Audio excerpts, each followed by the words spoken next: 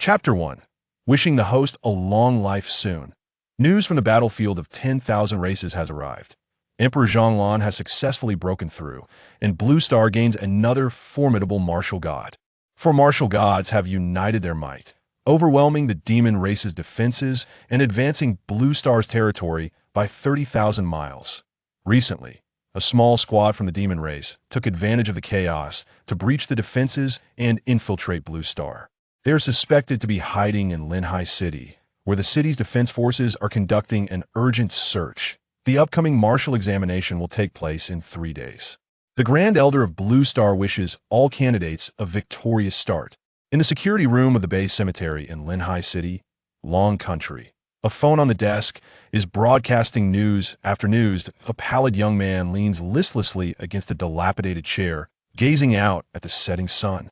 Chen'an, I recall that you are also 18 this year. Are you not participating in the martial examination? An elderly man, sipping tea outside the security room, turned to look at the youth within upon hearing the news broadcast. Chen'an shook his head with resignation. I suppose I will not participate. My martial arts talent is rather poor. The old man turned back, muttering, what a pity. I too lack talent otherwise. I would definitely venture to the battlefield of 10,000 races to slay a couple of demon spawn. Upon hearing this, Chen'an picked up the phone from the desk and opened a page. Pathological report from Linhai City 3rd Hospital. Upon seeing the glaring phrase latest stage lung cancer at the bottom of the report, his gaze turned vacant, and he bitterly smiled as he placed the phone back on the table. 3 months prior, he had suddenly experienced chest tightness and collapsed in class. A visit to the hospital revealed that he was already in the late stages of lung cancer. The doctor was quite clear. The cancer had spread extensively, and without a mechanical lung, he had at most 6 months to live. Growing up in an orphanage, he had no means to afford the exorbitant cost of surgery. With no other recourse, he had to drop out of school and take a night shift as a security guard at a cemetery, merely surviving day by day. In this era, being diagnosed with lung cancer was akin to receiving a death sentence. If one had wealth, they might exchange for a mechanical lung and prolong their existence. However, for an ordinary person like him, lacking both money and power, the hope was to achieve success in martial arts and earn some funds on the battlefield of 10,000 races. Now, with his health deteriorating, what could he use to practice martial arts? He couldn't even maintain the most fundamental horse stance. As Chen'an fell into deep contemplation, a commercial vehicle arrived at the cemetery entrance. 5 youths descended from the vehicle, appearing to be around 17 or 18 years old, chatting and laughing as they approached the security room. How strange. It's already 7 o'clock. Why are so many people here? Are they here to pay respects? Murmured old Zheng, rousing Chen'an from his reverie. Upon seeing the group, he instinctively muttered, could it be them? In a short while, the youths arrived at the window of the security room. See, I told you Chen'an was working here as a security guard. You didn't believe me before, but now you do. Last Saturday, I came here to pay respects to my grandfather, and I saw him. One particularly flamboyant young man approached the window, pointing at the head-down Chen'an within, speaking arrogantly. Ha! Upon hearing these words, the 4 young men around burst into boisterous laughter. The esteemed academic prodigy of Linhai No. 2 Martial Arts School has actually dropped out of the Martial Arts Academy to become a security guard in a graveyard. Chen'an, are you aware that your martial path is hopeless and have come here to retire early? One muscular youth mocked disdainfully while gazing at Chen'an. Jianjian, my whereabouts seem to have little to do with you. Chen'an replied calmly, directing his gaze at the muscular youth. Oh, is it unrelated to me? Chen'an, you're fired, Jianjian said with a smirk, his lips curling in mockery. Young man, this is High Bay Cemetery, not a place for your antics. You'd best leave if you have no business here. Old Zheng, witnessing the unfolding situation, quickly grasped the discord between Chen'an and the group of youths and sought to mediate. Old man, get lost. Zhang Xiao is the heir of the Zhang group. This cemetery belongs to his family. I see you're not keen on keeping this job, are you? The man with slick back hair, clearly a lackey of Jianjian, sneered. Upon hearing the man's words, old Zheng fell silent. Holding his teacup as he retreated into the cemetery, he had no stake in Chen'an's affairs and preferred not to jeopardize his job over idle chatter. Chen'an, did you hear what Zhang Xiao said? You're fired. Observing that Su Chen'an remained seated in the security room, the slick-haired man continued his aggressive taunts. Hey, Huazi, don't speak like that. A dismissal takes effect tomorrow, at least for today. He is still our security guard at High Bay Cemetery. If he enjoys being a security guard, let him be. Zhang Qiqiang feigned nonchalance, blocking the slick-haired man and laughing heartily as he turned toward the business vehicle. Zhang Qiqiang, see you at the martial arts examination in 3 days. As he watched the group prepare to leave, Su Chen'an resolved that even if he were terminally ill, he would still venture to the martial arts examination site. Life is but a fleeting moment. One must stand firm and assert oneself. Useless. Do you know why I specifically came to the cemetery? It was to see what you've been up to after dropping out. I never expected you to disappoint me, so even if you know you cannot defeat me, there's no need to wallow in despair. Zhang Qiqiang glanced back at Su Chen'an, leaving behind a scornful remark. Meanwhile, the slick-haired Huazi turned around and spat on the ground in Su Chen'an's direction. You ought to take a good look at yourself. Do you think you stand a chance against Zhang Xiao for a woman? Zhang Xiao is already a second-tier martial artist, soon to ascend to the third tier. What do you have to compete with him?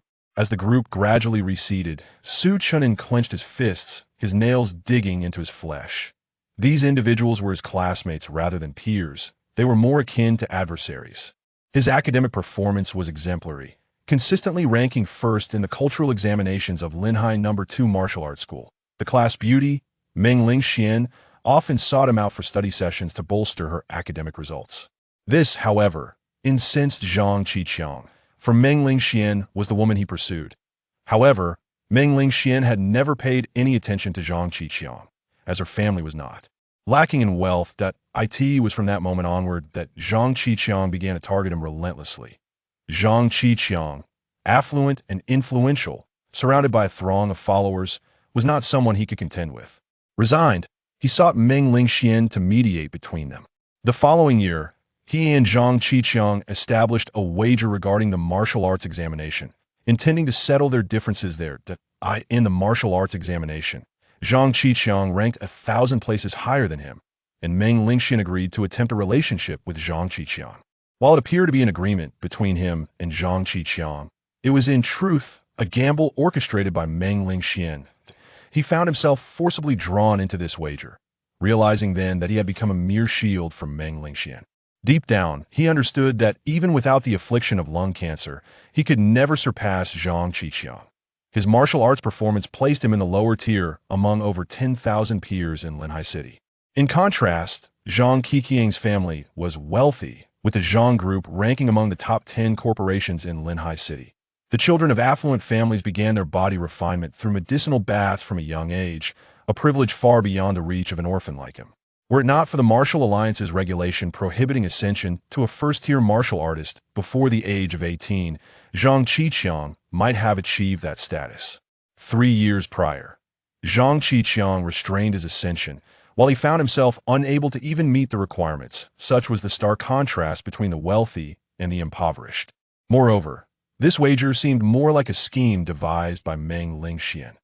After the wager was established, she provided no assistance in his martial development, which deviated from her expectations. He appeared merely as a sacrificial pawn in this gamble. Reflecting on this, Su Chen'an reluctantly unclenched his fists, forcing a bitter smile. He slumped in his chair, gazing through the window as the sun slowly descended, murmuring, "Oh, cruel fate! Why must you treat me thus? I never asked for immortality, yet my destiny is fraught with such hardships. How wonderful it would be if I could attain eternal life." Contemplating his dwindling lifespan of less than 3 months, Su Chen'an felt a wave of melancholy wash over him. In his lifetime, he had never experienced love, had never shared a kiss, nor even held a girl's hand.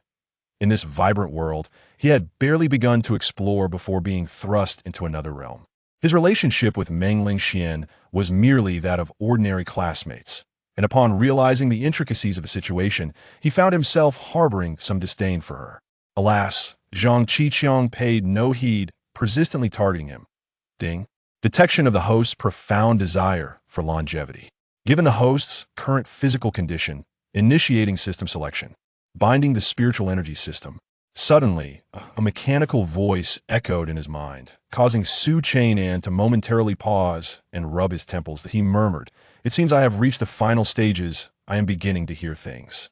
No sooner had he spoken than the familiar mechanical voice resounded once more, this time unmistakably clear, confirming it was not an auditory hallucination. System binding successful. Wishing the host a swift attainment of immortality. Chapter 2. The system's functions, all to be accumulated. System? Chen'an called out skeptically, as the phrase wishing the host longevity echoed clearly in his mind. He heard it distinctly, yet the mechanical voice did not resonate again, but he let out a bitter laugh. It appears to be mere auditory hallucination. How could something from novels manifest in the real world? I might as well resign myself to fate. My job is gone.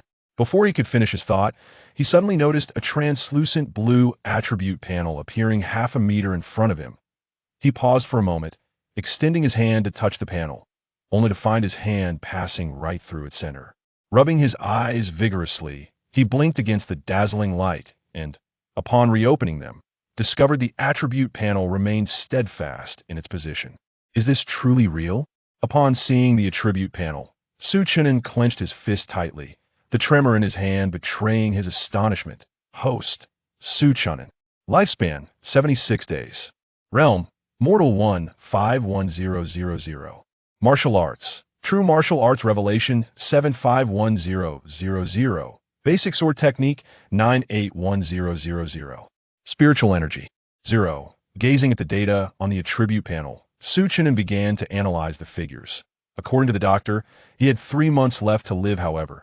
The reality was that his lifespan had dwindled to a mere 2.5 months. He cast a brief glance at the lifespan figure before averting his gaze, dwelling on it served no purpose. Now that he possessed a system, he ought to delve into its functionalities, for therein lay a glimmer of hope. He was particularly intrigued by the numbers following Realm, Martial Arts, and Spiritual Energy. The number following Realm reflects my current training progress. Once the figure in parentheses reaches 1,000, I shall ascend to the rank of Martial Master. A Martial Master can extend one's lifespan by nearly a decade, while a Martial General could add a century. This system aims to empower me, thereby prolonging my life. Each realm comprises 9 tiers. Thus, reaching 100 before the slash signifies a first-tier martial artist, and 200 denotes a second-tier martial artist. The standard for a first-tier martial artist is a strength of 1,000 kilograms presently. I possess only 150 kilograms of strength. Before I dropped out, I underwent testing, revealing my strength to be 480 kilograms at that time. In these 3 months, I have lost a staggering 330 kilograms of strength. Chen'an scrutinized the numbers in the realm section, his brow furrowed in concern. Ever since his lung cancer diagnosis, he had ceased martial training, as his body could no longer endure the rigors of high-intensity practice. Losing 330 kilograms of strength over 3 months was disheartening. As for the figures following martial arts, they indicated the progress of his cultivated techniques. Reaching 1,000 before the slash signified the perfection of the martial art. Both techniques he possessed were the most fundamental of mortal-grade martial arts, available for study upon entering a martial arts academy. Open all. He had not anticipated that his martial talent was so lacking in 2.5 years at Lehigh Second Martial Arts. Despite relentless training day and night, his progress was disappointingly minimal. The true martial arts revelation could be excused, as comprehension of such a technique necessitated genuine martial talent. However, when it comes to basic marksmanship, he practices at least 1,000 times daily, yet he has made no more than 1/10 of the progress. Upon observing his skill advancement, Chen'an could only shake his head in resignation and glanced at the final section of his attribute panel. This spiritual energy is the most crucial element of the system. Spiritual energy, dropped upon the death of a living being, disappearing after 1 hour. Mortal beings yield 1 spiritual energy, while spiritual beings yield 10 spiritual energy, and so forth. Spiritual energy can be utilized to enhance cultivation, practice techniques, and synthesize methods. This is the system's explanation of spiritual energy. Spiritual energy drops upon the death of a living being. This means that regardless of the creature, they will yield spiritual energy upon death. Mortal beings correspond to human warriors, while spiritual beings correspond to human masters. In other words, I would have to collect the belongings of a deceased. This seems rather inappropriate. Su Chen'an murmured upon reading the system's explanation of spiritual energy. Then he quickly realized, they're already dead. The energy that drops will dissipate anyway, so why not let it benefit me?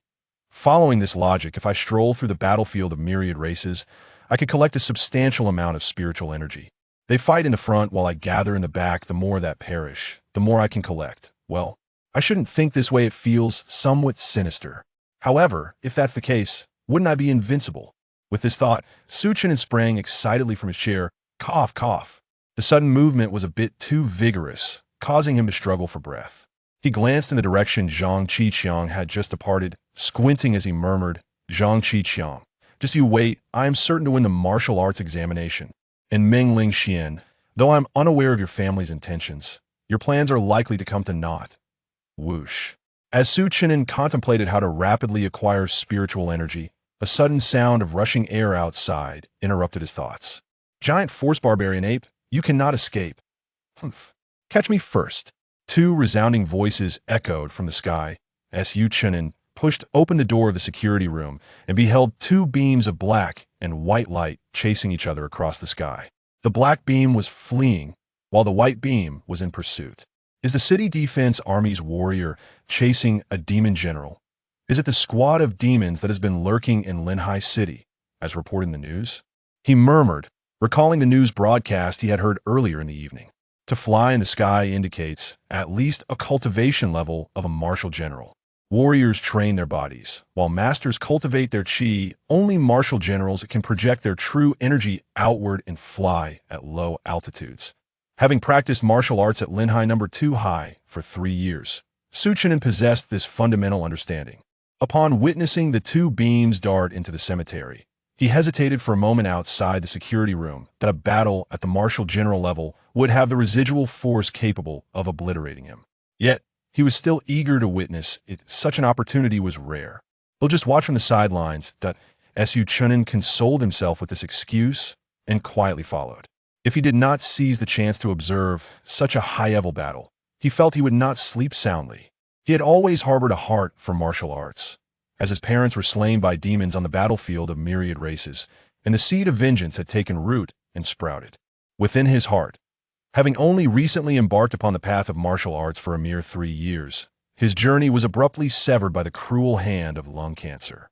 Yet now, with the advent of a new system, the once dormant heart of his martial spirit begins to flourish anew.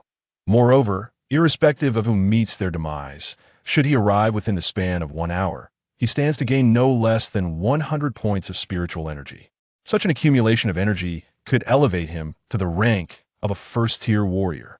To forfeit such an opportunity would be folly. Why then pursue martial arts at all?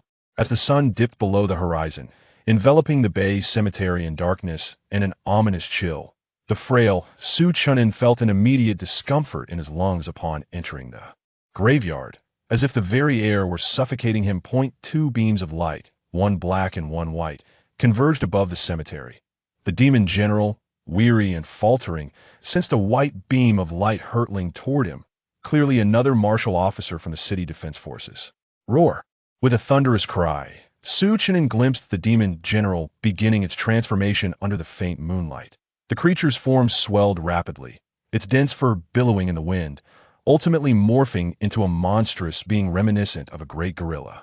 Struggling at the brink of death, shouted the martial officer from the city defense forces as he rushed from the cemetery. Two beams of white light surged towards the demon general, and soon the air above the Bay Cemetery was filled with the cacophony of fierce combat. Such a dull spectacle. Su Chen'an, positioned at the foot of the hill, could only discern 3 figures entangled in a chaotic melee, their movements obscured from his view. The night was dim, compounded by the swiftness of the 3 combatants, rendering them indistinguishable to him. Nevertheless, he could sense that the demon general was struggling against the onslaught of the 2 martial officers. This was not merely a feeling. The anguished cries of the demon echoed throughout the cemetery. Then let us all perish together. Boom. The battle raged for less than a minute before a roar erupted, followed by a thunderous explosion. In an instant, the entire Bay Cemetery was illuminated by a blinding light, causing Su Chen'an to squint against its brilliance. Is the cavalry all right? "I'm fine," managed to dodge, swiftly sustained only minor injuries. That cursed giant strength barbarian detonated itself. "We must hasten to Bay Park, where the commander is engaged with the demon sovereign." Understood. As Su Chen'an opened his eyes, he beheld the two martial officers from the city defense forces retreating into the distance. "Bay Park, demon sovereign." The exchange of their voices within the silent cemetery reached his ears with startling clarity. Upon hearing their conversation, his heart raced with fervor. 1,000 points of spiritual energy. At this moment, that singular thought reverberated through his mind. Chapter 3. First Order Warrior. After a moment of hesitation, Su Chen'an followed the path through the cemetery and arrived at the location where they had just battled. Is this the essence of spiritual energy? He observed a small blue orb floating 2 meters above the ground atop a nearby grave. As Su Chen'an approached, the blue orb swiftly darted towards him from a distance of 10 meters and vanished into his body. Spiritual energy 100. Seeing the system notification, he noted with exhilaration that the spiritual energy attribute on his panel transformed from 0 to 100. He excitedly thrust his fist forward. Eagerly, he allocated the 100 points of spiritual energy to enhance his realm. A warm sensation coursed through his body, prompting an involuntary groan of pleasure. Afflicted by illness for so long, Su Chen'an had not felt such comfort in ages. As the warmth flowed within him, he distinctly sensed his frail body gradually gaining strength. His muscles began to tremble uncontrollably, and his skin took on a lustrous sheen. With a sudden exertion, he clenched his fist, causing the muscles in his arm to swell prominently, their definition becoming strikingly clear. A faint bronze hue became discernible on his skin, shimmering under the moonlight. Bronze skin, a First Order warrior. Witnessing the transformation of his body following the surge of power, Su Chen'an couldn't resist throwing a punch into the air. Whoosh! A subtle sound of air being sliced open echoed.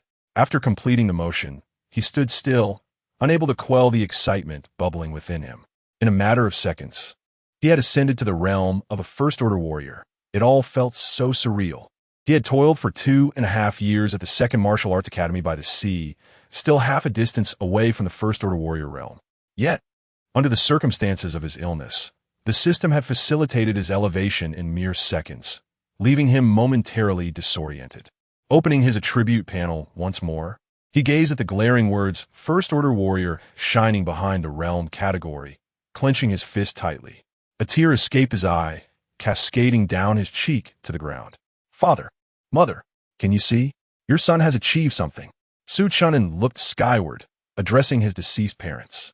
Host, Su Chen'an, lifespan, 106 days. Realm, First Order Warrior, 115-1000. Martial Arts, True Understanding of Martial Arts, 75-1000.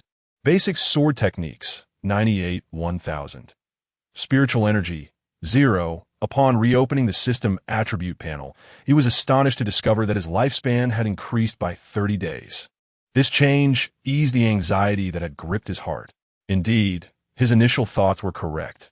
The system was designed to empower him, and with strength came the augmentation of his lifespan. "Chen'an, what are you doing there? What happened just now?"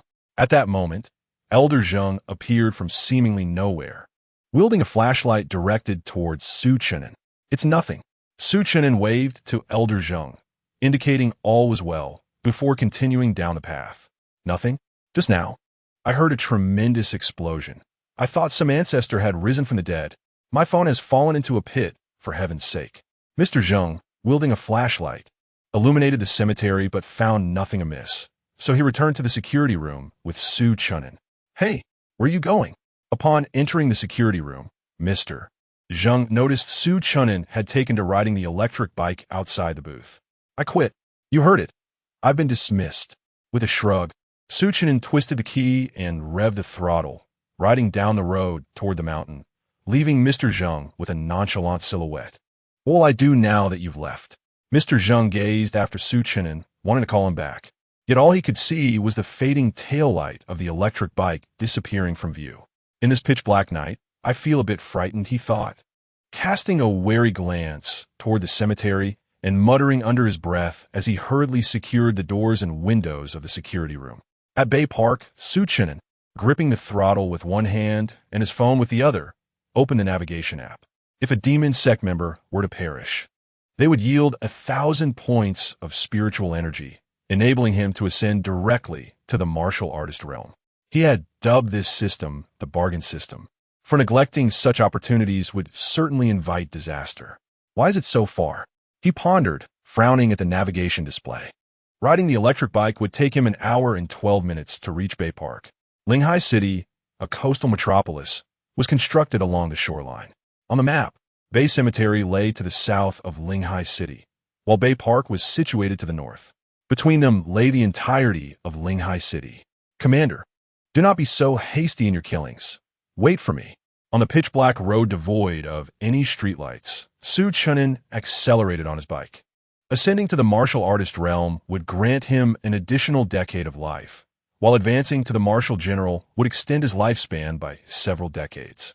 And reaching the martial sovereign could increase it by over a century.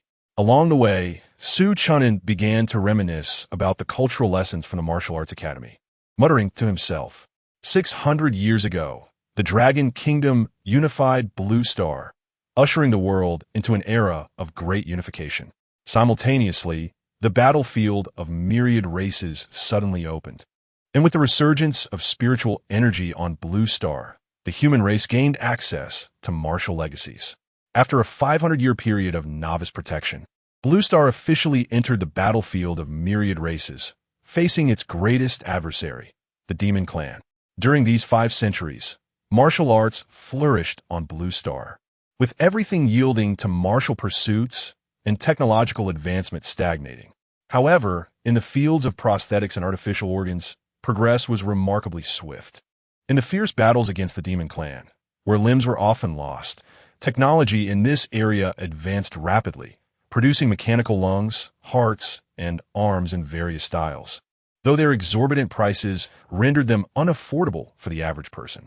In these 5 centuries, 3 martial god-level powerhouses emerged, tirelessly supporting Blue Star and establishing a stronghold in the battlefield of myriad races. A century later, today, the 4th martial god-level powerhouse has emerged, leading to an expansion of Blue Star's territory by 30,000 miles. The martial path comprises 9 realms: martial disciple, martial master, martial general, martial sect leader, martial king, martial emperor, martial venerable, martial sovereign, and martial deity. Each realm is further divided into 9 tiers, with the first tier being the weakest and the 9th tier the strongest. The system's classifications of mortal and spiritual correspond to the realms of martial disciple and martial master. Beyond these 2 realms, the hierarchies of most races align similarly. Demon generals correspond to martial generals, and demon sect leaders correspond to martial sect leaders. As he rode, Chen'an descended the mountain and arrived at Linghai City, a place ablaze with lights, where the city's neon signs flickered extravagantly. However, the splendor of this scene was forged by the sacrifices of countless martial masters on the battlefield of myriad races. Thus, in this era, all matters must yield to the martial path, granting martial masters considerable privileges on Blue Star. For instance, the Zhang group, led by Zhang Qiqiang's family, would never have attained such prominence had it not been for Zhang Qiqiang's grandfather, a martial king. In a hurried, yet measured manner, Chen'an took a full hour to reach Bay Park. Although he arrived 12 minutes sooner than the navigation suggested, the silence enveloping Bay Park plunged him into contemplation. At that moment, the park lay still, the tree canopies obscuring all moonlight, rendering it impossible to see one's hand before one's face. Has it come to an end? Chen'an murmured to himself, an unsettling sensation creeping over him. He then mounted his electric bike and swiftly plunged into the depths of Bay Park. Chapter 4. The battlefield hospital in the capital in the vast expanse of Bay Park. Where should I begin my search? At this moment, a glimmer of hope flickered in his heart. What if the spiritual energy had not yet dissipated? After all, it was 1,000 points of spiritual energy. The thought of this caused an inexplicable pang in Chen'an's heart. Half an hour later, he emerged from Bay Park, riding his electric scooter, engulfed in deep frustration. He had traversed from Bay Cemetery to Bay Park and wandered within its confines for a complete hour and a half. Yet he had found not a single trace of spiritual energy. Disheartened, Chen'an opened his phone to peruse the latest news. A demon sect had been vanquished. Surely, this would be the talk of Linhai City. As expected, the latest headlines boldly confirmed the demise of a demon sect. Right there in Bay Park, the city defense commander, along with 4 captains, had slain the demon that had intruded into Blue Star. It's all right. There will be ample opportunities in the future. Chen'an reassured himself as he closed his phone, though his heart was heavy with sorrow. Dismounting from his scooter, he strolled toward the seaside, letting the salty breeze tousle his hair, gazing at the myriad stars above, and murmured, "In the myriad realms, there shall surely be a place for me." Chen'an, after a few grand declarations, he mounted his scooter once more and returned to Linhai City. With nowhere to go, as the orphanage had closed 3 years prior, and the tuition for the martial arts academy was earned through odd jobs, he found solace in the academy's scholarship. Coming from a financially strained background, yet excelling academically, he received a scholarship each year. Originally, the Linhai Second Martial Arts Academy had intended to cultivate him towards an academic path. Unfortunately, a single test report had shattered that dream. With only 3 months left to live, he had resolved to cease his struggles. Thus, he took a night security job at the cemetery, prepared to languish until his quiet departure from the mortal realm in a few months. His fate had indeed been unfortunate, landing a position at the Zhang Group's cemetery. Yet, had it not been for Zhang Qiqiang's provocations, he might never have acquired the system. From calamity springs fortune, and from fortune calamity. Zhang Qiqiang, I owe you a debt of gratitude. Reflecting on this, Chen'an suddenly felt that after years of misfortune, gaining a life-altering system was not without its merits. After meandering through Linhai City, he found it dilapidated and tucked away in a narrow alley. After a refreshing shower, he lay upon his bed, contemplating his next steps. He knew he must venture to the battlefield of all races. His system was specifically designed for that very purpose. However, access to the battlefield required passing the martial examination first. During this examination, a record of each martial artist's personal information would be compiled, serving as the credential for entry into the battlefield. Of course, one could bypass the examination and directly authenticate their information with the Martial Alliance. But that would entail a fee, something he could ill afford. With only 3 days until the martial examination, he lay in bed, bored and pondering what to do in the meantime. He lay on the bed, contemplating the attributes panel, but alas, without the presence of psychic attributes. His musings bore little fruit. If only there were psychic energies to be found on Blue Star. Regrettably, this was not the battlefield of myriad races. He closed the attributes panel and murmured softly. Suddenly, he sat up abruptly. Who said Blue Star lacked psychic energy? Humans are sentient beings too.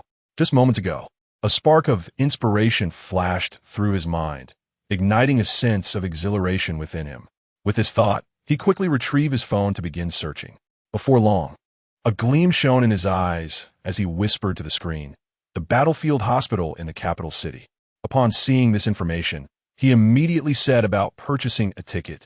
Though he had little money on him, this was crucial to his grand scheme of longevity. He would not hesitate to part with the fare for a ticket. Upon acquiring the system, he learned that human death also yielded psychic energy. However, he had been so fixated on collecting the energy dropped by the fallen of the demon clan that he had never considered the aspect of the deceased. Fortunately, he kept abreast of the news and suddenly recalled a broadcast. The battlefield of myriad races was not on Blue Star, but in an alternate space where medical facilities were exceedingly scarce. Consequently, most injured individuals from the battlefield were transported back to Blue Star for treatment.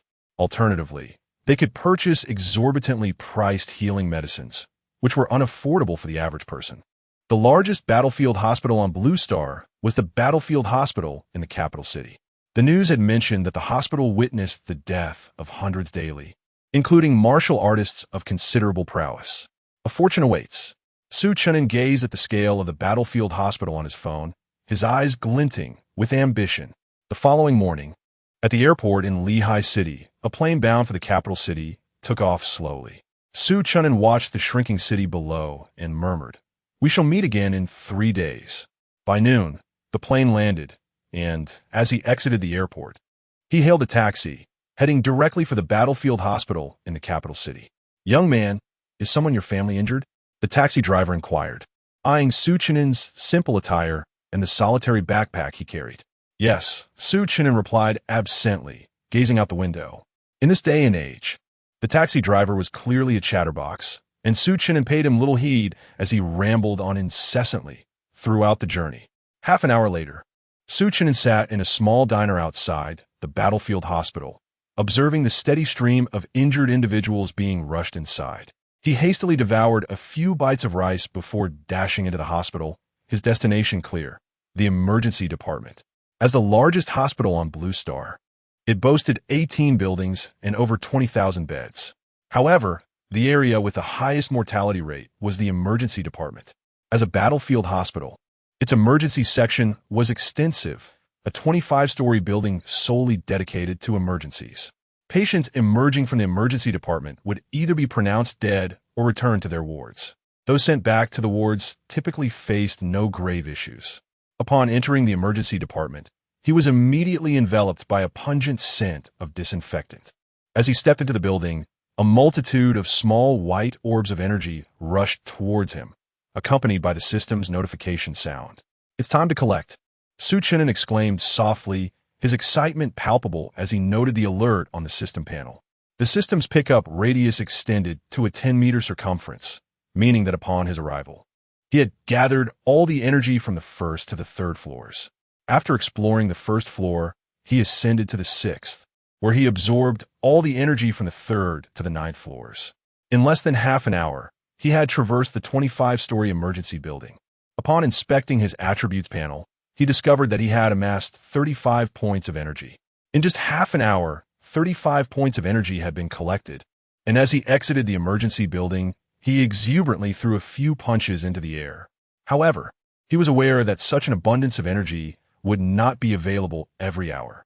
According to news reports, the battlefield hospital in the capital saw only a little over 100 deaths daily. Even amid the fierce combat, the fatalities here would not exceed 200 per day. After all, there were numerous hospitals receiving injured soldiers from the myriad battlefields, with the capital's battlefield hospital merely being the largest among them. Countless others across Blue Star shared the burden of care. Nonetheless, Chen'an felt immensely gratified, as his upcoming task was to explore the emergency department building every hour. Chapter 5. The Six-Stage Warrior. At noon the following day, Chen'an sat in a quaint eatery opposite the hospital, stuffing his mouth with buns. Having spent the entire night in pursuit of spiritual energy, he had not slept a wink and was now thoroughly fatigued.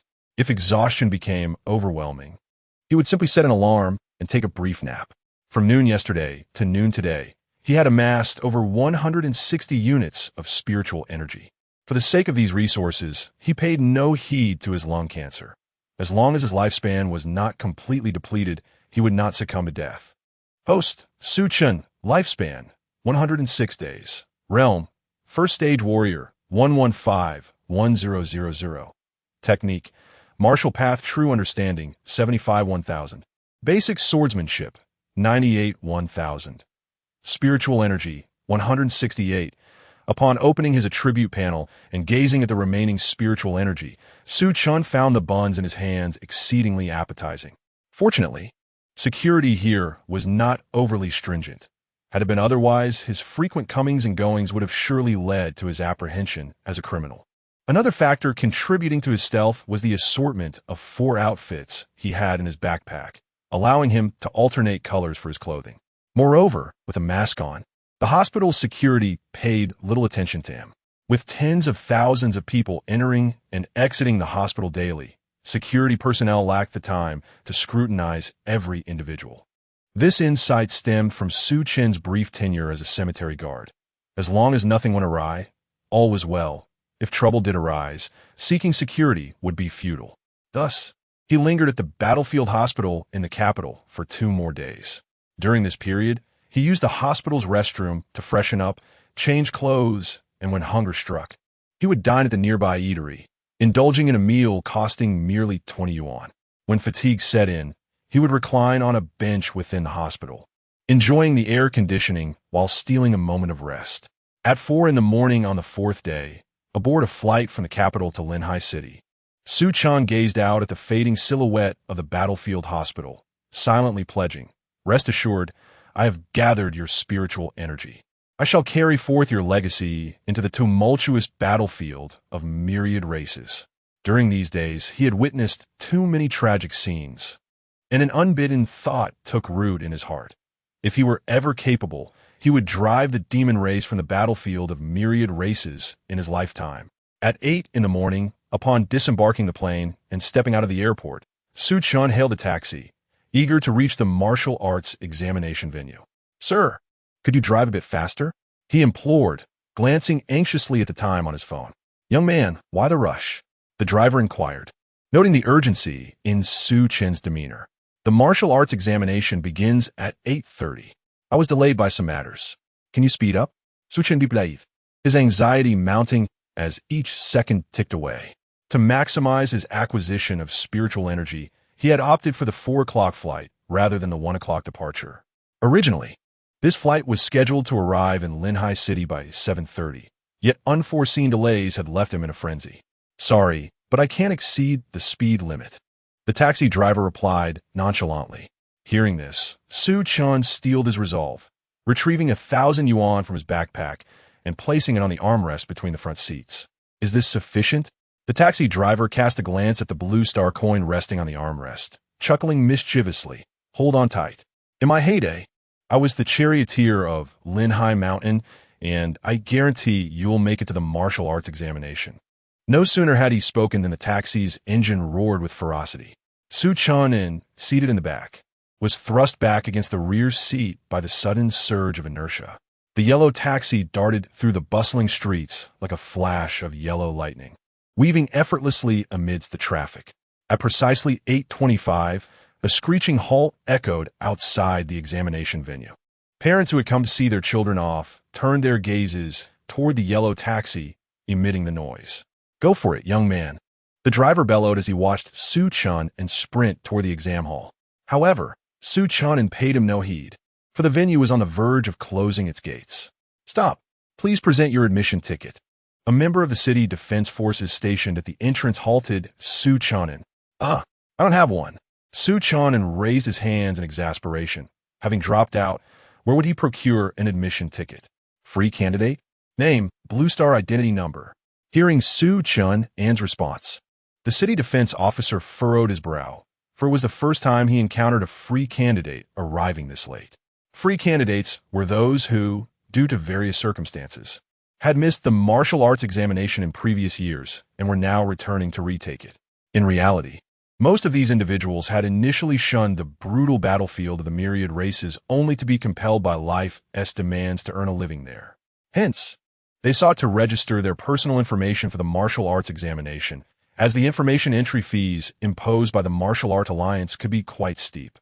Each year, a handful of free candidates emerged, yet they typically arrived early to queue up. Individuals like Su Chen'an, who arrived just in the nick of time, were indeed rare. Su Chen'an, Blue Star identity number 014-725-8369. The city defense officer, who was inputting the candidate information, lifted his gaze and remarked, "This identity number is intriguing." Subsequently, he glanced at Su Chen'an's personal details and murmured, "You are not a free candidate. You are enrolled in Linhai No. 2 Martial Arts Academy. Your teacher registered you." Su Chen'an was momentarily taken aback. He had not anticipated that despite his withdrawal, Wu Mei had still taken the liberty to enroll him. However, he recalled that before his departure, Wu Mei had indeed implored him to remain, assuring him that his student information would not be canceled. Yet at that time, he was gravely ill and had no inclination to linger at the academy. "Your admission ticket is here, courtesy of your teacher." Noticing Su Chen'an in a daze, the city defense officer handed him a plastic card. On it was Su Chen'an's photo alongside his identity information. "Thank you." Su Chen'an accepted the admission ticket, warmth flooding his heart. Ever since the passing of his parents, Wu Mei had been the kindest person to him. After passing the security check, Su Chen'an did not join the line for Linhai No. 2 Martial Arts Academy, but rather sought a secluded corner to open his attributes panel. In the span of 3 days, he amassed over 500 points of spiritual energy at the battlefield hospital in the capital, which he now intended to fully invest into his cultivation. The infusion of spiritual energy into his practice would cause unusual reactions within his body, which might raise eyebrows if witnessed by others. As he concentrated all 500 points into his cultivation, a tremendous wave of warmth surged chaotically within him. His muscles began to contract and expand incessantly, while his skin oscillated between shades of red and white. The bones in his body creaked ominously. A minute later, Chen'an opened his eyes, his gaze fierce and imbued with an inexplicable aura. Host, Chen'an, lifespan, 253 days, realm, 6th-tier warrior, 680-1000. Technique, true understanding of martial arts, 75-1000. Basic sword technique, 98-1000. Spiritual energy, 0. Upon reviewing his updated attributes, Chen'an nodded in satisfaction. The relentless pursuit of spiritual energy over the past 3 days had yielded remarkable results. With all 500 points funneled into his cultivation, he had ascended to the rank of a 6th-tier warrior, and his lifespan had increased by an additional 150 days. He could also sense that his lungs felt less constricted now. Feeling the newfound strength coursing through his body, he stretched his limbs, producing a series of crackling sounds. His joints echoed in harmony. A 6th-tier warrior, he murmured, recognizing this as the hallmark of his new status. The martial examination. Here I come, he declared confidently, gazing at the figure appearing on the high platform ahead. Were it not for the rewards of the martial examination, he would not have elevated his cultivation to the 6th tier. After all, such a high level of prowess in an orphan was somewhat unusual. However, to venture into the myriad races battlefield, he needed to secure the rewards from this examination. Specifically, the top prize of 10 million blue star coins. He was in dire need of funds. Entering the myriad races battlefield would require purchasing weapons, equipment, and survival supplies. This 10 million was essential. While a 6th-tier warrior was generally an anomaly in the examination, he was determined to strive for the reward. Even if others harbored intentions against him, he merely needed to leave Blue Star after the examination and head to the battlefield, under the watchful eyes of the crowd. It was unlikely anyone would dare plot against him in such a public setting. The path of martial arts is one of advancement or regression. After pondering for a while, Chen'an managed to articulate a thought. As a warrior, regardless of the circumstances ahead, if one lacks the courage to forge ahead, they are unworthy of the title.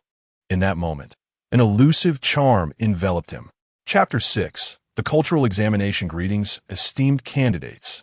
I am Jianjian, the commanding officer of the Urban Defense Corps of Linhai City, and I have the honor of being the chief examiner for this martial examination. Here, I wish each of you a triumphant start and a brilliant future. I hereby declare the commencement of the Linhai Martial Examination. The first segment, the Cultural Examination, is now underway. I kindly request all candidates to access the official Martial Examination website and input your personal information. As soon as Zhang Jinan's words faded, the candidates below the stage swiftly retrieved their mobile phones. The cultural examination is conducted entirely via smartphones. The question bank comprises hundreds of thousands of questions spanning various subjects, including cosmic language, martial knowledge, and characteristics of diverse races. Each candidate receives a unique set of questions, rendering any possibility of cheating utterly impossible.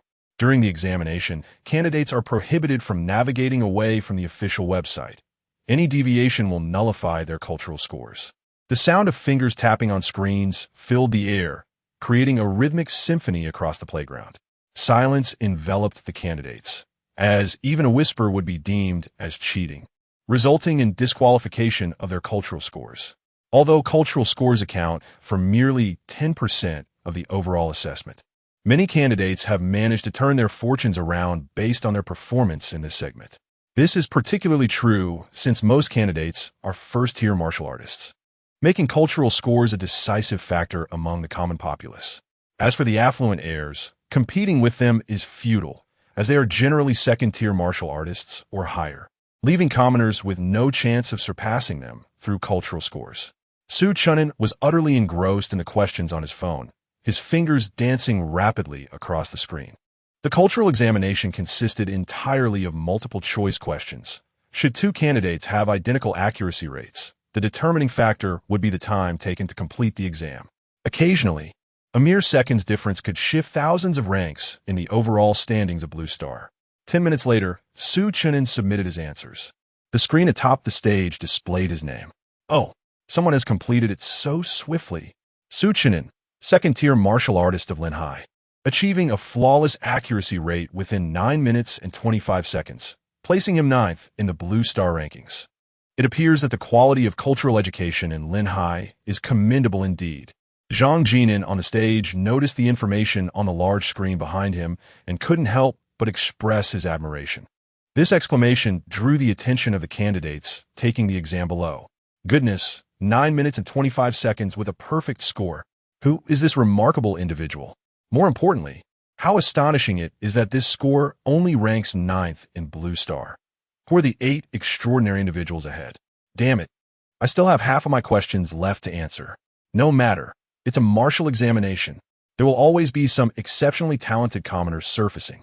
Candidates below the stage expressed their astonishment and envy, while some sought solace through words of encouragement. Chen'an, he truly is participating in the martial examination? Among the ranks of Linhai's second-tier martial artists, Jianjian glanced at the name on the screen, somewhat taken aback. 2 months ago, he had been inquiring about Chen'an's sudden withdrawal from school. After much difficulty, Jianjian learned yesterday that Chen'an was afflicted with lung cancer, and in its advanced stage no less. Upon receiving this news, a sense of guilt washed over him. After all, Chen'an had not wronged him. His discontent stemmed merely from the sight of Meng Lingxian and Chen'an in each other's company. Initially, he contemplated offering Chen'an some form of compensation, but upon reflection, he realized it would be futile, given that Chen'an had only a few months left to live. The cost of a mechanical lung amounts to several million, and he certainly would not expend such funds for Chen'an's sake. However, the fact that Chen'an, despite his affliction, chose to participate in the martial arts examination garnered a modicum of respect from Jianjian. In the same martial arts team, Wu Mei, upon seeing Chen'an's name, felt a surge of joy. 3 months prior, Chen'an had abruptly decided to withdraw from school, a decision she vehemently opposed. Unfortunately, the Martial Arts Academy adhered to a policy of voluntary withdrawal, and despite her efforts, she could not dissuade him. She surmised that Chen'an might have been grappling with some emotional turmoil, leading him to this drastic decision. Thus, she refrained from canceling his enrollment and even registered him for the martial arts examination. Deep down, she held a fondness for Chen'an. He was astute and composed in the face of challenges. Had it not been for his mediocre martial arts talent, she might have believed he had the potential to become a pillar of strength for Blue Star. 20 minutes later, most candidates in the audience had put away their phones, as the cultural examination was limited to half an hour. The main event, the martial arts examination, was about to commence. Time is up for the cultural examination. Please, all candidates, put away your phones, reminded Jianjian from the elevated platform. Next came the martial arts examination. Candidates were instructed to proceed to the realm testing device corresponding to their registration number. Free candidates were directed to queue at the 21st realm testing device, according to the numbers they received upon entry. As soon as the announcement concluded, the candidates below began to mobilize. The martial arts examination venue featured a total of 21 realm testing devices, 20 designated for academy candidates, and the last reserved for free candidates. Chen'an glanced at his registration card, which prominently displayed the number 03565. He murmured to himself, noting that this number was assigned based on previous martial arts assessment scores. Having lacked any scores in the last 3 months, he found himself placed at the end of the line. In Linhai City, there were over 11,000 candidates, with each testing device accommodating approximately 500 participants. It was still early, observing the lengthy queues behind each testing device. Chen'an retreated to a corner and seated himself against the wall. Based on previous martial arts examination timelines, the realm testing segment was expected to last around an hour, with an estimated pace of 10 seconds per individual. Meanwhile, The large screen on the platform updated with the results of the cultural examination, which had now transitioned to display the martial arts examination scores. In this context, the cultural examination was graded out of 100 points, contributing merely 10% to the overall score, while the realm testing stood as the most significant component of the martial arts assessment. A first-tier warrior earns 1,000 points. A second-tier warrior receives 2,000 points, and a third-tier warrior is awarded 3,000 points. The realm detection device, in essence, serves as a strength testing apparatus. As the assessment of a warrior's realm requires only the measurement of physical power, devoid of any need to evaluate true energy, each individual is granted 3 strikes, which must be completed within a 10-second time frame, with the highest recorded strength being taken as the score. For instance, Chen'an, currently possessing the prowess of a 6th-tier warrior, is capable of exerting a force of 6,800 kilograms according to the system's attribute panel. Thus, his realm score would approximate 6,008. And with an additional 100 points for his academic performance, his final score should hover around 6,009. Suddenly, a score of 5,435 points emerges. 5th-tier warrior, Linhai First Marshal, Lu Lin. He appears to be the grandson of Lu Rongzhang, the commander of the Linhai City Defense Army. My goodness, how astonishing. They're all barely 18. How is he so formidable? It's no jest. He is the commander's grandson, accustomed to daily indulgence in premium medicinal baths, having long since laid a solid foundation, merely awaiting his 18th birthday to soar to greatness. Lu Lin's results create an immediate sensation within the examination hall. Remarkable. Upon witnessing Lu Lin's accomplishments, Chen'an cannot help but express his admiration. His ascension to the 6th tier was facilitated by the system's assistance. Although Lu Lin enjoys power and privilege, having been immersed in medicinal baths since childhood, he lacks the exceptional martial talent necessary to elevate himself to a 5th-tier warrior within just 6 months, regardless of the quality of the baths. The disparity becomes evident when compared to individuals like Zhang Qiqiang and his affluent peers, especially in the face of such genuine martial families. This explains why Zhang Qiqiang opted for Linhai, 2nd Marshal, rather than the more prestigious Linhai, 1st Marshal. The latter is home to several prodigies who could potentially suppress their martial will, whereas choosing Linhai, 2nd Marshal mitigates this risk. Chapter 7, 6008, 5,258 points. Li Hanming from the 1st Martial Arts School of Linhai seems to be the scion of the Li Group. The Li Group is indeed one of the top 100 enterprises on Blue Star, a distinguished megacorporation in Linhai. Following that, several names of candidates from the 1st Martial Arts School appeared, dominating the top of the display screen. The individuals currently being tested are all part of that exceptional cohort who had performed admirably in their preliminary assessments. A significant portion of these candidates hail from the 1st Martial Arts School, while the strongest from the 2nd Martial Arts School barely reach the 4th-tier warriors. These young men are truly remarkable. In our day, when we undertook the martial examination, even the top scholar of Blue Star was merely a 4th-tier warrior. Zhang Jianjian observed the candidate's information on the screen and nodded, addressing his aide beside him. Indeed, it remains to be seen how many among them will endure until the end. The aide also nodded in agreement. As the Blue Star human race stabilizes its position on the battlefield of myriad races, a substantial amount of high-grade spiritual herbs and stones have been returned to Blue Star, nurturing the younger generation. Each year, the results of the martial examination are consistently breaking records. However, early success does not guarantee endurance. Conversely, some of those inconspicuous individuals in the martial examination may traverse further along the path of martial arts. Nevertheless, the cultivation of martial talent must prioritize those with higher potential. After all, the future path of an individual is unpredictable. It is illogical to neglect the cultivation of geniuses in favor of the obscure. Gold will inevitably shine. If those nameless ones manage to rise later, they will not be deprived of resources. Following the remarkable results of several prodigies from the 1st Martial Arts School, subsequent candidates failed to make any significant waves. The remaining candidates produced results that were rather average, with occasional minor breakthroughs quickly forgotten. Up to this point, The martial examination in Linhai City has yet to witness any underdog from the common populace. Underdogs do not emerge every year, and Linhai City is not a major metropolis. Su Chen'an initially showed interest, glancing at the proceedings, but lost his enthusiasm after witnessing Zhang Qiqiang's results. Zhang Qiqiang, a third-tier warrior, was still a considerable distance from the fourth-tier warriors and fell short when compared to the prodigies of the first martial arts school.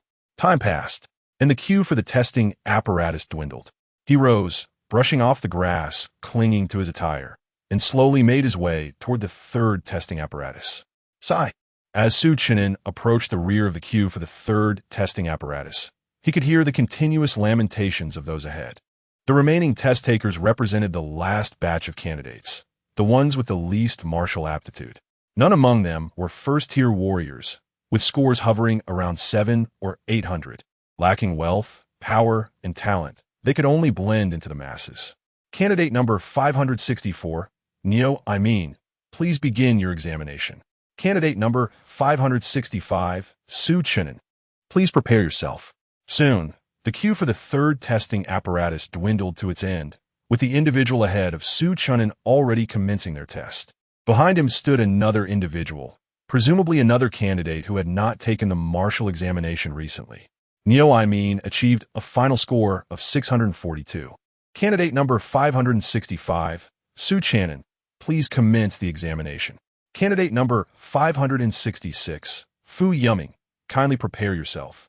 Upon hearing the examiner call his name, Su Chen'an stepped forward and approached the testing apparatus. Please begin the examination.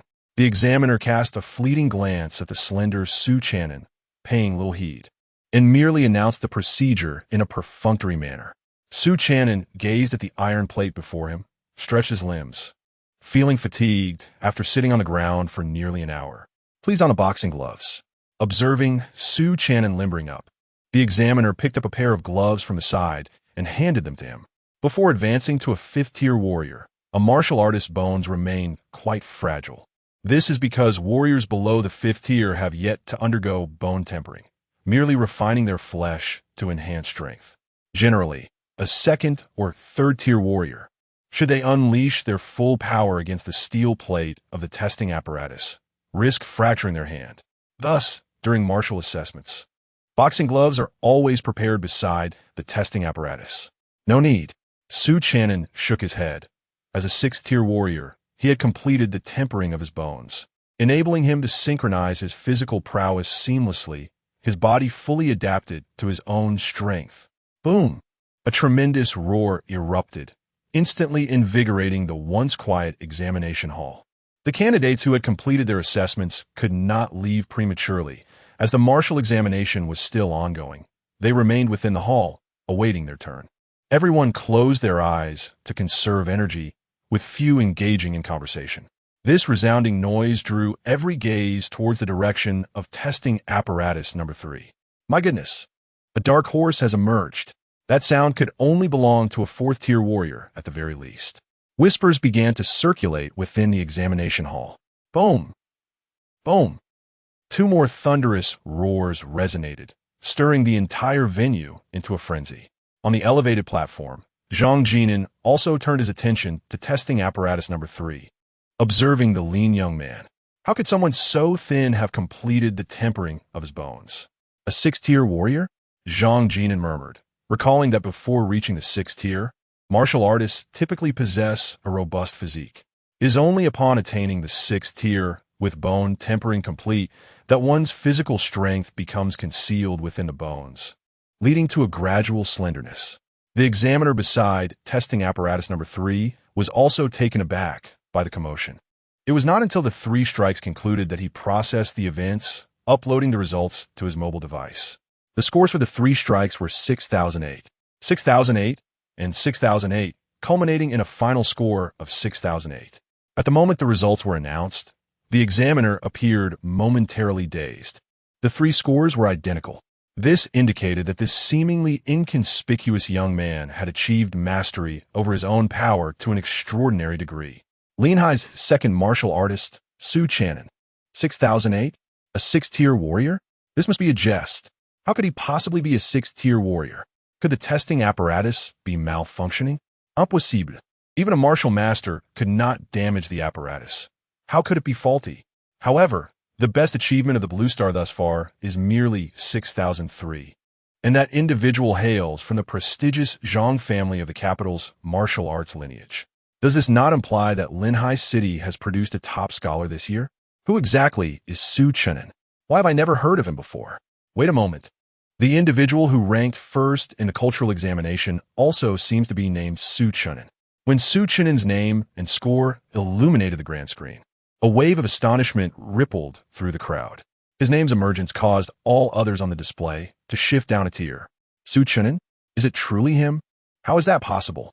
Simultaneously, Zhang Qiqiang, who had been casually chatting with a few companions on the grass, abruptly rose, his gaze fixed on the name on the screen. Unable to believe his own eyes, Zhang Xiao, it could be a case of sharing the same name, interjected the flamboyant Huazi, rising to speak. What utter nonsense! How many Su Chen'an are there in Linhai No. 2 martial arts school? Zhang Qiqiang retorted, delivering a slap that left Huazi dazed. He glanced back at the name on the screen, frowning as he murmured, wasn't he in the late stages of lung cancer? Did my investigation go awry? Not far from Zhang Qiqiang, Meng Lingxian, engaged in playful banter with her friends, also stood up abruptly, her eyes wide with disbelief at the name on the screen. Su Chen'an? How could a commoner elevate to a 6th-tier martial artist in just 3 months? Moreover, my father told me he was in the late stages of lung cancer. We even had the examination done at our family hospital. One of Meng Lingxuan's friends beside her murmured, Lingxian, this Su Chen'an seems to be the one from your class. He is the only Su Chen'an in the whole Linhai No. 2 martial arts school. Meng Lingxian shook her head, her brow furrowed. If that were the case, wouldn't her and her father's plans be doomed to fail? Meanwhile, Wu Mei, standing not far from Meng Lingxian, gazed at the information on the screen, her disbelief palpable. Yet, rather than frowning, she smiled and murmured, has this young man dropped out of school to surprise everyone? In just 3 months, transforming from an ordinary individual with a power level of over 400 kilograms to a 6th-tier martial artist. Truly extraordinary. Chapter 8. He is in the late stage of lung cancer. Yet, the astonishment of those present was far from over, as the third testing device emitted 3 resounding booms. Su Chen'an curiously observed the candidate standing behind him. The scores from 3 strikes were recorded as 6005, 6005, and 6005, culminating in a final score of 6005. At that moment, the examiner of the third testing device felt an overwhelming surge of frustration within, as 2 individuals who had mastered their strength to perfection stood before him. Su Chen'an gazed at Fu Yuming, equally astonished by the consistency of his 3 strikes. The uniformity of his scores was attributed to the system regulating his power. Each punch delivered with full force resulted in this identical output. In contrast, Fu Yuming exhibited a terrifying mastery over his own strength, reaching an extraordinary level of control. Su Chen'an could even sense a faint aura of menace emanating from Fu Yuming, leaving him to wonder what experiences this peer of his age had endured. As Su Chen'an scrutinized Fu Yuming, the latter approached him with a slight smile, extending his hand and saying, "Hello, my name is Fu Yuming." Su Chen'an paused for a moment before reciprocating the gesture with a smile, replying, "Hello, I am Su Chen'an." In that instant, the 2 young men became acquainted, and the wheels of fate began to turn. Look at the second place. Lu Lin has been pushed down again.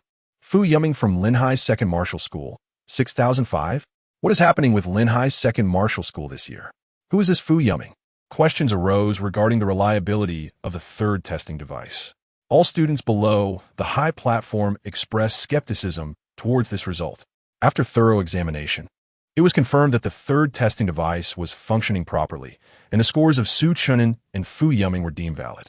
In response to the students' doubts, Zhang Jianjian stepped forward. While others may be unaware of Fu Yuming's true identity, he possessed a clearer understanding. Fu Yuming was someone not to be trifled with. Zhang Jianjian felt little interest in Fu Yuming, as the people behind him were beyond his reach. Not even the governor of Nan province could contend with those who stood behind Fu Yuming. However, the presence of Su Chen'an piqued Zhang Jianjian's curiosity. In just 3 months, he had ascended to the 6th rank of martial artist. all while being a commoner. There was a secret to Su Chen'an. If Su Chen'an were merely an ordinary dark horse, Jianjian would not be particularly intrigued. The crux of the matter was that this dark horse had emerged in an astonishing manner, directly becoming the top scholar of Blue Star. I protest. Su Chen'an is in the late stage of lung cancer. It is utterly impossible for him to advance to the 6th rank of martial artist. He must have employed some extraordinary means to secure the top prize in the martial arts examination. At that moment, a clear voice rang out from the crowd below the high platform, capturing Zhang Jinan's attention. This voice silenced the examination hall instantly. Late-stage lung cancer? Impossible. Even with a mechanical lung, one could not practice martial arts, could they? In an instant, fervent discussions erupted among the candidates. Su Chen'an gazed at the woman below the high platform, narrowing his eyes and murmuring, "I suspected the Meng family harbored ill intentions." At that moment, Zhang Qiqiang also took notice of the woman below, none other than Meng Lingxian, the object of his affection for 3 years.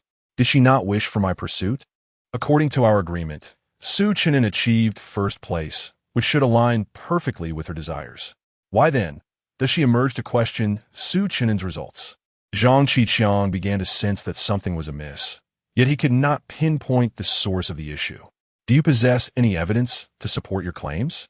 Zhang Jinan, standing on the high platform, perked up at this inquiry. He had witnessed Su Chen'an's previous punches. They were undoubtedly the work of a genuine 6th-tier martial artist. However, now a girl had surfaced, asserting that Su Chen'an was in the advanced stages of lung cancer. He had been struggling to find an excuse to investigate Su Chen'an, and now, fate had presented him with a perfect opportunity. I do. Su Chen'an underwent examinations at my family's hospital, and I have his test reports on my phone. Meng Lingxian produced her device, prompting Zhang Jinan to signal to a nearby staff member to project the phone's contents onto the high platform's large screen. In the next moment, a glaring test report illuminated the screen, with the words "advanced lung cancer" prominently displayed beneath. Su Chen'an, do you have anything you wish to explain regarding this? Zhang Jinan inquired, turning towards Su Chen'an, who stood beside the 3rd testing device, a smile playing on his lips. Upon seeing Zhang Jinan's smile, Su Chen'an felt as though he were prey in the gaze of a venomous serpent. Indeed, this dark horse was too enigmatic, even catching the attention of the commandant of Linhai City. "Shall I assist you?" Fu Yuming quietly asked, having discerned Zhang Jinan's intentions. Generally, such matters were investigated privately rather than in such a public forum. No need. Su Chen'an glanced at Fu Yuming and shook his head. He then raised his voice towards Zhang Jinan, declaring, "Since there are individuals doubting my achievements, let those who question me come forth for a duel, and the truth shall be revealed. I, Su Chen'an, declare here today, anyone who disputes this is welcome to challenge me." As these words left his lips, Zhang Jinan's eyes narrowed. He had not anticipated that this young man would possess such audacity, exhibiting no desire to provide an explanation. This left him momentarily speechless, as he had intended to wait for Su Chen'an's clarification to concoct an excuse to take him away and extract his secrets. Su Chen'an glanced at Zhang Jinan, a subtle smirk gracing his lips. In this era of martial arts, the way to silence doubt was to let one's fists do the talking. You question my advanced lung cancer? You doubt my ability to cultivate? You suspect I cheated in the martial arts examination? Then let us settle this with our fists.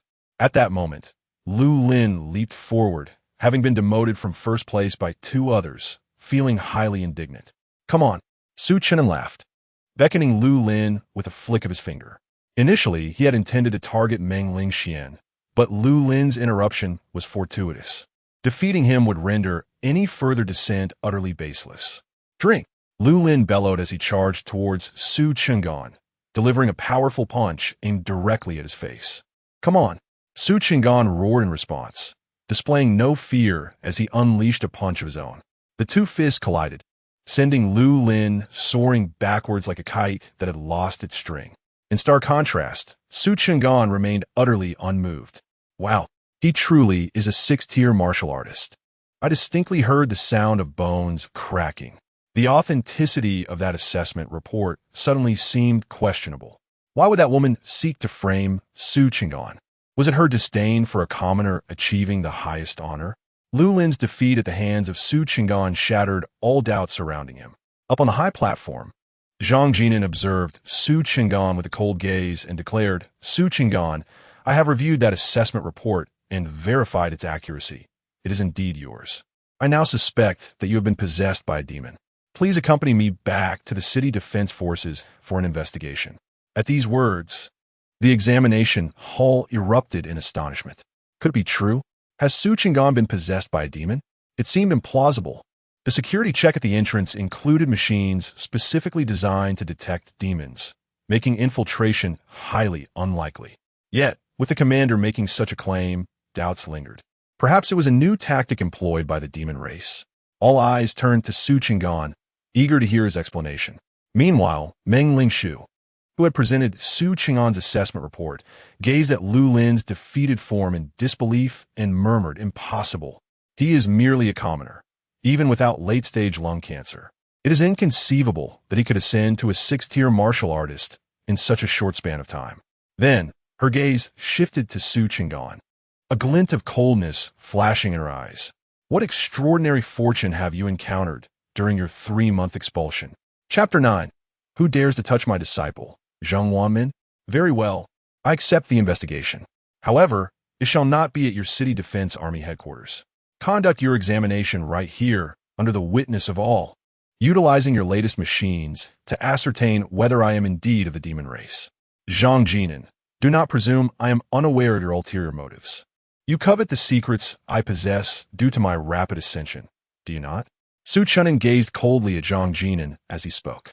The moment these words escaped his lips, the examination hall fell into a profound silence. Outrageous.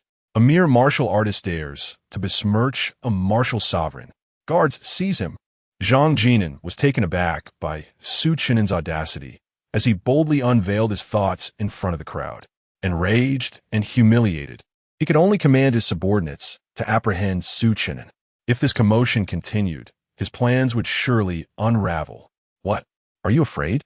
Do you wish to take me back to the city defense army, only to fabricate a charge against me later? Then, through severe torture, extract my secrets from me?" As the city defense soldiers encroached upon him from both sides, Su Chen'an began to feel apprehensive. He had initially anticipated that the presence of so many witnesses would deter Jianjian from acting recklessly, preventing him from brazenly taking him away. Once the martial examination concluded, he would head straight to the battlefield of myriad races, and Jianjian would be powerless against him. However, it appeared he had miscalculated.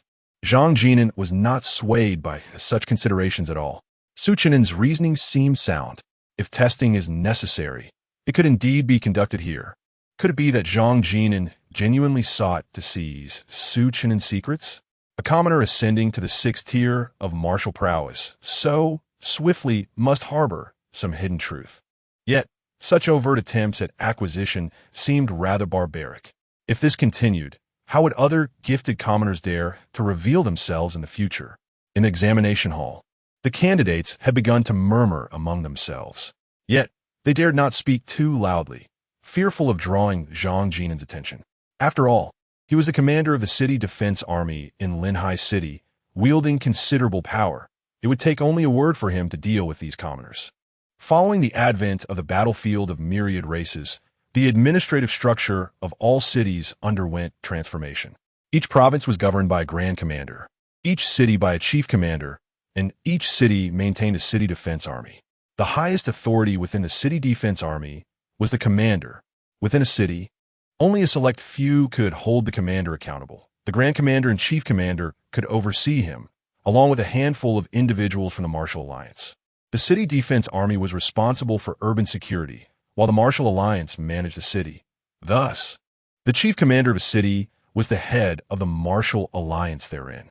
Consequently, Jianjian felt emboldened to act with impunity before the crowd, knowing that as long as the chief commander turned a blind eye, the grand commander would seldom concern himself with the affairs of a mere commander in Linhai City.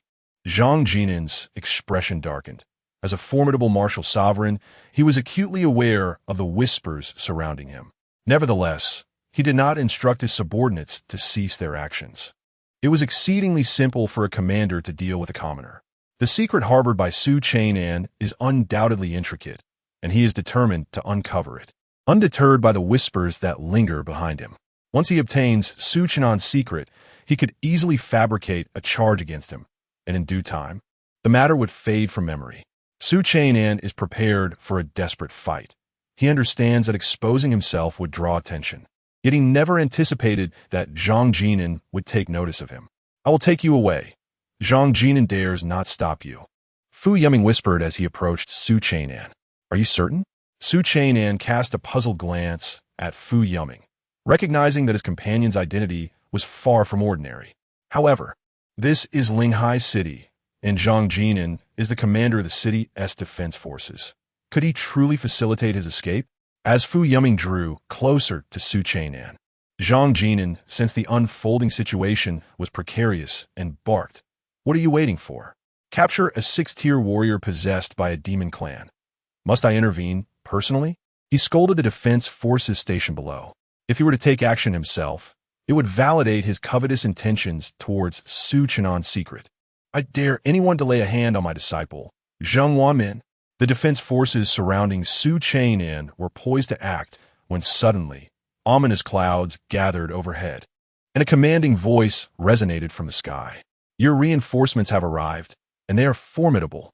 Fu Tianming squinted at the strange phenomenon in the sky. The defense forces encircling Chen'an were suddenly struck by a tremendous force, sent flying in all directions. Hearing that somewhat familiar voice, Chen'an looked up to see the recognizable figure in security attire and exclaimed in disbelief, "Old Zheng." "What do you mean, old Zheng? Call me master." Zheng Wanmin stepped forward, descending from the distant sky to stand beside Chen'an and lightly tapped his head. "What just happened?" "The laws of heaven and earth have influenced the realm. This is a martial emperor-level powerhouse. The power of the earth and sky transcends mountains and seas, compressing distance into mere inches. This is the indomitable strength of a martial emperor." My goodness, does Chen'an truly possess such a connection? A martial emperor is not merely overshadowed by Jianjian. Even the grand governor of the southern province would bow in deference. Jianjian has indeed kicked a solid iron plate this time. Serves him right. He is clearly not a good person. The appearance of Zheng Wanmin ignited excitement among all present in the examination venue. Many individuals go a lifetime without witnessing a martial emperor, let alone a martial king. The sudden descent of a martial emperor in the examination hall was bound to exhilarate them. Zheng Wanmin? That name sounds vaguely familiar. Wasn't the previous grand governor of the southern province also named Zheng Wanmin? Are these two individuals the same? No. The last grand governor of the southern province perished in battle, right? Look at the photos online. They appear to be the same person. At that moment, someone began investigating Zheng Wanmin's identity, and surprisingly, they unearthed some revelations. On the platform, Jianjian felt a surge of anxiety as he overheard the murmurs of the crowd. Who are you to dare impersonate the former grand governor of the southern province? However, years of experience in the political arena have taught him that at this juncture, one must speak. Silence could lead to being accused of coveting the fortunes of others. This accusation, while not monumental, carries significant weight. The Martial Arts Alliance has established clear regulations prohibiting anyone from seizing the opportunities and secrets of others through any means. Yet, despite such rules, the fortunes of commoners are often snatched away by the powerful, for these individuals lack the backing to voice their grievances. Impersonation? I am merely recovering from severe injuries. Do you truly believe I am deceased?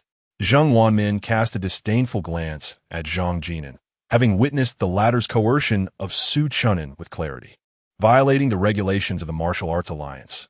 And yet, as the commander of the city defense army, he is likely engaged in countless unsavory dealings behind the scenes. Zheng Wanmin, the former grand governor of South Province, perished in battle 3 decades ago, an event that made headlines across Blue Star, widely recognized by all. I suspect you are possessed by a demon. I shall report this to the Grand Governor and have you apprehended, you impostor.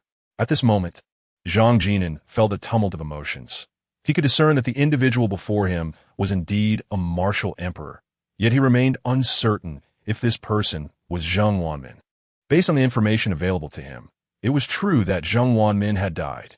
If he were to admit his mistake now, he would undoubtedly be branded by this martial emperor with the label of seizing the fortunes of others. As the commander of the city defense army in Linhai City, he was untouchable except by the city leader or the grand governor of South Province. Should anyone dare to act against him, the martial arts alliance would not remain passive. Therefore, he resolved to endure to the bitter end.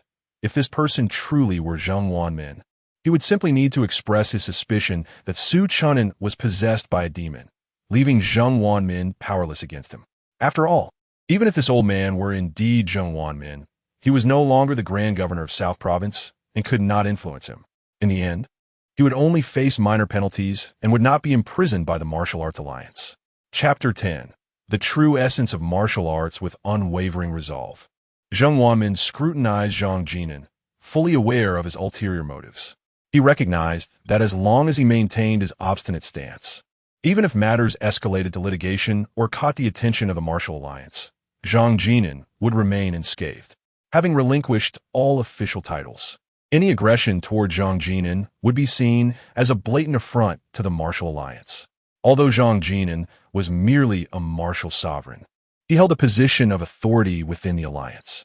Zheng, as a martial emperor and former governor-general of the southern province, engaging in any form of confrontation with Jianjian in public would likely result in accusations of disrespecting the alliance.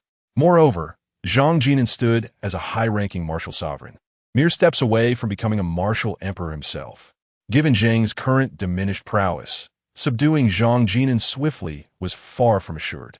Jianjian, emboldened by this very rationale, audaciously leveled unfounded accusations against a martial emperor, alleging that he was possessed by a demon.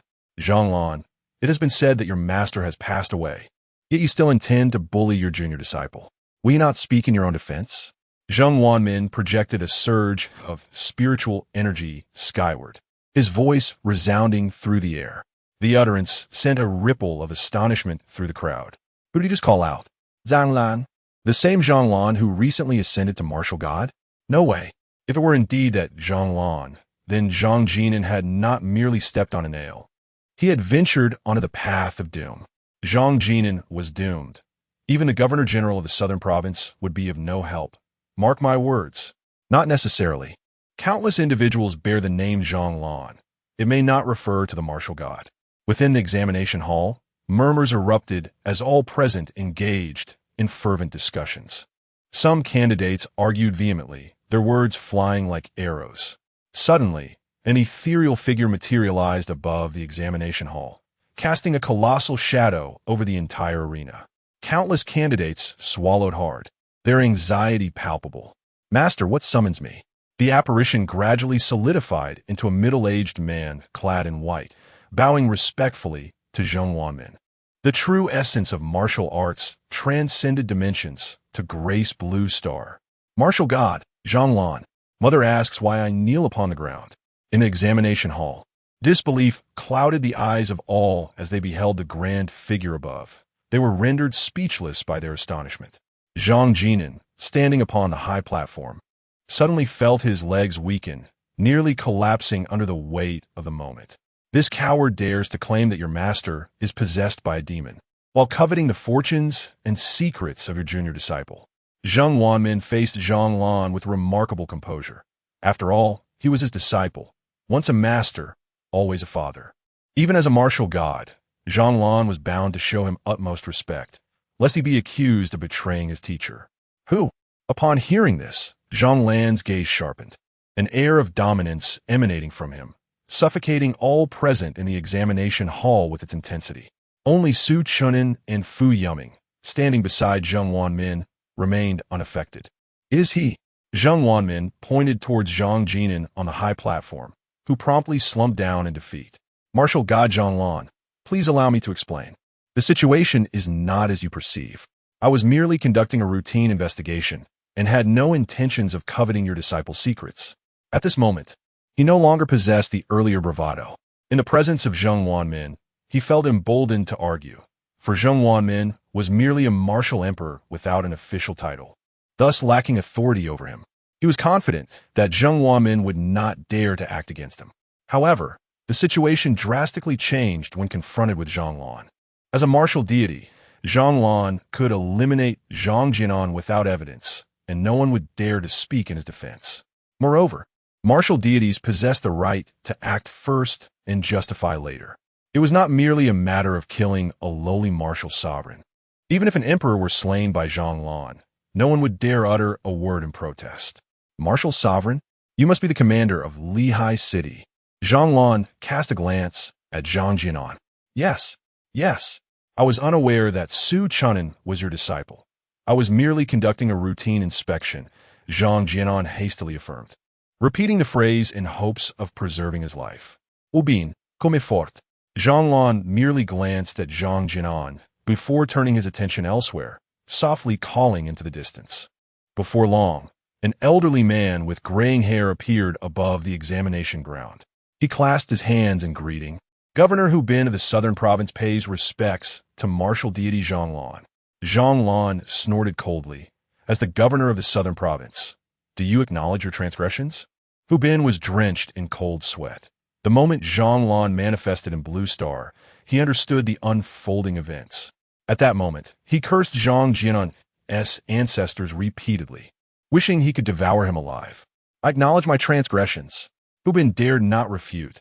Lehigh City fell within his jurisdiction, and such an incident left him unable to escape blame.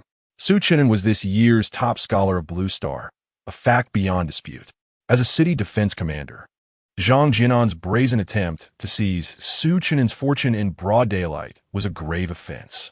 Had Chen'an lacked a powerful background, Jianjian's actions might have attracted mere criticism, soon forgotten. However, with Zhonglan standing in support of Chen'an, it became evident that this matter could not end amicably. If mishandled, not only Jianjian, but also the governor himself would be implicated. Ensure this matter is handled appropriately and send me the results, Zhonglan stated, showing little interest in Hu Bin, for he could easily extinguish both a martial sovereign and a martial emperor with a mere flick of his wrist. Understood. Hu Bin nodded and struck Jianjian with a palm. The impact of a martial emperor's strike was far beyond what a martial sovereign could endure. Remove him, and I require a detailed confession, including all his past misdeeds. I wish to know everything, Hu Bin instructed his aide. Yes, the aide was also drenched in cold sweat, relieved that Zhonglan did not pursue the matter further, allowing them to handle it themselves. Otherwise, the governor would surely face repercussions, and his own position would be equally precarious.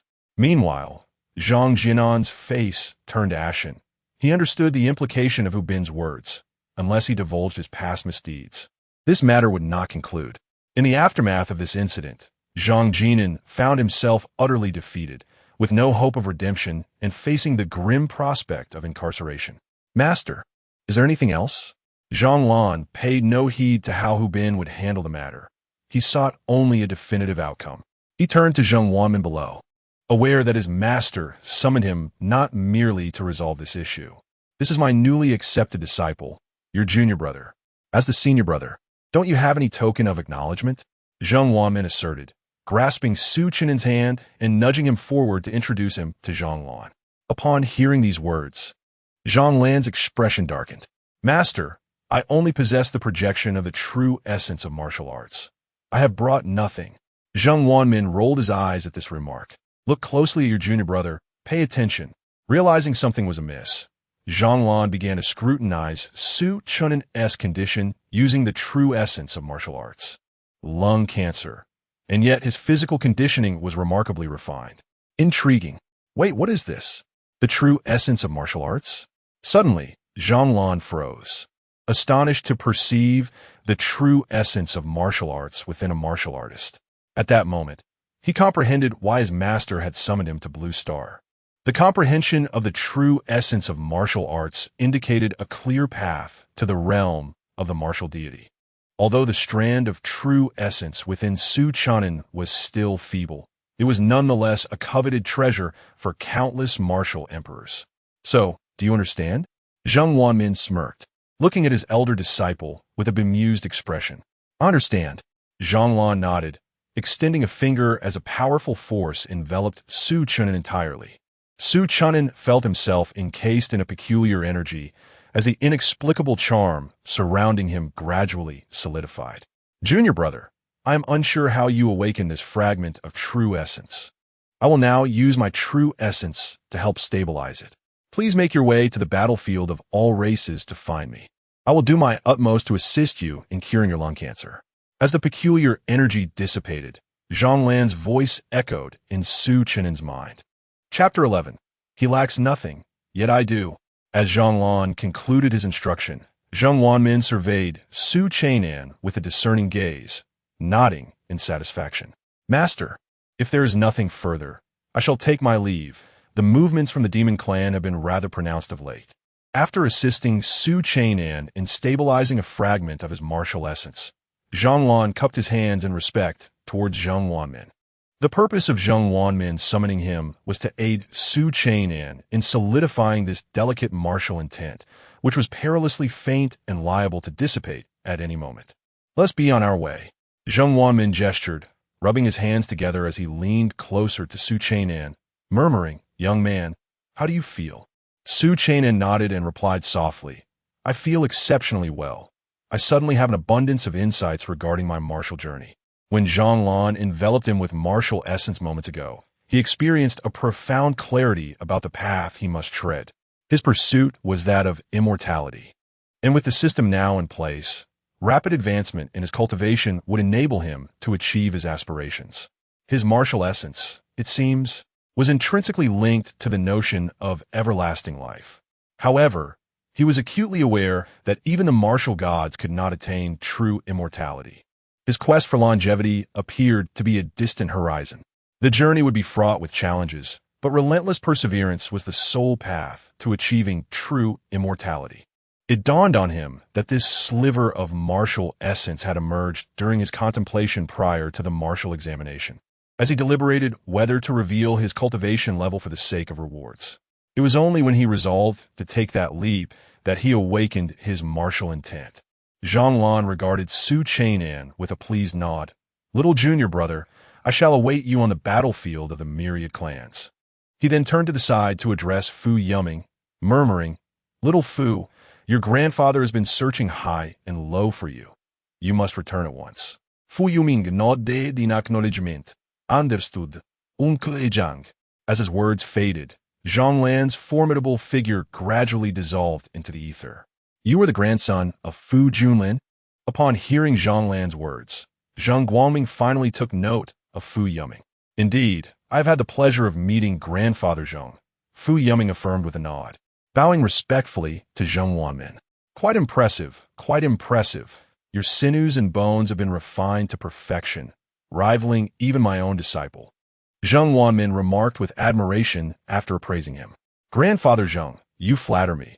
I still have much to learn compared to Chen'an." Fu Yuming gently shook his head, though he was unaware of the specifics of what Zhonglan had imparted to Chen'an. Nevertheless, he sensed a unique aura emanating from Chen'an, reminiscent of those he had encountered in the presence of formidable masters.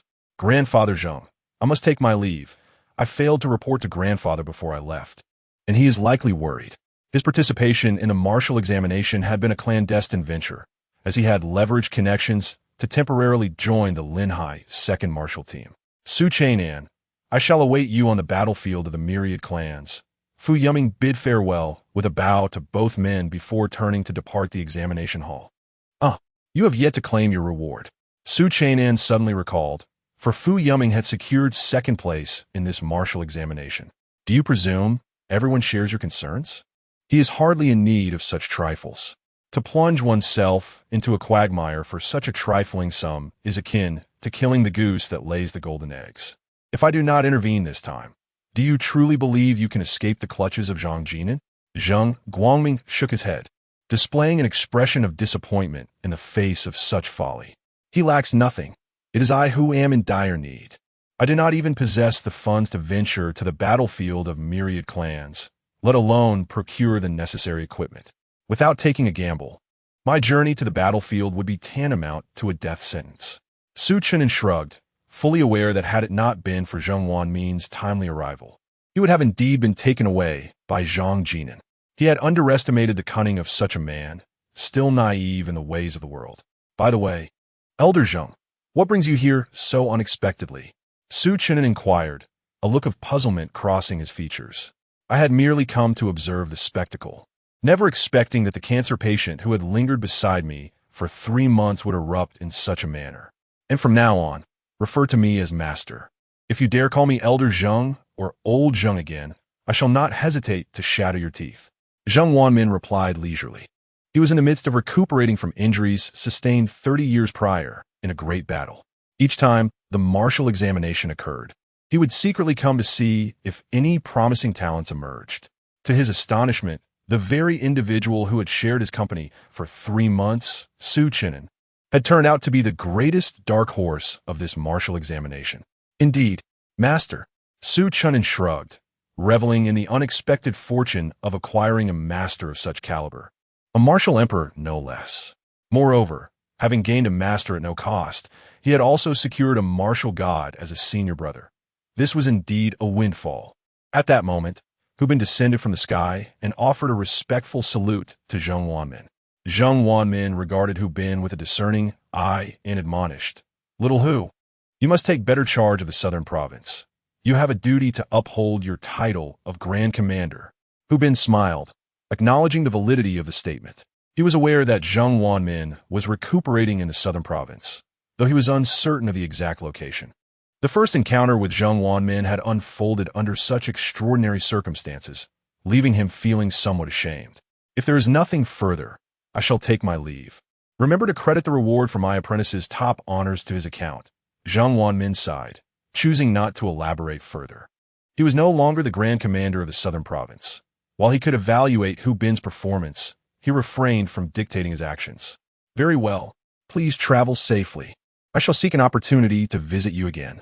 Hu Bin nodded, feeling somewhat dejected as he realized that this incident had thrust him into the limelight as the Grand Commander of the southern province. Now that he knew where Zheng Wanmin was, he would have ample opportunities to pay a visit in the future.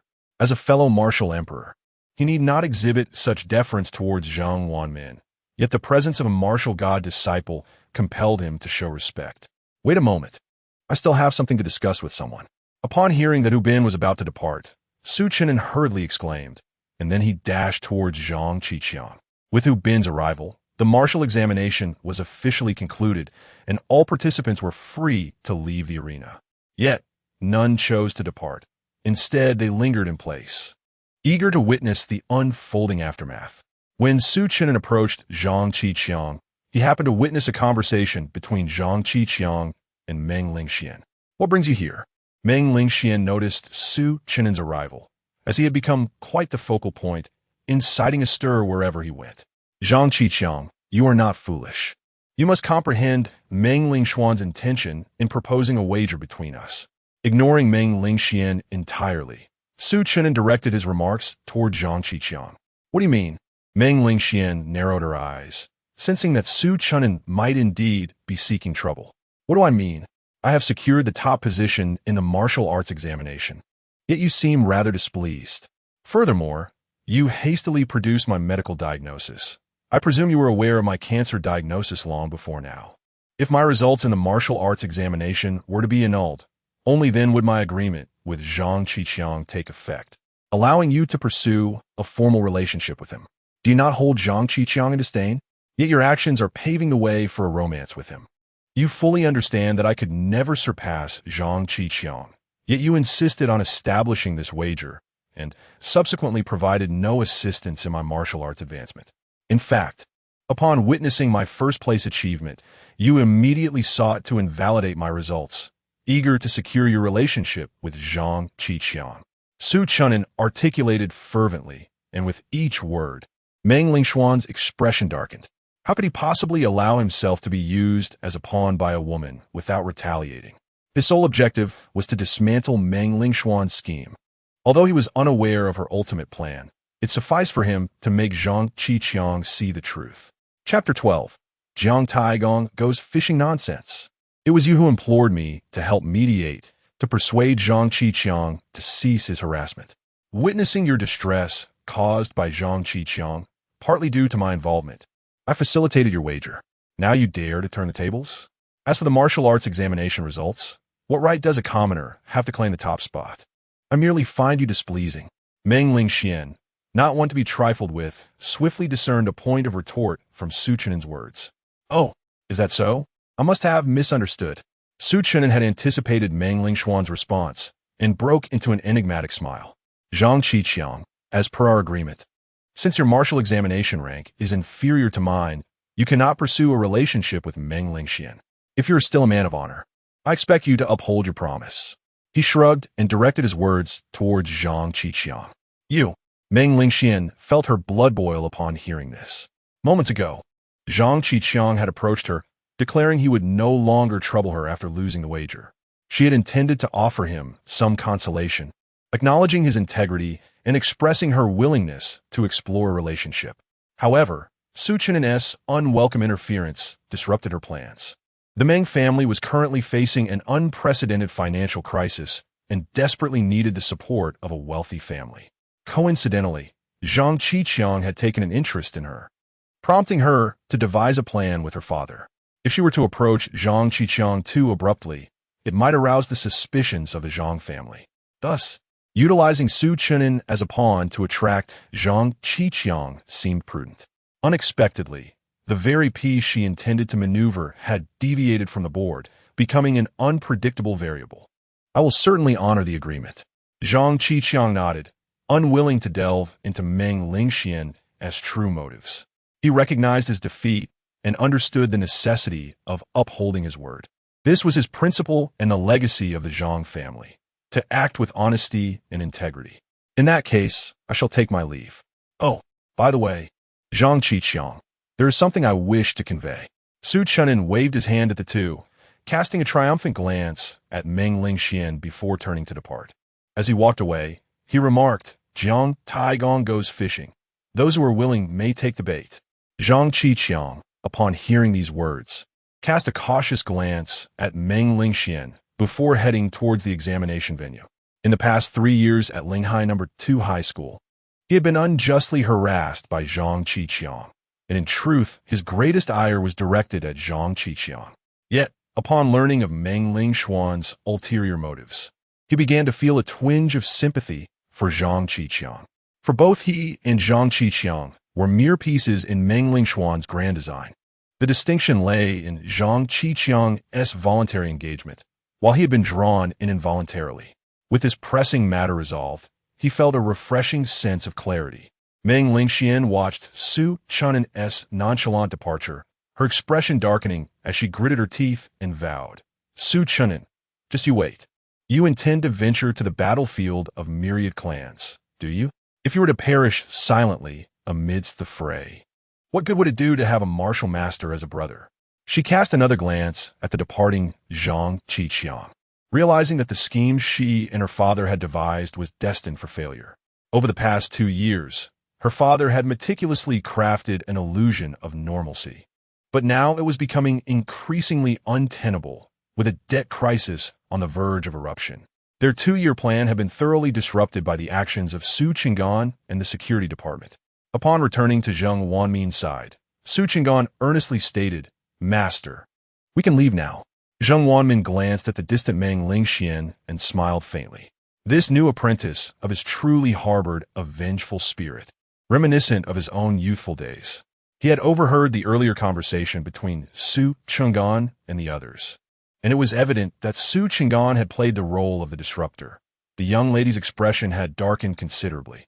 In Zheng Wanmin's view, Su Chen'an had acted rightly in this situation. If one is used as a pawn, they must retaliate. Such is the mark of a worthy warrior. A warrior who is timid cannot hope to achieve greatness. Let's go, he commanded in a low voice, taking Su Chen'an's hand and stepping forth. Vanishing into the examination hall. Before long, the two returned to the base cemetery. In the security room, Zheng Wanmin sat while Su Chen'an stood. Listen closely, young one. Zheng Wanmin began. I care not for the secrets you may harbor. Every formidable warrior possesses some secrets, which is the very reason for the regulations of the Martial Arts Alliance. With your senior brother around, no one dares covet your secrets. However, heed this warning. Should you ever betray humanity, no matter how far you flee, I will ensure your brother brings you back. Jianjian spoke lastly to Suhengan. Upon hearing this, Su Chen'an nodded, though his brow furrowed slightly as he queried, "Betray humanity? Master, who has betrayed you?" Zheng Wanmin, sipping from his teacup, narrowed his eyes at the question and inadvertently spat the tea back into the cup. "Bah, who taught you to insert yourself into conversations so deftly?" He had merely mentioned it casually, not expecting Su Chen'an to detect any underlying tension. With a chuckle, Su Chen'an remained silent, a skill he had honed over years of odd jobs. Working various gigs had sharpened his ability to read situations. One must discern a customer's intentions from their words in order to respond appropriately. When you reach the battlefield of the myriad races, you will understand. The unity within humanity is not as you imagine. When I speak of humanity, I refer to more than just the Blue Star people. Zheng Wanmin mused, lost in thought as if reminiscing about the past. He refrained from elaborating further, as Su Chen'an's current level of understanding was not yet sufficient for such matters. What are your plans moving forward? Will you head to the battlefield of the myriad races or remain on Blue Star to continue your studies at a martial arts academy? After a moment of reflection, Zheng Wanmin inquired. Following the martial examination, candidates have two paths to choose from. One is to pursue advanced studies at a higher martial arts academy, and the other is to directly enter the battlefield of the myriad races. To pursue further studies at the martial arts academy, one must possess a certain level of talent, as the requirements of each academy vary. However, one thing is certain. Those below the first rank of martial artists have no hope of entering the academy. Upon graduating from the martial arts academy, students are directly assigned to the battlefield of myriad races, with their ultimate fate being participation in combat. Nevertheless, graduates typically possess at least the cultivation of a martial master, significantly enhancing their ability to protect themselves. Moreover, joining the battlefield entails a form of education, albeit one conducted in the arena of war. In this battlefield academy, danger lurks at every turn, and one may be thrust in a conflict with demonic races at any moment. Fortunately, the threshold for entry is lower. Any first-rank martial artist under the age of 20 is eligible for admission. After all, the minimum requirement to venture into the battlefield of myriad races is to be a first-rank martial artist. Of course, one may also choose to become a freelance martial artist on the battlefield, free from the constraints of the battlefield academy. What do you think I should pursue? Su Chen'an pondered for a moment, secretly desiring to be a freelance martial artist. In the battlefield of myriad races, whether joining one of the 4 major legions or the battlefield academy, there are considerable restrictions on freedom. In contrast, freelance martial artists enjoy a greater degree of liberty, as they can simply go to battlefields that match their rank. However, joining the battlefield academy comes with the benefit of corresponding resource support. Zheng Wanmin shrugged. The path of a martial artist must be chosen by oneself. After a moment of contemplation, Su Chen'an murmured, "Is there a way to attain both?" The system he had acquired necessitated his wandering across the battlefield of myriad races to gather more spiritual energy. The 4 major legions and the battlefield academy maintain fixed territories on the battlefield, prohibiting unauthorized departures from their designated areas. "Hey, you young lad, you cannot have both fish and bear's paw. Do you not understand this principle?" Zheng Wanmin remarked. "Yet, I comprehend your desires, to seek freedom while also acquiring resources. There is indeed a method, but I wonder if your strength can match your ambitions." Zheng Wanmin gazed at Su Chen'an, speaking with an air of mystery. Chapter 13. The Dilemma, What Approach Should I Take? Su Chen'an posed this question, hoping to discern whether Zheng Wanmin could assist him in resolving his inner conflict. As a martial emperor, and with the distinction of having a martial god disciple, he undoubtedly possessed knowledge that eluded many others. "Learn from Fu Yuming," Zheng Wanmin replied with a smile, addressing Su Chen'an. "Fu Yuming?" Su Chen'an furrowed his brows, sensing that Fu Yuming's identity was far from ordinary. It seemed that Fu Yuming's grandfather was also a figure of considerable repute.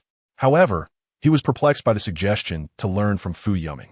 "Young man, Fu Yuming is no simple character. His grandfather, Fu Junlin, is the commander of the Qinglong Legion, and he was raised amidst the trials of the 10,000 races battlefield. He is also a student of the Battlefield Academy, Yet he enjoys the privilege of moving freely across the battlefield without adhering to the Academy's directives. Zheng Wanmin leisurely remarked while sipping his tea. Why is that? Is it merely because of his grandfather? Su Chen'an scoffed, discerning from Zheng Wanmin's words that he had not gleaned the full extent of Fu Yuming's prowess. Rather, he recognized the significance of Fu Yuming's grandfather. What are you pondering? Fu Yuming earned that privilege through his own merit. Zheng Wanmin chided lightly, playfully tapping Su Chen'an's head. This young lad, despite his youth, seemed to have a considerable grasp of unorthodox methods. Su Chen'an inhaled sharply, his warrior's mind buzzing from the impact. The Battlefield Academy had a unique regulation. Those who could slay a demon of a higher realm would be granted the right to act freely on the battlefield. This was designed to allow prodigies to fully unleash their talents without restriction. Zheng Wanmin observed Su Chen'an with a smile, aware that this regulation was not easily fulfilled. It remained uncertain whether this young man possessed the resolve to attempt it. Upon hearing this, Su Chen'an chuckled. Isn't that straightforward? I am currently a 6th-tier warrior. I could slay a 7th-tier common demon without much difficulty. With the system at my disposal, as long as I perfect the fundamental sword techniques, dealing with a 7th-tier common demon would be a mere formality. What are you thinking?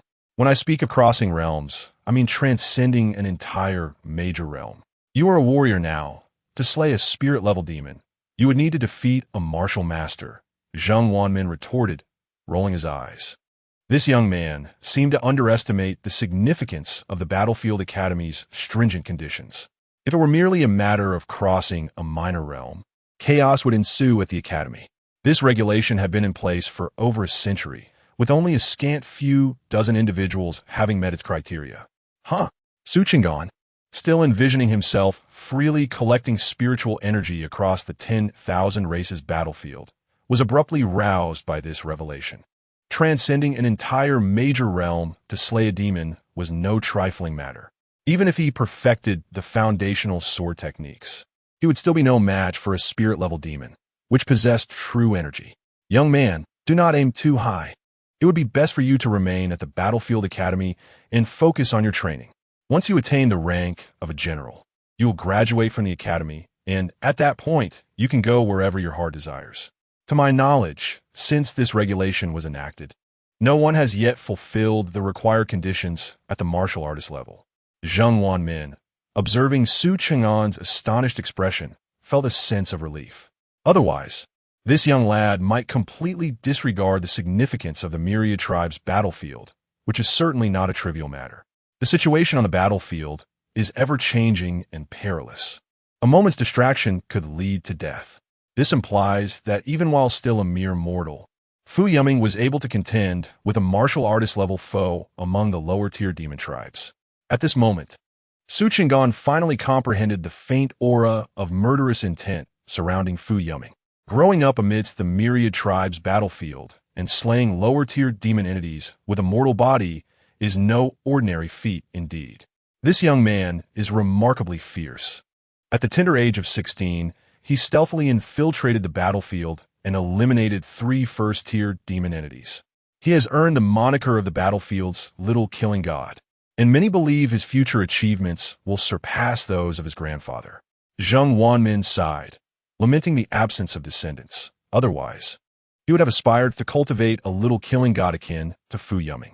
However, gazing at Su Chen'an before him, he felt rejuvenated with a new goal to strive for. Then I shall remain a free martial artist. Su Chen'an shrugged. Asking him to slay a spirit-level demon was tantamount to courting death. Moreover, Zheng Wanmin had stated that no one had ever met this condition at the martial artist stage. The choice is yours, but you must consider this carefully. While being a free martial artist grants freedom, the absence of support from the Academy will make life exceedingly challenging. Furthermore, you will be ineligible to participate in events like the Academy Grand Competition, which means you will initially lack access to quality weapons and resources. Do not expect me to provide assistance.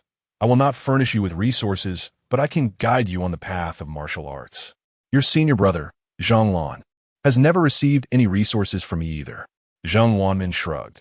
He refrained from interfering with his disciples' choices, opting instead to guide them at opportune moments. His philosophy as a mentor is that one must rely on oneself for everything. Su Chang'an squinted. He had no real expectation of Zheng Wanmin providing him with resources. Having grown up in an orphanage, he had always relied on his own efforts over the years. Armed with a system, he did not require external resources. However, the Academy Grand Competition is a significant event encompassing all academies across Blue Star, held annually. The rewards are substantial, offering not only vast amounts of Blue Star currency and resources, but also divine weapons that cannot be purchased elsewhere. In terms of resources, he was not overly concerned.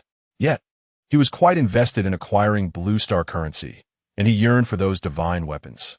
A good weapon can significantly enhance one's strength, with some capable of boosting it by as much as 20 to 30%. For a moment, he found himself in a dilemma. I shall attend the Battlefield Academy. After some contemplation, Su Chang'an resolved to attempt the Battlefield Academy. In the path of a martial artist, one must either advance or retreat. Although the stipulated conditions were daunting, he still believed there was a chance for success. Equipped with a system, one can bravely confront any daunting challenges that lie ahead. Moreover, even if one fails to meet the stipulated conditions, the spiritual energy on the battlefield surely surpasses that found in the hospitals of the capital. Even if one operates only within designated areas, it is still preferable to remaining on Blue Star. Regardless of the choices made, it is certain that one will not linger on Blue Star. Therefore, you should enroll yourself. In 7 days, all academies will commence their sessions. Their enrollment period is limited to just 7 days, after which no exceptions will be made. During these 7 days, you may visit the battlefield. Your rewards from a martial examination should have been credited by now, allowing you to acclimate to the battlefield environment. Zheng Wanmin nodded, offering his perspective. He would not interfere with Su Chang'an's decisions, but would instead provide his counsel at such moments. Upon hearing this, Su Chang'an took out his phone, and to his astonishment, discovered a plethora of notifications. During his casual conversation with Zheng Wanmin, an overwhelming number of messages had accumulated, with a striking red dot indicating over 99 unread notifications. Entering the examination hall, he had set his phone to silent and had not checked it since. Upon opening his messages, he found an array of invitations from various prestigious academies across Blue Star, all extending offers for him to study at their institutions. Invitations poured in from the capital's Martial Arts Academy, the Magical City Martial Arts Academy, the National Defense Martial Arts Academy, and the High City Martial Arts Academy, among the top-ranked academies on Blue Star. Even renowned institutions from across the ocean had sent their invitations. Following the unification of Blue Star, all nations have merged into the Dragon Nation, and the information of all martial examination candidates on Blue Star is now publicly accessible. Upon accessing the mobile app for Blue Star Bank, he noted that the 10 million Blue Star coins from the martial examination had already been credited, seemingly instantaneously following their departure from the examination hall, showcasing remarkable efficiency. With the support of a martial deity, the operational efficiency of the relevant departments on Blue Star has significantly improved. Chapter 14. The Newcomer Registration Area 3 hours later. Zheng Wanmin escorted Su Chang'an to the teleportation array of the 10,000 Realms battlefield. 6 centuries ago, for teleportation arrays emerged across Blue Star, scattered throughout its expanse. Initially, the populace remained oblivious to the purpose of these arrays. It was not until someone ventured into the array and was transported to the battlefield of myriad races that the inhabitants of Blue Star became aware of its existence. At that moment, the human races from other planets within the battlefield began to engage with their Blue Star counterparts, leading to the latter's acquisition of martial heritage. In truth, there were various legacies available for selection. However, the denizens of Blue Star appeared particularly suited to martial legacies. The 500-year novice protection period ensured that no other races could encroach within 5,000 miles of Blue Star, thereby affording it a crucial period for development. Otherwise, Blue Star might have faced annihilation long ago. At that time, the strongest weapons of Blue Star were powerless against the Demon Emperor.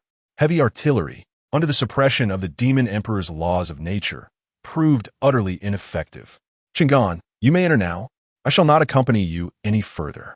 Upon your arrival at the 10,000 Realms battlefield, seek out your senior apprentice brother, See if he possesses the ability to treat your lung cancer. Zheng Wanmin said as he released Su Cheng'an's hand. Master, are you not coming? Su Cheng'an inquired, gazing at Zheng Wanmin. I cannot go just yet. My injuries have not completely healed, and it would be futile to venture there now, Zheng Wanmin replied, shaking his head. The 10,000 Realms battlefield was not a chaotic melee, but rather meticulously divided according to realms.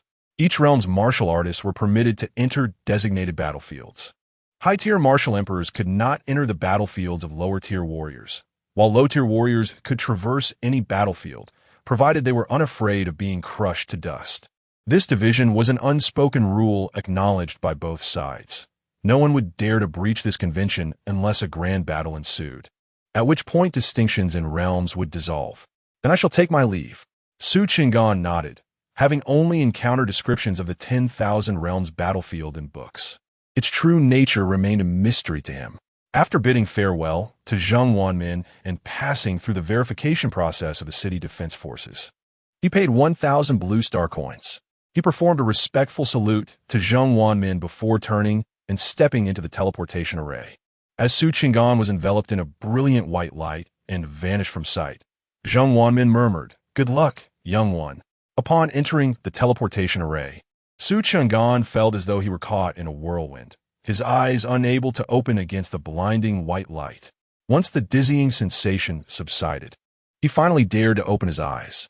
Before him lay a landscape of towering concrete edifices, skyscrapers rising majestically. Has the teleportation failed? Su Cheng'an pondered, bewildered by his surroundings, questioning whether the teleportation array had malfunctioned. The name 10,000 Realms battlefield conjured images of a desolate realm. Yet, this place exuded the ambience of a bustling metropolis. It was not until he caught sight of the striking 5 characters emblazoned on a towering building, newcomer registration area, that Su Cheng'an was reassured he had not erred in his destination. However, everything here diverged significantly from his expectations. The information regarding the battlefield of 10,000 races is strictly prohibited from dissemination online, with only scant references found in textbooks. It is commonly understood that the battlefield is a brutal arena of conflict. Thus, those who have never set foot in this arena remain oblivious to its true nature. Upon arrival, he sensed no significant difference between this place and Blue Star. He experienced no discomfort in breathing or physical malaise. Rather, the abundant spiritual energy in the air enveloped him in a most pleasant embrace. Since his diagnosis of lung cancer, he had not enjoyed such a liberating breath in a long time. Su Cheng'an strode towards the registration area for newcomers, where a throng had gathered following the recent martial examination.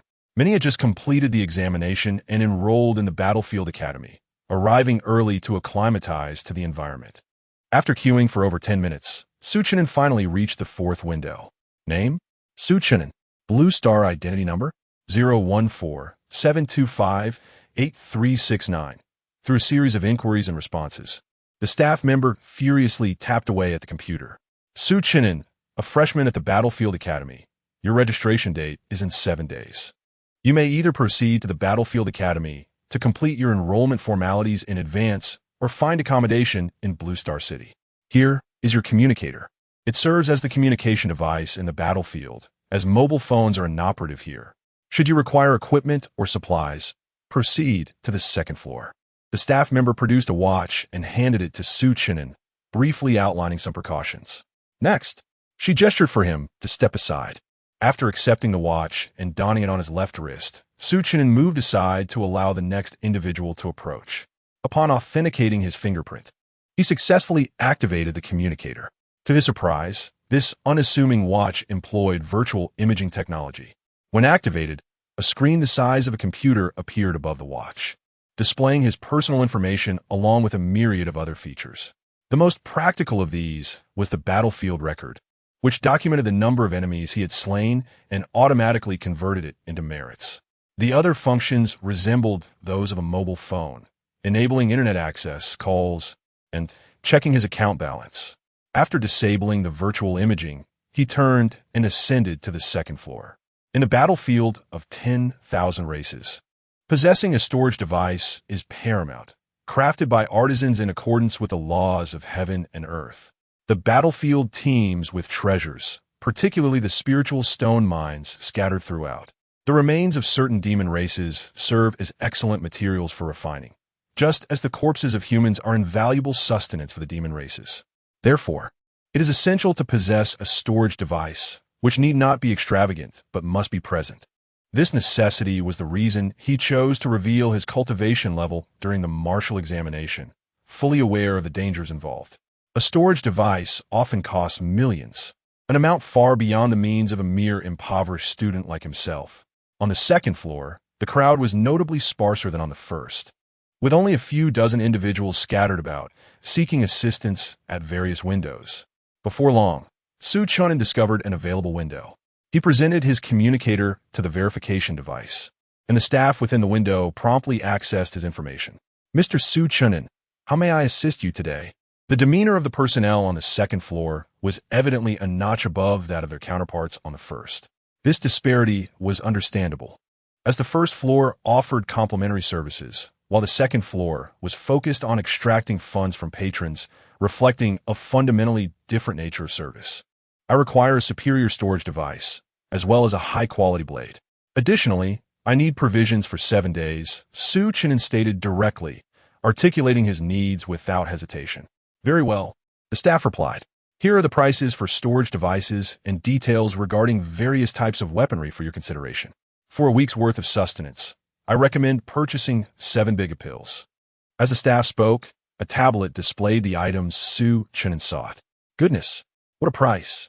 he gasped upon seeing the string of zeros following the cost of the storage equipment. The least expensive storage ring, with merely 1 cubic meter of space, commanded a staggering 3 million blue star coins.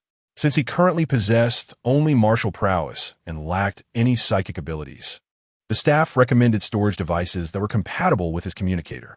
In contrast, those that could be manipulated through psychic energy were priced at more than half the cost. Chapter 15. Frontline Outpost, choose the most affordable one, murmured Chen'an as he selected a storage ring priced at 3 million. He thought to himself that once he arrived at the martial sect and awakened his mental prowess, he could always exchange it for a larger one later. After finalizing his choice of the storage ring, he turned his attention to the weaponry section. He explicitly informed the staff of his preference for bladed weapons, as he had opted for the basic sword technique. Deep within his heart, he harbored a dream of becoming a swordsman. With a long sword in hand, the world would be his to command.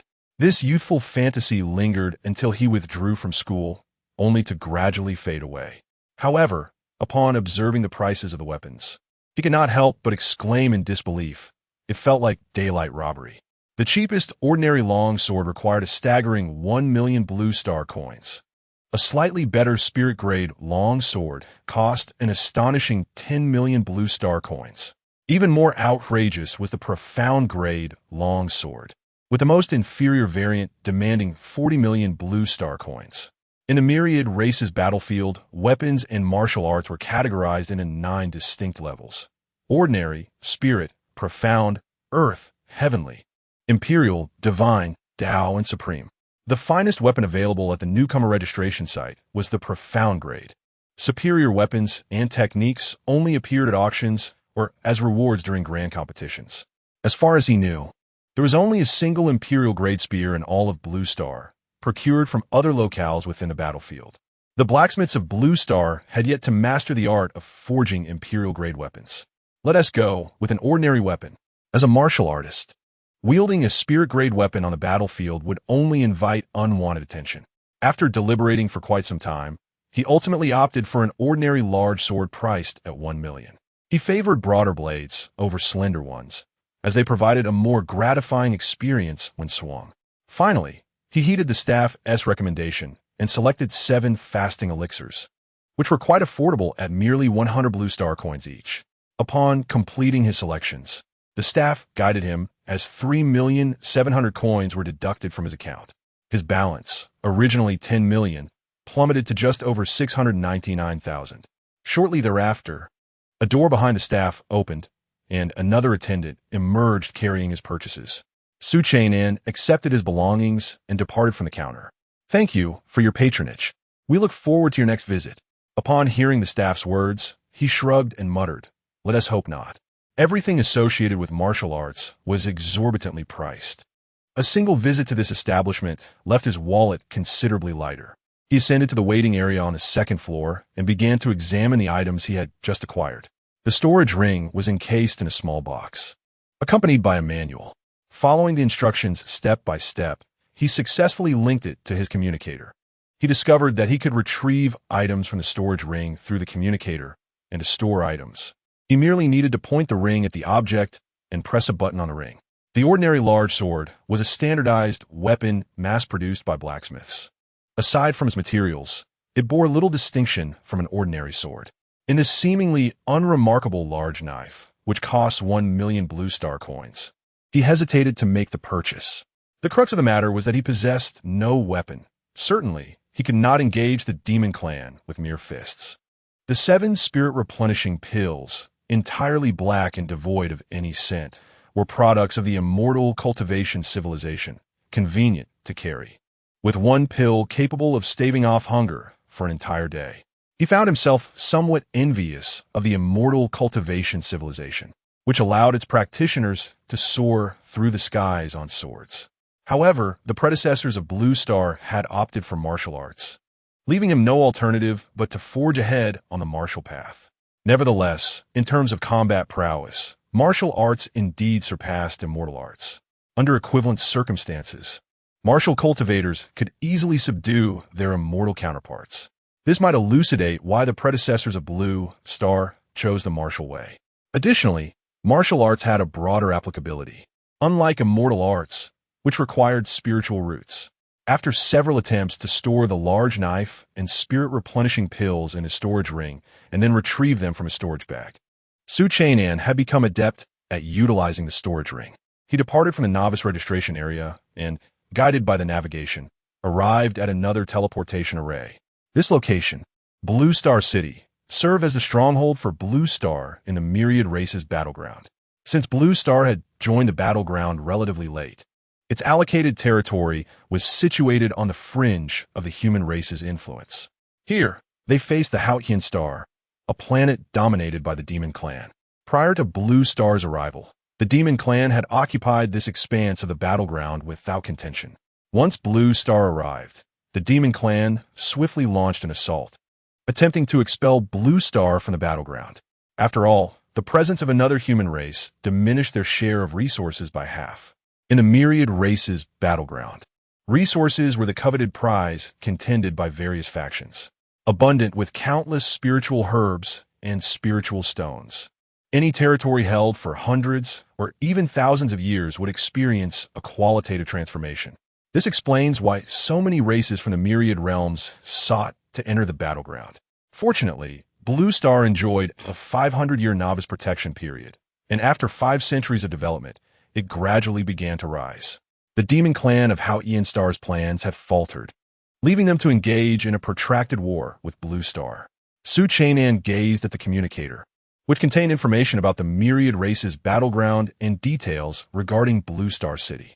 Blue Star City, the bastion of the human race of Blue Star, was situated 40,000 kilometers from the front lines. Previously, Blue Star's territorial extent was merely 10,000 kilometers. But after his senior brother Jianjian ascended to the rank of martial god, Blue Star launched a formidable offensive, reclaiming 30,000 kilometers of territory. Behind Blue Star City lay the domain of another human faction. There were stipulations within the human race that permitted the seizure of land from other races, forbidding conflict over territory among themselves. Hence, for Blue Star to expand, it could only encroach upon the territory of the Demon Clan of Jianjian Star. Traveling from Blue Star City to the front lines necessitated the usage of a teleportation array, with a single passage costing 10,000 Blue Star coins. Consequently, merely for the journey from Blue Star to the battlefield front, without engaging in any activities, one would need to expend a total of 20,000 Blue Star coins. To traverse from the Blue Star to the battlefield of Myriad Races, one must pay a fee of 10,000 Blue Star coins. The journey from Blue Star City to the front lines similarly demands 10,000 Blue Star coins. When converted into spirit stones, this equates to 2 spirit stones, given that the exchange rate stands at 1 spirit stone for 10,000 blue star coins. Spirit stones represent one of the most vital resources on the battlefield, serving purposes in cultivation, weapon forging, and pill concoction. In the myriad realms, spirit stones function as the universal currency. With no alternative, Chen'an reluctantly surrendered 10,000 blue star coins and stepped into the teleportation array bound for the front line of the battlefield. He remained steadfast in his aspirations, having come to this arena to collect spiritual energy. His goal was to ascend to the martial master realm before the commencement of the new term, and he was determined to achieve more than merely being a low-tier martial master. This accomplishment would enable him to expedite his graduation from the Battlefield Academy and secure the graduation rewards, with the possibility of even breaking a record and receiving additional accolades. A flash of white light engulfed him, followed by a dizzying swirl, and Chen'an found himself at the front line of the battlefield. Upon arrival, he was taken aback. This place bore no resemblance to Blue Star City. The latter was characterized by towering skyscrapers, epitomizing a bustling metropolis. In stark contrast, here lay a solitary street, flanked by rows of uniform tile-roofed houses, extending as far as the eye could see. On either side of these houses were countless tents, resembling the encampments of the 4 great legions. Chapter 16. The battlefield. As Chen'an traversed the streets, he observed the tiled houses lining the thoroughfare, which housed various shops. Those capable of establishing businesses at the front line of the battlefield were predominantly the top enterprises from Blue Star. The land here bore the unmistakable marks of mechanized extraction, presenting a notably even terrain. In the distance, a vast expanse of undulating mountains loomed, and even from his position, he could hear the sounds of combat resonating from within. I must first seek out my senior brother, he thought, recalling the word Jianjian had imparted to him. Upon arriving at the myriad races battlefield, he should look for him. It was customary for those of divine warrior caliber to not be stationed here. This location merely served as a garrison point on the front line. The distance between Blue Star City and Haoyan City was a staggering 60,000 kilometers, equivalent to 120,000 miles. This battlefield stretched across an expanse of 60,000 kilometers in length and 10,000 kilometers in width. Within this territory lay 24 spirit stone mines, resources fiercely contested by both factions. Previously, Blue Star's sphere of influence extended only 5,000 kilometers, encompassing merely 2 spirit stone mines. However, following Zhonglan's sudden ascension to the rank of divine warrior, he sees an impressive 15,000 kilometers of territory in one fell swoop. Currently, Blue Star boasted a dominion of 20,000 kilometers and possessed 8 spirit stone mines, a significant improvement compared to a century ago. To thwart any sudden counterattacks from the demon race, his senior brother, Zhonglan, remained vigilant at the front line. This precaution had been relayed to him by his master, Zheng Wanmin, prior to his departure, who also instructed him on how to contact Zhonglan. Inputting Zhonglan's name and identification number into his communicator, Chen'an successfully added him as a contact through a password. Senior brother, I have arrived at the myriad races battlefield. I am currently stationed at the front line here. In no time, Zhonglan responded to his message. Report to the Qinglong Legion S registration office and await my arrival. I will send someone to escort you. Upon closing the communicator, Chen'an approached a slightly larger tiled house.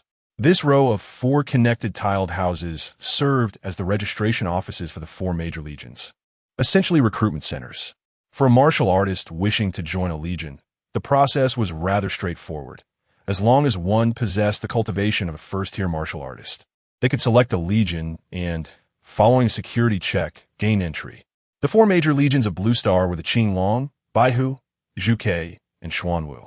Little brother, do you wish to join our Qinglong Legion? A scruffy middle-aged man inquired upon noticing Chen'an standing at the entrance. Not at the moment. I am waiting for someone. I am a student of the Battlefield Academy and cannot join a legion just yet. Chen'an replied with a smile, explaining his situation. The Academy had regulations prohibiting students from enlisting in a legion before graduation, and the major legions typically did not accept students from the Battlefield Academy. Then kindly step aside, the middle-aged man said, losing interest upon realizing Su Chun and was an academy student. He gestured for him to move aside, ensuring he did not obstruct the entrance, despite the fact that the street was rather empty at that moment. Currently, those arriving at the Myriad Races battlefield were mostly free martial artists and students from the Battlefield Academy. The registration offices were fortunate to recruit even 10 individuals in a day. Su Chun nodded and stepped aside. During his wait, he observed several ambulances hastily making their way from the front line towards the teleportation array. In the battlefield of Myriad Races, modern conveniences such as reinforced concrete, automobiles, and aircraft have all been transported from the Blue Star through teleportation arrays. These arrays only incur construction costs and require no energy expenditure, operating instead on the spirit energy of heaven and earth. The 4 arrays on the Blue Star, in fact, incurred no construction costs at all, as they had suddenly materialized there. The fees for using the arrays are solely to cover the expenses of the 4 Great Legions. As ambulances sped past, Su Chun grasped the brutal reality of the battlefield. Here, 1 in every 10 individuals bore mechanical prosthetics. Are you Su Chun? Suddenly, a middle-aged man clad in a Zhongshan suit appeared beside Su Chun, approaching without him even noticing. I am. And you are? Su Chun responded promptly. I am Xiao Yufeng, the secretary of the Marshal Gajong Lan. You may call me Secretary Xiao. Xiao Yufeng extended his hand in introduction. Hello. Su Chun shook hands with Xiao Yufeng. Let's depart at once. The Marshal God awaits you, Xiao Yufeng urged. All right. Su Chun nodded. No sooner had he spoken than Xiao Yufeng grasped his arm and stepped forward, soaring towards the battlefield, crossing mountains and traversing seas, a stride measured in inches. A martial emperor. Witnessing Xiao Yufeng's actions, Su Chun felt a surge of astonishment. The impression Xiao Yufeng left him was that of an unremarkable martial artist. How could such an ordinary middle-aged man be a martial emperor? This realm truly harbors hidden talents. Meanwhile, within the humble abode of the Qinglong report station, a middle-aged man observed as Xiao Yufeng departed with Su Chun. He murmured softly, that seemed to be Xiao Yufeng. Who was he? Could he be the disciple of Marshal Gajong Lan? As Zhonglan's secretary, many on the front lines recognized him. He had only just learned that Marshal Gajong Lan had projected his martial intent onto the Blue Star, apparently because his disciple had caught the eye of a city defense military commander. Goodness, if that is indeed the case. I just told that lad not to block the door. He wouldn't report me, would he? The middle-aged man thought to himself, abruptly adopting a more composed demeanor as he settled into his seat properly. Should anyone come to inspect, at least he would not be accused of having an improper attitude.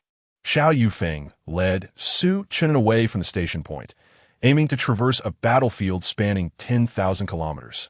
Su Chun was baffled by the necessity of this journey. From his observations, the 9 battle zones were horizontally divided across this vast expanse. 9 realms, 9 battle zones. The conflicts occurred at the intersections of the 2 opposing forces' territories. Throughout the journey, Su Chun scrutinized the battlefield environment. He discovered that it was not an endless plain, but rather a series of mountain ranges. With each segment they traversed, his communicator would beep, indicating their arrival at a new battleground, from the initial mortal-level battlefield to the current divine-level battlefield. In the realm of the mortal battlefield, the presence of combatants is overwhelming, with skirmishes erupting in every corner and warriors battling against the demonic tribes on every mountain peak. Following this, the arenas of martial masters and martial generals are also filled with the cacophony of battle cries. However, upon reaching the imperial battlefield, the numbers dwindle significantly, and one may occasionally hear the sounds of violent explosions, albeit with no sight of the combatants. In the divine battlefield, an eerie silence prevails, devoid of any semblance of conflict. Witnessing this scene, Su Chun suddenly grasped a crucial realization. His system necessitates the collection of spiritual energy from fallen beings. Mortal beings yield a mere 1 of spiritual energy, spiritual beings 10, and general beings 100, and so forth. Likewise, the spiritual energy required for each rank escalates exponentially. A martial artist requires 1,000 units of spiritual energy to ascend to a martial master, 10,000 to rise to a martial general. and 100,000 to elevate to a martial sect leader. The demands become increasingly burdensome as one advances. At the level of a martial emperor, one must amass a staggering 100 billion units to attain the status of a martial god. Yet, a martial god's demise only yields around 100 million units of spiritual energy, and such formidable beings are not easily vanquished. Not to mention martial gods. Even martial emperors appear formidable and difficult to defeat within his observation. In light of this, where would he procure spiritual energy upon ascending to martial sect leader or martial king? Secretary Shao, was it not stated that those of higher realms are forbidden from entering lower realms? Before they even touched down, Su Chen'an hastily inquired. Those of higher realms may enter lower realm battle zones as long as they refrain from engaging, Xiao Yufeng replied softly. However, should you strike at foes of a lower realm, higher-tiered beings will promptly intervene. Is that so? Su Chen'an murmured, realizing that once he ascended to a higher realm, he could venture into lower realm battle zones to collect spiritual energy without repercussions.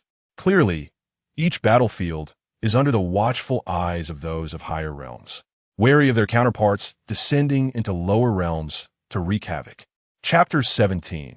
Zhonglan's first lesson on the battlefield, yet, even so, the thought of the immense energy, reaching into the billions, sent a shiver down Su Chen'an's spine. How long would it take to gather energy solely from the ordinary and spiritual battlefields? The crucial point was that, upon surveying the surroundings, he noticed that the ordinary and spiritual zones were the most populated and lively, teeming with individuals. While the regions of the martial sect and martial kings had some inhabitants, it seemed that the martial generals served as a dividing line, with their numbers dwindling significantly. Secretary Shao, does a grand battle need to occur for all realms to clash together? A sudden thought sparked in Su Chen'an's mind, prompting him to inquire of Xiao Yufeng. More or less. Typically, as it is now, the various battlefields engage in back-and-forth exchanges. In times of war, it becomes chaotic, and no one pays attention to such details. Xiao Yufeng cast a puzzled glance at Su Chen'an, unsure of his intent. At that moment, a bold idea began to take shape in Su Chen'an's mind. He aimed to instigate a conflict between the two factions. However, he recognized that the battlefields between Blue Star and Hao Ian Star could not be trifled with, as such recklessness could lead to numerous casualties. Instead, he could stir up trouble in other locales, provoking a confrontation between the two sides. In times of war, the casualties would be highest, and the energy from ordinary beings could be harvested abundantly. Moreover, he could not meddle within the human territories. It was preferable to incite turmoil in battlegrounds where neither faction was human, thus reaping substantial rewards. Nevertheless, the situations of each race differed, and disguise would pose a significant challenge. A human venturing into the domain of two unfamiliar races might not succeed easily. He would need a superior form of disguise, one so adept that even the martial gods would be unable to discern it. Su Chen'an murmured to himself, as the outline of a plan began to crystallize in his mind. We have arrived. 10 minutes later, Xiao Yufeng led Su Chen'an to a verdant hilltop, where a quaint wooden cabin stood out prominently. Please go inside. The martial god awaits you. After depositing Su Chen'an, Xiao Yufeng turned and left. Su Chen'an straightened his attire and knocked on the cabin door. Guomin, a familiar voice resonated, his senior brother, Zhonglan. Pushing the door open, Su Chen'an found the interior remarkably simple, furnished only with a table and several stools, lacking even a bed. Zhonglan sat at the table, preparing tea. Upon seeing Su Chen'an enter, he gestured towards the stool across from him, saying, "Have a seat." Without hesitation, Su Chen'an plopped down.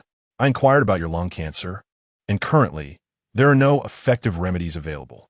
The cultivation civilization possesses a certain elixir that can completely cure your ailment.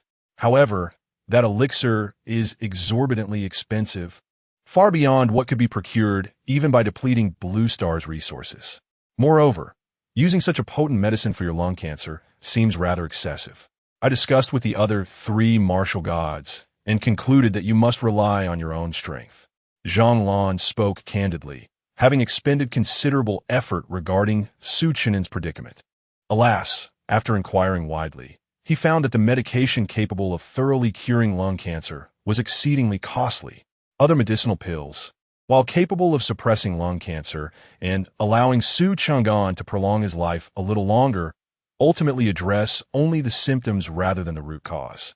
Su Chang'an possesses a trace of true martial intent. Barring any unforeseen circumstances, he is destined to become a martial deity in the future. After extensive discussion, their conclusion was that the treatment for lung cancer ultimately rests upon Su Chang'an himself. I am aware, Su Chang'an replied with a faint smile. There must certainly be a remedy capable of curing lung cancer. Yet the question of affordability remains another matter entirely. Moreover, he currently does not intend to rely on medication for his healing. With the advent of the system, as long as his realm ascends, the lung cancer will naturally be resolved. I am curious how you managed to advance to a 6th-tier warrior while afflicted with lung cancer, one of them remarked. However, every individual harbors their own secrets. Even I have encountered several fortuitous encounters myself. During the ascension to martial sovereign, there occurs a significant energy tempering of the body. We unanimously believe that once you reach the rank of martial sovereign, your lung cancer will heal spontaneously. Observing Su Chang'an's calm demeanor, Zhang Lan nodded slightly. This young man indeed exuded a certain nonchalance characteristic of the strong. Indeed, Su Chang'an nodded once more, agreeing with Zhang Lan's assessment, which aligned closely with his own expectations. As long as his realm ascended, the lung cancer would undoubtedly heal itself. In light of Su Chang'an's composed attitude, Zhang Lan smiled and inquired, "How did you feel about your recent tour of the battlefield with Xiao Yufeng?" Su Chang'an posed, surprised that it was Zhang Lan who had instructed Xiao Yufeng to guide him across the battlefield. He had found it odd. Xiao Yufeng could have taken him directly to the divine-level battlefield, so why traverse the entire expanse?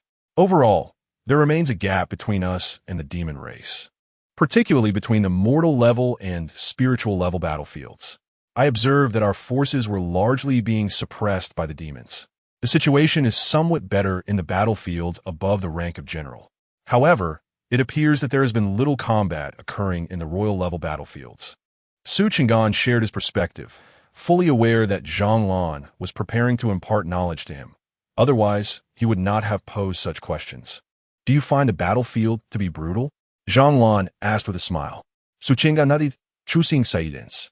He had witnessed the battlefield's cruelty firsthand, with individuals being carried off the battlefield almost every minute. Do you know why there are so few people in the royal level battlefields? Zhang Lan asked again. I do not. Su Chang'an replied, shaking his head. He had been pondering the same question regarding the scarcity of people in the royal level battlefield. As he observed, there were hardly any individuals present. Most were in a standoff, with no one engaging in combat.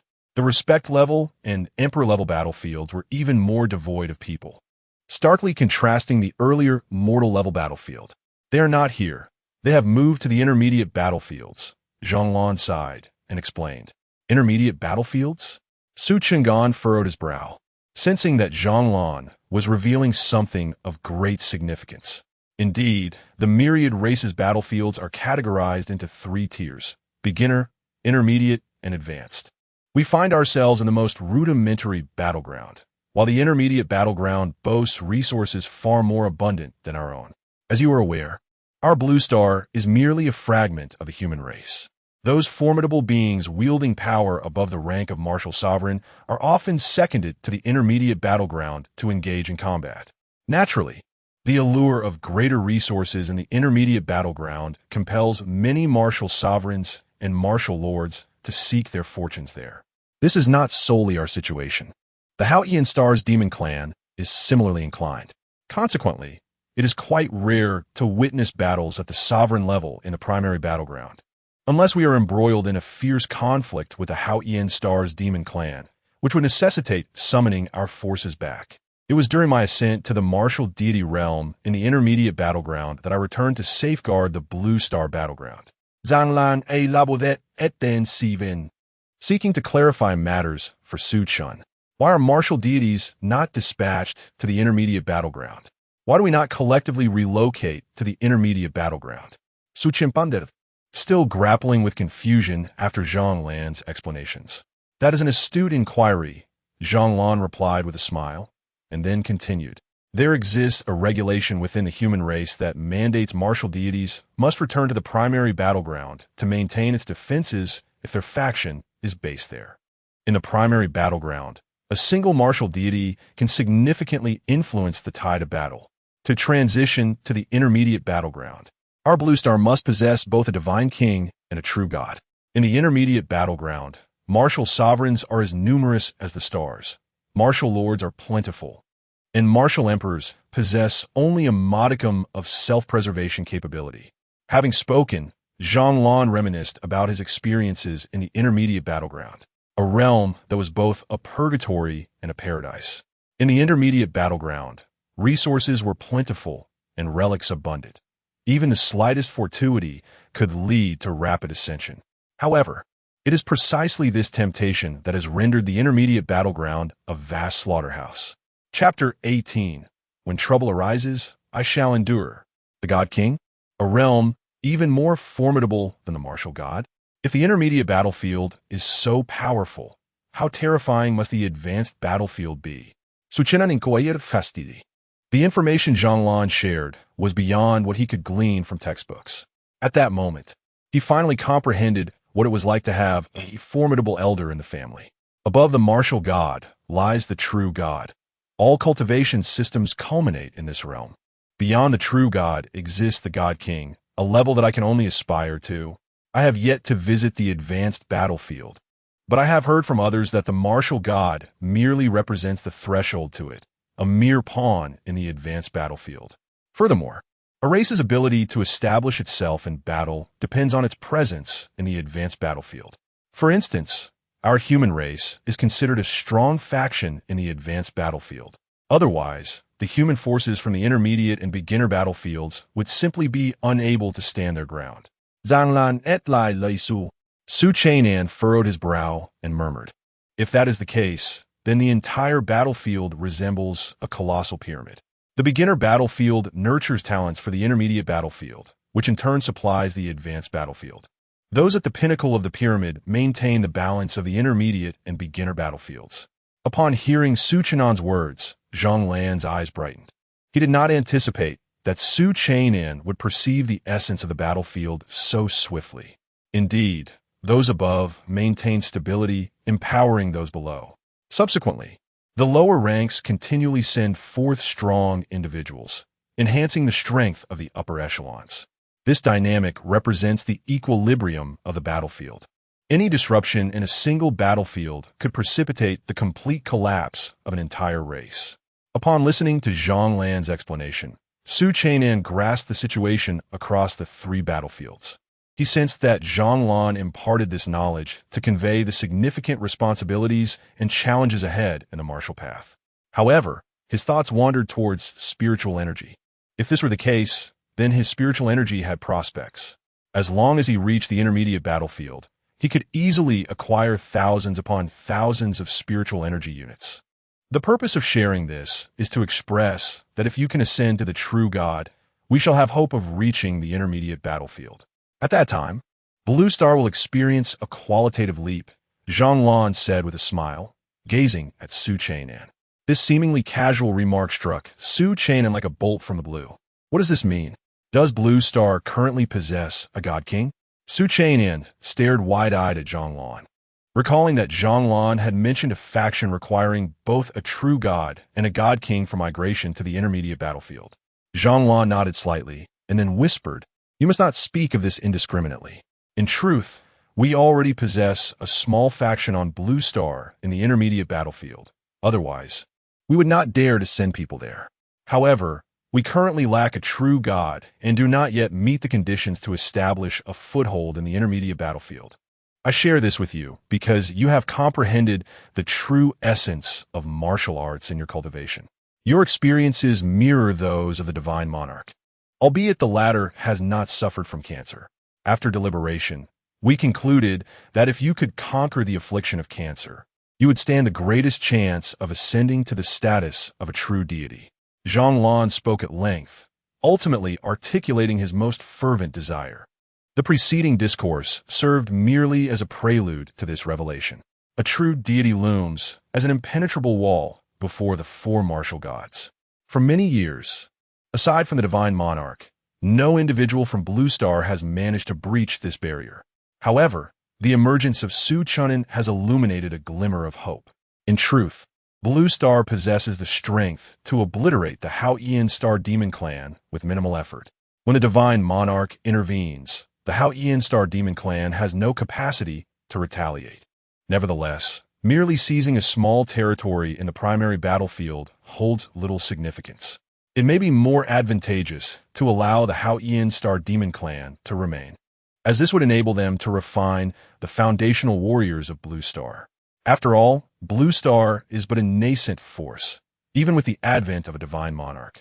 The disparity in lower-tier combat prowess compared to the forces in the intermediate battlefield is stark. At present, Blue Star is merely lacking a true deity to penetrate the intermediate battlefield. Should they secure territory there, the extraordinary resources would expedite the ascension of Blue Star's lower-tier warriors. Over the years, the standards of martial assessments in Blue Star have consistently risen, largely due to the feedback from the intermediate battlefield. In that realm, even a modest piece of territory can equate to the entirety of what Blue Star and the Hao Ian Star vie for, if not more. Did that divine monarch also comprehend the true essence of martial arts during his warrior phase? Su Chen'an took a moment to gather his thoughts. He had not anticipated that merely 600 years after Blue Star's entry into the Myriad Realms battlefield, a divine monarch would emerge. Moreover, this divine monarch possesses a staggering advantage over others from Blue Star.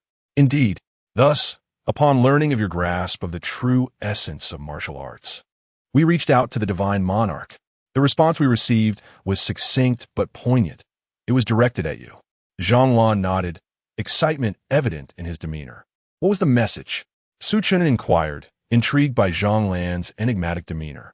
Fear not. Forge ahead boldly, and should any trouble arise, I shall bear the burden. Upon uttering this phrase, Zhang Lan's aura shifted dramatically. He continued with deliberation. This sentiment is one I too wish to convey.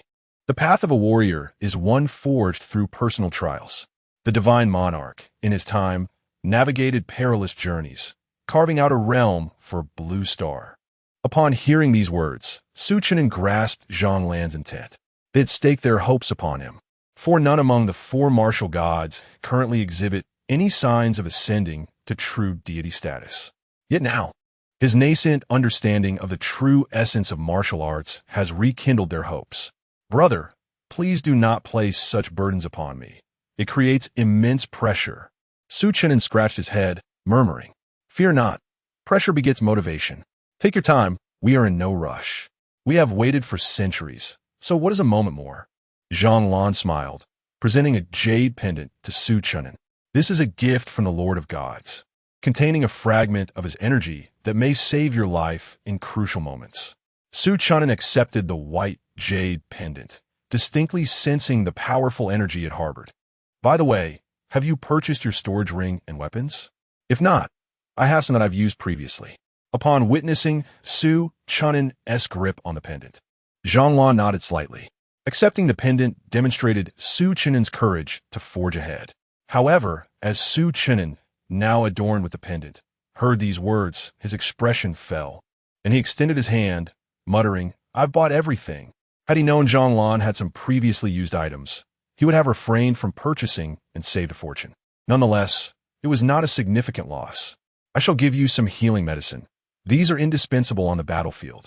Noticing Su Chen'an's expression, Zhang Lan smiled gently and produced a small cloth bag, handing it to him. Wow! Su Chen'an exclaimed upon receiving the small bag, unable to contain his astonishment. This bag was actually a spatial device, known as the Jianjian bag, identical to his storage ring.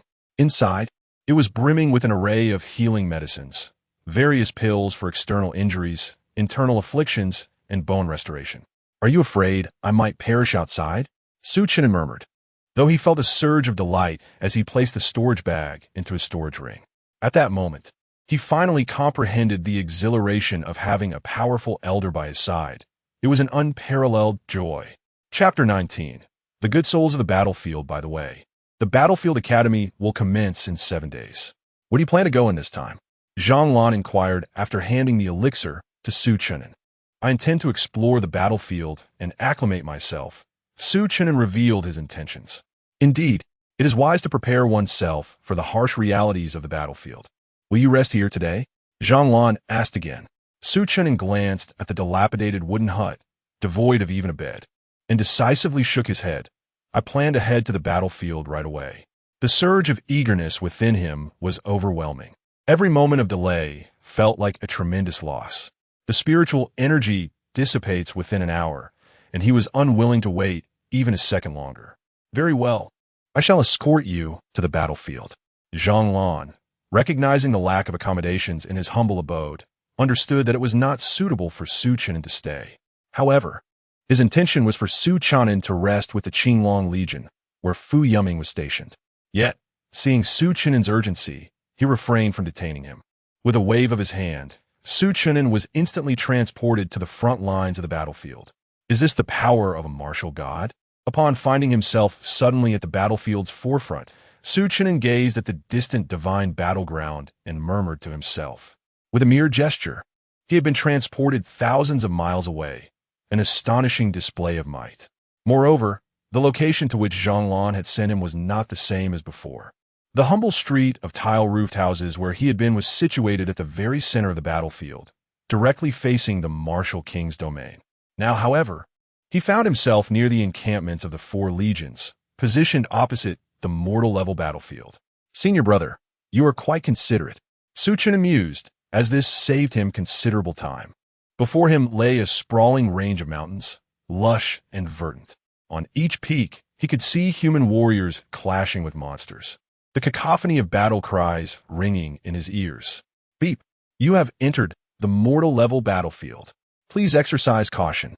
As Chen'an reached the foot of the mountain, the communicator in his hand emitted an alert. This device continuously informed him of his location. If a martial master entered the mortal-level battlefield, it would prompt them to be mindful of their actions. The mortal-level battlefield consists of 9 colossal peaks, with the 4 legions stationed at the forefront, while free warriors traversed the various summits. As the Battlefield Academy had yet to commence, his current status was that of a free warrior, granting him access to all the peaks. Battles with the monsters typically occurred at the summit, where both sides relied on the terrain for combat. Chen'an swiftly scaled the first peak, using both hands and feet. There was no fighting at the foot of the mountain. Should monsters reach this low, it would signify the collapse of the Blue Star's defenses. Upon reaching the summit, he realized that the true battlefield lay not at the peak, but down below. The individuals he had seen at the foot of the mountain were merely the 4 legions stationed atop. Opposite this range of mountains was another expanse of peaks. The place where he now stands is atop a mountain occupied by the human race, while the demon tribe is stationed on the summit of the opposing peak. The battlefield lies in the saddle between the 2 mountains, resembling a saddle itself, with the encampments of both factions positioned at the highest points on either side, and the battleground situated on the gentle slope between the summits.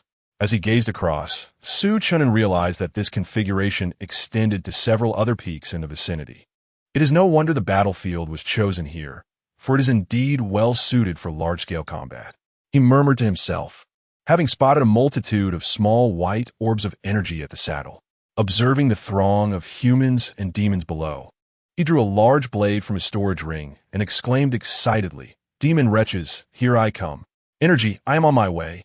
With that, he charged downward, swiftly reaching the saddle. Before he could locate a suitable target, he heard a prompt from the system.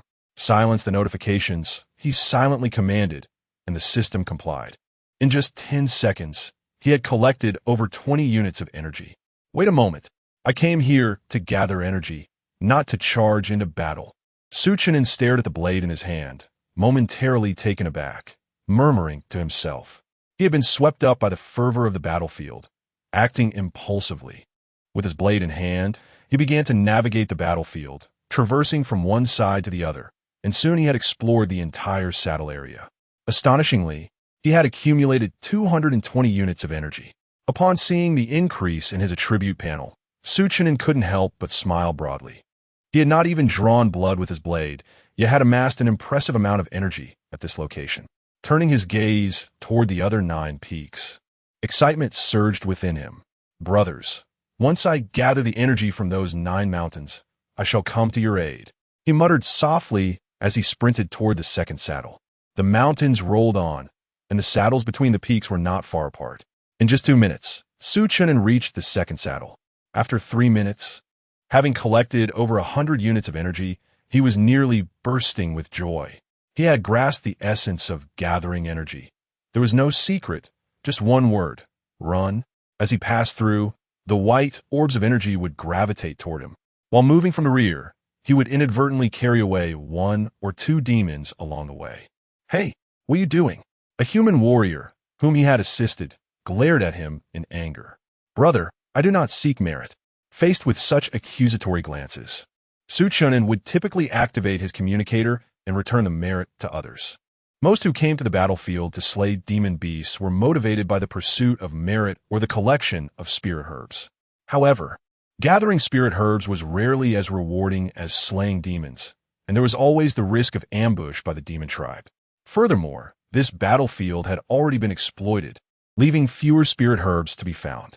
The communicator records merit, and if 2 individuals jointly slay a demon, the merit is equally divided between them. Consequently, every participant on the battlefield engages in one-on-one combat. Naturally, others are displeased with Chen'an's sudden intervention to deliver the finishing blow. However, upon hearing Chen'an's declaration of foregoing merit, the assisted warrior refrains from protest. Half an hour later, a narrative began to circulate across the ordinary battlefield, recounting the tale of a benevolent young man who voluntarily assisted in slaying demons without seeking merit. His name remained unknown, yet as his presence on the battlefield increased, all began to refer to him as the Good Samaritan, assisting in the extermination of demons without any desire for reward. What else could he be but a good person? At this moment, the Good Samaritan, Chen'an, stood at the battlefield of the 9th peak, gazing blankly at his attribute panel. "Young lad, if you wish to daze off, do so elsewhere. This is not a place for idle contemplation." Suddenly, a furious shout disrupted his reverie. "My apologies," Chen'an called out loudly, directing his gaze towards the middle-aged man who had spoken. Judging by his attire, he was likely a soldier of the White Tiger Legion. Among the 4 great legions of the Blue Star, the Azure Dragon dons azure garments, the White Tiger wears white, the Black Tortoise is clad in black, and the Vermilion Bird is adorned in red. Chapter 20. The Blade's intent having distanced himself from the battlefield, Chen'an found himself on a hillside, contemplating his attributes panel. He possessed over 1,800 points of spiritual energy, sufficient for him to ascend to the 2nd rank of martial artist.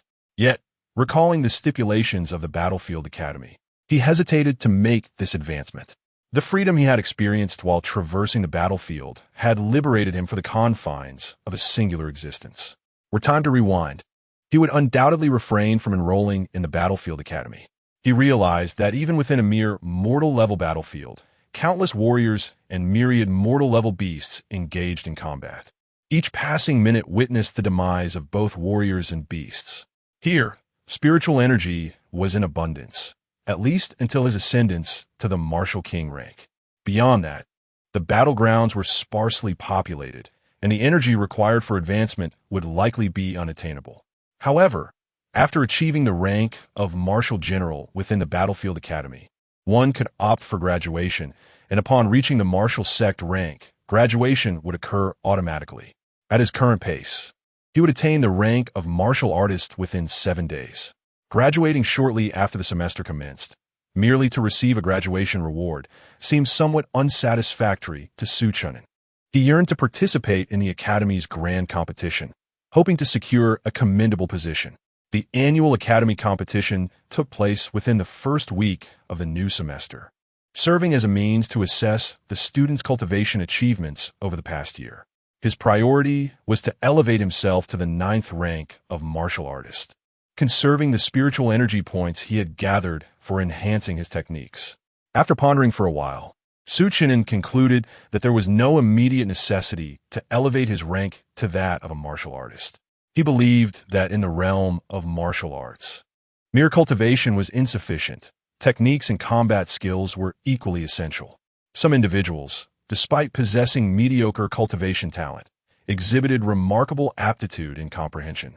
Such individuals could, with an excellent technique, conquer foes beyond their rank. Moreover, he had not forgotten his intention to learn the art of disguise, an essential skill for his future endeavors. Thus, he resolved to enhance his rank before refining his foundational sword techniques. The true martial insight was devised to accelerate cultivation speed, with the current infusion of spiritual energy. He deemed further cultivation unnecessary. After a period of contemplation, Chen'an proceeded with his operations. Host, Chen'an, lifespan, 342 days, rank, 9th rank martial artist, 999-1000, technique, true martial insight, 75-1000, basic sword technique, spiritual energy, 486. After executing a series of actions with his 1800 points of spiritual energy, he found himself with just over 400 remaining. He capped his rank at 999, deliberately avoiding the promotion to martial artist rank, thereby maximizing his power. His lifespan increased by 90 days, and upon perfecting the basic sword technique, the progress bar ceased to advance.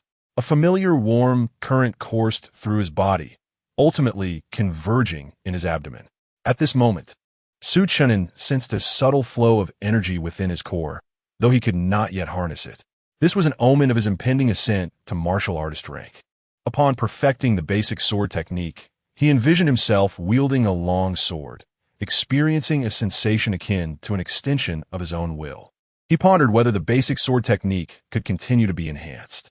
With a slight obsession for perfection, Chen'an gazed at the remaining 400 points of spiritual energy and murmured to himself. He attempted to infuse 86 points of spiritual energy into the fundamental sword technique. Insufficient spiritual energy. However, a message appeared on the attribute panel. Just as Chen'an was about to dismiss the panel, he suddenly froze. Wait, insufficient energy? Didn't he explicitly state that he could not continue to invest more? This implied that the fundamental sword technique could indeed be enhanced further. Could it be that the level of this fundamental sword technique was not merely ordinary? He pondered over the notification on the attribute panel and murmured to himself. Subsequently, he infused 100 points of spiritual energy into the fundamental sword technique. Un looking fondamental sword technique sortant. Buzz.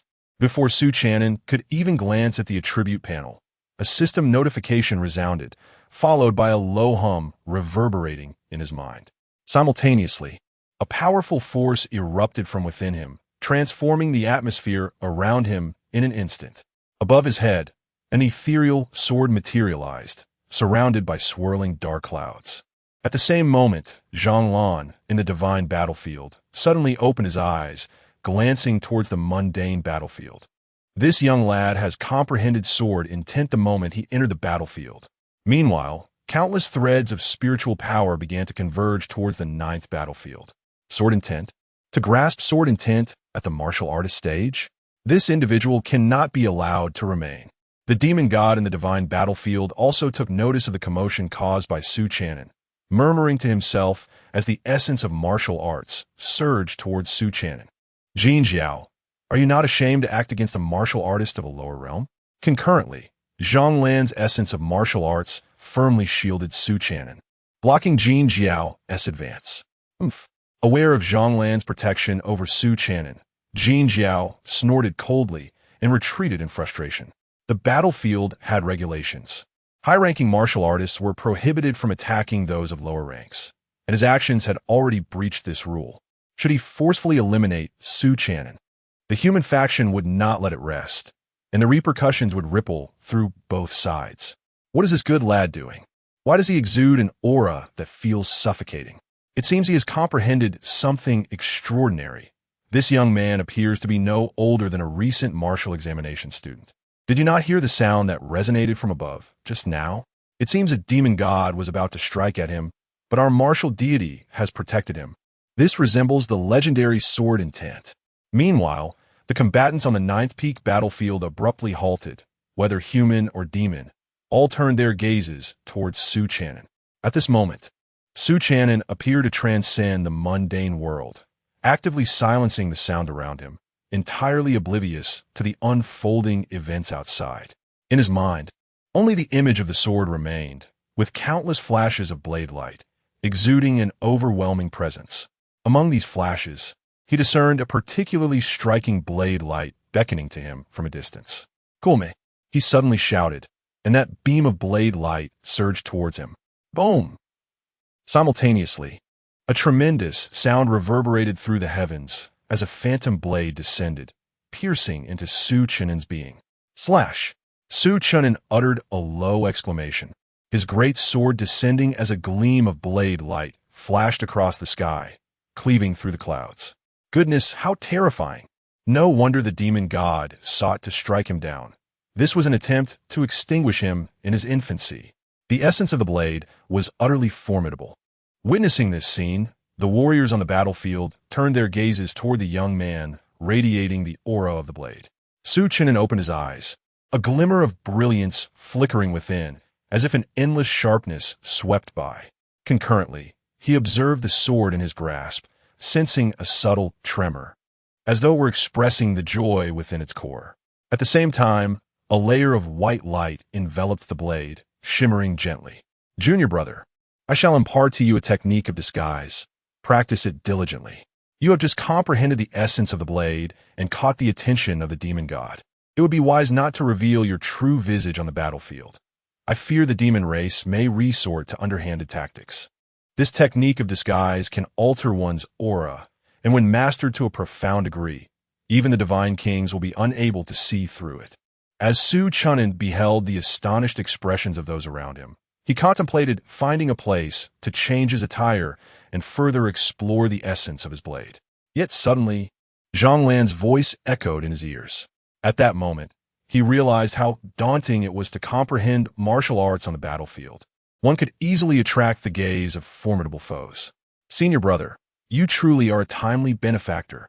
I was just considering seeking a book on disguise techniques at the Battlefield Academy, and here you have provided it." Feeling the sudden influx of knowledge in his mind, Su Chen'an understood that Zhang Lan was utilizing the true essence of martial arts to convey teachings across distances. Chapitre 21. Disguise technique events.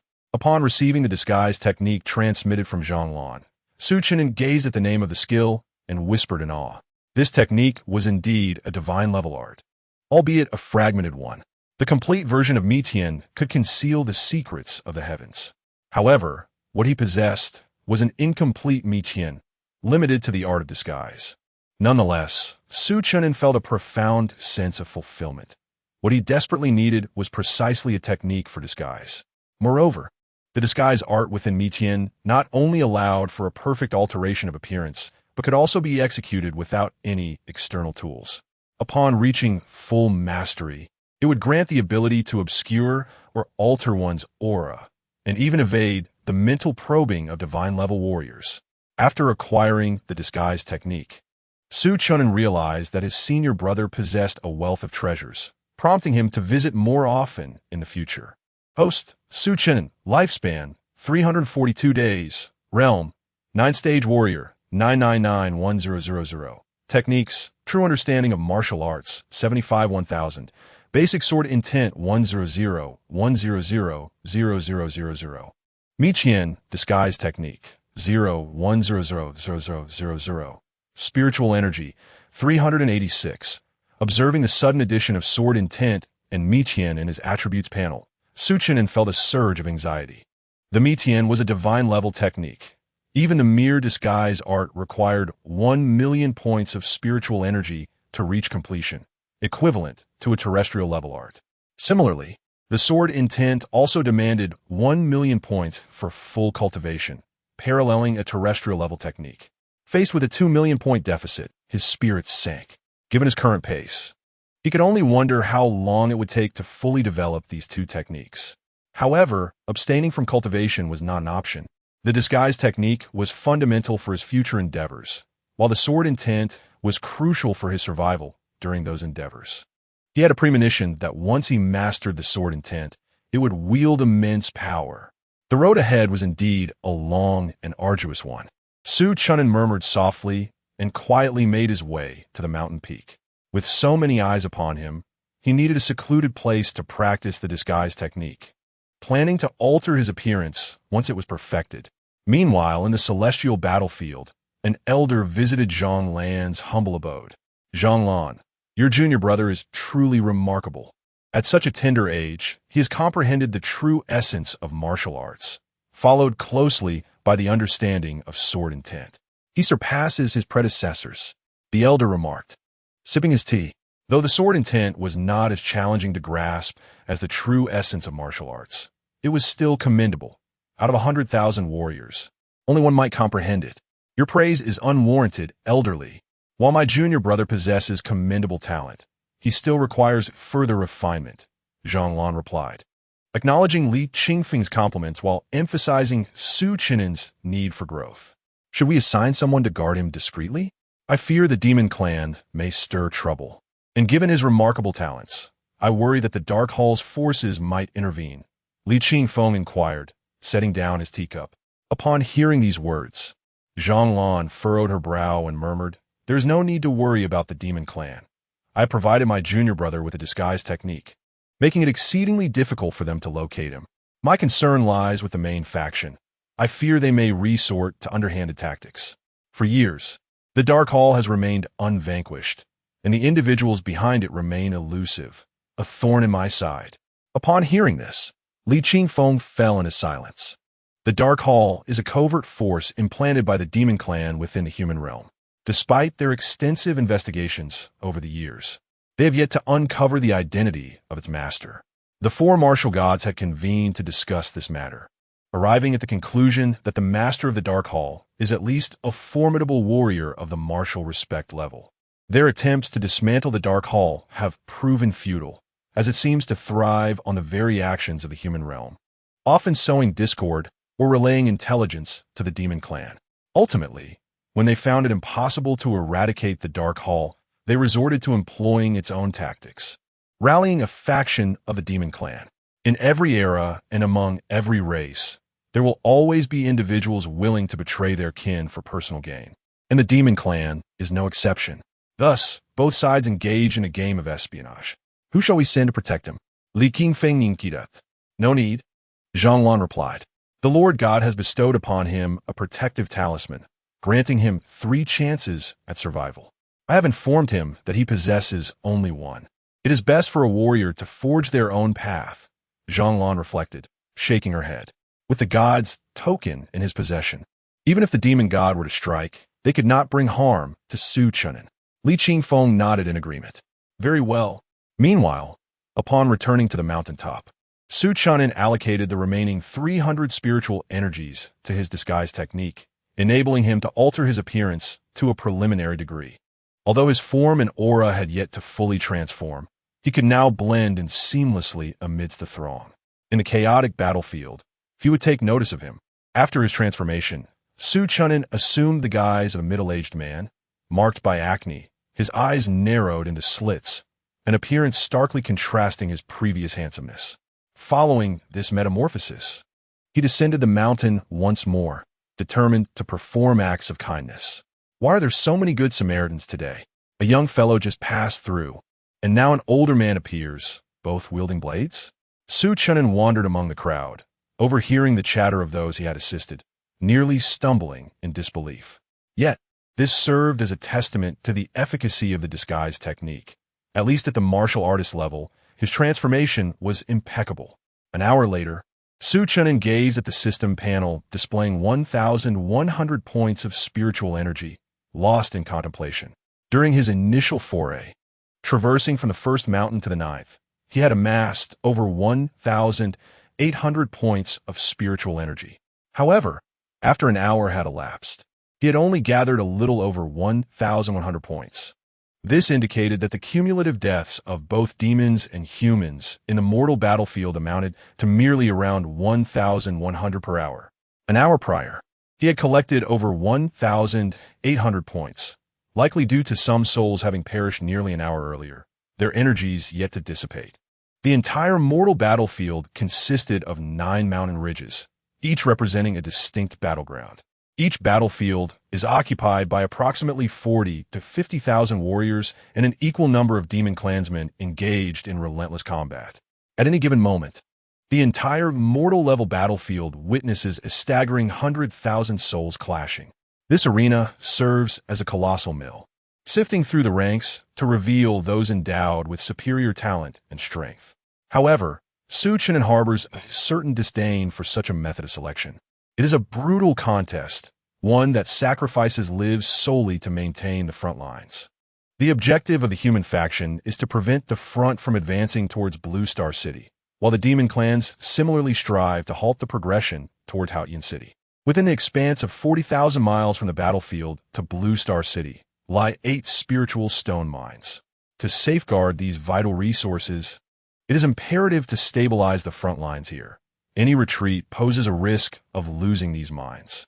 Conversely, the demon clans, in their quest to protect their own spiritual stone mines from falling into enemy hands, endeavor to push the front lines towards the human territories.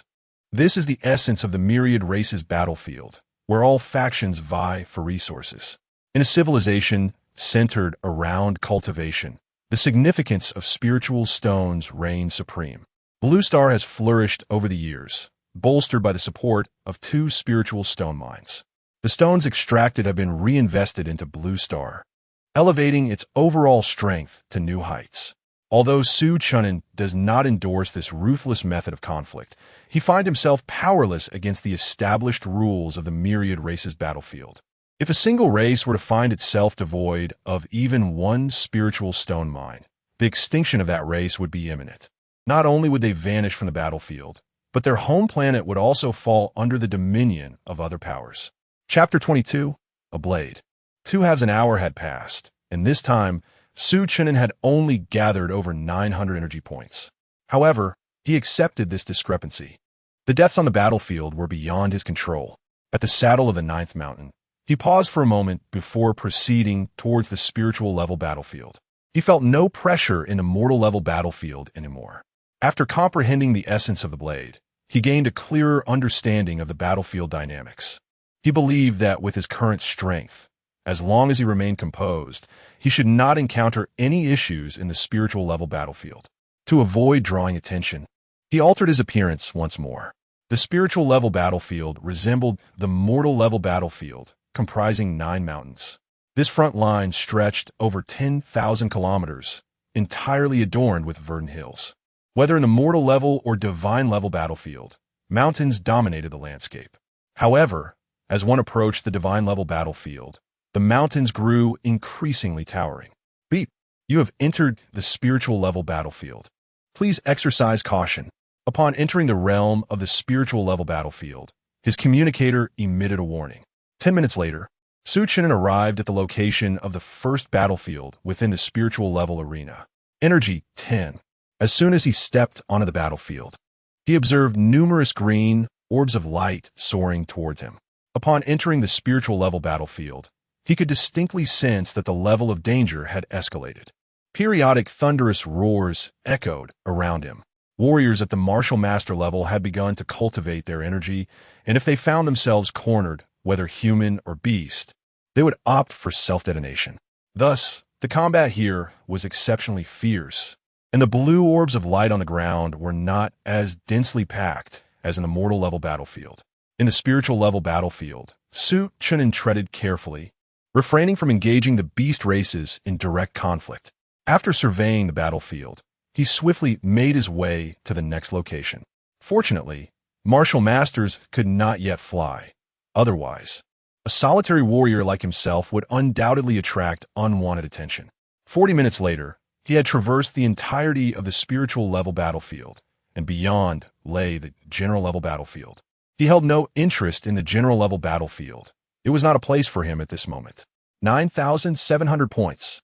He gazed at the system panel displaying over 10,000 energy points, murmuring to himself.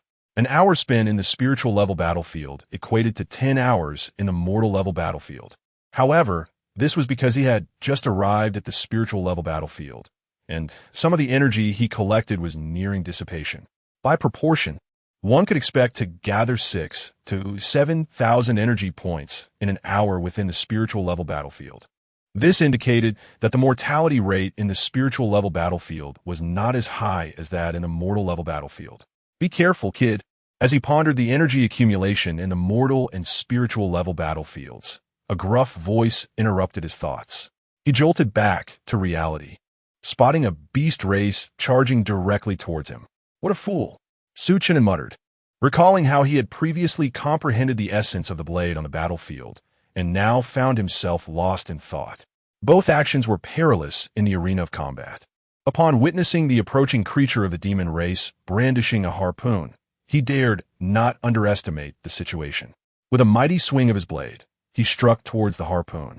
The demon warrior, taken aback by Chen'an's assault, hesitated momentarily, for he felt no aura of true energy emanating from the young man's weapon. "You shall perish," the cat-headed demon roared, advancing once more with the harpoon. To him, the audacity of a mere martial artist daring to enter the spirit-level battlefield was nothing short of an affront. As Chen'an narrowed his eyes, he concentrated his blade's intent, unleashing a powerful slash forward. "Youngster, what folly is this? Why strike prematurely from such a distance?" exclaimed the middle-aged man who had earlier cautioned him. Observing that the cat-headed demon was still several meters away from Chen'an, he felt a surge of urgency.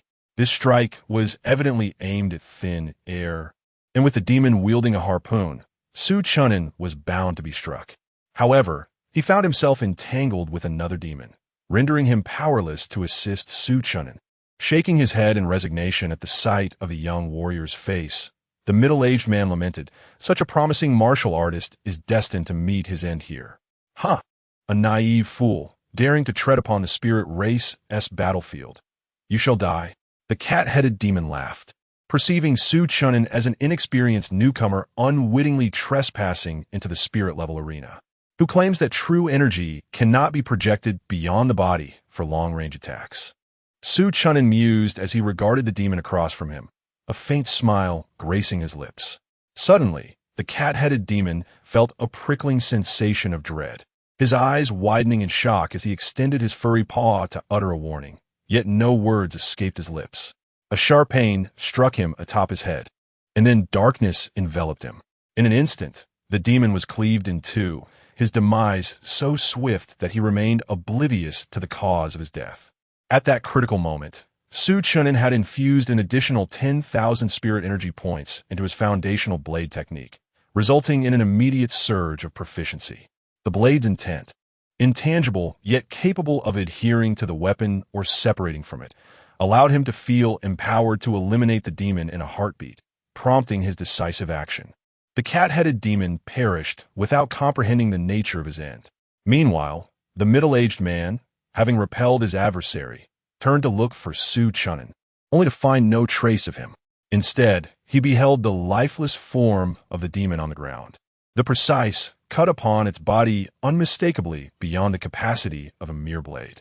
Having wielded his own large sword, he knew well that such clean cuts were not characteristic of the weapon, especially against demons, whose physical fortitude surpassed that of humans. He had slain numerous demons, their remains left in a gruesome state. Who was this young man? He pondered. According to the demon's words, he was merely a martial artist. When had martial artists become so adept at dispatching spirit-level demons with such ease? Disregarding the cat's fangs and pelt, he approached the corpse, activating his storage ring to collect the demon's remains. On the battlefield, the corpses left unattended belong to whoever claims them. After departing from the spirit-level battlefield, Jianjian transformed back into the guise of a middle-aged man, returning to the mortal-level battlefield. He was taken aback to discover that with a single stroke, he could annihilate a spirit-level beast. The lethality of his blade far exceeded his comprehension. From that day forth, Jianjian oscillated between the mortal and spirit-level battlefields. It was not until the evening of the 6th day that he returned to the outpost and utilized the teleportation array to arrive back in Blue Star City. His system panel displayed a staggering 54,000 spirit energy points, a testament to his endeavors over the past 7 days. Initially, He had anticipated that the combined efforts of both battlefields would yield around 6 to 7,000 spirit energy points per hour, leading to an expected accumulation of over 100,000 points within the week. To his astonishment, by nightfall, the human and beast factions instinctively separated, establishing a defensive standoff. On the first night, witnessing their voluntary withdrawal and the clearing of debris, he learned that combat was prohibited after dusk. This was not due to mutual understanding, but rather a precaution against the rumored malevolent entities drawn by the battlefield's sanguine scent. Though no one had ever encountered these dark forces, the edict was decreed by formidable beings, and all races within the battlefield were obliged to adhere to this rule. During these 7 days, his acquisition of 54,000 spirit energy points could be attributed to his relentless presence in combat during daylight hours. The myriad races battlefield operated on a 24-hour cycle, mirroring that of Blue Star, with the distinction that it comprised 12 hours of daylight followed by 12 hours of night, a constant throughout the ages. Throughout this week, he sustained himself with spirit herbs when hunger struck, and at night, he would pitch a makeshift tent in the mountains, cleansing himself in the nearby streams when necessary. In essence, these 7 days were akin to a primitive existence. Were it not for his cultivation at the 9th rank of martial arts, his body would have long succumbed to exhaustion. Tomorrow marks the commencement of the Battlefield Academy, and in pursuit of a refreshed demeanor, he deliberately returned to Blue Star City that evening, seeking a modest inn to rest for the night. Chapter 23. Room service. Hello. Room service. A clear voice resonated from outside the door. At that moment, Chen'an had just finished his bath and was reclining on the bed, perusing the news from the past few days. I didn't call for room service. He set down his phone, furrowing his brow. Sir, our hotel requires evening cleaning of the guest rooms at 9 o'clock, as per hotel policy. The crisp voice outside reiterated. Wait a moment, Chen'an responded, retrieving a bathrobe from the wardrobe and draping it over himself. This was the first time he had encountered such an evening cleaning service. However, he was aware that some upscale hotels on Blue Star indeed offered this service to collect trash, preventing unpleasant odors from lingering in the room overnight. He hadn't anticipated that even in the ordinary hotel situated in the myriad realms battlefield of Blue Star City, such a service would be available. Peering through the peephole, he confirmed the presence of a staff member clad in hotel attire. Yet, this employee appeared rather youthful, her face adorned with subtle makeup, exuding a flirtatious charm. Could it be? A suspicion flickered in Chen'an's mind. He wondered if this was a form of special service. Nevertheless, she was dressed in hotel uniform and had stated it was for evening cleaning, so he felt it unkind to leave her waiting outside. Having worked as a hotel staff member himself, he understood the regulations. Failure to comply could result in penalties. In the myriad realms battlefield, where everyone was driven by financial gain, he found no reason to make her job more difficult. After a moment's contemplation, he shrugged and muttered, If it truly is that kind of service, then I shall simply refuse. He then opened the door, prepared to allow the young woman entry. As he swung the door open, he was taken aback. The woman was clad in the upper half of her hotel uniform, yet her lower half was adorned with black high heels. Having worked in several hotels on Blue Star, he had never encountered a staff member dressed in such a manner. As expected, he mused inwardly, Sir, do you have any dirty laundry that needs washing? Upon seeing Chen'an open the door, the woman swiftly slipped inside, offering him no time to respond. No, he shook his head. The woman then proceeded directly to the trash can, removing the garbage bag within and replacing it with a new one. Is this truly room cleaning? Could I be mistaken? Are all hotel staff in the myriad realms battlefield attired in this fashion? Observing her actions, Chen'an frowned. Thus far, the woman had not engaged in any other activities. Moreover, he was unfamiliar with the nature of hotels in the myriad realms battlefield. Perhaps the pressure on individuals here was so great that hotels had adopted this approach to alleviate guest burdens. After clearing the trash can, the woman hurried to the restroom, retrieving the garbage bag from there as well. Soon after, the sound of the toilet flushing echoed through the room. Sir, is there anything else that needs cleaning? The woman inquired, holding 2 garbage bags aloft. Nothing else, thank you. Chen'an shook his head. He had not produced any refuse, having merely consumed a fast food meal from the hotel, leaving only minimal packaging waste in the trash bin. upon hearing his words. She nodded and slowly made her way towards the door. Suddenly, as she approached him, she twisted her ankle, causing the garbage bag in her hand to fall. Observing this, Chen'an instinctively reached out to support her. However, the moment he did, he sensed something amiss. This woman possessed no strength whatsoever, and she promptly collapsed into his embrace. Is it truly gone? The woman purred, her warm breath brushing against Chen'an's face. Her fingers began to trace circles on his chest, while her other hand ventured down along his abdominal muscles. Recognizing the implications of her actions, Chen'an realized his initial suspicions were correct. This woman was not a hotel attendant at all. Indeed, it has vanished, he quickly replied, grasping her arms and gently pushing her away. Still a novice, I see. How delightful. She giggled, once again lunging toward him. Madam, I implore you to maintain your decorum. Chen'an narrowed his eyes, astonished that despite his attempt to rebuff her, she leaned in closer. Decorum? I have been nothing but decorous. Since you no longer have any desires, perhaps you should perish, she retorted, her laughter laced with mischief as she gracefully approached him. When she was about a meter away, she suddenly shouted, producing a dagger that she thrust viciously toward his chest. Chen'an's eyes narrowed. It was evident that this woman harbored ulterior motives for visiting his room. He had no time to retrieve his sword from his storage ring. Instead, he extended his hand, seizing her arm and executing a swift kick that sent her sprawling to the ground. He then kicked the door shut and retrieved his sword, advancing quickly. How is this possible? Are you not a 6th-tier warrior? The woman, now on the floor, looked up at Chen'an in disbelief. Based on the information provided by her benefactor and their investigative findings, she believed Chen'an to be merely a 6th-tier warrior, while she herself was an 8th-tier warrior on the cusp of ascending to the 9th tier. Yet here she was thrown to the ground by him.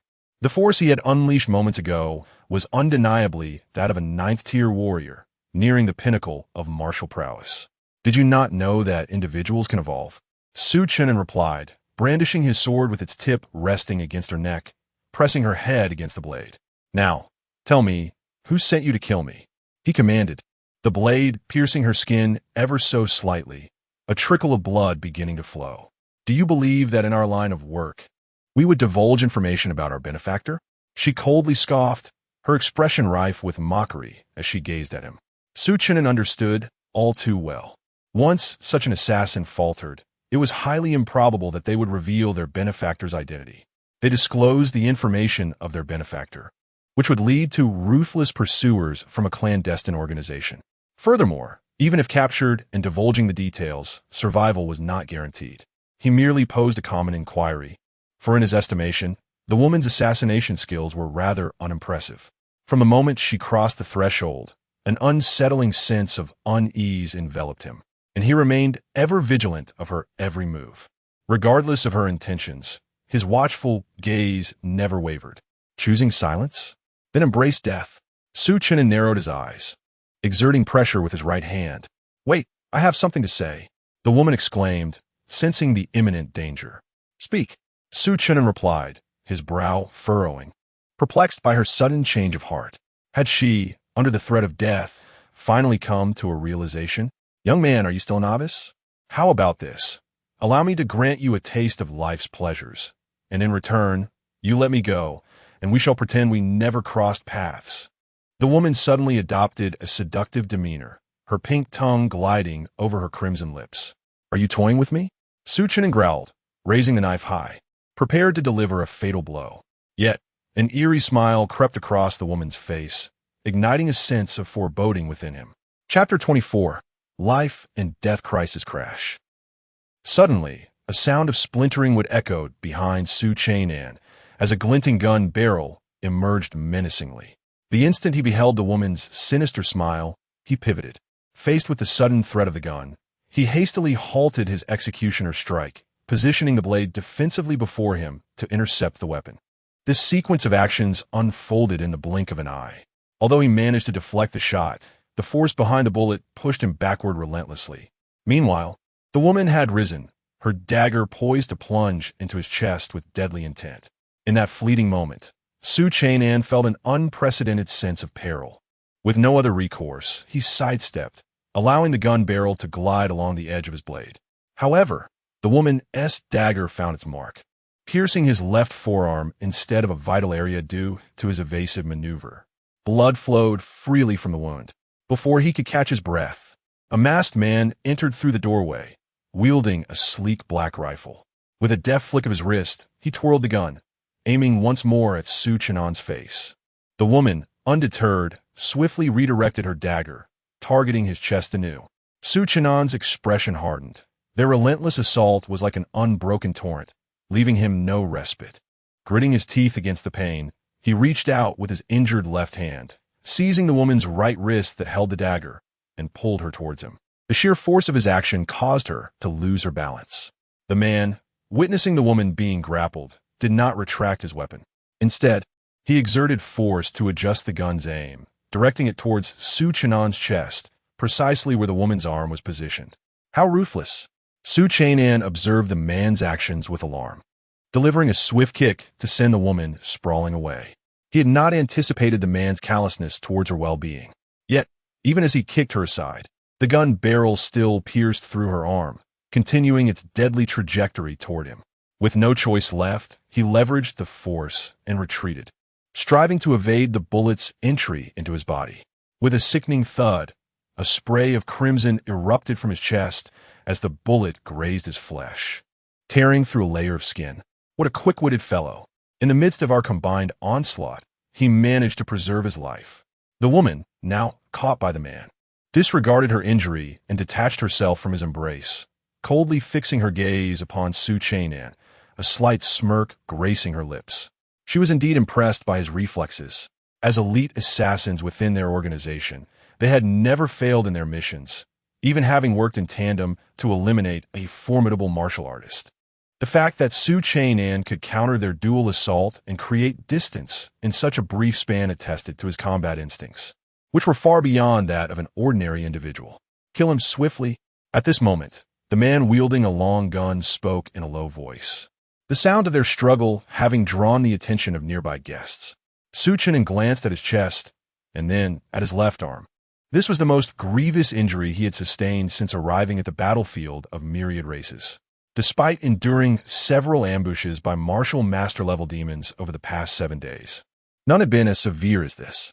After comprehending the essence of the blade, his perceptiveness and reflexes had reached a terrifying level, enabling him to devise the most impeccable countermeasures in his mind the instant his opponent made a move. "You too shall perish," Chen'an declared coldly, swiftly slicing his blade forward. "Umph, you're young but so arrogant." The woman let out a cold snort, the remainder of her sentence caught in her throat. Unable to escape, terrified, she gazed at Chen'an, only to have her body split in half. "Be careful." The man behind her seemed to sense the intent of the blade and suddenly spoke up. However, before he could finish his sentence, he witnessed the woman's body abruptly divide, and his own right hand holding the gun fell to the ground. He stared at Chen'an in horror, unable to comprehend the means by which he had achieved this. Yet, only one thought occupied his mind in that moment.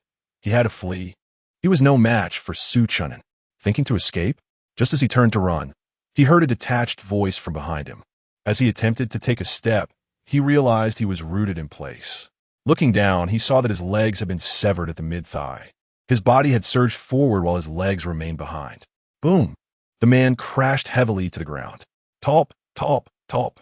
Listening to the steady, slow footsteps, the man felt as though he had heard the death knell. "Which organization do you work for?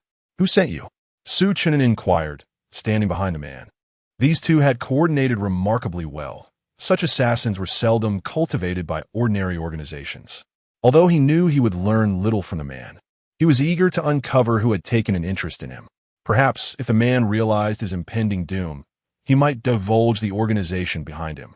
The man coughed up blood, letting out a faint laugh without uttering a word. Witnessing this, Chen'an raised his blade and murmured, "Since you choose silence, your existence holds no further significance. Stop, lower your weapon, interlock your hands on your head, and crouch against the wall." Just as his blade was about to descend, a voice suddenly rang out from outside. A middle-aged man clad in city defense uniform, brandishing a long sword, pointed it at Chen'an, shouting, "Huh, your timing is impeccable." Chen'an scoffed, sheathing his large blade into his storage ring. Yet, he did not interlock his hands on his head nor crouch against the wall. "Sir, you must see clearly. These two attempted to assassinate me, and I merely acted in self-defense," he explained to the city defense officer. "I can see who is killing whom. As for any grievances between you, discuss them back at headquarters. I now command you to clasp your hands atop your head and squat against the wall." The middle-aged man from the city defense forces still brandished his long sword, aimed directly at Chen'an. "No, you must understand, I'm a guest of this hotel. It is these two individuals who invaded my room with the intent to assassinate me. If you doubt my words, you may inquire with the hotel staff or the neighboring guests. Please refrain from addressing me as if I were a suspect." Chen'an narrowed his eyes, uncertain whether the city defense forces were allied with these two assailants. "We will discuss this matter further at headquarters," the city defense officer retorted, his tone unyielding. He then commanded his subordinates, detain him, and escort him back to headquarters. As Chen'an observed the two members of the city defense forces advancing towards him, he hastily retreated, exclaiming, "I cannot accompany you. Classes commence tomorrow, and I must report." He was acutely aware that once taken to the city defense headquarters, he would not emerge for at least a day. "Classes? A student of the Battlefield Academy? I care not who you are. You're implicated in homicide, and you must return with me to headquarters. Any resistance will be met with lethal force." The commanding officer's voice was resolute, offering Chen'an no opportunity for explanation as he advanced with his sword drawn. Chapter 25. Forcibly taken away, Chen'an observed as the middle-aged man steadily approached him, reaching for his communicator to contact Jianjian. As a newcomer to the myriad races battlefield, he was unfamiliar with anyone else and could only rely on Jianjian for assistance. The city defense forces here exhibited an extraordinary arrogance, as if they were the law unto themselves. Any resistance would be met with lethal force. The audacity to utter such words without having investigated the matter thoroughly speaks volumes about the extent of their arrogance. Seeking assistance? No one could save you. Upon noticing Chen'an using the communicator, the middle-aged man swiftly advanced, striking Chen'an's device with his sword. "You." Chen'an looked at the man in disbelief. At that moment, he found himself questioning whether this city defense officer was in collusion with the two assassins. However, he dared not retaliate, not out of fear of the city defense forces. After all, his elder brother was a martial god, and he had no reason to fear in that regard, but because he sensed that the man before him possessed the cultivation of a martial sovereign, and he could feel the man's spiritual power locking onto him. "Seize him," commanded the middle-aged man, and immediately, two city defense officers stepped forward to restrain Chen'an. At this juncture, Chen'an felt no inclination to resist. Gritting his teeth, he looked at the middle-aged man and said, "Fine. You are formidable. Just remember, however you take me in, that's how you shall release me." The middle-aged officer smiled and replied, "Whether you can be released is another matter entirely. You have committed murder in Blue Star City and left one person disabled. If it is discovered that you instigated a vendetta, you may never see the outside world again. Even if you claim self-defense, you must clarify why these two sought to kill you." The middle-aged man dismissed Chen'an's words entirely. The city defense forces of the myriad races battlefield were not comparable to those of Blue Star. The latter were beholden to the Martial Alliance and various commanders.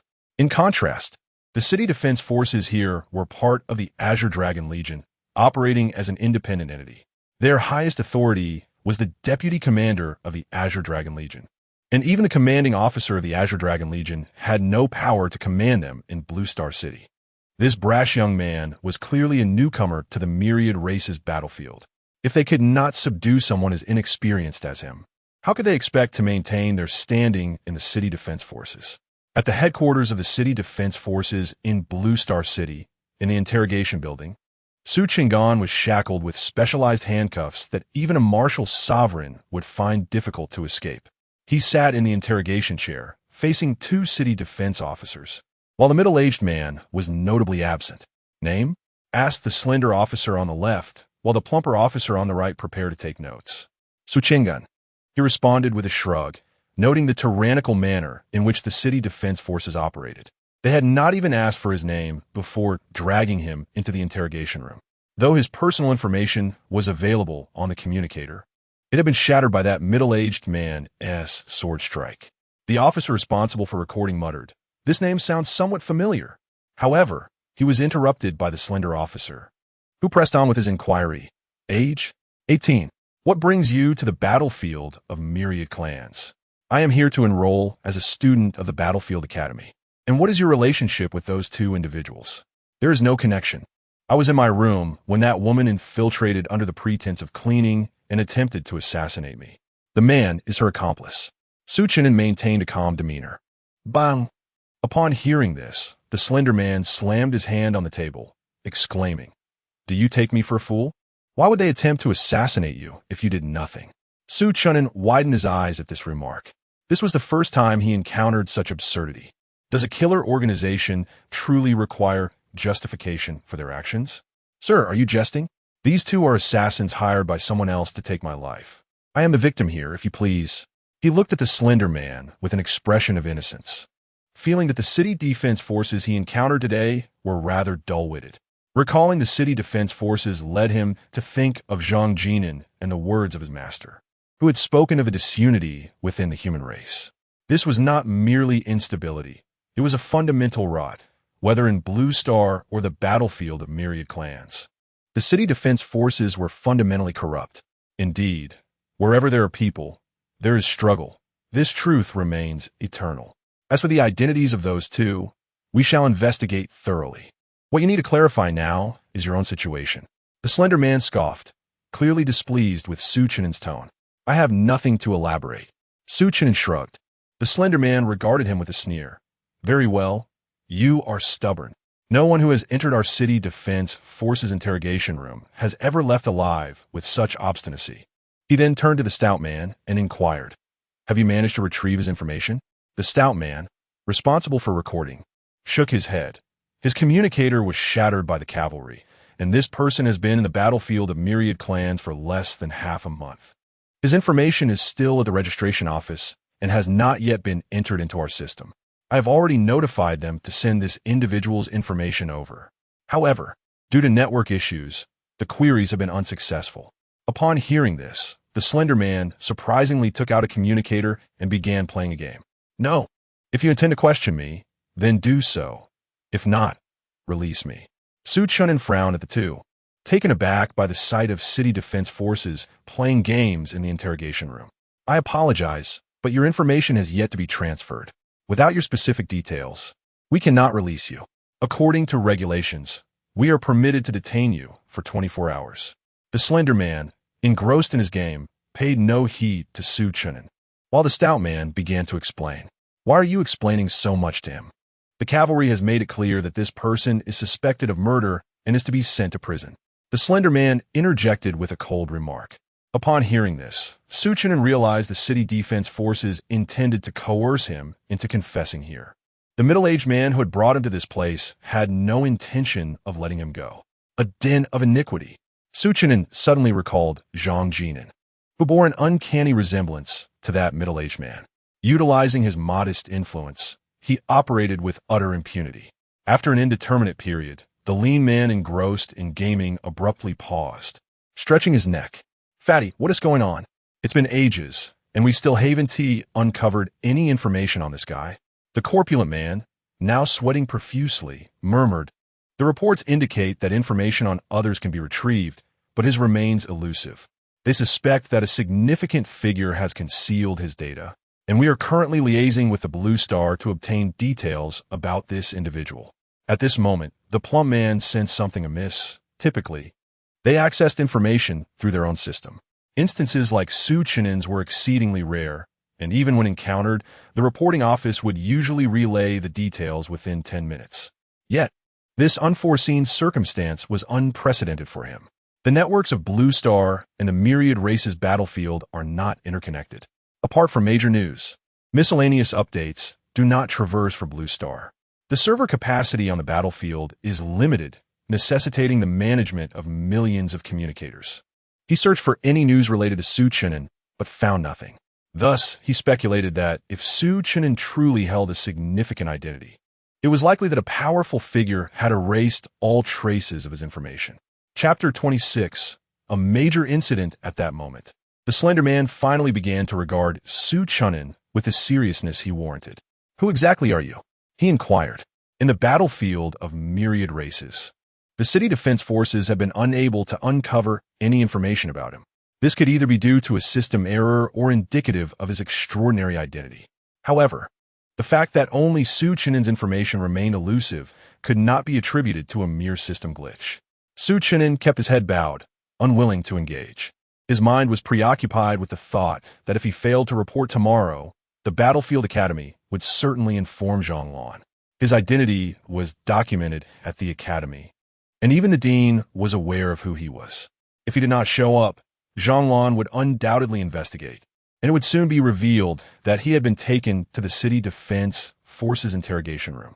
This was due to the fact that he had logged his information upon checking into the hotel. The City Defense Forces' inability to retrieve his details was likely because Jianjian had someone conceal his information. Nevertheless, where his name and identity number had been registered could be easily uncovered. "I'm speaking to you," the Slender Man bellowed when he noticed Su Chen'an's disregard. After years in the interrogation room, he had never encountered someone so audacious as to ignore him. With that, he rose and approached Su Chen'an's interrogation table. "Something big has happened." The portly man beside him, visibly shocked, hastily grasped the Slender Man's arm. "What is it? Let me deal with this insufferable brat first." The Slender Man shrugged off the portly man's grip, rolling up his sleeves, ready to strike Su Chen'an. "No, look quickly." The portly man seized him again, this time with considerable force, dragging him to the computer. Upon glancing at the screen, the Slender Man was taken aback. Su Chen'an, 18 years old, top scorer of the Blue Star Martial Examination, apprentice to Zheng Wanmin, senior brother to Zhang Lang, the martial god Zhang.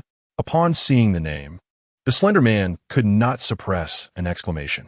He carefully compared the individual in the image with the person seated in the interrogation room and confirmed that they were indeed the same. "Quickly summon Captain Ma." The Slender Man stared blankly at the computer screen, a singular thought echoing in his mind. "This is a calamity." Before long, hurried footsteps echoed outside the interrogation room. Captain Ma, responsible for apprehending Su Chen'an for the City Defense Forces, entered and scrutinized the information displayed on the screen. He repeatedly compared the appearance of Su Chen'an in the interrogation room with the image on the computer. "Why haven't you released him?"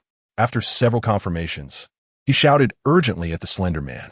He was a squad leader in Blue Star City, and that much was undeniable. Moreover, there were few who could compel him to yield, not even the commanders of the four great legions. However, this was the martial god's junior brother. Even if given 10 times the courage, he would not dare to lay a hand on the martial god's disciple. In the entirety of Blue Star City, who would dare to harm someone connected to the martial god?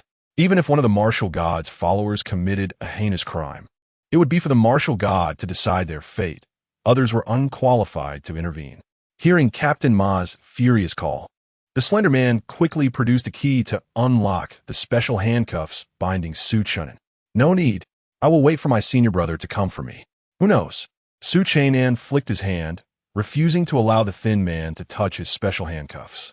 Without any evidence, they had confined him in the interrogation room for 2 or 3 hours, neglecting to conduct any investigation or collect any proof.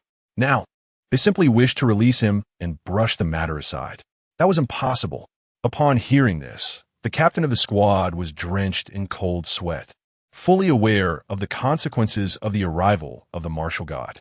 Not only would he face repercussions, but the entire city defense army would undergo a thorough restructuring. In such a scenario, even if he were scapegoated and dismissed from his position, the higher-ups in the city defense forces would not let him off lightly. Brotersu, this is all a misunderstanding. At that moment, he could only approach Su Chen'an with a feigned smile, attempting to take the key from the thin man's hands to unlock Su Chen'an's handcuffs. A misunderstanding? You can find me here for 2 or 3 hours without cause. And now you wish to dismiss it with a mere statement of misunderstanding? Do you recall what I said when you apprehended me in the hotel room? Su Chen'an raised his hand, denying him the chance to unlock the cuffs. Upon hearing Su Chen'an's words, the captain felt as though he could not even muster tears. Back at the hotel, Su Chen'an had declared that however he was brought in, that was how he would be sent out. He had initially thought that such words were merely the bravado of youth, but he had not anticipated that he had truly encountered a formidable opponent. At that moment, the captain found himself in a predicament where laughter was more difficult than tears. "Who is Ma Deong? Get out here!" Just then, a furious roar echoed from outside the interrogation room, reverberating throughout the entire floor. Upon hearing that voice, everyone quickly craned their necks to look toward the end of the corridor. The Grand Commander? The Supreme Commander? Why were they here? What trouble had Ma Deong stirred? It was uncertain, but it appeared he had offended someone significant. Rumor had it that he was involved in a murder case at a hotel today. Could this be related? It was likely that old rascal always sought to gain merit, often resorting to coercive confessions, and now he had seemingly bitten off more than he could chew. The other individuals in the interrogation rooms began to speculate amongst themselves. "What are you looking at? Do you have nothing to do? If you're idle, I'll twist your heads off and kick them around like soccer balls." The earlier furious voice rang out once more as a burly man with a bushy beard strode toward the interrogation room, where Su Chen'an was located. Upon hearing this, the onlookers quickly withdrew their heads. Inside the interrogation room, upon hearing those two shouts of fury, the captain's legs turned to jelly. He realized that it was too late for anything now. Over the years, by skillfully extracting confessions, he had been promoted twice, from a mere soldier in the city defense army to a squad leader and then to a captain. He had managed to avoid trouble all these years because every individual he had captured was indeed guilty. However, he had not expected to encounter such a formidable challenge this time. The furious voice just now was unmistakably that of the Grand Commander of the City Defense Forces. Though he had little interaction with the Grand Commander, he could recognize the voice. As the sound of hurried footsteps drew nearer, sweat continued to cascade down the captain's face. What to do? What to do? He incessantly questioned himself, yet no solutions came to mind. With a resounding thud, the door to the interrogation room was violently kicked open, revealing him slumped helplessly on the floor. "Chen'an, are you all right?" Xiao Yufeng rushed forward upon seeing Su Chen'an shackled to the interrogation chair. "Secretary Xiao, what brings you here?" Su Chen'an inquired, somewhat taken aback by the unexpected visitor. His communicator was broken, rendering him unable to contact his senior brother. How had Xiao Yufeng learned of his predicament? "Just now, Lord Wushan attempted to reach you, but was unable to establish contact. Upon discovering that you had been taken by the City Defense Forces, I immediately summoned the Grand Commander of the City Defense to accompany me here," Xiao Yufeng elucidated. Earlier, Lord Wushan had urgently messaged him to locate Su Chen'an, and it dawned on him that something had gone awry. Using the city's registration system, he traced Su Chen'an into a hotel where the disappearance had occurred. Further investigation revealed a homicide at the hotel, leading to Su Chen'an and being apprehended by the City Defense Forces. After reporting to Jianjian, he promptly reached out to the Grand Commander of Blue Star City to assist in finding Su Chen'an, and Xiao Yufeng was acutely aware of the City Defense Forces' notorious reputation. Should anything happen to Su Chen'an at their hands, the elite of Blue Star City would face severe repercussions. The Grand Commander, upon learning of this distressing news, was drenched in cold sweat and hastily accompanied him to the headquarters of the City Defense Forces. It was a grave concern that the disciple of Lord Wushan could fall victim not to the demon race, but rather to betrayal from within. Even with his position as the deputy commander of the Azure Dragon Legion, he could not escape accountability in such a dire situation. Chapter 27. The people of the Dark Palace, are you not going to release him? Seeing that Su Chen'an was unharmed, the commanding general at the door hastily reprimanded. Beside him, a slender man quickly picked up the keys from Ma Deong's hand and proceeded to free Su Chen'an from the peculiar handcuffs. This time, he did not attempt to evade. His objective had been accomplished. "Are you all right?" Xiao Yufeng lifted the panel of the interrogation chair, pulling Su Chen'an up for a closer inspection. "I'm fine. It's just that being restrained for so long has left my body a bit stiff." Su Chen'an replied, shaking his head and then stretching, producing a series of creaking sounds. Hearing this, Xiao Yufeng felt a wave of relief wash over him. He then turned to the elder, his voice grave. "Commander Chen, your city defense army must manage this matter more judiciously." Chen'an was attacked by the people of the Dark Palace, and without proper discernment or even a cursory investigation, you apprehended him and damaged his communicator. What exactly are your intentions? In the face of a martial, sovereign-level commanding general, he spared no words.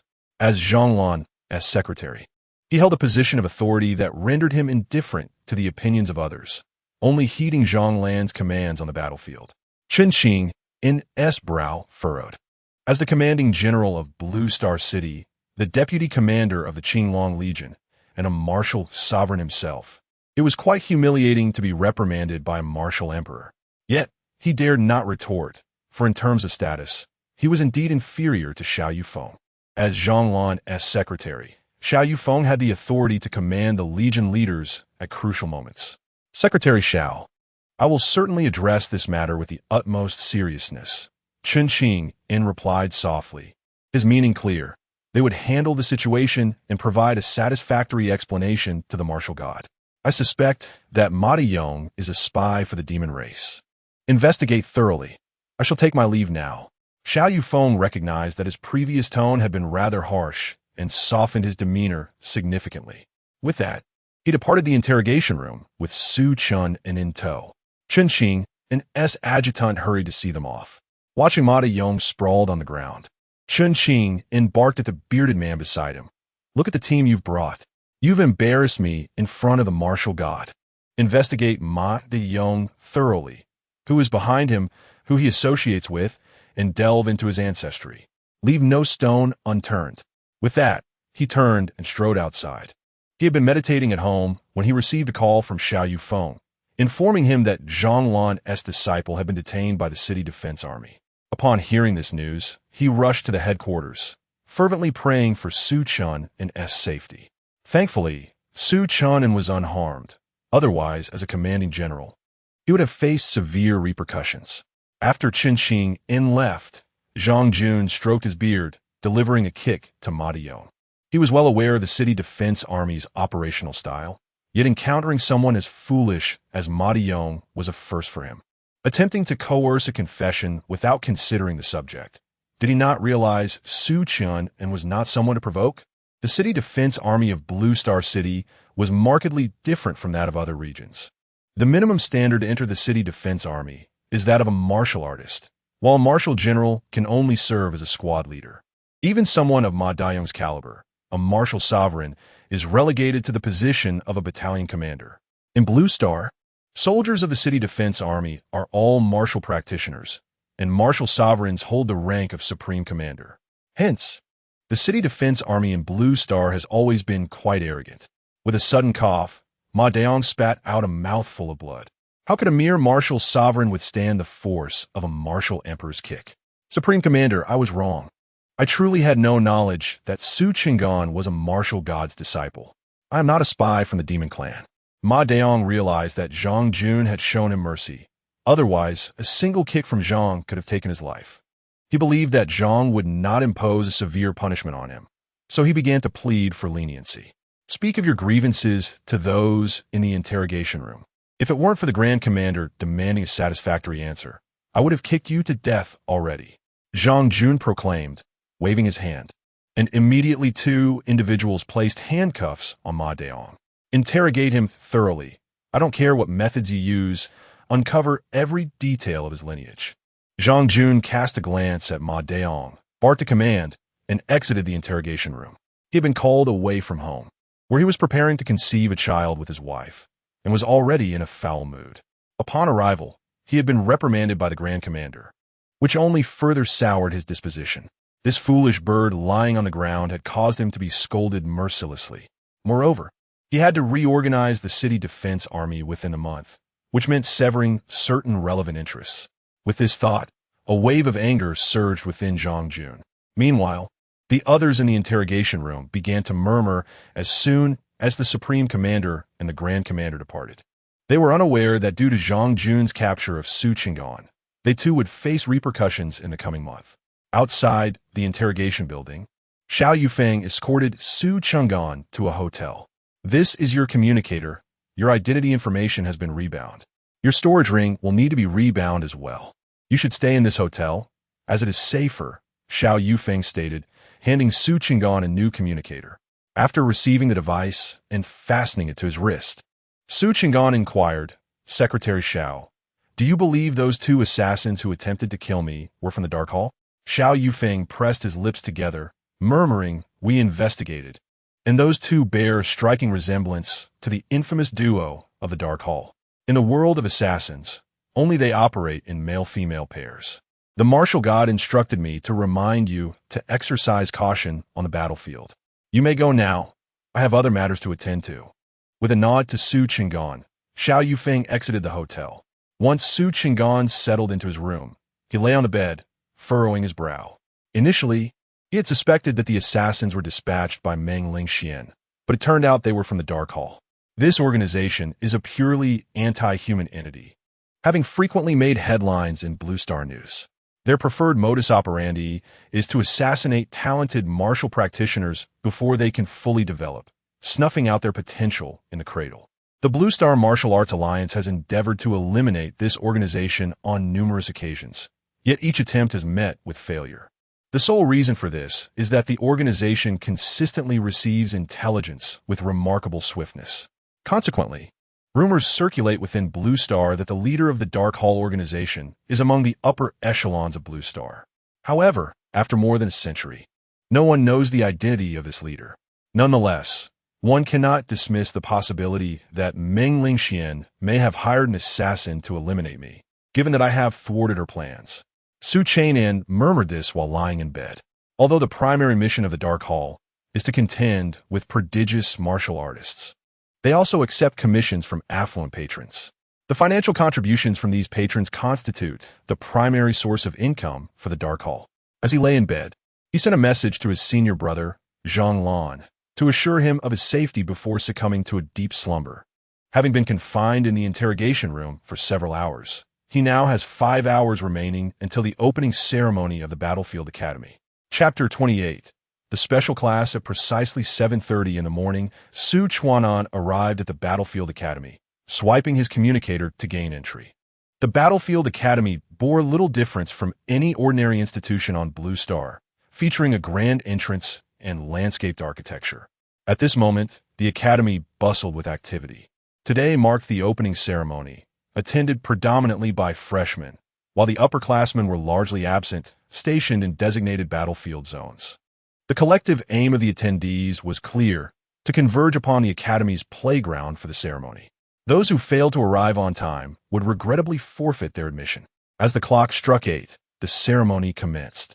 Following a fervent and impassioned speech from the principal, the class allocations began. A large screen materialized on the podium, displaying the names of all students along with their respective classes. Once the divisions were finalized, the instructors would escort the students to the battlefield. Within the confines of the Battlefield Academy, the battlefield itself served as the classroom. There were no conventional academic courses nor martial arts lessons. The sole curriculum focused on survival in combat scenarios. Strangely, Su Chuanan noted the absence of his name from the list. After scanning the screen for some time, he still could not locate it. He accessed his communicator to verify his enrollment information, which confirmed his attendance today. A message appeared on the screen. Students whose names do not appear, please approach the podium. Just as Su Chuanan pondered this anomaly, the principal began to speak. Although bewildered by the proceedings at the Battlefield Academy, Su Chuanan made his way toward the podium. Halfway there, he spotted a familiar face, Fu Yuming. At that moment, Fu Yuming had ascended the podium and stood behind the principal. Soon after, 2 more individuals joined them on stage. Su Chuanan was the last to approach the podium, and after his arrival, no one else appeared. Is it just the 4 of you? I recall there were 5 students in this special class. The principal mused aloud after a few moments of waiting. Xiao Kai, there's still 1 more student, isn't there? He beckoned to a young woman beside him. Let me check. Xiao Kai adjusted her glasses, consulting a tablet. Found it. Principal, this student has fallen in battle. Moments later, she handed the tablet to the principal, whose expression darkened as he observed the now-grade personal information displayed. What pity! The principal furrowed his brow, returning the tablet to Xiao Kai. He then turned to the 4 individuals before him, inquiring, Which of you is Su Chuanan?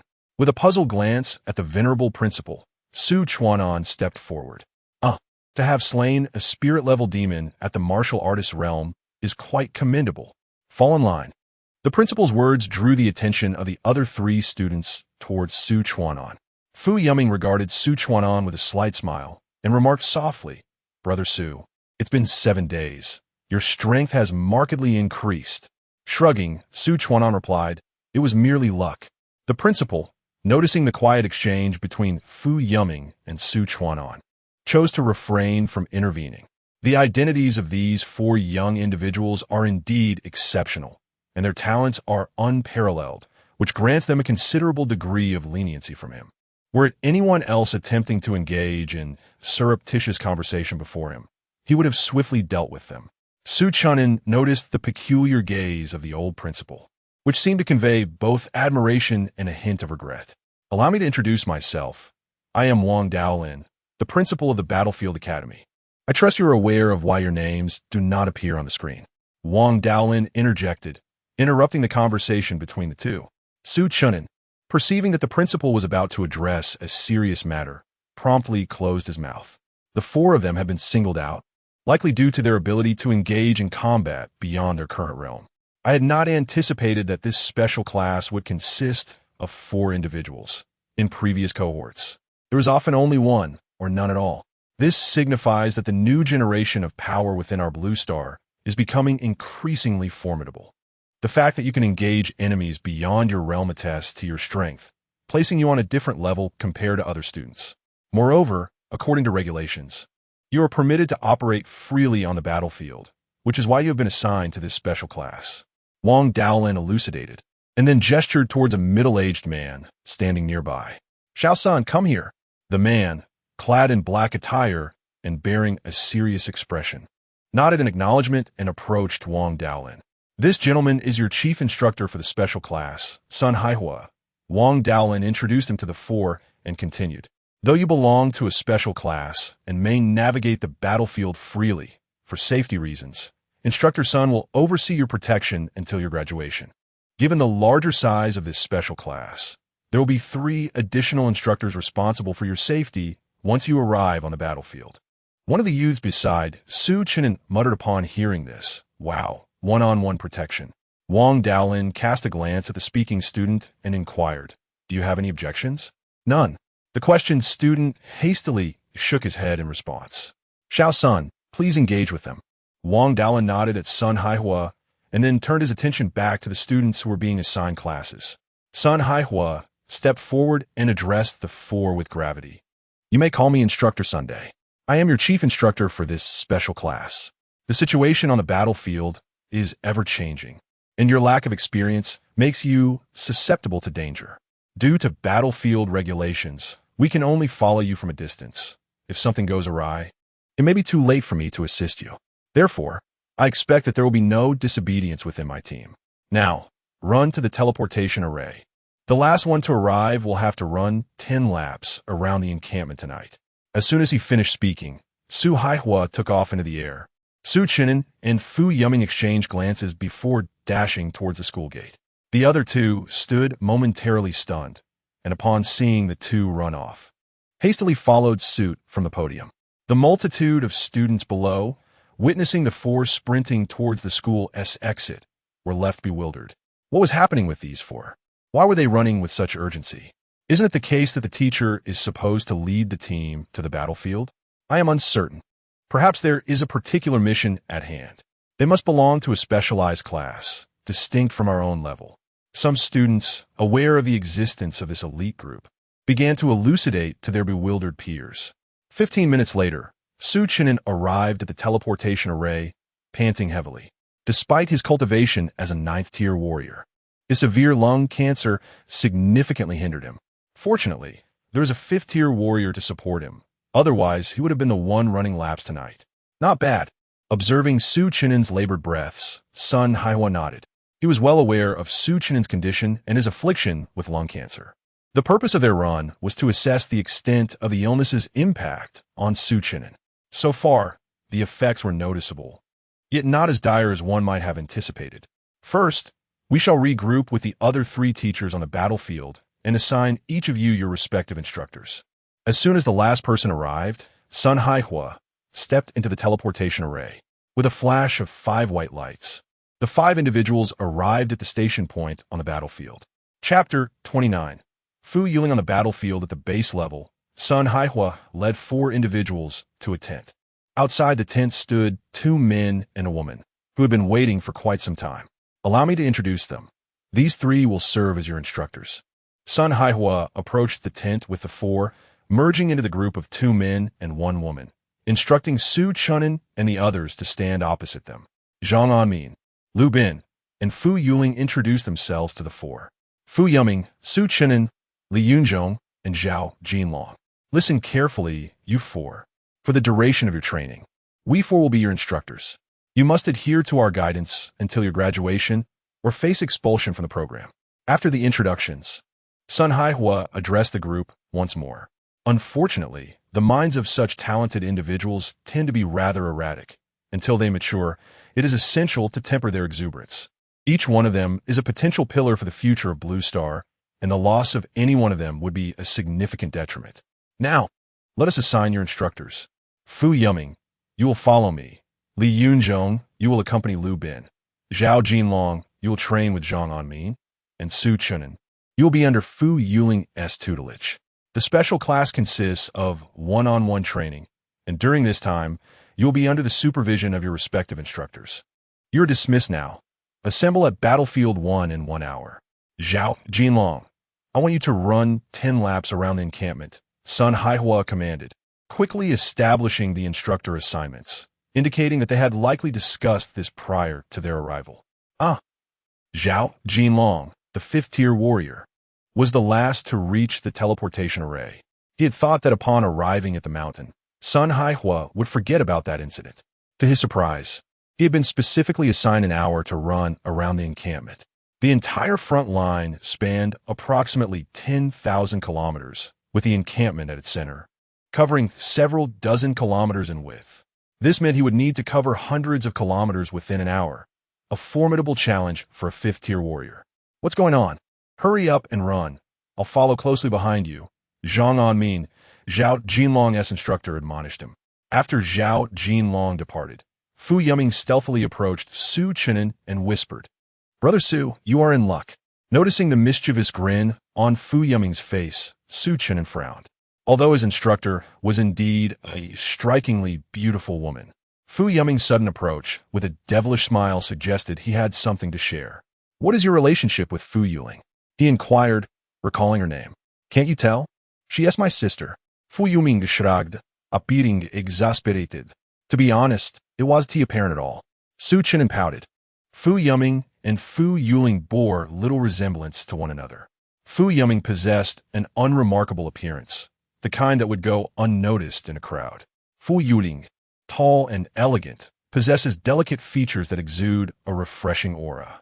Her high ponytail adds a spirited flair, making her the kind of beauty that leaves a lasting impression. What do you mean by that? Su Chen'an inquired once more. What do you mean by being fortunate? Fu Yuming responded with a mysterious smile. Hee. My sister was a student in the special class 3 years ago, and her instructor was a notorious figure from the Battlefield Academy. You will learn what it means to face a demon under her tutelage. Oh, and one more thing. Never defy her orders, or you shall face dire consequences. As Fu Yuming spoke, her expression shifted suddenly, and she turned to walk away. Su Chen'an, observing had demeanor, quickly deduced that she had likely endured her fair share of beatings. Fu Yuling approached with a smile, inquiring, What did Fu Yuming say to you? Though her words seemed casual, Su Chen'an sensed an undercurrent of danger. Nothing much, he awkwardly chuckled in response. I know she must have called me a little witch, right? Fu Yuling playfully tapped Su Chen'an on the shoulder. He flinched, shaking his head vigorously. No, not at all. Fu Yuling, with a teasing smile, replied, Oh, is that so? That doesn't quite align with his character. No worries, we will have plenty of time to get to know each other. I'm not as fearsome as he described. Upon hearing this, beads of sweat began to form on Su Chen'an's forehead. Fu Yuming's words rang true. Fu Yuling did indeed possess an intimidating presence. It seemed she had approached him to alleviate any fears stemming from her sister's warnings, yet her very demeanor only heightened his apprehension. My teaching method is quite straightforward. You shall navigate your own path while I ensure your safety. Additionally, I will assign you some extra tasks. As for martial techniques and skills, feel free to consult me if you have questions. However, I advise against overwhelming yourself with too many techniques before you become a martial general. One cannot digest too much at once. After imparting this wisdom, Fu Yuling turned to leave, noting Su Chen'an's submissive posture, aware that Fu Yuming's words had indeed left an impression. In that brief moment after turning away, a flicker of fury ignited in her eyes, a surge of unbridled anger swelling within her. Fu Yuming, if I don't make your backside bloom today, I'm not your sister, she muttered fiercely as she strode toward Fu Yuming's direction. Engaged in light banter with Li Yunzong, Fu Yuming suddenly sensed a palpable tension behind him. Upon turning, he was met with the furious visage of Fu Yuling approaching swiftly. Brother, I must take my leave. Let us continue our conversation another time, he hastily exclaimed to Li Yunzong. Fu Yuming, if you're so bold, then run. This is my first year as an instructor, and you dare speak ill of me in front of my students? Upon witnessing Fu Yuming's intent to flee, Fu Yuling issued a sharp admonition.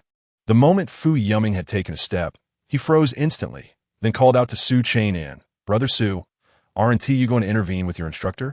Hearing Fu Yuming's plea, Su Chen'an cast a glance his way before turning his gaze heavenward, silently muttering, for heaven's sake, that's my instructor, not my student. What are you thinking? Before long, Fu Yuming was hoisted like a fledgling chick by Fu Yuling, who then proceeded into the dense forest. Ah, please, don't hit.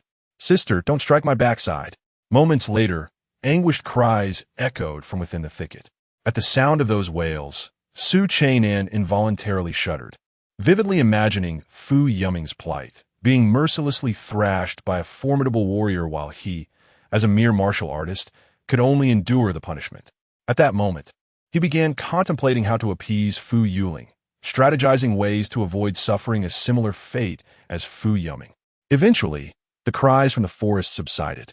Fu Yuling emerged, her expression bright with mirth as she regarded Su Chen'an. He could only muster a smile in return, fearing that any other reaction might incur her wrath. After all, it is only natural for an instructor to discipline their students. Following closely behind her, Fu Yuming limped out of the woods, his posterior visibly swollen. Chapter 30, Casual Cultivation Outing. Fu Yuling was bewildered. A farcical episode concluded with Fu Yuming receiving a thorough beating. However, such superficial injuries are swiftly recuperated by warriors, and Fu Yuling was mindful of her restraint. After several more minutes, the pale-faced Zhao Jinlong returned to the tent, clearly having overexerted himself. Everyone had gathered, and I shall now announce the tasks for the upcoming days. In 3 days, the Blue Star Academy will hold its grand competition, an event you must all participate in. Furthermore, it is imperative that you secure a commendable ranking.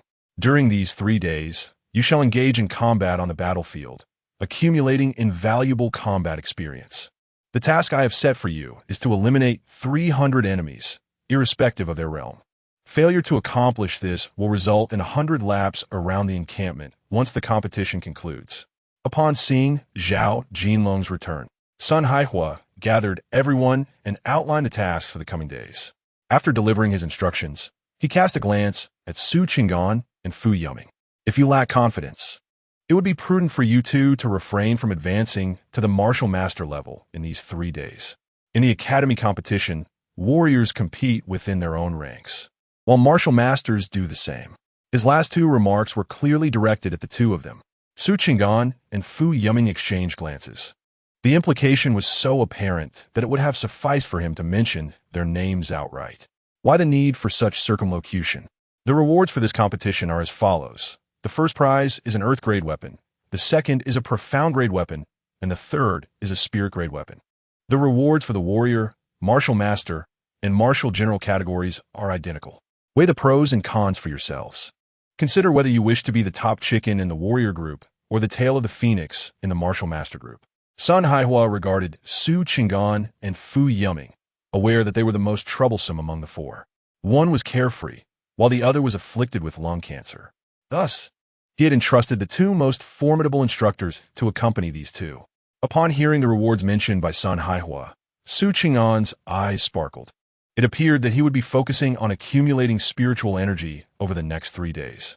He still aspired to quickly ascend to the martial master level, and subsequently to martial general, liberating himself from Fu Yuling's grasp.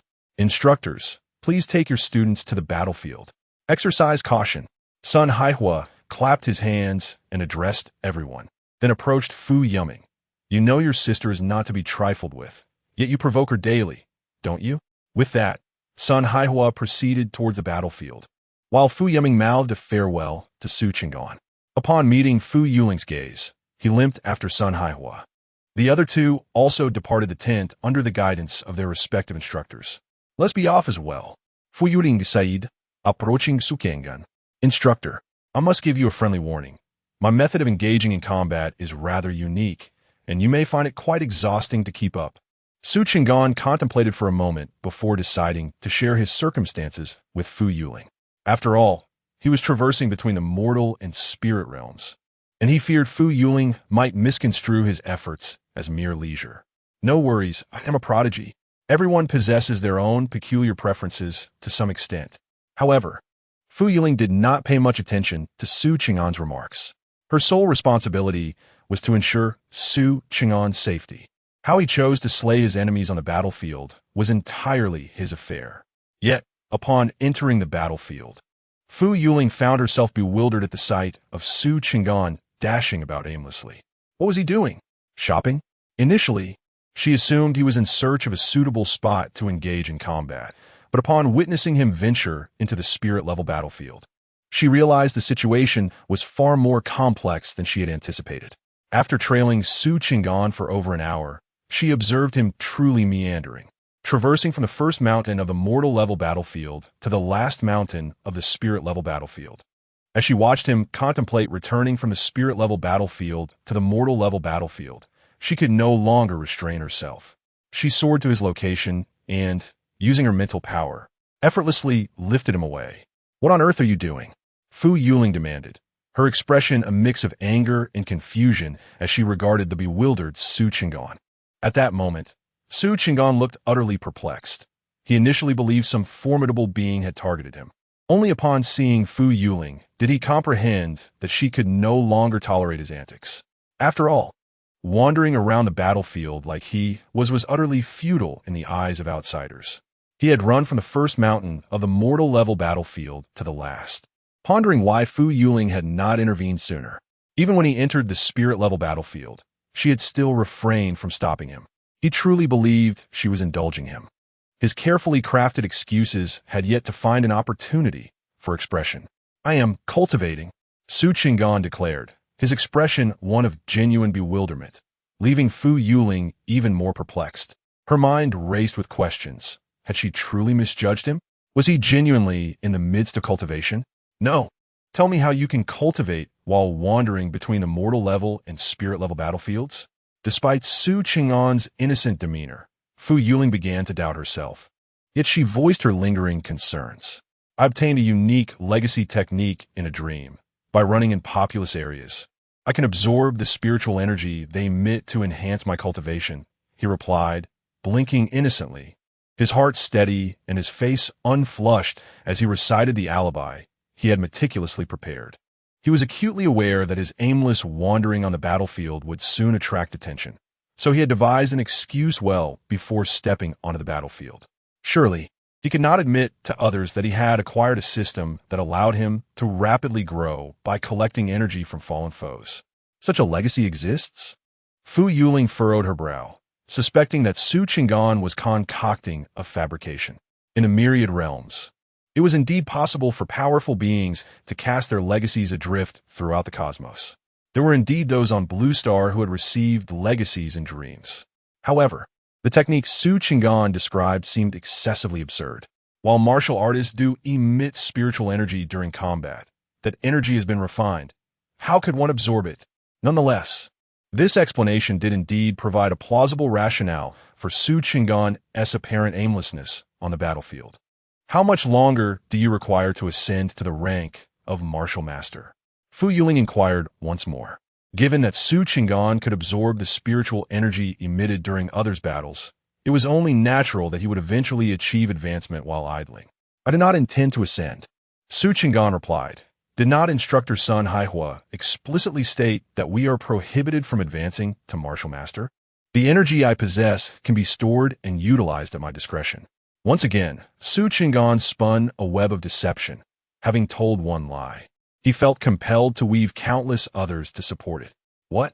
Fu Yuling exclaimed in disbelief, her astonishment palpable. This was the first time she had encountered such a notion, that one could accumulate energy absorbed from others within oneself and deployed at will. Is this a technique? Or perhaps an external aid? Are you jesting with me? How could a martial artist possibly store such an abundance of energy within their body? Grasping su Chen'an firmly. She scrutinized him with her mental prowess, yet found no evidence of energy storage within him. It does not reside within my body. Rather, it exists in a unique space. Su Chen'an clarified once more. He had meticulously crafted all his excuses, merely reframing the system as a form of heritage. He refrained from mentioning the acquisition of energy from the deceased, as such a revelation would not be well received. Fu Yuling furrowed her brow. She had indeed encountered techniques that could open special spaces. However, the nature of Su Chen'an's technique seemed excessively peculiar. Instructor Fu, do you doubt my words? Perhaps I should ascend to martial master right now to demonstrate? Su Chen'an proposed again. Upon hearing this, Fu Yuling felt a significant portion of her skepticism dissipate. There's no need for that. After your grand competition concludes, you may showcase it to me then, she replied, shaking her head. Although Su Chen'an's assertions seemed rather dubious, she felt it prudent to prevent him from ascending to martial master for his own sake. Chapter 31. The Oddity. Do not forget the task assigned to you by Instructor Sun, Fu Yuling reminded, releasing Su Chen'an, signaling that he could once again meander through the battlefield. After all, there would come a day when Su Chen'an would be promoted, and then she would verify the truth of his claims. Should this young man dare to deceive her, she would ensure he understood why the flowers bloom so vividly. I am completing Instructor Sun's task, and I have already accomplished 1/3 of it. Su Chen'an shrugged, daunted by the punishment of running 100 laps around the encampment. What? Fu Yuling gasped again in disbelief. You killed 100 demon creatures in an hour? Is Su Chen'an jesting? In that hour, all she had witnessed was him wandering aimlessly. She had not seen him engage in combat at all. The blade he held was perpetually in his grasp, yet never aimed at an enemy. Really? Noticing Fu Yuling's skepticism, Su Chen'an retrieved his kill records from his communicator. How is this possible? Fu Yuling stared at the kill data on his device, incredulous. However, it clearly indicated that Su Chen'an had eliminated over 90 demon creatures in just over an hour. I was indeed fighting. Perhaps you simply did not observe. Su Chen'an offered a brief explanation before sprinting back towards the battlefield. He had no desire to squander time with Fu Yuling, especially as it was already noon, and gathering spiritual energy took precedence. While scavenging for energy, he would occasionally strike, though he employed a subtle technique, making his movements discreet. Thus, it was entirely reasonable that Fu Yuling could not see him wielding his blade during his wanderings. What manner of monster is this young man? Fu Yuling mused, furrowing her brow as she watched Su Chen'an retreat. She then began to use her mental prowess to track his movements. So that is it. After observing for a while, she realized that he had comprehended the essence of the blade. She witnessed Su Chen'an navigating the battlefield, his great sword moving with a gentle grace, albeit with minimal amplitude. Yet, with each subtle flourish of his blade, a demon creature was inexplicably cleaved in two. Initially perplexed, she eventually understood his method of combat when she enveloped his sword with her mental energy. A 9th-tier warrior effortlessly dispatching spirit-level demon creatures. This blade essence is rather formidable, truly a prodigy. An hour later, observing Su Chen'an's performance, a smile graced Fu Yuling's face. Throughout this hour, she watched him traverse 2 battlefields, dispatching any demon creature with a single stroke. This demonstrated that Su Chen'an's mastery of the blade essence was far from nascent. It had already taken on a distinct form. In the presence of such an astonishingly gifted talent, she could only marvel. As a member of a special class herself, endowed with considerable aptitude, she had yet to grasp the threshold of such a technique.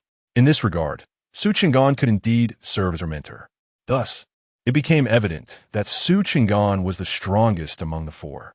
She murmured to herself, realizing that there was no longer any need to keep a close watch on him. Originally, Su Chang'an was afflicted with lung cancer, and Sun Haihua had entrusted her to accompany him solely for his protection. Unexpectedly, she has now become the most unburdened among them. While others toil relentlessly in their cultivation, Su Chang'an casually strolls the battlefield, effortlessly ascending in rank. While others risk their lives to vanquish the demon kin, a mere flick of Su Chang'an's blade suffices to eliminate one. He is truly a warrior born for the battlefield. Over the course of 3 days, Fu Yuling observed Su Chang'an meandering about the battlefield. Each day, he must complete a 12-hour circuit, gathering at the special class's tent by nightfall. In the evenings, all instructors engage in discussions about the potential dangers posed by the students' daytime actions.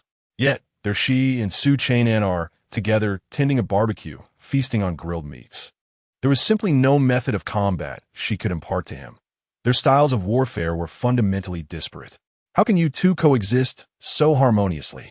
Fu Yuming, recently reprimanded by Sun Haihua for recklessly charging into the spirit-level battlefield, nearly surrounded by 3 spirit-level demon kin, felt perplexed upon seeing Su Chang'an and his enchanting sister roasting meat.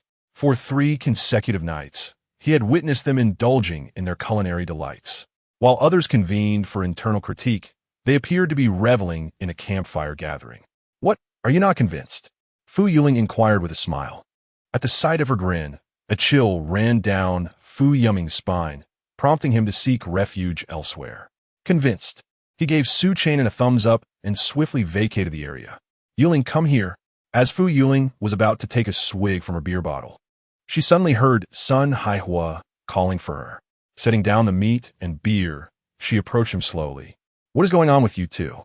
Aren't you supposed to be summarizing the battle? Roasting meat every night? Is this to foster teacher-student rapport?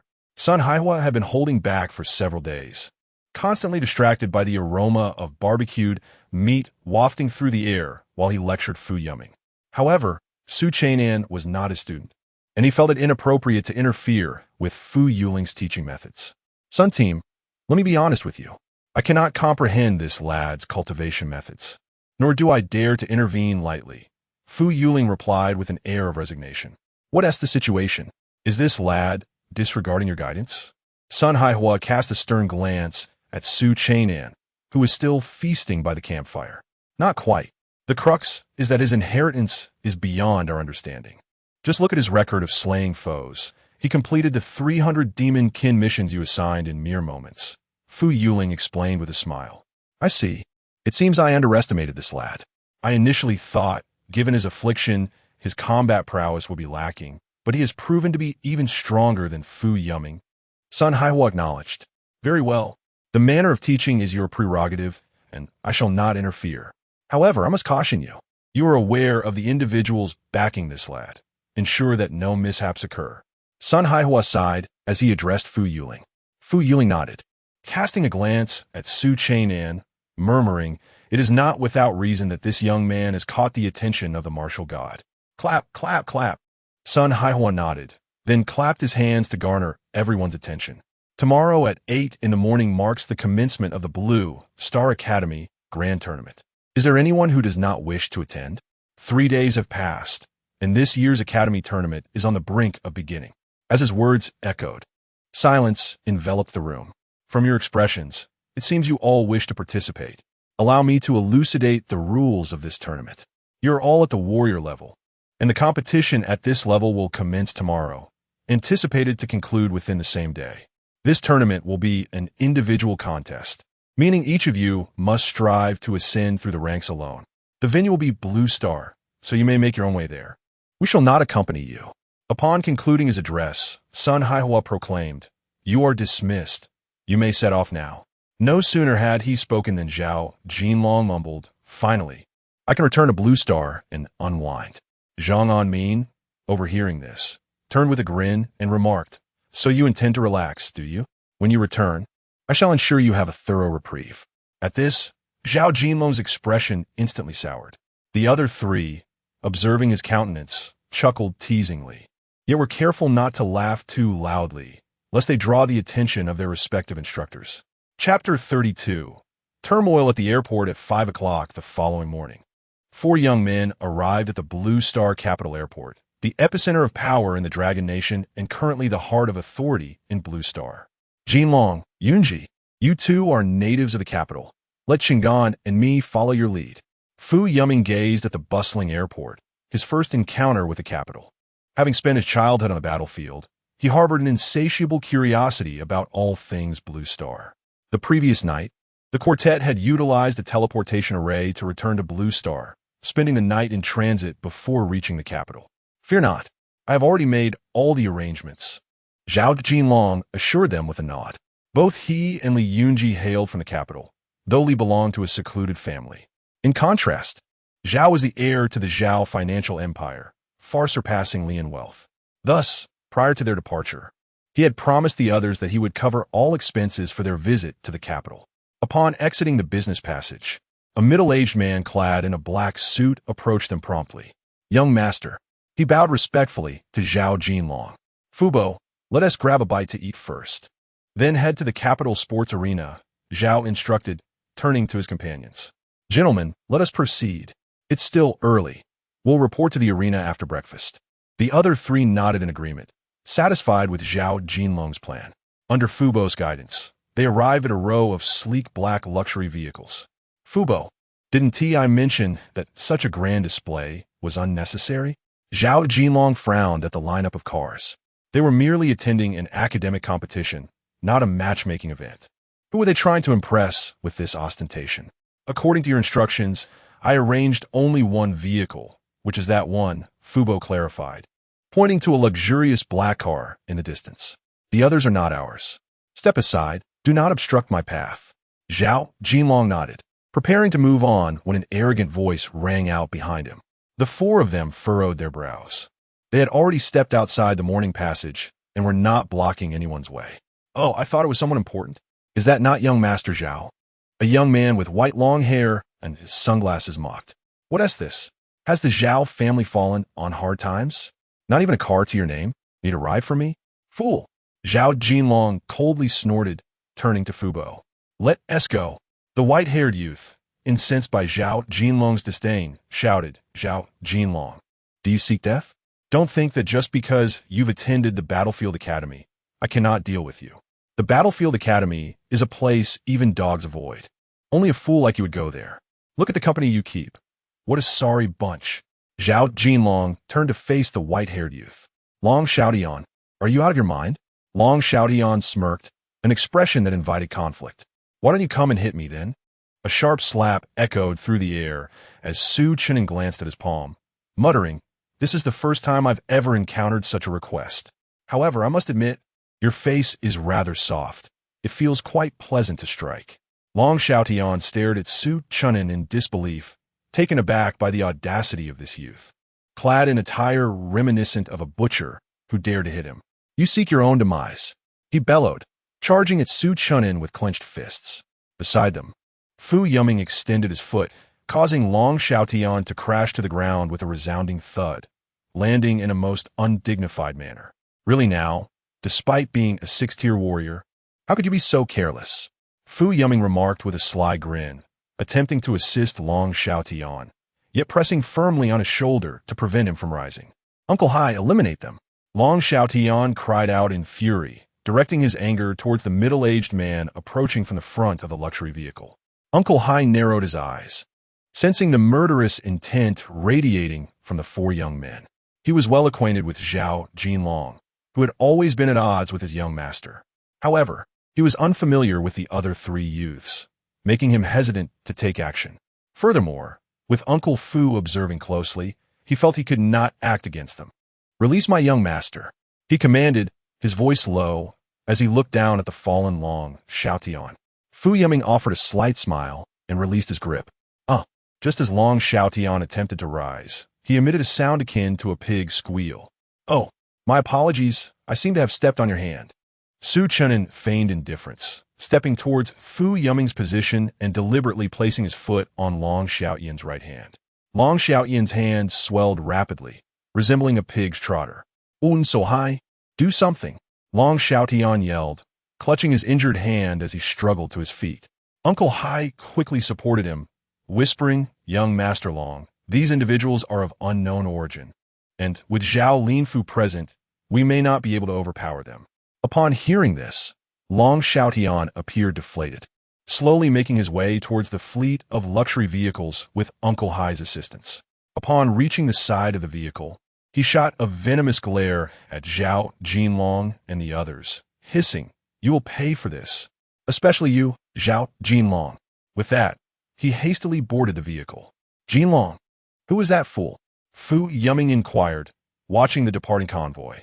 Zhao Jinlong sighed in resignation, replying, "He is the second son of the Long family, and his brother is Long Qingtian. For years, he has misused his brother's influence to wreak havoc in the capital." At this, the usually taciturn Li Yunzong furrowed his brow and asked, "Long Qingtian, the youngest martial king in the Dragon Kingdom?" Zhao Jinlong nodded with a hint of exasperation, murmuring, "It is said that Long Qingtian is currently in seclusion, preparing to break through to the rank of martial emperor."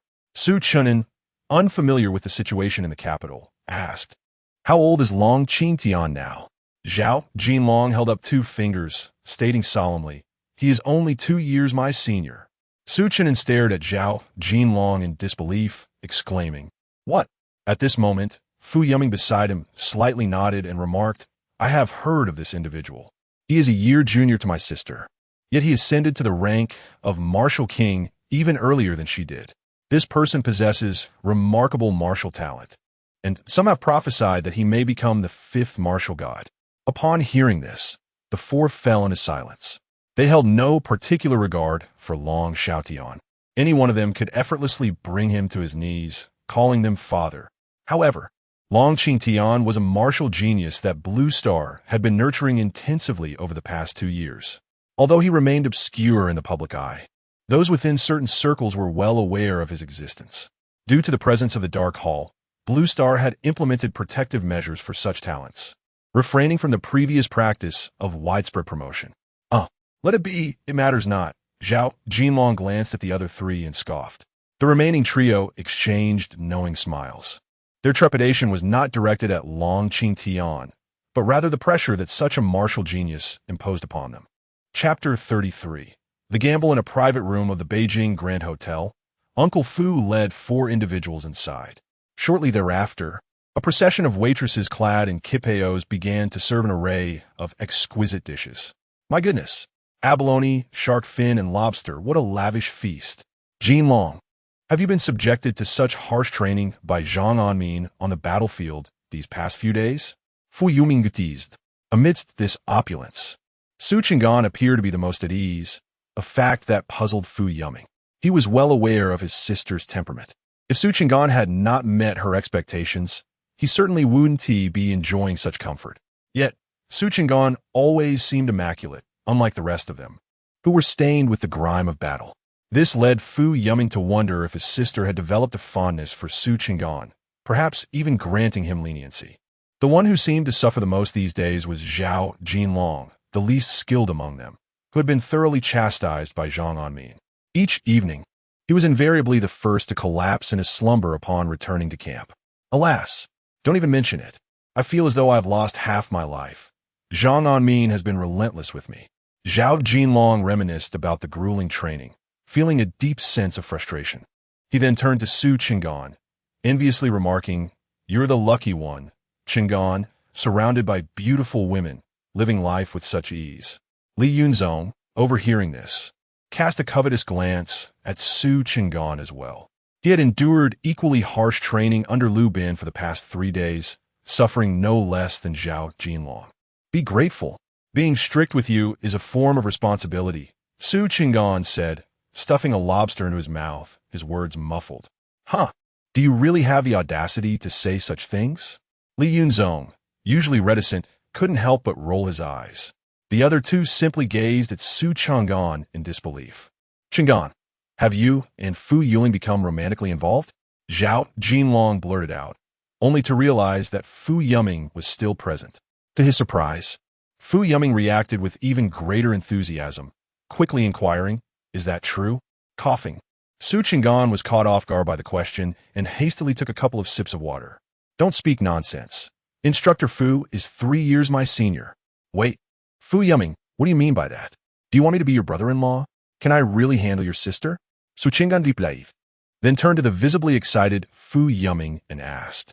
Upon hearing this, Fu Yuming's interest waned instantly. "A woman 3 years older is like a gold brick," he retorted. "Besides, how would you know unless you try?" At that moment, Fu Yuming contemplated the possibility that if Su Chang'an truly were to pursue his sister, he might finally be liberated from her clutches. After all, as long as Fu Yuling remained unmarried, he would continue to endure her incessant torment. "Fine, I shall relay that message to your sister," Su Chang'an threatened, skewering an abalone with his fork and popping it into his mouth. "Please don't. Brother Su. I was wrong. Don't do that," Fu Yuming immediately pleaded, aware that such a message reaching Fu Yuling's ears would certainly result in a severe reprimand. "Ha ha ha." The expressions on Fu Yuming's face elicited laughter from the other three. After the playful interlude, it was already 7 o'clock, leaving just 1 hour until the grand competition commenced. The four stood by the hotel window, gazing at the immense stadium across the street, lost in their own thoughts. "Let's go," Zhao Jinlong declared with spirited enthusiasm towards the others. He was aware that among the four, his cultivation was the weakest, and he had no intention of winning any rewards. His sole aim was to gain experience. In truth, aside from Su Chang'an's desire to acquire a terrestrial artifact, the other three were all present for the sake of honing their skills. Even Fu Yuming wore an expression laden with concern. With such vastness in Blue Star, there were countless hidden talents, and no one dared to claim absolute certainty of victory. However, before their departure, his sister had warned him that if he did not secure a top 3 position, he would be unable to touch the ground for 3 days. The quartet made their way from the hotel to the stadium, where a long queue had already formed outside. "So many people?" Su Chang'an exclaimed in astonishment, realizing that the number of participants in this academic competition surpassed that of the martial examinations. Additionally, the crowd at the martial exams was largely due to the number of spectators accompanying the candidates, whereas here, everyone was waiting to enter. You may not know this, but this is the largest stadium in Blue Star, featuring 100 zones and capable of accommodating 10 million spectators simultaneously. Just the colossal screens within are numbered in the thousands, with a construction cost exceeding $100 billion. The academic competition not only includes participating students, but also a multitude of spectators. Do you think the rewards for the competition come from thin air? Over the course of 3 days, ticket sales alone can amount to over $100 billion, Zhao Jinlong elucidated. Then, lowering his voice, he confided in the others. "I must tell you, there's also an underground betting scene, and that's where the real money lies." The initial remarks did not pique Su Chang'an's interest, but the final whispered words sparked his curiosity. "An underground betting scene? Can I bet on myself?" he inquired, draping an arm around Zhao Jinlong's shoulder. "Of course you can. What? Are you looking to place a wager?" Zhao Jinlong glanced at Su Chang'an, aware that the competition had over 10,000 participants, each vying for rewards, and all possessed formidable abilities. Consequently, the odds in such competitions were typically very high, almost absurdly so. Identifying a potential champion among thousands was no small feat historically. Many favorites had fallen to dark horses, rendering predictions for the top 3 contenders uncertain. The so-called pre-competition analyses were mere fabrications, and every year, numerous individuals profited greatly from the competition. Naturally, many others lost their fortunes in the process. "How do I place a bet?" Su Chang'an asked eagerly, his excitement palpable. This was a golden opportunity to earn money, and he held a strong belief in his potential for victory. Currently, he possessed 710,000 spiritual energy, and over the course of 3 days, he had gathered over 100,000 more. With such spiritual energy, his understanding of the blade was nearing mastery, and armed with this mastery, He felt emboldened even to challenge a martial general. Have you seen those individuals holding small devices? Zhao Jinlong continued. They are representatives from various financial conglomerates stationed at the competition. You can place your bets with them. Zhao Jinlong tugged at Su Chen'an, gesturing towards the affluent individuals meandering within the venue. Is this brazen display truly permissible? Are we speaking of an underground gambling ring? Su Chen inquired, observing the throngs surrounding these elite figures. What underground? It's merely that the authorities refrain from over-involvement. The various conglomerates have taken charge instead. Any tycoon permitted entry to host a gambling event has undoubtedly paid a protection fee, though the fate of those funds remains a mystery to all. Our family also runs a gambling house. Are you interested in placing a bet? Zhao Jinlong shrugged, clarifying that this so-called underground gambling is, in essence, a semi-official arrangement. The authorities simply prefer to maintain a faade of detachment, adopting an alternative approach. Each year, the grand tournament garners unparalleled attention across Blue Star, rife with intricate connections. Underground gambling constitutes but a fraction of the activities, with myriad instances of interconglomerate wagers as well. No thanks. I'm concerned you might incur losses. Su Chen replied, shaking his head, intent on sparing Zhao Jinlong any additional burdens. Brother Su, if your confidence runs this high, you might as well place your bets at the Long family's establishment. They would never dare to default, considering the numerous eyes watching from above. If you catch my drift, observing Su Chen'an's unwavering confidence, Zhao Jinlong's mind whirled, conjuring a brilliant idea for his companion. That's an excellent suggestion. Su Chen'an and Zhao Jinlong exchanged glances, erupting into mischievous laughter. Chapter 34. The wager. What clandestine schemes are you two concocting? Su Den interjected Fu Yuming, who had approached from behind them. Is there an opportunity for profit? Are you willing to partake? Moreover, the funds in question belong to that fool, Long Xiaotian. Su Chen replied enigmatically. Are you contemplating placing a bet? Do you possess confidence in your odds? Upon observing Su Chen's expression, Fu Yuming discerned that he was up to something. Do you trust me? Su Chen rolled his eyes and inquired. Absolutely. Fu Yuming was well aware of Su Chen's prowess. It was improbable for someone to have caught the eye of a martial god without possessing considerable skill. Furthermore, he sensed an unprecedented pressure emanating from Su Chen. Each time he envisioned Su Chen as a hypothetical adversary, he found himself utterly at a loss for strategy. Perhaps it was due to their lack of direct confrontation that he remained unaware of Su Chen's hidden cards. Yet his instincts told him that Su Chen was terrifyingly formidable. Otherwise, his sister would not hold such a demeanor towards him. Trust is all that matters. How much do you have? I shall ensure you receive your share later. Su Chen extended his hand towards Fu Yuming. He then turned to the silent Li Yunzong behind them and asked, such an opportunity ought to be shared with good friends. Don't you agree? Count me in, though my funds are rather limited. Li Yunzong nodded, speaking in a subdued tone. Whatever amount you have, bring it forth. I assure you, you shall not incur losses. If so, I shall compensate you. Su Chen patted his chest, exuding confidence. This is all I possess. I am transferring everything to you. Li Yunzong picked up his communicator and transferred all his funds to Su Chen. While mobile phones could not be used on the myriad battlefield, communicators were functional on both Blue Star and the battlefield. With a communicator in hand, the mobile phone became nearly obsolete, for all identity-related matters were consolidated within the communicator. Goodness, you call this being short on funds? Upon witnessing the sudden influx of 1 billion into his account, Su Chen couldn't help but smack his forehead. Indeed, poverty had confined his imagination. Subsequently, Fu Yuming transferred him another 3 billion, while Zhao Jinlong directly sent him 5 billion. After witnessing the transactions from these two, Su Chen realized that Li Yunzong had indeed been truthful.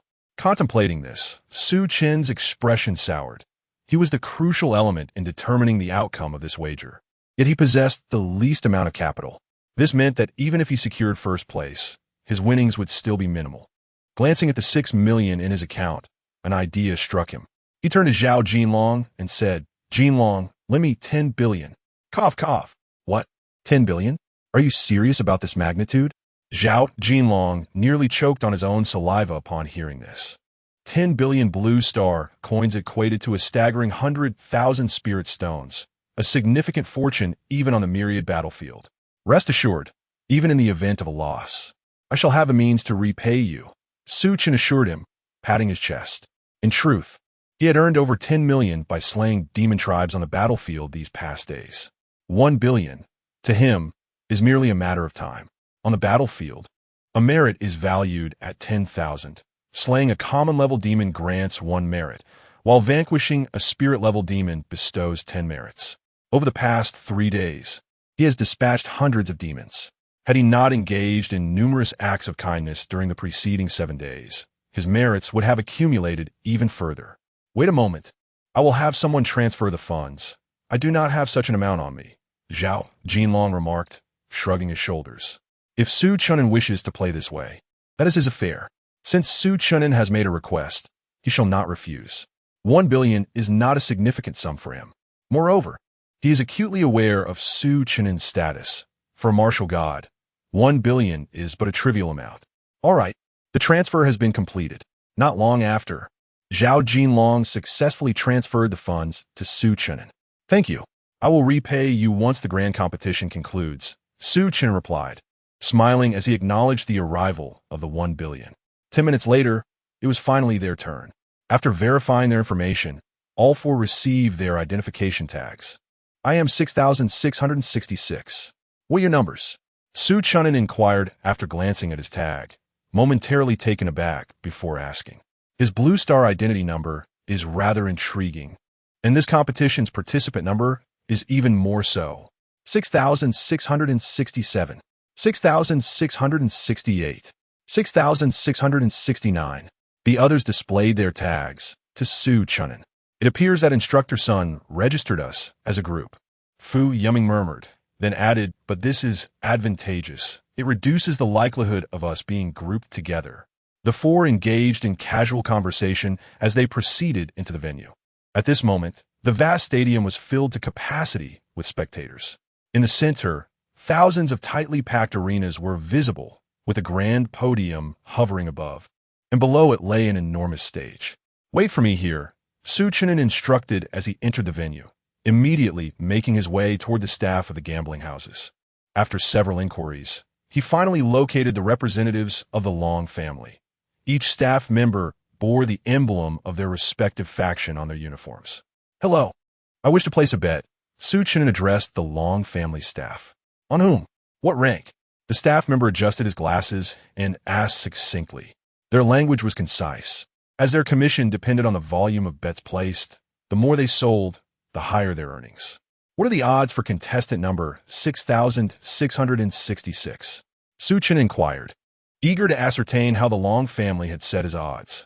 Su Chen'an, this year's martial examination champion, estimated to possess strength ranging from a 6th to an 8th rank martial artist, with championship odds of 100, advancing to the 2nd round at 110, and advancing to the 3rd round at 115.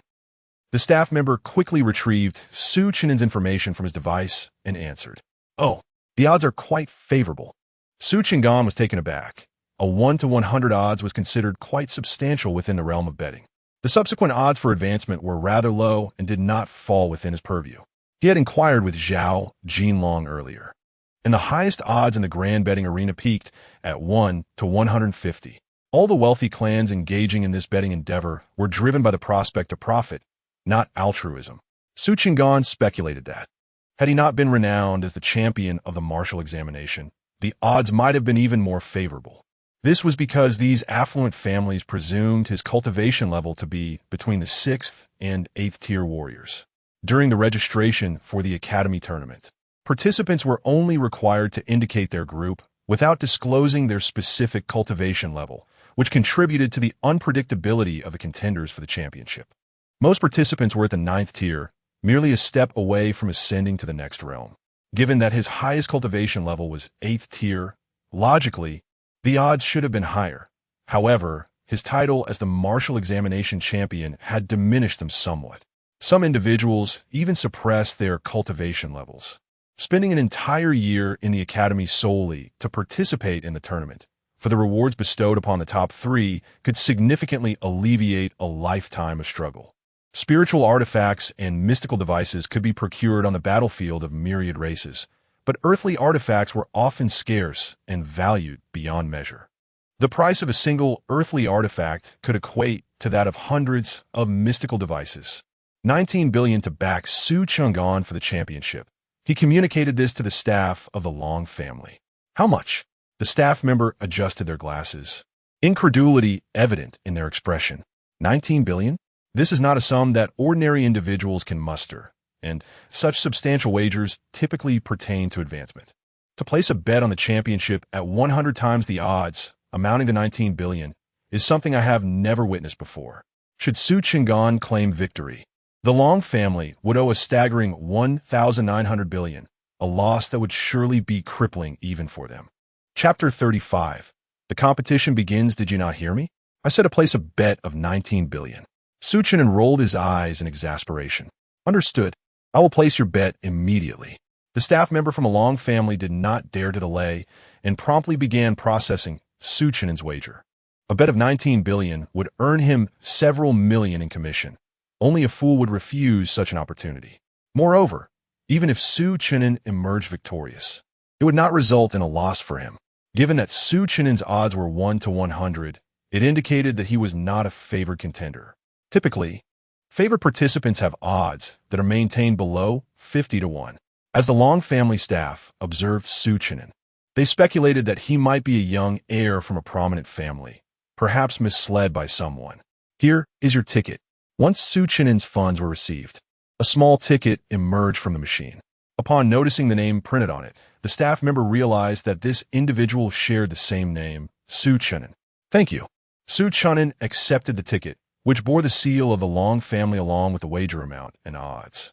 After examining it for a moment, he placed it into his storage ring and returned to rejoin Fu Yuming and the others. The Long family staff watched Su Chang'an's retreating figure and murmured to themselves, "He exudes such confidence." After pondering for a moment, they retrieved their own mobile device and placed a bet of 100,000 on Su Chang'an winning the championship. After all, with this transaction, they were already set to profit several million, making the 100,000 blue star coins inconsequential. Have you placed your bet? Zhao Jinlong inquired upon Su Chang'an's return. Yes, it is done. How long until it begins? Su Chang'an nodded and asked Zhao Jinlong. It starts in 3 minutes. Zhao Jinlong replied, gesturing towards the massive screen, which was as large as a truck, positioned at the center. This screen, composed of 4 large panels, would showcase the thrilling duels of the competition from each perspective. Above each arena, another large screen displayed the current battle status. If spectators were unable to view their desired arena, they could select a match to watch via the smaller screens on the audience chairs. Of course, at this moment, all of the large screens and the smaller ones displayed the countdown to the competition's commencement. In 3 minutes. Ladies and gentlemen, I am your host, Lily, for today's event. Welcome to the Capital Sports Arena, where we will commence this year's prestigious academic competition. Are you all ready? At the central host stand, a captivating host held the microphone, delivering her enthusiastic introduction, which elicited a wave of cheers from the crowd. Now, let us begin the draw for today's competition. With her words, the massive screen began to display a rolling countdown. 3, 2, 1, stop. As Lily initiated the countdown, everyone in the venue joined in the anticipation. When the numbers halted, Lily announced, "All contestants, please proceed to your designated arenas. Those without names, please wait for the next round of draws. Failure to arrive at your arena within 3 minutes will be considered a voluntary forfeiture. Within this arena, there are only a little over 1,000 platforms, allowing for just over 2,000 participants to compete simultaneously. In this grand competition, the martial artist group comprises over 10,000 participants, necessitating multiple rounds to complete the first leg. I'm not among them." Su Chang'an shrugged. These competitors do not require a screen. The information regarding the contest is relayed to their communicators or mobile devices. "I shall take my leave." Fu Yuming smiled slightly, as he was the only one among the 4 who had drawn a lot in this round. "Best of luck." Su Chang'an encouraged Fu Yuming with a fist gesture. 5 minutes later, Fu Yuming returned, his expression lacking enthusiasm. Observing this demeanor, Su Chen'an couldn't help but chuckle, for they had seen Fu Yuming's opponent on the screen. The opponent, a student from the capital's academy, was a ninth-tier martial artist, yet he could not withstand even 3 moves against Fu Yuming. In fact, Fu Yuming didn't even draw his sword. With a single kick, he sent the student flying. How tedious! Fu Yuming shrugged, having anticipated a formidable challenge in this academy competition, only to find that the student lacked genuine combat experience. It was not merely a lack of experience, but rather an absence of practical combat skills, relying instead on simplistic routines and postures. The moment they engaged, he discerned numerous flaws. Perhaps your opponent was simply too weak. Look at platforms 4, 78, and 240. Those matches are evenly matched and showcase considerable strength. Su Chen'an remarked with a smile.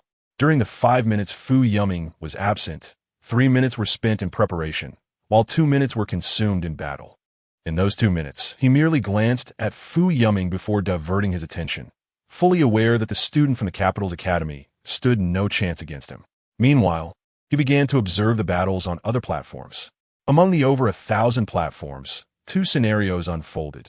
Either both sides were evenly matched, resulting in prolonged contests, albeit with varying degrees of skill, or, as in Fu Yuming's case, the disparity in strength was so pronounced that one participant was swiftly knocked off the platform.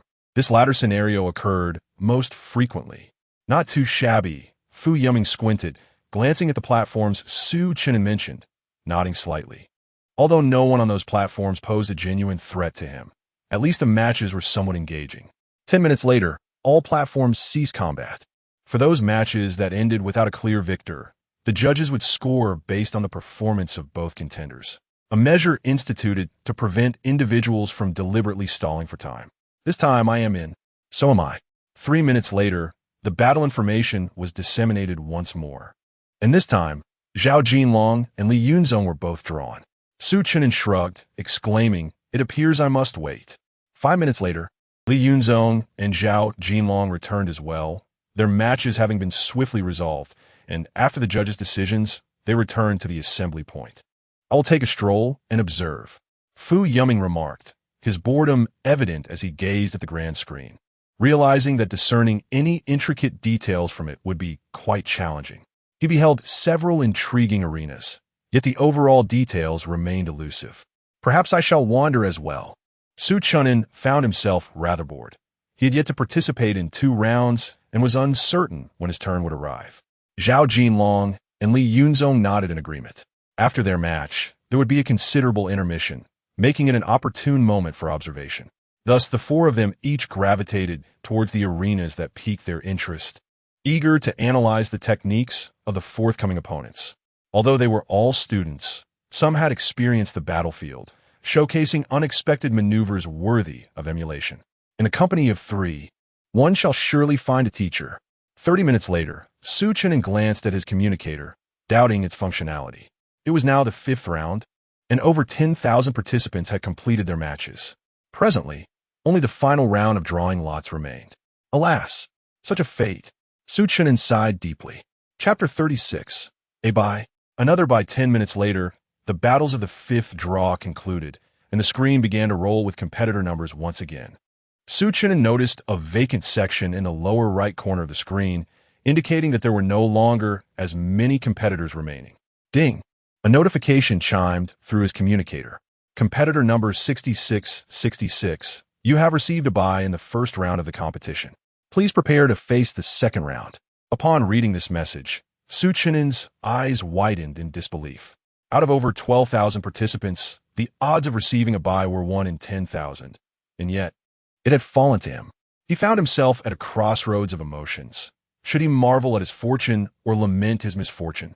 Although being granted a bye allowed him to advance directly to the next round, did he truly desire it? After waiting for an arduous hour, only to be granted a bye, felt rather anticlimactic. To encapsulate his current sentiment, it was akin to a grandfather enduring bitterness, suffering in silence. "Let us wait for the second round," he murmured, shaking his head as he gazed at the enormous screen. The first round had eliminated half of the competitors, leaving only a little over 6,000 for the second round. which could be resolved in just 3 draws. However, half an hour later, Chen'an found himself in silence as he read the next message on his communicator. Competitor number 6666, you have received a bye in the second round of the competition. Please prepare to face the third round. Could it be 2 consecutive byes? This surely hinted at some kind of favoritism. He had heard of Chen'an. He was the top scorer of this martial arts examination, and it was rumored that his senior brother was the newly ascended martial deity, Jianjian. Was this not an overt display of match-fixing? Surely, such a notion was unfathomable. A martial deity would not meddle in such competitions. As the name of the competitor receiving the bye reappeared on the large screen, murmurs of doubt erupted throughout the venue. The host, Lily, chose not to address the crowd's skepticism, as explanations could often lead to further complications. As the saying goes, if you're not guilty, why explain? Chen'an felt perplexed. Who would believe that he had received byes in 2 consecutive rounds? However, it was inconceivable that his senior brother would intervene on his behalf. His brother would prefer that he engage in more battles rather than resort to such underhanded tactics. Could it be that he had wagered too heavily? Chen'an contemplated, having placed a bet of 19 billion on himself to win the championship. Should he emerge victorious, the Long family would owe him a staggering 190 billion. Such a sum was no trifling matter. Yet, granting him byes seemed to assist him in clinching the title. Was the intention to prevent him from competing, to ensure he faced a formidable opponent unprepared, thus leading to his elimination? Or perhaps they sought to ensnare him in a web of public scrutiny? After some reflection, he concluded that this was indeed something the Long family would undertake. If that were the case, their scheme would likely backfire. Chen'an mused, given his current prowess, even without proper acclimatization, he would not be easily vanquished. His confidence in wagering 19 billion upon himself stemmed from his disregard for the martial artist stage of the competition. As for public opinion, he is utterly indifferent. The sentiments of Blue Star hold no sway over his endeavors on the battlefield of myriad races. Long Xiaotian, surely this ill-conceived notion did not originate from you? Chen'an cast his gaze upon the distant arena, where Long Xiaotian was engaged in combat. He had long been aware of Long Xiaotian, and he noted that each of Long's opponents appeared rather feeble. This led him to suspect that his own unopposed status was likely orchestrated by the Long family. In the grand competition of the academies, the true sponsors are these financial magnates, and manipulating the circumstances is well within their capabilities. Besides, it was merely an unopposed bout, not a designated championship. Such a decree would be too brazen even for the boldest of tycoons, for this is a martial arts contest of considerable scale on Blue Star, drawing the attention of many. 10 minutes later, the second round finally concluded. Only a little over 3,000 competitors remained for the third round, and a simple draw would suffice to include everyone. At last, Chen'an spotted his name, and, simultaneously, his communicator buzzed with match information. Contestant no 6666. Your opponent is number 1305, Ching. Please arrive at arena number 125 within 3 minutes. Failure to do so will be counted as a voluntary forfeiture. It was finally his turn. Chen'an switched off his communicator, exhaling in relief. Participating in a martial arts competition and not stepping onto the stage for 2 rounds. What a predicament. Upon arriving at arena number 125, he found a young man with flowing long hair already standing there. After verifying his communicator with the referee, Chen'an ascended the platform. Are both competitors ready? Inquired the referee from a corner of the arena as Chen'an took his place. Both Chen'an and Ching nodded silently, a palpable tension enveloping the arena. To force an opponent to concede, to knock them off the platform, or to render them incapable of fighting is deemed a victory. The match commenced. The referee briefly reiterated the rules, declared the start, and then vacated the arena, hovering above to observe the contest. The platform was not enclosed like a boxing ring. Thus, the best strategy for victory was to throw the opponent off the stage. As the referee signaled the beginning, Chen'an drew a large blade from his storage ring, while Ching unsheathed a long sword. They were both armed with blades. A smile graced Chen'an's face as he regarded the long sword in Ching's grasp. His own weapon was a hefty broadsword, powerful and forceful, while Su Qing wielded a slender sword, agile and swift. Without further ado, they charged at each other, blades raised. Clang! The clash of steel rang out, a clear and resonant sound.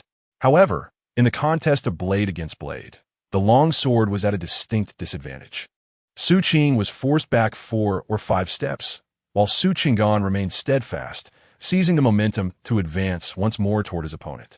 From their initial exchange, Su Qinggan discerned that Su Qing was also a 9th-tier martial artist, albeit not at the pinnacle of that tier.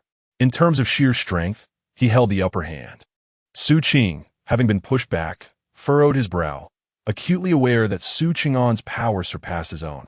Upon witnessing Su Chen'an rushing towards him, he swiftly rolled aside, hurling the knife in his grasp towards Su Chen'an. Su Chen'an, observing this peculiar maneuver, was compelled to halt his advance and cleave the long knife asunder with a single stroke. A chain knife? As he discerned the iron chain trailing behind the long knife, a slight frown creased his brow. He pondered the rationale behind Su Qing's choice to wield the long knife as a concealed weapon. A knife is a close combat instrument. Casting it away, if it fails to strike the adversary, amounts to a self-inflicted handicap. Only upon witnessing Su Qing retract the long knife with the chain did he grasp the intent behind this unconventional approach. He had encountered numerous martial artists employing chain knives, yet they typically favored shorter blades for the sake of agility. This transformation of an elongated knife into a chain weapon was indeed a novel sight for Su Chen'an. Before he could further contemplate, Su Qing had already risen, brandishing the long knife and charging towards him anew. A subtle smile graced Su Chen'an's lips as he murmured, "Now this is intriguing." His participation in the Academy's grand competition was precisely to engage with a multitude of opponents and broaden his horizons. Chapter 37. The mysterious soft armor in Su Qing's hands. The knife danced with remarkable agility, clearly indicating that he had mastered the fundamentals of knife techniques. However, in the realm of martial artists, the combat skills one can acquire are quite limited, leading the majority to rely on basic techniques. Yet, for Su Chen'an, who had comprehended the essence of the blade, Su Qing's techniques were riddled with flaws. Within a mere span of seconds, the two engaged in dozens of exchanges, with every assault from Su Qing effortlessly parried by Su Chen'an. Having grown weary of the display, Su Chen'an murmured, "Let us bring this to an end," and seized upon Su Qing's opening, delivering a decisive kick that sent him tumbling off the stage. Initially, Su Qing had attempted to engage in ranged combat with his chain knife, still harboring a flicker of fighting spirit. However, he soon realized that Su Qing's mastery of the chain knife was superficial, resulting in numerous ineffective strikes. As for the basic knife techniques, Su Chen'an was intimately familiar with them. After a series of exchanges, he found it all rather mundane and chose to conclude the bout. Contestant 6,666 wins. The moment Su Qing was knocked off the stage, the referee promptly declared the outcome. It was evident to him that Su Qing was no match for Su Chen'an. Although the chain knife could catch opponents off guard, Su Qing had only grasped the surface of its potential, lacking the profound understanding necessary for its elusive application. 10 minutes later, as Su Chen'an observed the remaining contestants on the screen, he realized that no one had received a bye. It appeared that following a previous match in which both participants were incapacitated, one contestant had voluntarily withdrawn from the competition. Another 10 minutes passed, and the 4th round commenced, this time with only over 1,000 participants, allowing for a swift draw. In both the 4th and 5th rounds, he encountered no formidable adversaries, nor did he witness any novel tactics. The martial artist group seemed to be engaged solely in a contest of strength and comprehension of fundamental techniques, devoid of any ornate embellishments. After the conclusion of the 5th round, merely over 200 contestants remained in the martial artist group. Contestant 6666. Your opponent is contestant 175. Long Xiaotian. Please arrive at stage 85 within 3 minutes. Failure to do so will be regarded as a voluntary concession. As the 6th round's draw began, Su Chen'an received the notification and, upon seeing Long Xiaotian's name, a subtle smile graced his lips. He had not anticipated drawing Long Xiaotian. He recalled that Long Xiaotian was not yet a 9th-tier martial artist, His advancement to this round indicated that the Long family had indeed exerted considerable influence. Zhao Jinlong had already been eliminated in the 5th round, and it was surprising that Long Xiaotian, a mere showpiece, had managed to survive. Moreover, Zhao Jinlong had fallen to a second-year martial arts student from the capital's academy, who had been enrolled for a year. As Su Chen'an arrived at stage 85, he found Long Xiaotian, with his striking white hair, already poised on the platform. Su Chen'an, the top scorer of the martial examination, afflicted with lung cancer. Surely, you must have encountered some fortuitous event. Long Xiaotian remarked disdainfully upon seeing Su Chen'an. You've done your homework, I see. Are you hoping to serve as my underling? Apologies, but I do not accept such offers. Su Chen'an leapt onto the stage, retorting with mockery. Very well, you have a sharp tongue. Do you know why you were granted a bye in the previous 2 rounds? I merely wish to convey that in matters beyond the martial god's jurisdiction, my Long family holds sway. This time, I shall render you powerless, and I shall see whether the martial god will come to your aid. Long Xiaotian let out a cold snort, brandishing the long sword in his hand, its surface shimmering with a layer of spiritual light, unmistakably a spiritual level weapon. Upon hearing this, Su Chen'an immediately comprehended the situation. Indeed, it was this foolish Long Xiaotian who had orchestrated his match to be a forfeit. The purpose behind Long Xiaotian's arrangement was solely to showcase the might of the Long family. What a fool! A slight twitch appeared at the corner of Su Chen'an's mouth as he drew forth his large blade, preparing to send Long Xiaotian crashing down. Begin with the referee's announcement. Su Chen'an surged forward without hesitation. A scion who had reached the 6th round merely through familial influence was hardly worthy of his concern. Rainflower sword. As Su Chen'an charged, Long Xiaotian called out sharply, unleashing a torrent of sword strikes that cascaded towards Su Chen'an like raindrops. Spirituel level combat technique. With a sweeping motion of his blade, Su Chen'an shattered the onslaught of sword rain, retreating slightly. To learn spiritual level techniques at the martial artist stage, the strength of the Long family was indeed formidable. It was not unheard of for martial artists to learn spiritual level techniques. The crux lay in the fact that most of these techniques required true energy, making those accessible to martial artists exceedingly rare. Windward sword. Before Su Chen'an could fully brace himself, Long Xiaotian's speed suddenly surged, charging towards him. 2 types of spiritual level techniques? Su Chen'an furrowed his brow. This maneuver was clearly not a mundane technique, but rather a spiritual level one, allowing Long Xiaotian to significantly enhance his speed in a brief moment. It seemed you were not merely a decorative figure, he murmured to himself, raising his blade to deflect Long Xiaotian's sword. Although Long Xiaotian's combat prowess was lacking, he possessed a variety of techniques, albeit poorly practiced. Furthermore, his spiritual level weapon augmented his spiritual level techniques. Typically, when confronted with spiritual level techniques at the martial artist stage, most individuals would be thrown into disarray. Su Chen'an had been momentarily caught off guard by the earlier Rainflower sword, yet he found the subsequent Windward sword rather simplistic. After awakening his blade intent, he could anticipate his opponent's moves in advance. Such a singular attack bore no distinction from a standard thrust in his eyes. Moreover, with Long Xiaotian only at the 7th tier of martial arts, no matter how swift he was, his speed had its limits. Rainflower sword. After his initial strike was deflected, Long Xiaotian launched yet another Rainflower sword at Su Chen'an. Futile, I have seen through it. A slight smile graced on his lips. Having been taken aback by the previous Rainflower sword, he had already discerned the nature of this technique during his retreat. This maneuver was intended to be executed with true energy, delivering multiple true energy strikes in a short span. However, as Long Xiaotian lacked true energy, his Rainflower sword was merely a hollow imitation. Faced with such a swift technique, the most effective strategy was to counter with sheer force. He raised his large blade, utterly disregarding the dense array of sword light, and delivered a powerful chop downwards. What? Long Xiaotian exclaimed sharply, hastily retracting his hand, for he understood that he was significantly outmatched in terms of strength. Su Chen'an's strike was one he could not withstand.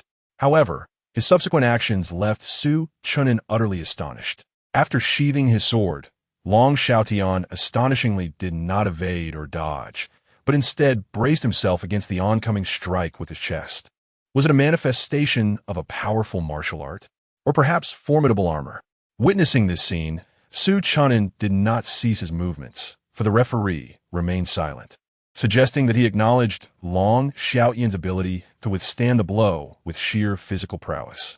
A sharp sound of metal clashing resonated as Chen'an's strike sliced through Long Xiaoyan's martial attire, sending him staggering 3 meters backwards. Yet remarkably, after enduring the weighty impact, Long Xiaoyan appeared unfazed, brandishing his sword and charging forward once more. Observing the black soft armor beneath Long Xiaoyan's tattered clothing, Chen'an furrowed his brow. Is that Xian-level soft armor? He pondered.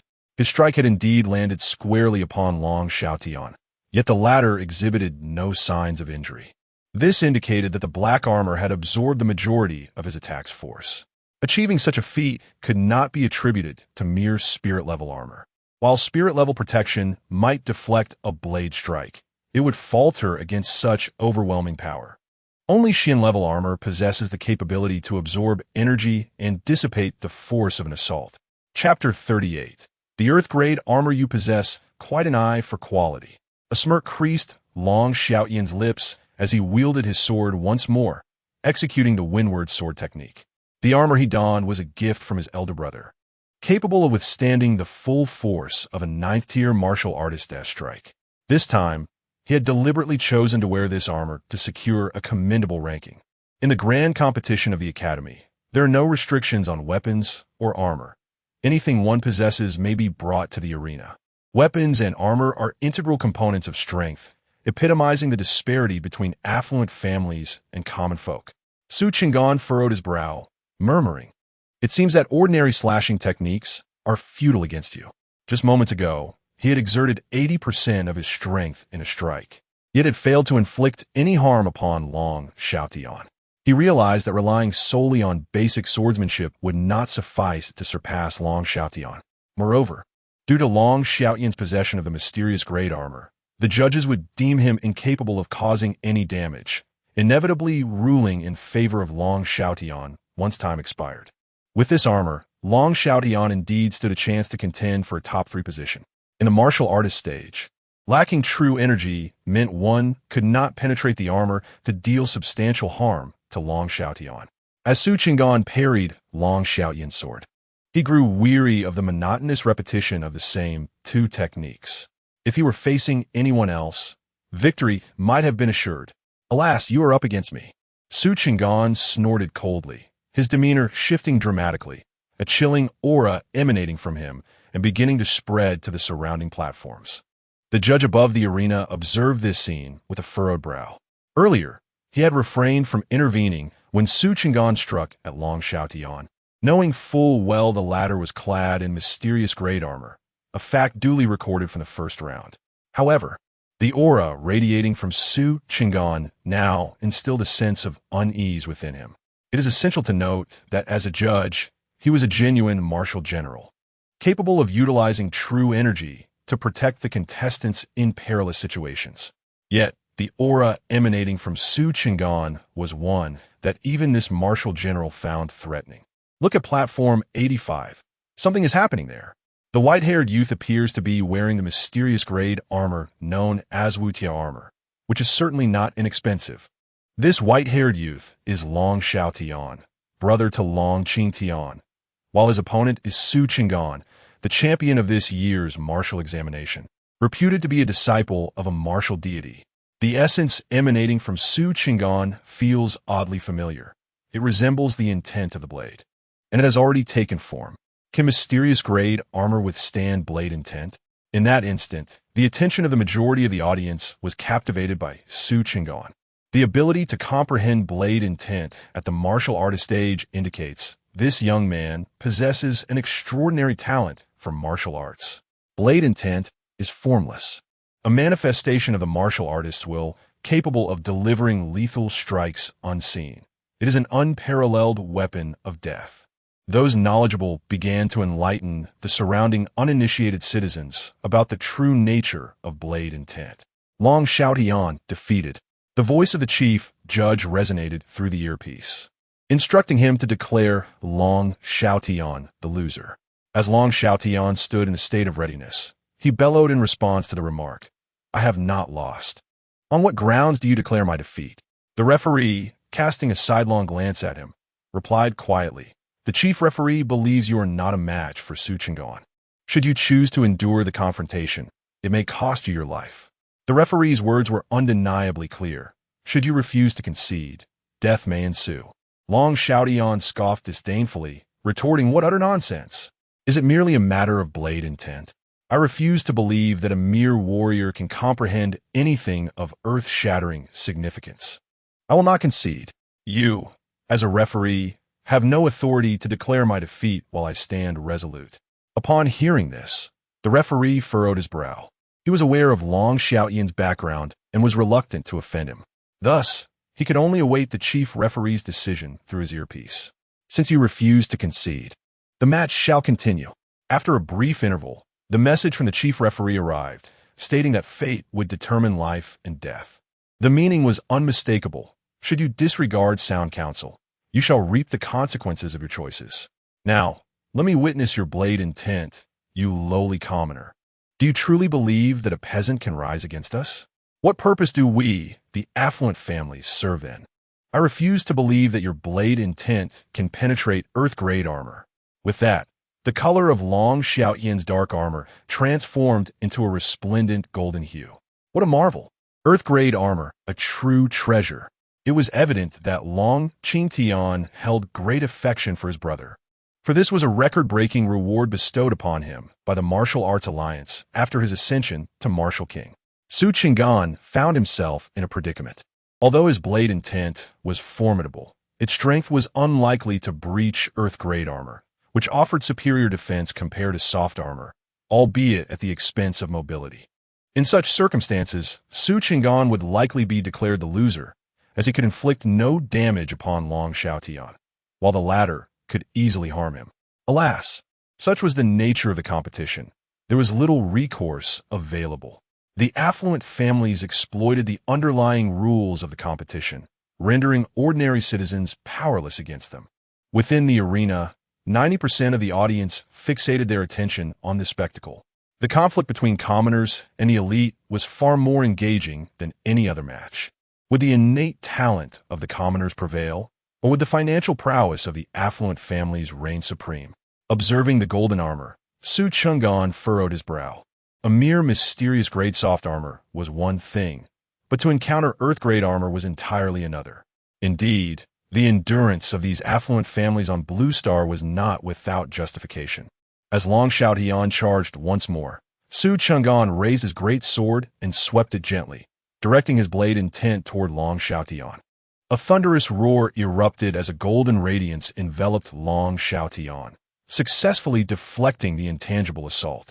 As expected, the earth-grade armor provided inherent chi defense, making it exceedingly challenging for even martial generals to breach the defenses of lower-grade armor. What a pity! Had Su Chen'an not encountered Long Xiaotian, he might have secured a place among the top three. Top three? Without earth-grade armor, relying solely on his blade intent, he could have easily claimed first place. Ultimately, innate talent succumbed to power and influence. Witnessing the ineffectiveness of Su Chen'an's blade intent, the audience within the arena began to murmur in disappointment. "Give it up. While your sword intent may pose a threat to martial artists, my armor is capable of withstanding the full force of a 9th-tier martial general strike. No matter how formidable your sword intent may be, it remains at a mere minor accomplishment and cannot surpass the might of a 9th-tier martial general's full assault." At this moment, Long Xiaotian grew increasingly arrogant, launching another wind sword strike towards Su Chen'an. Although he could not reach Su Chen'an, the rules of the competition dictated that if his spiritual level combat skill inflicted any harm on Su Chen'an, even if he evaded the attack, he would still be deemed the loser. Conversely, Su Chen'an posed no threat to him, securing his position of invincibility. Oh, is that so? Capable of withstanding the full force of a 9th-tier martial general, but can you endure a strike from a martial sovereign? Su Chen'an deflected the sword in Long Xiaotian's hand, fully comprehending his intentions. Alas, he was a man endowed with an extraordinary advantage, one that had yet to be activated. A sword intent with a proficiency of 10,000 points could not breach the defenses of Earth tier armor. But what of an intent at 100,000 points? Or 700,000? Glancing at the 710,000 spiritual energy displayed on his system panel, he unhesitatingly allocated an additional 100,000 to his sword intent. He had come here in pursuit of an Earth tier weapon. How could he allow a mere waste to obstruct his path? Chapter 39. The initial mastery of blade intent in an instant. As 100,000 units of spiritual energy were infused into the blade intent, a formidable aura erupted from Chen'an. This powerful presence quickly enveloped the entire arena. A gentle breeze inexplicably rose, sweeping across the venue. My face stung slightly. Something had grazed my hand. The blade wind. The initial mastery of blade intent. Truly astonishing. At the martial artist stage, achieving such mastery in blade intent is extraordinary. The offensive power of this initial mastery rivals the full-force strike of a martial sovereign. Long Xiaotian is in for a reckoning. Is blade intent truly this fearsome? Fearsome? You have yet to witness the perfected spear intent, capable of cleaving mountains and parting seas. Are you referring to Li Qingfeng, the martial god's perfected spear intent? That strike remains vividly etched in my memory. It is indeed terrifying. It is rumored that the perfected blade intent possesses the ability to slay martial sovereigns, shattering the laws of heaven and earth, though its veracity remains uncertain. Throughout the arena, everyone felt a gentle breeze stir. The areas grazed by the wind, eliciting an inexplicable sharp pain, yet no wounds were visible. Long Xiaotian, surrender now. The referee, observing Su Chang'an's open eyes, urgently called out. This Su Chang'an is rather monstrous. Achieving initial mastery of blade intent in mere moments seemed effortless, as if it were a natural progression dependent solely on his will. Such prodigious martial talent was unprecedented for him. Surrender? Impossible. How could I concede to a lowly peasant? Long Xiaotian bellowed, his golden aura beginning to shimmer as he activated the powers of his golden armor. I refuse to believe that initial mastery of blade intent can penetrate my earthly grade armor. He was somewhat aware of the initial mastery of blade intent, yet he placed greater faith in his earthly grade armor. This was a life-saving gift from his brother. How could it be breached by a mere martial artist? Cut! Su Chang'an opened his eyes, his great blade gently descending upon Long Xiaotian. After achieving initial mastery of blade intent, he could now control its intensity. To counter Long Xiaotian's earthly grade armor, he chose to unleash his full power. The arena beneath his feet could not withstand the brilliance of the blade intent. Fuzatung in being. Block it, Long Xiaotian shouted, focusing the golden light into his hands. Crack! A crisp sound resonated as the golden light shattered instantaneously. Guh! Long Xiaotian spat out a mouthful of blood, then promptly lost consciousness, collapsing backward. The referee, paralyzed by fear, dared not intervene, for he sensed that Su Chang'an's strike could cost a life. As the blade intent pierced through Long Xiaotian's body, it did not cease. Rather, it surged forth toward the distant arena. In succession, 3 platforms were utterly annihilated by this blade intent. He is not dead. Medical team. Once the blade intent dissipated entirely, the referee approached Long Xiaotian, checking for a pulse, and quickly called out to the medical team nearby. Several paramedics rushed onto the stage, equipped with their gear. Ribs fractured, internal organs shattered, meridians severed, and the heartbeat faint. First, the use of the resurrection pill will merely sustain his breath. Whether he survives now hinges on the willingness of the Long family to expend their resources. An elderly physician, with just a cursory glance at Long Xiaotian's condition, discerned the gravity of the situation. He then turned his gaze to Su Chang'an, furrowing his brow as he remarked, "Young man, you have stirred up significant trouble. Even if he survives, he will undoubtedly be rendered incapacitated, and the Long family will not spare you." Upon hearing this, Su Chang'an responded with an indifferent smile. In the realm of martial arts, casualties are an inevitable reality.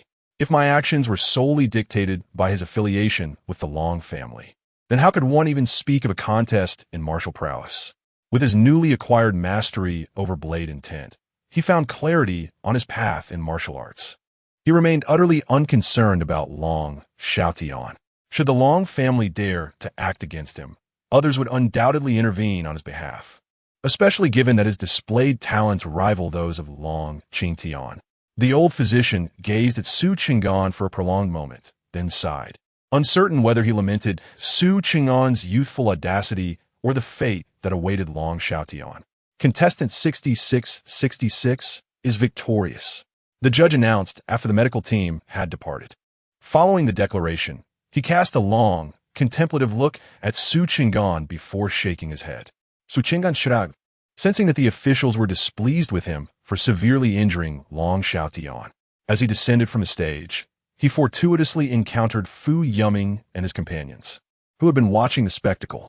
"Brother Su, you were phenomenal. I knew you must possess something extraordinary to be so carefree in my sister's presence," Fu Yuming exclaimed, while Zhao Jinlong clung to his leg, murmuring, "Let me hold on." Su Chang'an gently pushed Zhao Jinlong's head aside, retorting, "For heaven's sake, I have no interest in men." Zhao Jinlong released his grip, chuckling, "Neither do I." "Brother Su, you must treat us to a meal this time," Zhao Jinlong insisted. Perplexed, Su Chang'an looked at him and frowned. "A meal? What meal?" Rolling his eyes, Zhao Jinlong replied, "With your current prowess, who would dare challenge you? I can confidently say your upcoming opponents will forfeit. Think about it. You have acquired a terrestrial-grade weapon and won a fortune of 1,000 billion. Treating us is only fitting." Understanding Zhao Jinlong's implication, Su Chang'an clapped him on the shoulder. "No problem. You can choose the place." Zhao Jinlong nodded. "Rest assured, I will make sure to treat you well." Then he shifted his tone and added softly, "However, be wary of Long Qingtian seeking vengeance. It is evident how dearly he cherishes his younger brother." Su Chang'an furrowed his brow and replied solemnly, "A martial king confronting a mere martial artist. Naturally, others will deal with him." Zhao Jinlong frowned, saying, "With your current mastery over blade intent, your offensive capabilities are nearly on par with a martial's own. If Long Qingtian were to target you, it would hardly be a case of the strong bullying the weak." Upon hearing this, Su Chang'an raised an eyebrow. "Is that so?" Zhao Jinlong shrugged and murmured, "In this world, where are all these rules? The one with the mightiest fist establishes the rules. The Long family is not solely represented by the genius Long Qingtian. We have several martial sovereigns and even martial emperors. However, with a martial god backing you, you need not fear them." Fu Yuming also patted Su Cheng'an on the shoulder, offering words of comfort. "Rest assured, the aristocratic families of Blue Star lack the audacity to rampage on the battlefield of myriad clans." Su Cheng'an cast a puzzled glance at the two and murmured, "What are you two talking about? Am I someone who shies away from trouble? I'm merely contemplating how to spend that 1 billion. Upon hearing this, the three exchanged exasperated glances, recognizing his talent for pretense. Yet, as Zhao Jinlong had predicted, the subsequent matches in the grand competition unfolded as anticipated, with all of Su Cheng'an's opponents opting to forfeit. Li Yunzong was eliminated during the top 10 matches, while Fu Yuming secured third place. Now, only the final contest remains, pitting Su Cheng'an against the contender who defeated Fu Yuming for the championship. This individual is Zhang Shiqing, who claims second place in this year's martial examination, surpassing Fu Yuming's score by a narrow margin. Fu Yuming scored 6,005, while he achieved 6,006. Chapter 40.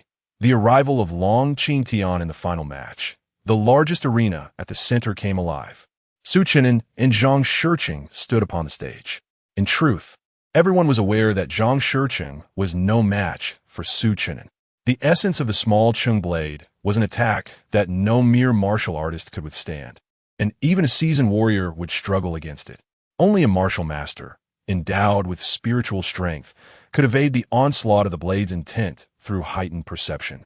Yet, even a martial master would not dare to confront the small Chung blade head-on. "I know I am not your equal," Zhang Shiqing admitted. "However, I cannot flee without a fight." He withdrew a spear from his storage gear, a subtle aura emanating from him. "Spear intent?" It seemed that Zhang Shicheng had also grasped the essence of spear technique. Nonetheless, his spear intent paled in comparison to Su Chen'an's blade intent. It remained in its infancy. He was likely attempting to forge his spear intent through the pressure of Su Chen'an's blade. As Zhang Shicheng's aura began to coalesce, murmurs spread throughout the venue. Absent Su Chen'an, Zhang Shicheng would surely have garnered the attention of the audience as a prominent contender. Yet, even without Su Chen'an, the championship would elude him, for his spear intent was insufficient to contend with Long Xiaoyan's earth-grade armor. "Cool, Su Chen'an smiled, drawing his great blade from his storage ring and nodding toward Zhang Shicheng. He recognized Zhang Shicheng's intention to refine his spear intent under the weight of Su Chen'an's blade intent. For such a contender, Su Chen'an would not hold back. Even in the face of defeat, the attempt itself embodied the spirit of martial arts. Zhang Shicheng wasted no time. He swept his spear and then stood resolute. Su Chen'an narrowed his eyes, for he had comprehended blade intent and could perceive the trajectory of Zhang Shicheng's spear intent even without spiritual power.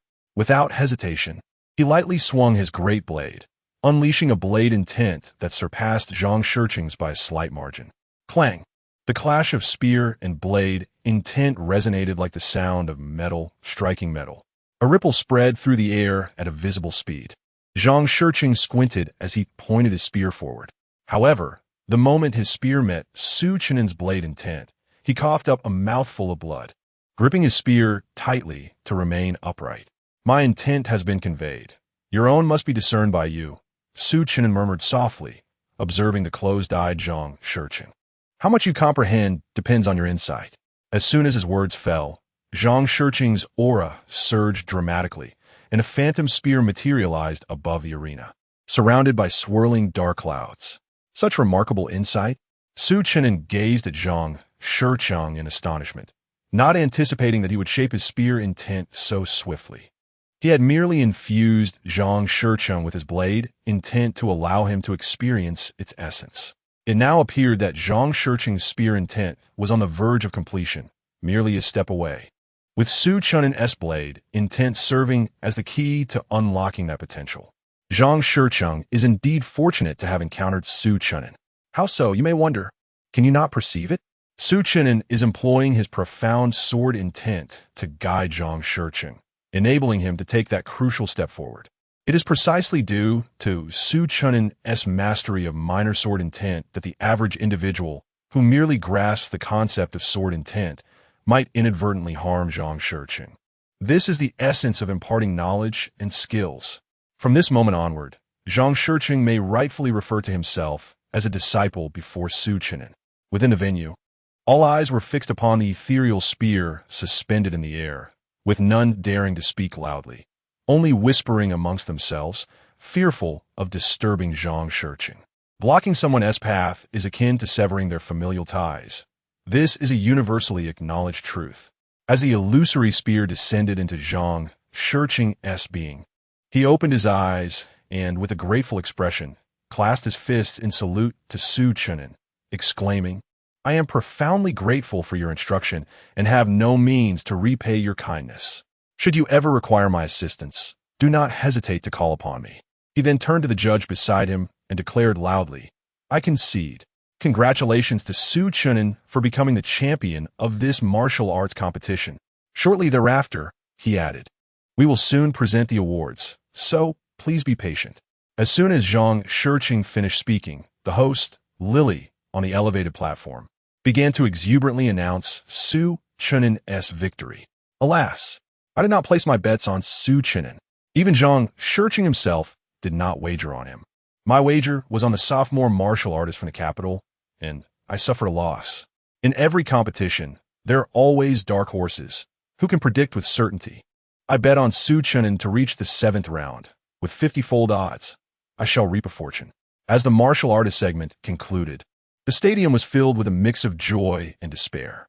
Among the spectators, 99% were there to place bets, while the remaining 1% came to gamble everything. A few minutes later, the elevated platform gradually descended, transforming into an award stage. Su Chen'an, Zhang Shicheng, and Fu Yuming stood upon the podium. The host offered enthusiastic congratulations. Speaking at length before the award presentation commenced, the vice president of the Martial Arts Academy in the capital was the special guest for this ceremony. For this competition, the champion Chen'an was awarded the Earth-level Great Sword, Ice Soul Cold Blade. The runner-up Jianjian received the mysterious level Spear, Soul Chaser Spear. And the third place Fu Yuming was bestowed the Spirit-level Long Sword, Purple Spirit Sword. Let us extend the warmest applause to welcome Lin Haiqing, the vice president of the Martial Arts Academy and a martial monarch-level powerhouse, to present the awards to the three champions. Amidst the host's fervent speech, Lin Haiqing slowly ascended from below the stage. He retrieved a black great sword from his storage ring and extended it towards Chen'an. Wait, he cannot receive this earth-level weapon. Just as Chen'an was about to accept it, an irate voice echoed from above the venue, interrupting his action. He turned to see an individual standing in midair. Due to the backlighting, he could only discern that the person was tall and slender. Long Tian has arrived. An intriguing spectacle is about to unfold. Is Long Tian not in seclusion, striving to ascend to the rank of martial monarch? Observing him, it seems he has yet to transcend to the martial emperor level. Indeed, without the aura of the laws surrounding him, he is still not a martial emperor. For the sake of his younger brother, he has forcefully emerged from seclusion. Dragon Tian truly dotes on his sibling. In the arena, some have already recognized Dragon Tian. These murmurs reached Su Chen's ears, prompting a slight smile as he addressed Dragon Tian in the sky. Why am I not entitled to wield this formidable blade? Am I not the champion of the martial artist group? Dragon Tian descended slowly from the air, offering a respectful gesture to Vice Principal Lin Haiqing. He then turned his gaze towards Su Chen, his eyes icy, as if he could pierce through him with a mere glance. You have grasped the essence of the knife intent. Logically, you should not belong to the martial artist group. Rather, you ought to be in the martial sovereign group. He stated coldly, observing Su Chen. What a farce. I ask you, am I not a martial artist? The comprehension of knife intent, even at the minor accomplishment level, does not negate my essence as a martial artist. Is it permissible only for your brother to don earth-grade armor while others are barred from grasping knife intent? Your brother employs external means, while I rely on my own strength, Su Chen retorted boldly, casting a disdainful glance at Dragon Tian. He was perplexed by the thoughtless words of these aristocrats. Chapter 41. Stopping Su Chen'an in dev. Su Chen'an is a martial artist who has mastered the essence of the blade, a skill that is commendable.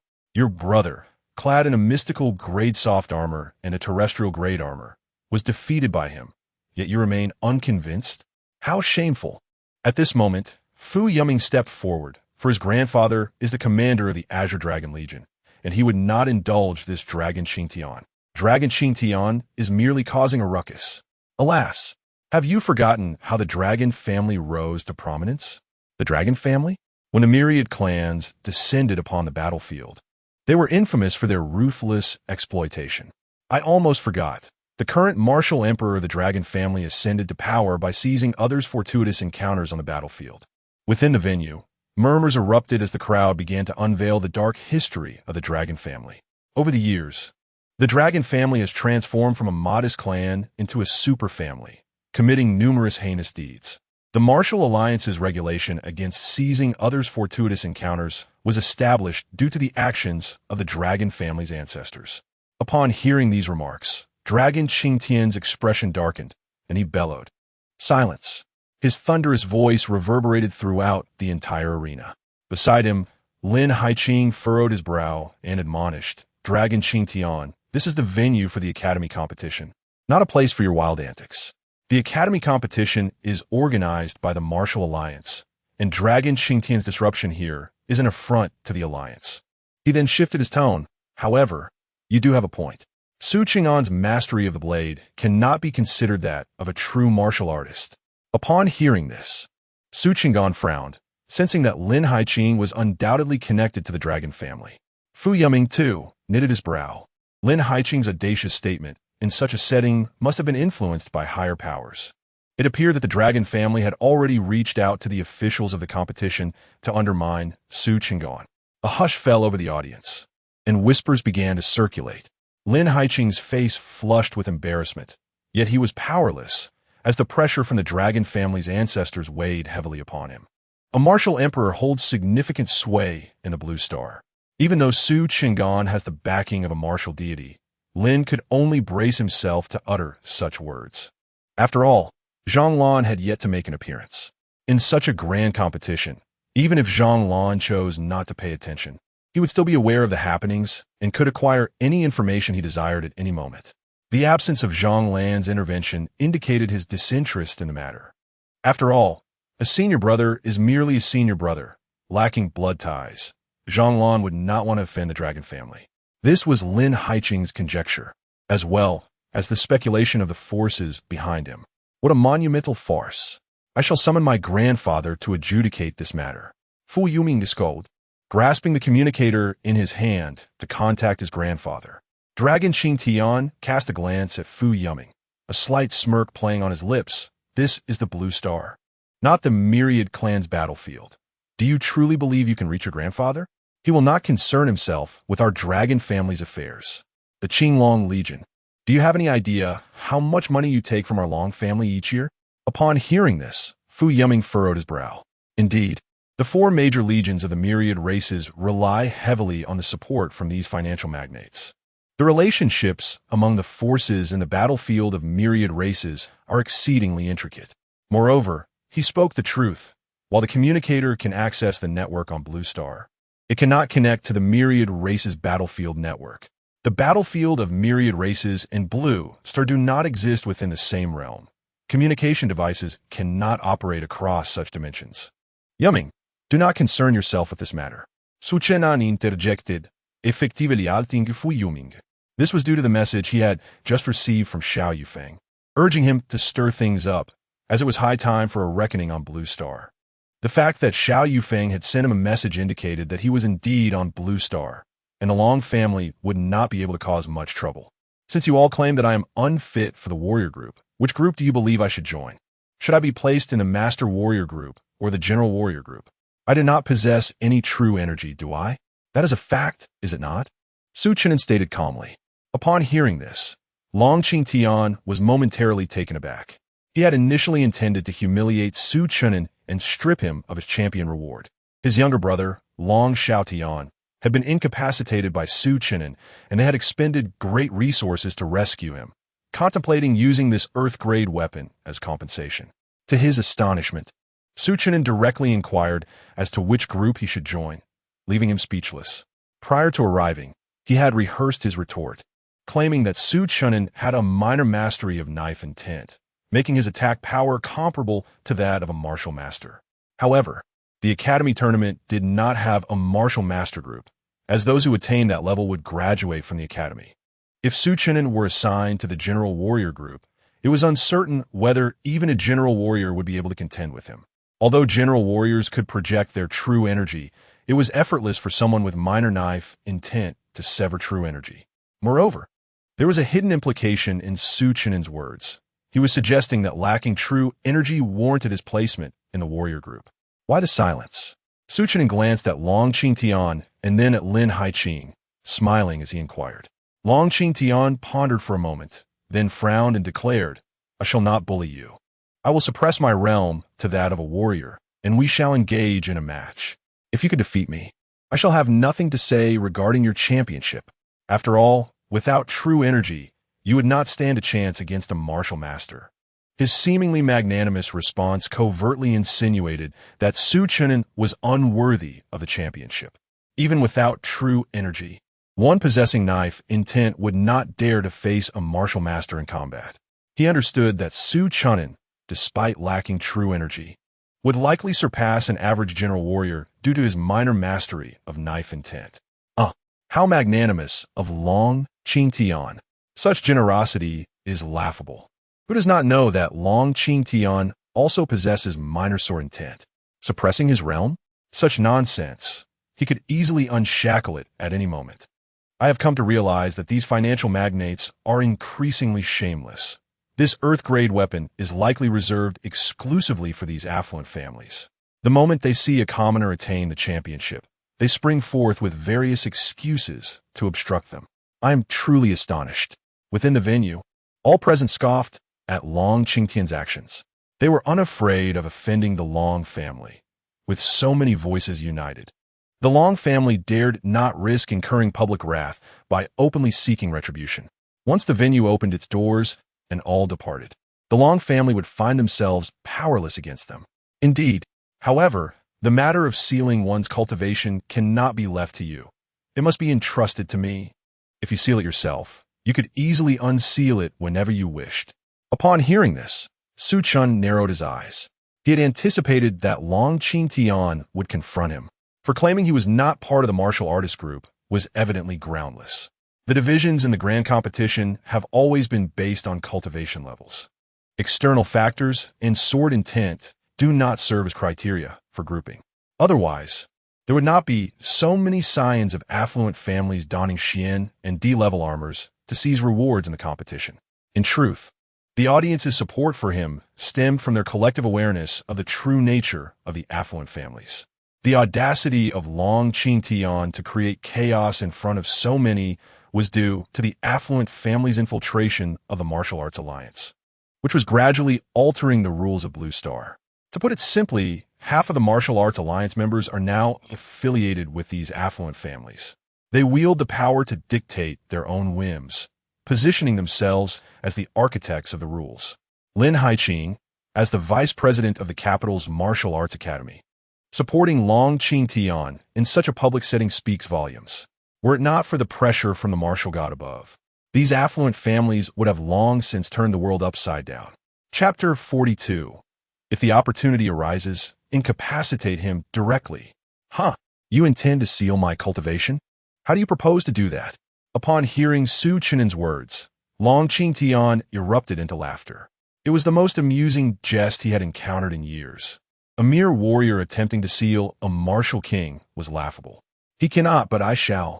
However, as he spoke, the atmosphere above the arena shifted dramatically, and a beam of light surged toward Long Qingtian. His laughter abruptly ceased, and just as he attempted to evade the beam, he found himself ensnared by an overwhelming force. Utterly immobilized, the laws of heaven and earth, a martial emperor, he gazed at the figure above, furrowing his brow in contemplation. Soon, he felt all his internal energy sealed, his spiritual essence rendered inaccessible. Who is it? Lin Haiqing, standing nearby, turned pale and shouted at the figure above. As a martial emperor, he could discern that the previous beam of light was infused with the power of the laws of heaven and earth, and it was formidable. Deep down, he acknowledged that he could not control such intensity of law power, indicating that this martial emperor was stronger than him, perhaps on the verge of ascending to martial sovereign. Xiao Yufeng, slowly descending from the sky, Xiao Yufeng spoke with a calm demeanor. He landed beside Su Chun'an and glanced at Lin Haiqing. Just a single glance was enough for Lin Haiqing to realize the formidable strength of the man before him. He felt as though he were standing before a principal. It was well known that the principal of the Capital Martial Academy was a figure of martial sovereign caliber. Xiao Yufeng? That name sounds somewhat familiar. Wait. Isnt, he the personal secretary of the martial god Zhonglan. Oh, this promises to be an intriguing spectacle. I knew Su Chen wouldn't dare speak so boldly to Long Qingtian without a powerful backing. Anyone capable of comprehending the essence of the blade is certainly not foolish. The Long family is likely to face dire consequences for opposing the martial god this time. However, considering the Long family's intricate connections built over many years, it is uncertain whether the martial god would take action against them. Nevertheless, the reward for Su Chun'an as champion is assured. As fellow martial artists, which is superior, the essence of the blade or that of the sword? With Xiao Yufeng's arrival, the atmosphere in the venue shifted dramatically. The commoners were eager to witness the unfolding events. Chen'an, the martial god has instructed me to tell you not to be afraid, Xiao Yufeng said, patting Su Chun'an on the shoulder, then turning to Long Qingtian. Aren't you eager for a contest? It can commence now. He then cast a glance at Lin Haiqing. Those not involved, vacate the arena. Lin Haiqing's face flushed with embarrassment at the reprimand, yet he dared not express his anger. The forces behind him had already informed him that this matter was beyond their influence, and he should remain uninvolved. He also refrained from provoking Xiao Yufeng, knowing full well he was no match for him. Xiao Yufeng was Zhang Lan's secretary. Even if he were to be defeated, he would have to accept it gracefully. Lowering his head, Lin Haiqing departed the arena in disgrace. Xiao Yufeng patted Su Chen'an's shoulder and solemnly advised, "Chen'an, be cautious. His nascent sword essence is not inferior to yours. If the opportunity presents itself, incapacitate him directly. Should anything arise, I will take responsibility." Upon concluding his words, he seized Fu Yuming's hand with urgency, urging him to return swiftly, for his grandfather had insisted on imparting a thorough education upon him. "Are you truly intimidated by the humble Long family?" he remarked. Fu Yuming's countenance darkened upon hearing this, and he murmured, "Uncle Xiao, it is not fear that grips me, but rather an inability to reach him. You must convey this clearly to grandfather." He was acutely aware of the nature of his grandfather's teachings. Having been subjected to them from a young age, he understood all too well. In the face of such education, he would rather endure the torment inflicted by Fu Yuling. "This is beyond my control." Xiao Yufeng shrugged, guiding the visibly distressed Fu Yuming off the arena. Once they had descended, he casually erected a barrier of celestial law above the arena. The clash of blade intent and sword intent unleashed a formidable destructive force, with so many spectators present. He sought to contain the energy that might spill beyond the confines of the stage. As all the attendees exited the platform, the host stage gradually ascended, and host Lily refrained from uttering a word. This was no trivial matter for a single presenter to comment upon. On the arena, only Su Chen'an and Long Qingtian remained. Su Chen'an drew his blade, pointing its tip at Long Qingtian. "Come, let me witness the prowess of the youngest martial king of Blue Star." Upon hearing this, Long Qingtian erupted in laughter, exclaiming, "Ha! Do you truly believe that merely grasping a minor understanding of blade intent grants you unbridled freedom? Today, I shall enlighten you on the disparity that exists between intents." With that, he retrieved a long sword from his storage device. He had not utilized this communication-controlled apparatus in quite some time. He chose not to wield an exceptional sword, as Xiao Yufeng was present, and he felt the need to uphold the dignity of the martial god. Moreover, weaponry could not alter the strength of one's intent. Thus, it bore no substantial advantage in the contest of wills. Much like his brother, Long Xiaotian, he provided him with earth-grade armor, but only a spirit-grade longsword. The essence of weaponry remained fundamentally similar. It was merely the unique materials employed by the blacksmith at varying levels that imparted distinct characteristics, rendering some weapons superior while others fell short. Only when there existed a significant disparity in weapon grades, such as between earth-grade and mortal-grade weapons, would one observe differences in hardness and sharpness. A profound-grade weapon might not necessarily cleave through a mortal-grade weapon. At the same time, he aimed to convey to all present that he, Long Qingtian, surpassed the martial god-s disciple, asserting himself as the true prodigy of Blue Star. The two combatants on the stage stood motionless, each searching for the other's flaw. After a prolonged moment, they simultaneously swung their blades, executing simple yet decisive strikes. A thunderous roar erupted above the arena as the intangible blade intent and sword intent collided, resulting in an explosion akin to fire. The arena beneath their feet succumbed to the violent aftermath of their assaults, instantly transforming into dust. The shockwave produced by the explosion was halted by Xiao Yufeng's barrier, preventing it from spilling beyond the arena's borders. Yet, the two adversaries exhibited starkly contrasting demeanors in their confrontation. Long Qingtian remained steadfast, unyielding in his position. However, Su Chen'an was sent flying by the shockwave of the attack, only coming to a halt upon crashing against the barrier. He coughed up a mouthful of blood, his lungs ablaze with pain. His gaze was fixed intently on Long Qingtian, whose sword intent surpassed his own. After unleashing his sword intent, Long Qingtian was still able to shield himself with the remnants of that power. In contrast, Su Chen'an had exerted all his strength in an offensive maneuver, leaving himself defenseless. and thus was propelled away by the residual force of the attack, with his internal organs suffering the brunt of the impact, his lungs giving way first. Indeed, there was a disparity. Long Qingtian had reached the pinnacle of the martial king realm, his physical prowess far superior to that of Su Qinggan. Yet, this was not the crux of the matter. The essence of Long Qingtian's sword intent was a notch above Su Qing'an's blade intent. In the clash between blade and sword, a slight difference could lead to a catastrophic outcome. It seemed that Su Qinggan was destined to lose. Within the venue, all spectators could perceive the evident chasm between the two. The difference in physical attributes presented an insurmountable gulf. Although Long Qingtian had his true energy and spirit sealed, the physical strength of a martial king was simply not on the same level as that of an ordinary martial artist. Without his blade intent, even if Long Qingtian stood still, allowing Su Qinggan to strike, it was improbable that Su Qinggan could inflict any damage upon him. Long Qingtian gazed at the bloodied Su Qinggan, a smirk playing at the corners of his mouth. It appears that the disciple of the martial god is not all that impressive. He emphasized the title martial god, his tone laced with disdain.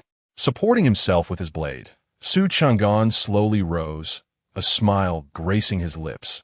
The disciple of the martial god may not seem remarkable, but the martial god himself is formidable. Yet you, as the so-called #1 genius of Blue Star, are rather mediocre. Lowering your realm to engage in a contest with a martial artist and still failing to diminish my combat effectiveness with a full-force strike. Pathetic. Long Qingtian narrowed his eyes slightly, a low growl escaping his lips, sharp-tongued. His intention was to belittle the martial god's judgment. Yet he found himself humiliated by Su Qinggan instead. Chapter 43. The mastery of blade intent shakes the arena. Yield and relinquish the earth-grade weapon, and I may spare your life. Dragon Qingtian declared disdainfully as he observed the panting Su Chen'an. With Xiao Yufeng's arrival, he knew that killing Su Chen'an was an impossibility. He merely sought to vent his frustrations. His true objective was to acquire the earth-grade sword to cover his brother's medical expenses. As for the matter of Long Xiaoyan's disability, that could be settled with Su Chen'an in due time. With Zhonglan shielding Su Chen'an, any attempt by the Long family to harm him would be exceedingly challenging. Upon hearing these words, Su Chen'an responded with a peculiar smile. If you do not fall, your family will never learn the meaning of pain. Dragon Qingtian furrowed his brow. He had overheard the exchange between Xiao Yufeng and Su Chen'an.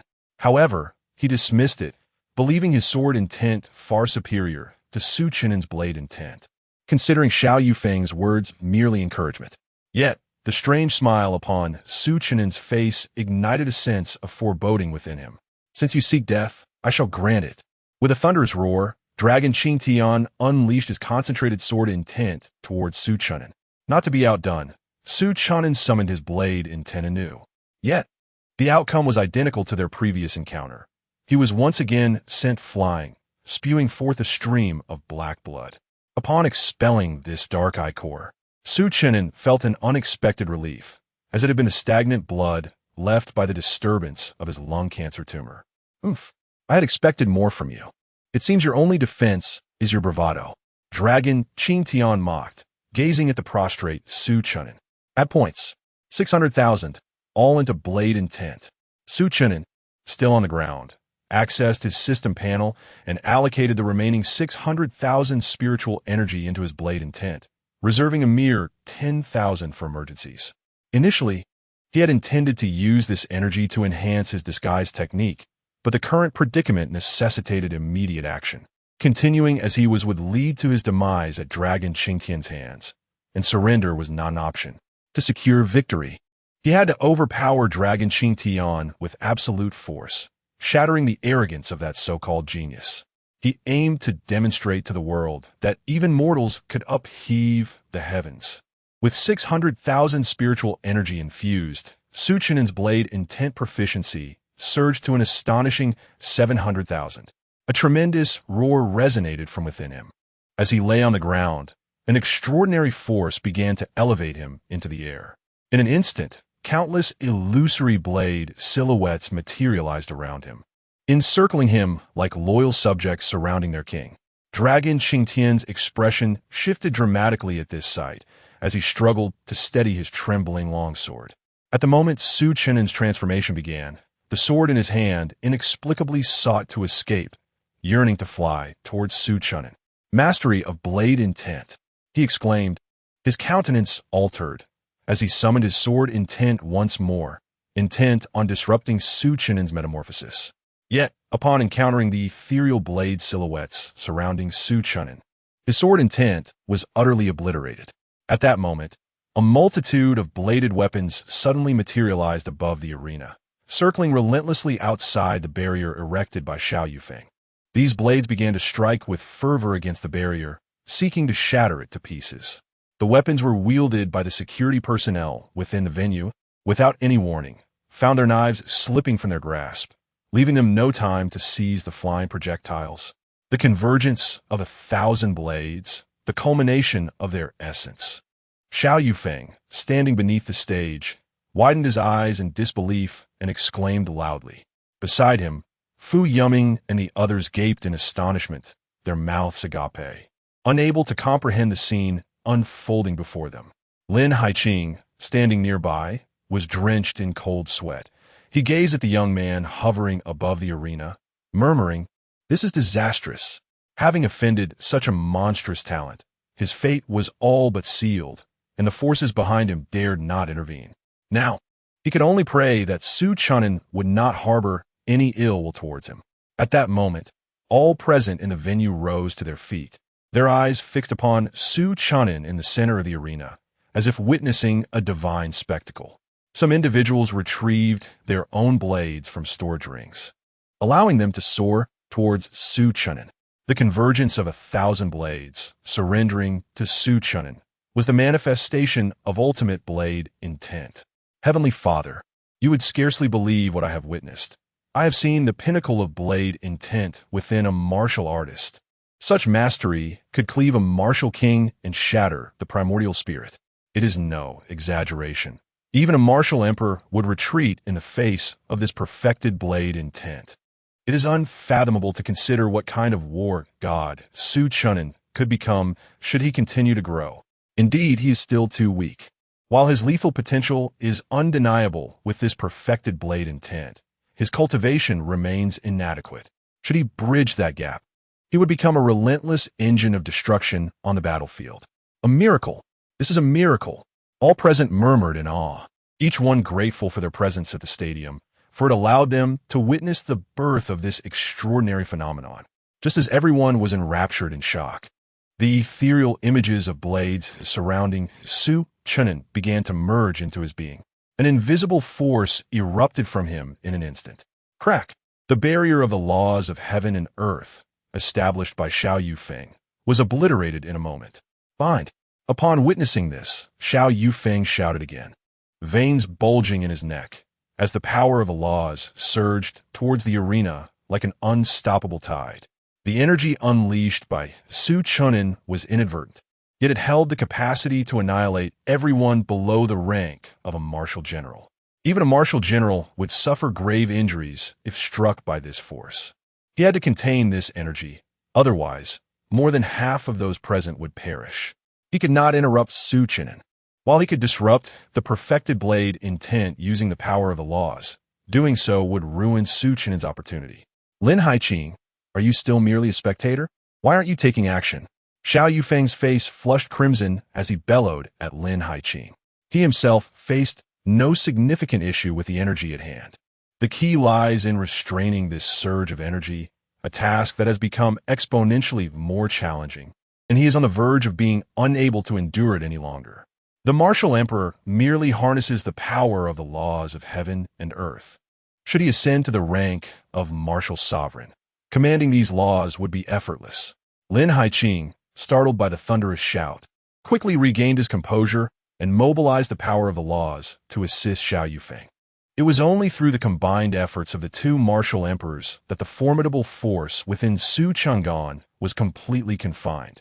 As time passed, all the illusory sword shadows converged into Su Chang'an's body, producing a sound akin to a mighty blade being drawn from its sheath.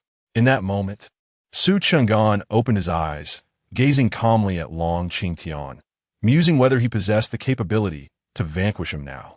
With a swift motion, his great sword soared from the ground, instantly landing in his grasp. The blade radiated a brilliant white light, akin to the sun in the sky, emanating a dazzling brilliance. Xiao Yufeng, will you not lift my seal? Should I perish, my ancestral lineage will not spare you. Long Qingtian, confronted by Su Cheng'an's icy glare, felt as though he were staring into the eyes of the grim reaper from the depths of hell. He hastily called out to Xiao Yufeng below the stage, aware that, sealed as he would undoubtedly fall to Su Cheng'an's blade. Even if his powers were unsealed, he risked being gravely wounded by a single strike. His only chance lay in creating distance, leveraging his speed to evade and outmaneuver Su Cheng'an. Chapter 44. The Martial Emperor and the Martial Deity beneath the arena. Xiao Yufeng appeared oblivious to Long Qingtian's desperate calls, remaining utterly motionless. Upon witnessing this scene, Long Qingtian instantly comprehended Xiao Yufeng's intention, to allow Su Chen'an to incapacitate him. This signified that the martial deity was prepared to target the Long family. You proposed a contest, and you also suggested the limitations on our realms. What is the matter? Are you unable to bear the loss? Su Chen'an mocked as he observed Long Qingtian's anxious demeanor. He then raised his blade, an overwhelming aura of sword intent surging forth from him. With a gentle motion, he brought the sword down, accompanied by a soft exclamation, slash. A ripple began to manifest in the air, the space between the two nearly shattered by this formidable sword intent. Ancestor, save me! Long Qingtian cried out, his gaze fixed on the blade in Su Chen'an's hand, captivated by its terrifying intent. Young man, show mercy where mercy is due. An ancient voice resonated from above the arena, as a phantom hand materialized, interposing itself between Long Qingtian and Su Chen'an. Boom! The sword intent struck violently against the spectral hand, producing a thunderous roar. The hand remained unyielding, while the arena below was instantly reduced to dust, enveloping the center of the venue in a haze. However, this time, Su Chen'an was not affected by the residual force. He had only utilized half of his sword intent, preserving the other half to shield himself against the aftermath. The true body of martial arts? A martial emperor? The ancestor of the Long family has arrived? Those well-versed in martial knowledge within the venue voiced their astonishment upon witnessing the ethereal hand. Long Jianfeng, are you intending to bully my junior brother? Concurrently, a colossal human-like specter abruptly appeared above the arena, its furious voice echoing throughout the capital. The projection of martial intent, a martial deity. As this phantom figure emerged, all present gazed in disbelief at the unfolding scene. Su Chen'an's senior brother had come. The Long family was destined to face calamity. Not necessarily. After all, Zhonglan is merely a newly appointed martial deity with a shallow foundation. The Long family, aware of Su Chen'an's identity, dared to act so brazenly, eager to witness how Zhonglan would respond. What uncertainty is there? Regardless, a martial deity is still a martial deity. Even a newly appointed one is not to be trifled with by a mere clan. What purpose does our debate serve?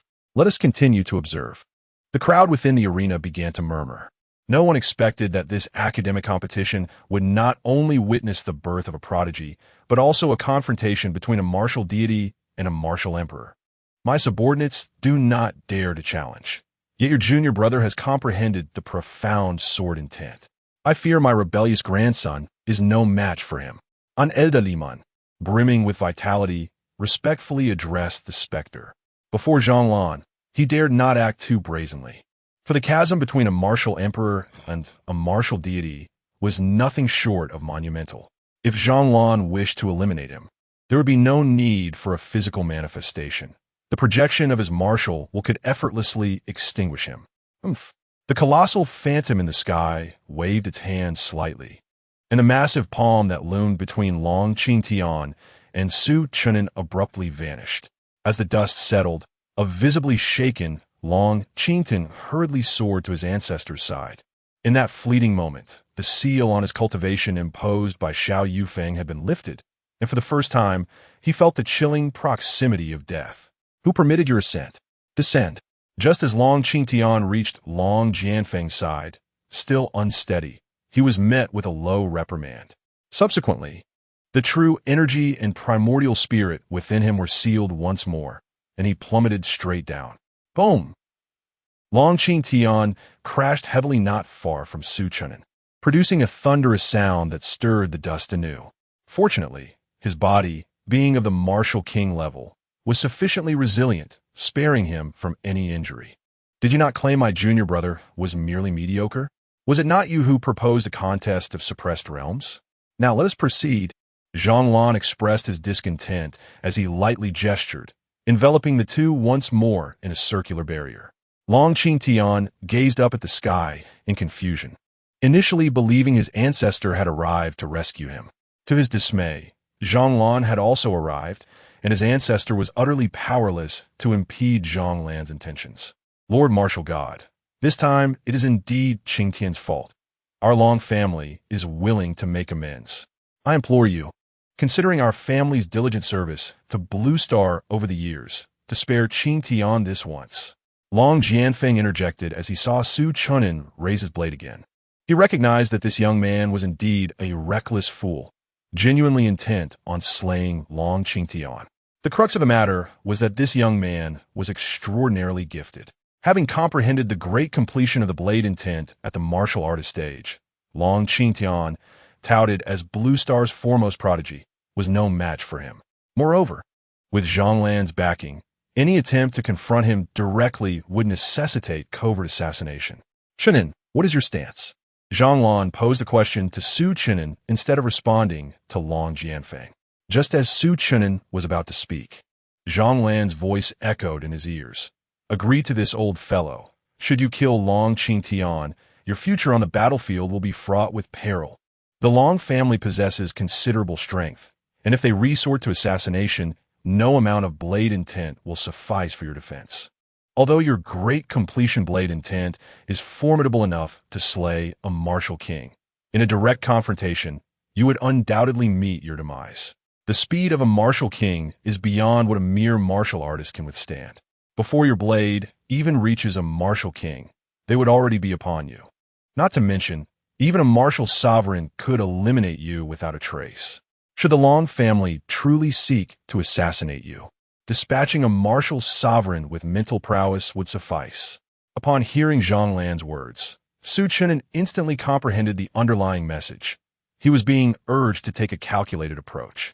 He acknowledged that despite his mastery of the blade intent, capable of defeating a martial king, a direct clash would only result in his own downfall.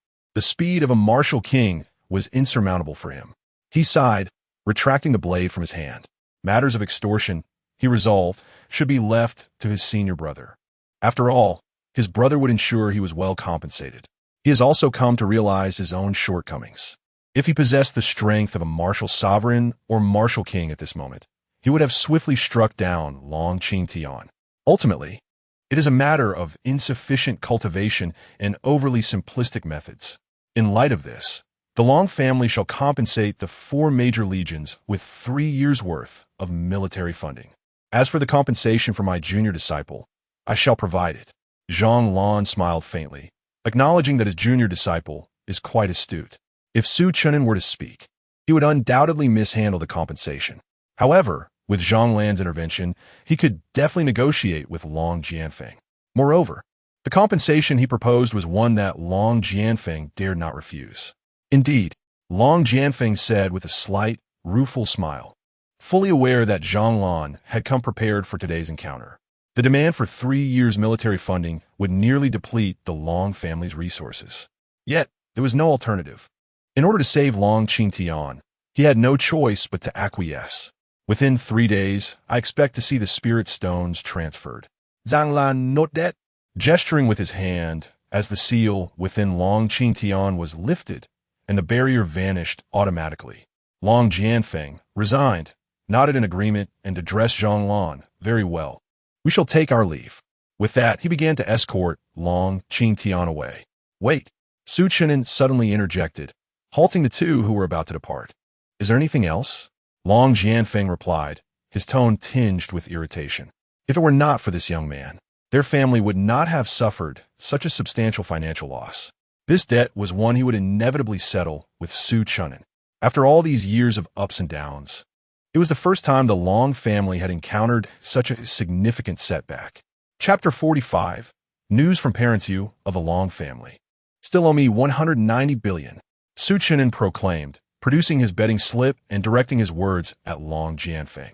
Long Jianfeng, utilizing his spiritual power, cast a fleeting glance at the slip in Su Chen'an's hand, noting the official seal of the Long family. His visage flushed crimson, and he nearly spat out a mouthful of blood. It was evident to him that this young man was deliberately seeking trouble for the Long family. However, with Jianjian present, he dared not unleash his fury.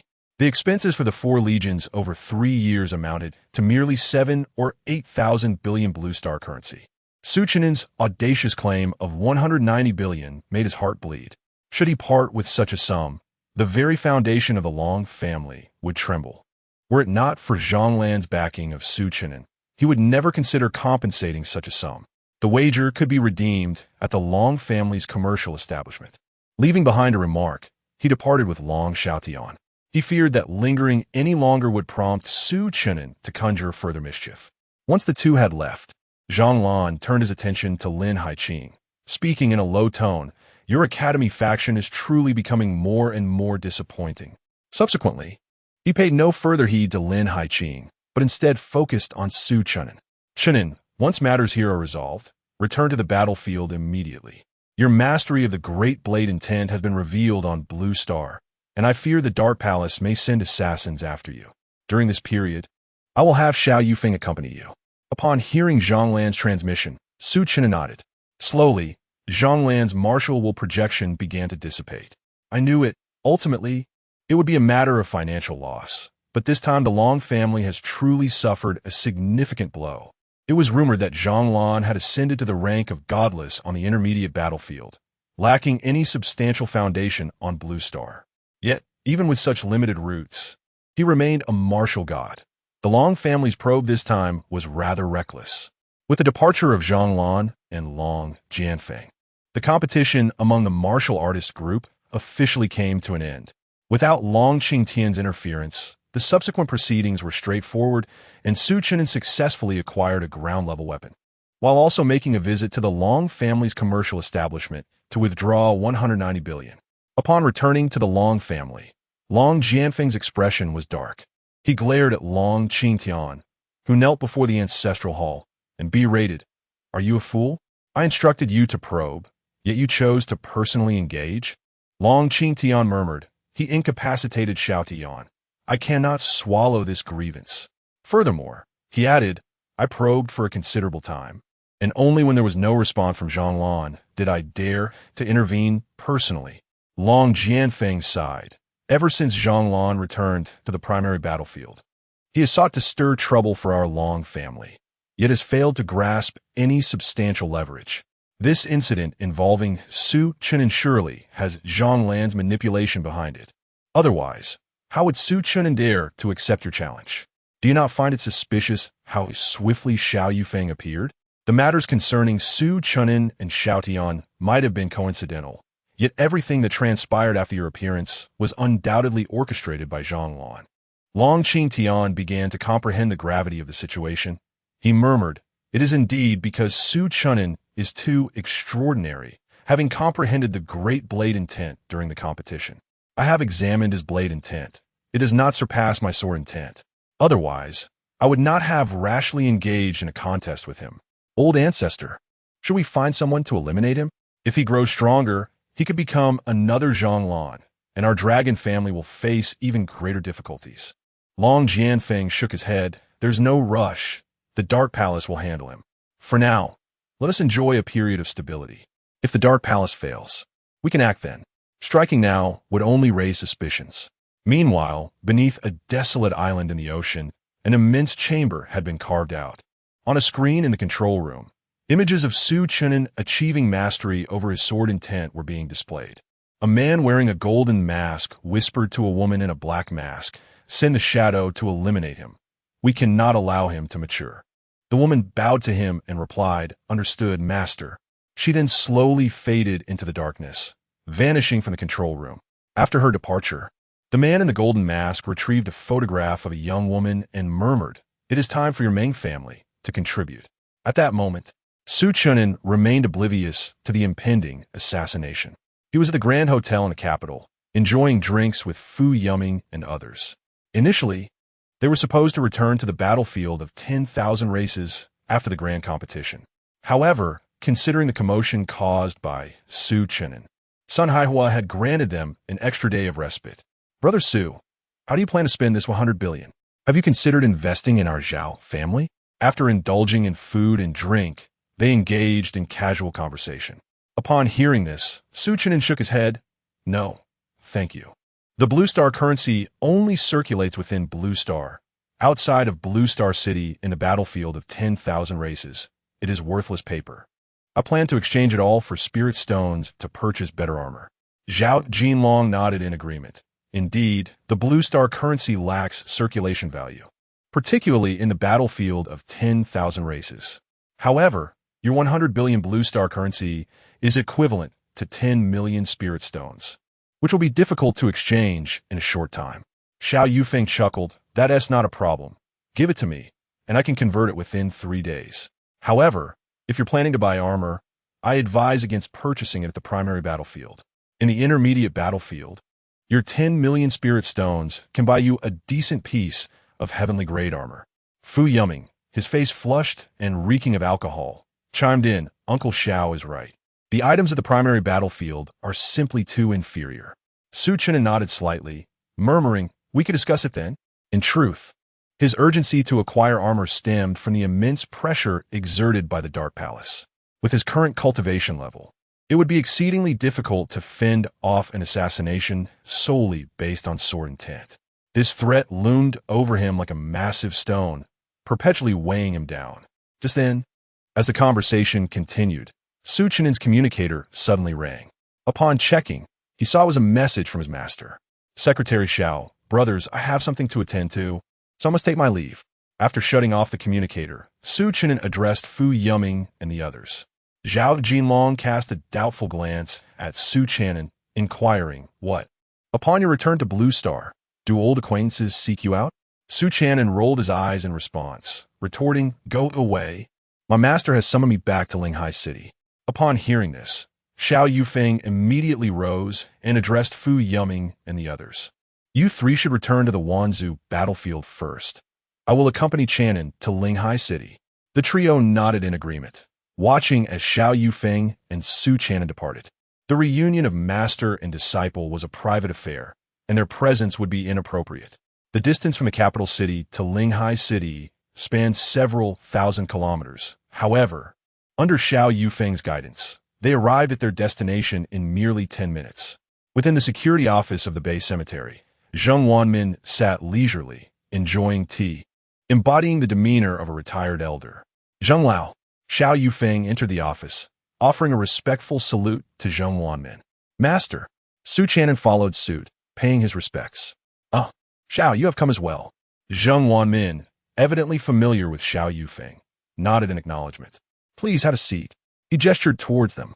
"Chen'an, the reason I called you here is that there is news regarding your parents," Zheng Wanmin informed Chen'an. Upon hearing this, Chen'an's brow furrowed in concern as he inquired, "What news do you have?" Having grown up in an orphanage, he had been told by the director that he was placed there by a comrade of his parents. At that tender age of 4 or 5, his memories of his parents were but a haze. They had perished on the battlefield, and he did not even know their names. He only recalled that the person who brought him to the orphanage was clad in black, possibly a soldier of the Xuanwu Legion. Yet, with countless warriors lost each year, locating 2 individuals among such vast numbers seemed an insurmountable task. The one who had delivered him to the orphanage could very well be deceased. Crucially, he had no means to search for that person, as the Xuanwu Legion was beyond his reach. For many years, he had sought information about his parents, yet he had remained empty-handed. All he desired was to light a stick of incense for his departed parents. He understood that in this era, ordinary families could only provide their children with a better environment through relentless struggle on the battlefield, seizing opportunities for a better life. If his parents had not fought for him, how could they have risked their lives in combat? Chapter 46. The trap of the Meng family wasn't your former star orphanage closed down? It is said that the person who sent you there has found the director of the orphanage from back then, who in turn contacted your homeroom teacher from Linghai No. 2 middle school. Just now, a letter arrived, and the messenger shared this information with me. Zheng Wanmin recounted slowly, then produced an envelope which he handed to Su Chen'an. Upon opening the envelope, Su Chen'an discovered the contents were rather straightforward. It informed him that there was news about his parents, and the handwriting indeed belonged to Wu Mei. I shall visit teacher Wu Mei, he murmured after glancing at the letter. Since switching communication devices, he had ceased using his phone, rendering him unreachable by those from Blue Star. The means of contacting his master was re-established only after arriving in Blue Star. I will accompany you, interjected Xiao Yufeng promptly. Zhang Lan had entrusted him with the task of safeguarding Su Chen'an in Blue Star, protecting him from potential assassination by the Dark Palace's agents. Yes, Xiao, your presence is advisable. I suspect there is a scheme at play. The timing of this letter is too fortuitous, Zheng Wanmin cautioned, signaling to Xiao Yufeng to inform him immediately should anything arise. Master, I shall take my leave now, Su Chen'an said, performing a slight bow to Zheng Wanmin before exiting the security room. Zheng Wanmin watched Su Chen'an depart, lost in contemplation, and after Xiao Yufeng led him away, he murmured, Young man, your journey is still long ahead. At the entrance of Linghai No. 2 Middle School, gazing at the familiar yet strange teaching building, he couldn't help but feel a surge of sentimentality. It had been over 3 months since his last return to Linghai No. 2, and during this interval, the school seemed to have undergone significant changes. At this moment, Linghai No. 2 was on break, the campus eerily quiet, yet Wu Mei resided in the faculty dormitory. Teacher Wu, are you there? Su Chen'an inquired, knocking on the familiar dormitory door. He had often been injured while entangled with Zhang Qiqiang, leading Wu Mei to bandage his wounds on several occasions in her dormitory. After a considerable wait, silence lingered from within the dormitory. Chen'an, be cautious, Xiao Yufeng urged, pulling Su Chen'an behind him as he gently pushed open the dormitory door. There is a letter here. Su Chen'an noticed an envelope resting on the table by the window, devoid of any dust. Xiao Yufeng nodded, indicating that he should open the envelope to reveal its contents. Meanwhile, he reached for a water cup on the desk. It was evident that someone had just left, as the water inside still bore warmth.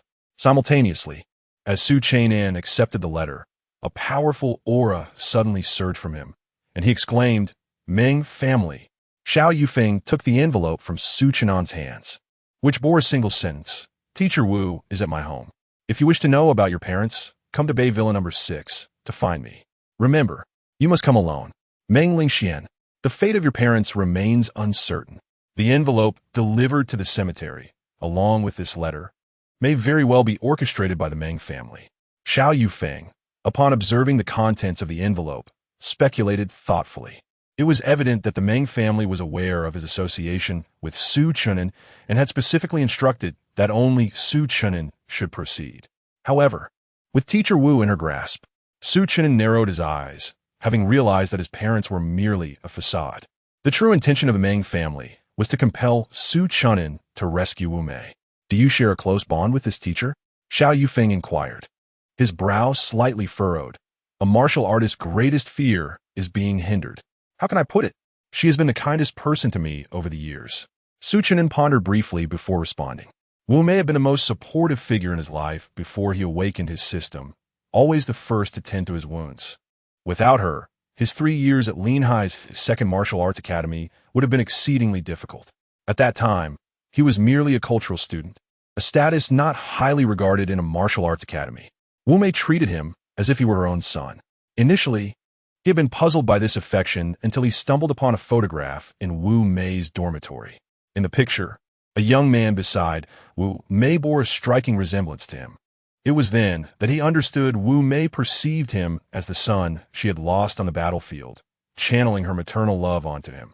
He recognized that he could never replace her son, yet he cherished the warmth of her care. Had it not been for Zhang Qiqiang and Meng Lingxian, those 3 years at Linhai would have been the happiest of his 18 years. Let's proceed. Xiao Yufeng's words instantly illuminated the urgency. Wu Mei must be rescued. Su Chen'an nodded to Xiao Yufeng, expressing gratitude. I appreciate your assistance, Secretary Xiao. Xiao Yufeng smiled faintly, saying nothing further, as he grasped Su Chen'an's hand and swiftly made their way to the Bay Villa district. The Bay Villa district, the most opulent enclave in Linhai City, boasted security personnel of martial artist caliber. It was now deep into the night, with only a few residences illuminated. Xiao Yufeng set Su Chen'an down outside the villa district's entrance, instructing, "You may enter first. I will use my mental energy to lock onto your position. Should any anomalies arise, I can come to your aid at any moment." Su Chen'an nodded and proceeded toward the interior of the Bay Villas. "Halt! Who goes there?" A security guard, stationed for protection, spotted him before he could approach. "Isik Villa no sei, Ming Ling Xuan," Su Chen'an replied. The guard in the booth made a quick phone call, then opened a small gate, directing Su Chen'an. "Villa number 6 is the third on the left." Su Chen'an acknowledged and walked toward Villa number 6. Inside, the villa was ablaze with light, as if the Meng family had anticipated his arrival and prepared accordingly. At the entrance stood 2 private bodyguards. Their demeanor suggested they had received prior notification of Su Chen'an's visit, allowing him to enter the villa without hindrance. Upon stepping into Villa number 6, he immediately spotted Wu Mei. She was bound to a chair with iron chains, which were evidently custom-made, resembling materials used in the special handcuffs of the city defense forces.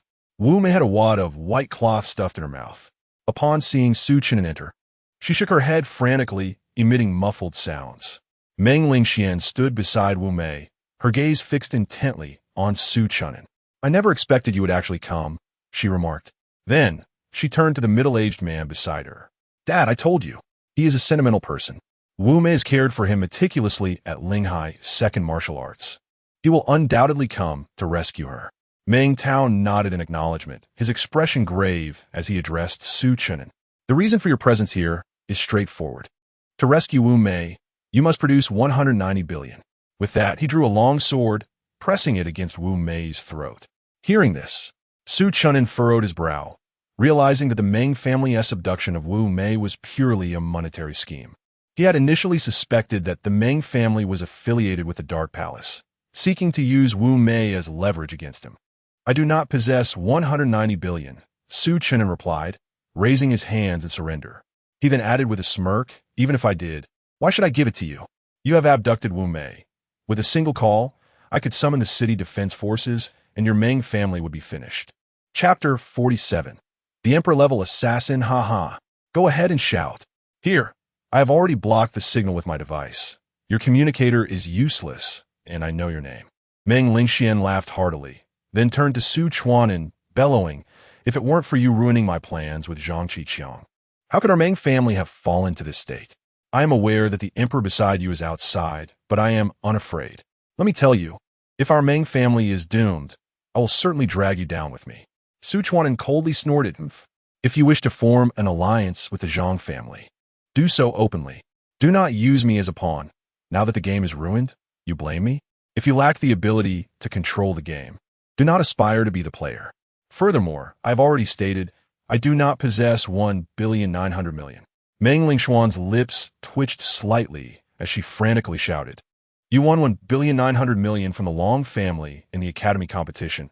I witnessed it myself. As a commoner, being used as a pawn by the Meng family is a privilege for you. Why not simply concede to Zhang Qiqiang?" Su Chuanan's gaze turned icy.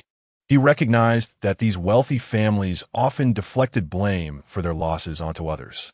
Moreover, all the affluent believed that commoners could never rise, especially not in their presence. How absurd! That money is not solely mine. It was a wager made by all of us. Even if that 1,900,000,000 were indeed mine, why do you have to claim it? Merely based on your incessant prattling. Do you truly believe that your kind can obstruct me? Su Chuanan sneered, and without hesitation, he retrieved the ice soul cold blade from his storage ring. This must be the earth-level weapon he obtained. We'll take this blade as well. Cast it upon the ground, or I shall take your life with a single strike. Meng Tao pressed his sword forward, a trickle of blood seeping from Wu Mei's neck. Are you still asleep? A martial king dares to speak to me in such a manner? Su Chuanan chuckled coldly. He had already investigated the Meng family's background prior to this encounter. The Meng family's rise was entirely due to Meng Lingxuan's grandfather, the emperor, who unfortunately passed away 3 years ago due to an old injury. It was at that moment that the Meng family began to decline, prompting Meng Lingxian to concoct her scheme to entangle Zhang Qiqiang. The Meng family sought to leverage the Zhang family's influence to rise once more. As Zhang Qiqiang's grandfather was still alive, Meng Lingxuan's father, being merely a martial king, could not sustain the vast Meng family. Just days prior, the Meng family's debts had come to a head, leading to their bankruptcy.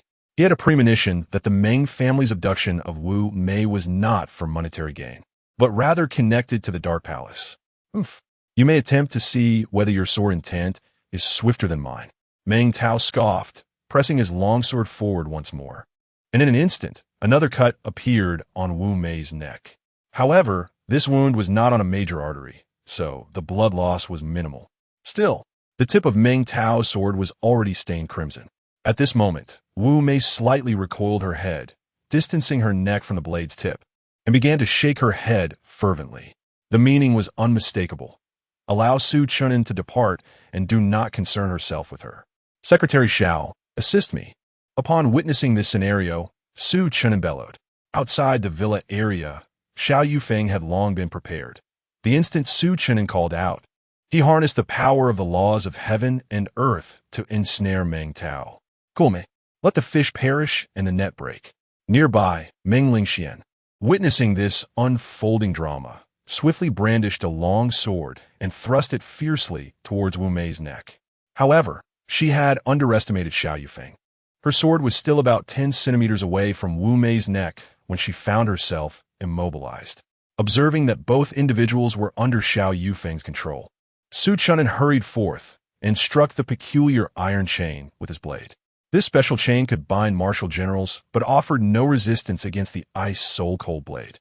Quickly, Su Chen'an assisted Wu Mei down from the chair, while simultaneously, Xiao Yufeng arrived at Villa Number 6 from outside the villa area. Knowing I have a martial emperor's protection, you dare to act, truly commendable, Su Chen'an remarked, as he slowly untied the ropes binding Wu Mei's hands behind her back. However, when he lifted his gaze to Meng Lingxian, he was taken aback to find a strange smile curling at the corners of her mouth. In an instant, a chill ran down his spine, and the hairs on his body stood on end. Xiao Yufeng also noticed the peculiar smile on Meng Lingxuan's lips and quickly turned his attention to Su Chen'an. Be wary of the shadow beneath Wu Mei. With Xiao Yufeng's warning, Su Chen'an swiftly retreated. Yet, when he attempted to withdraw, it was already too late. He found himself ensnared by an unseen force. The eerie shadow had detached itself from Wu Mei's form. Subsequently, several flying daggers shot forth from the shadow, imbued with a substantial amount of the laws of heaven and earth, intent on delivering a fatal blow to Su Chen'an. At this juncture, Xiao Yufeng could no longer afford to maintain control over Meng Tao and Meng Lingxian. He urgently summoned the power of the laws of heaven and earth to shield Su Chen'an. However, the moment he acted, the shadow on the ground suddenly rose, and a barrier materialized in front of it, obstructing his laws of power. Martial Emperor, you are a shadow from the Dark Temple. Upon witnessing this scene, Xiao Yufeng recognized the identity of this individual. The infamous gold medal assassin from the Dark Temple, one of the few martial emperor-level assassins, had eliminated numerous prodigies from Blue Star. The fact that this shadow could intercept his laws of power indicated its prowess rivaled his own. Meanwhile, Su Chen'an had already been struck by the flying daggers and long spear. Xiao Yufeng, filled with exasperation, was mortified that the shadow could eliminate Su Chen'an right before his eyes, a tremendous humiliation for him. He drew a long sword from his storage equipment and lunged violently at the shadow. However, his rapid strike merely passed through the shadow's form. In an instant, the shadow reattached itself to the ground and then slipped beneath his feet. Shadow escape. Xiao Yufeng furrowed his brows, gazing at his own shadow, acutely aware that the shadow assassin had departed. This shadow evasion was an elusive technique, exceedingly difficult to master, and it was evident that this shadow had achieved remarkable proficiency. Even his sword, imbued with the power of the laws, could not pierce through the shadow. All of this transpired in the blink of an eye, compelling Xiao Yufeng to glance anxiously at Su Chen'an. Boom! A brilliant golden light erupted from Su Chen'an's form, as several flying daggers, endowed with the power of the laws, collided with the golden radiance, unable to advance a single step, ultimately clattering to the ground. Simultaneously, a golden barrier enveloped Su Chen'an, securing him within its protective embrace. Curse it! My life-saving equipment, just like that? Su Chen'an's face was etched with terror as he clutched the jade pendant at his chest. In that fleeting moment, he had sensed the breath of death. Had the pendant not activated unexpectedly, he would have already been a lifeless corpse. Observing the golden barrier around Su Chen'an gradually dissipating, Xiao Yufeng exhaled a sigh of relief. If Su Chen'an were to perish here, how could he possibly explain it to Zhonglan? Chapter 48. The Death of Wu Mei. Beware. However, before Xiao Yufeng could even catch his breath, he observed the shadow beneath Wu Mei's feet begin to stir. This shadowy assassin had not departed. Instead, it concealed itself within Wu Mei's silhouette. As a soon-to-be ascendant martial sovereign, Xiao found it perplexing that this shadowy figure, possessing far inferior cultivation, could manipulate him so effortlessly. Su Chen'an's expression shifted dramatically. He had not anticipated the tenacity of this shadow assassin. One failed strike had not deterred it. It sought another attempt. Typically, such assassins would flee immediately after a missed blow, biding their time for another chance. As he witnessed the shadow lunging toward him, his blade's intent surged forth, striking down fiercely toward the shadow on the ground. However, the shadow evaded this attack with an uncanny twist. From within the shadow, a long spear thrust forth, aimed directly at Su Chen'an's chest. As he prepared to block with his sword, he was startled to see a familiar figure suddenly appear before him. Wu Mei leaped in, shielding him with her own body from the spear's piercing intent. No! Su Chen'an roared, hastily embracing Wu Mei. A gaping wound, the size of a bowl, was grotesquely exposed on her chest. She gently raised her hand, caressing Su Chen'an's face, whispering, "Chen'an." But her words faltered, and her hand, once raised, lost its strength, falling lifelessly to the ground. At that moment, Xiao Yufeng rushed to Su Chen'an's side, hastily erecting a barrier to prevent further assaults from the shadow. As long as his protective force remained intact, the shadow would have to contend with him before approaching Su Chen'an. Su Chen'an cradled Wu Mei's lifeless body, letting out a heart-wrenching wail to the heavens. If it were not for him, the Meng family would not have captured Wu Mei, and she would not have perished. Xiao Yufeng stood at the ready, refraining from intervening, aware that Su Chen'an needed to release his anguish. Gently placing Wu Mei's body down, Su Chen'an turned to Meng Lingxian and Meng Tao, bellowing, "You shall all perish." At this moment, Meng Lingxuan's face paled. She realized the situation diverged greatly from the Dark Palace's assurances. The Dark Palace had promised to send a martial, sovereign-level assassin, and with their cooperation, after Su Chen'an's demise, the Meng family would be supported, allowing them to become part of the Dark Palace under a new guise. Yet now, the promised martial sovereign-level assassin was nowhere to be found, leaving the Meng family to face the wrath of both Su Chen'an and Xiao Yufeng. Su Chen'an, allow me to explain. I sought only wealth. I had no intention of killing you or teacher Wu. Meng Lingxian implored, her eyes wide with terror. But the only response she received was Su Chen'an's blade, filled with rage, descending upon her. Beside them, Meng Tao, witnessing his sister being cleaved in two by the intent of the blade, roared in fury, "Vile scoundrel, perish!" Yet, a mere glance from Xiao Yufeng rendered Meng Tao immobile. With another stroke of his blade, Su Chen'an severed Meng Tao in two as well. A captive martial king, confronted by the prowess of his blade intent, was merely a living target. After dispatching the two adversaries, Su Chen'an was not inclined to cease his onslaught. In a fit of rage, he unleashed a torrent of blade intent upon Villa Number 6, reducing it to ruins in an instant. Within the confines of Villa Number 6, all members of the Meng family, both direct and collateral, were mercilessly severed and buried alive. Upon completing this grim task, Su Chen'an stood amidst the debris of the villa, enveloped in silence for an extended period. Eventually, a gentle breeze stirred, rousing him from his reverie. he tenderly lifted the lifeless body of Teacher Wu Mei and murmured, "Teacher Wu, I shall take you home." In the bamboo grove on the rear mountain of Linhai, second marshal, Su Chen'an excavated a grave for Wu Mei, etching the words "Grave of Teacher Wu Mei" upon a wooden headstone. Wu Mei's husband and son had perished on the battlefield, leaving her without kin. He was her sole connection in this world. This bamboo grove was where Wu Mei had imparted her swordsmanship to him. Thus he chose to lay her to rest here. Kneeling before the grave, he poured 3 cups of wine onto the earth, a tribute to her memory. Subsequently, he raised a bottle of white liquor and drained it in one gulp. Wiping his mouth, his eyes reddened, he caressed the headstone and whispered, "Teacher Wu, rest assured, I shall uproot the Dark Palace. I, Su Chen'an, vow here that until the Dark Palace is eradicated, I shall not live as a man." After uttering these words, he tidied the area and turned to Xiao Yufeng, speaking in a low tone, "Secretary Xiao, let us depart." Xiao Yufeng nodded and led Su Chen'an towards the teleportation array to Blue Star. Meanwhile, in the subterranean realm of the desolate island where the Dark Palace resided, a figure in black stood with bowed head within a grand hall.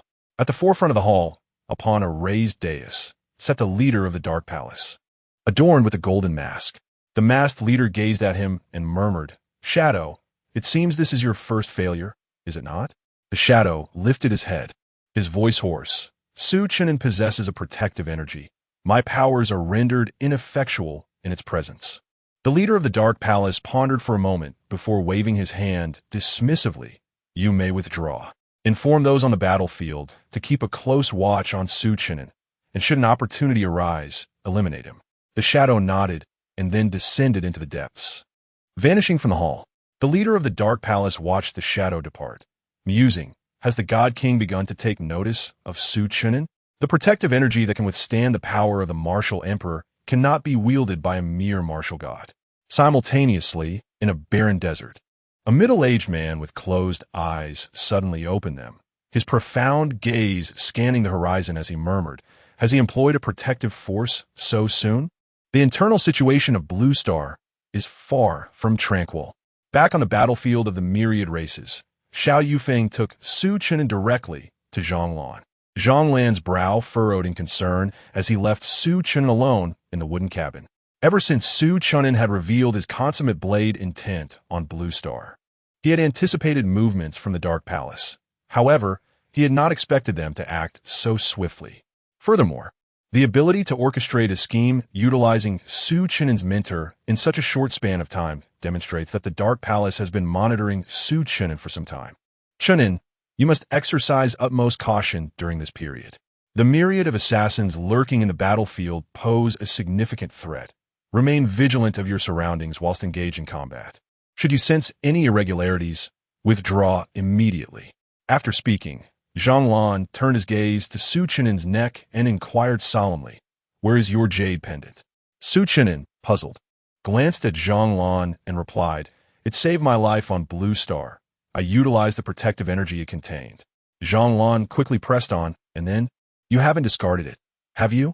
Su Chen'an shook his head and retrieved the pendant from his storage device, stating, "I certainly wouldn't throw it away. It was bestowed upon me by the Divine King. I must cherish it." Upon seeing the pendant, Zhonglan exhaled in relief. The Divine King has imbued this pendant with 3 strands of energy. At that time, I only informed you of 1 strand to prevent you from becoming overly preoccupied with it. A martial artist must rely on their own strength. However, it appears that 3 strands may now be insufficient. With that, he presented Su Chen'an with a piece of soft armor, saying, "This is an advanced grade soft armor that I once wore. You may use it for the time being. When I next venture to the intermediate battlefield, I shall endeavor to acquire a piece of earth-grade armor for you." Su Chen'an, feeling somewhat embarrassed, looked at Zhonglan and replied, "Is that really appropriate?" Each time he visited Zhonglan, he would leave with something, which made him feel quite sheepish. Nevertheless, his hands acted honestly as he promptly accepted the black soft armor. "It's nothing to be concerned about. In fact, I possess earth-grade armor, but it hampers mobility. In battle, agility is paramount." Zhonglan waved his hand dismissively. To him, an advanced-grade soft armor was of little consequence. The crux of the matter was that Earth-grade armor was quite scarce on the primary battlefield. Otherwise, he would have sought to procure a piece for Su Chen'an. With his mastery over the blade intent, Su Chen'an is undoubtedly a priority for protection. Just as he relayed the news of Su Chen'an's achievement to the Divine King, an incident occurred involving Su Chen'an on Blue Star, prompting the Divine King to send an immediate message demanding to know what was transpiring. Chapter 49. Early graduation. After engaging in idle chatter for a while, Su Chen'an returned to the mortal battlefield to reunite with Fu Yuming and the others. With the grand competition now concluded, you all have gained insight into your own capabilities. In the forthcoming year, my expectations of you are not particularly high. Each individual must elevate themselves by one significant realm. To illustrate, Su Chen'an is currently a 9th-tier warrior, and by this time next year, he must ascend to the rank of 9th-tier martial master, possessing the ability to contend with martial generals. Throughout this year, the daily tally of enemies slain must not fall below 100. Sun Haihua gathered everyone before the tent and announced the tasks assigned for the upcoming year. Huh? Zhao Jinlong exclaimed in bewilderment. Do you have any objections? Sun Haihua inquired, casting a glance at Zhao Jinlong. Zhao Jinlong murmured, I can achieve an elevation of 1 realm within a year. The key issue lies in the requirement to slay 100 enemies daily. Where we find time to cultivate. Transitioning from warrior to martial master does not necessitate an extensive period. For him, a modest amount of daily training could suffice to ascend a significant realm within 6 months. However, slaying 100 enemies daily implies a constant presence on the battlefield. Particularly after advancing to martial master, one might need to fight from dawn until dusk against 100 martial masters. Under such circumstances, there would be no time left for cultivation. Sun Haihua smiled faintly and remarked, a special class must possess a unique element to earn its designation. This is the task I have assigned to you. As for the specific arrangements from your respective instructors, they will inform you after leading you away. Do not tell me there is no time for cultivation. Cannot you engage in combat during the day and train at night? Laziness is a grave sin for warriors. Upon hearing this, not only Zhao Jinlong, but even Li Yinzhong and Fu Yuming found it hard to believe. According to Sun Haihua's perspective, this was merely his assigned task, and their individual instructors would have their own arrangements as well. If this continued, it seemed they would need to forego sleep altogether. The only individual who remained unresponsive was Su Chen'an, who scarcely registered Sun Haihua's words. His mind was wholly preoccupied with thoughts of the Dark Palace, contemplating how he might acquire information regarding it. The Dark Palace was shrouded in mystery. Even his senior brother, Zhang could not obtain accurate information, let alone him as a mere warrior. To obtain news about the Dark Palace would necessitate infiltrating its inner sanctum. However, he quickly dismissed this notion due to its inherent risks. After considerable contemplation, he devised a singular plan to seek information about the Dark Palace in Haotian City. The Dark Palace collaborated with Haotian City, and he believed he might uncover some intelligence there. With his skill in the art of disguise, he could assume the guise of a demon and blend into Haotian City. What are you thinking? As Su Chen'an pondered how to proceed to Haotian City, Fu Yuling's voice disrupted his train of thought. Sun Haihua had completed his announcement, and the other 3 had already departed with their respective instructors, leaving him standing there in a daze. It's nothing. Su Chen'an shook his head and replied with a smile. Fu Yuling patted him on the shoulder. Don't overthink it. She was also aware of Su Cheng'an's experiences on Blue Star and understood that Wu Mei's death would undoubtedly have an impact on him. Instructor Fu, I wish to graduate, Su Cheng'an remarked after a moment of contemplation, addressing Fu Yuling. To venture to Haotian City, he must first complete his graduation. Otherwise, Fu Yuling would not be able to accompany him. Why? Fu Yuling inquired with a furrowed brow. Su Cheng'an's sudden declaration of his intent to graduate surely stemmed from a significant reason.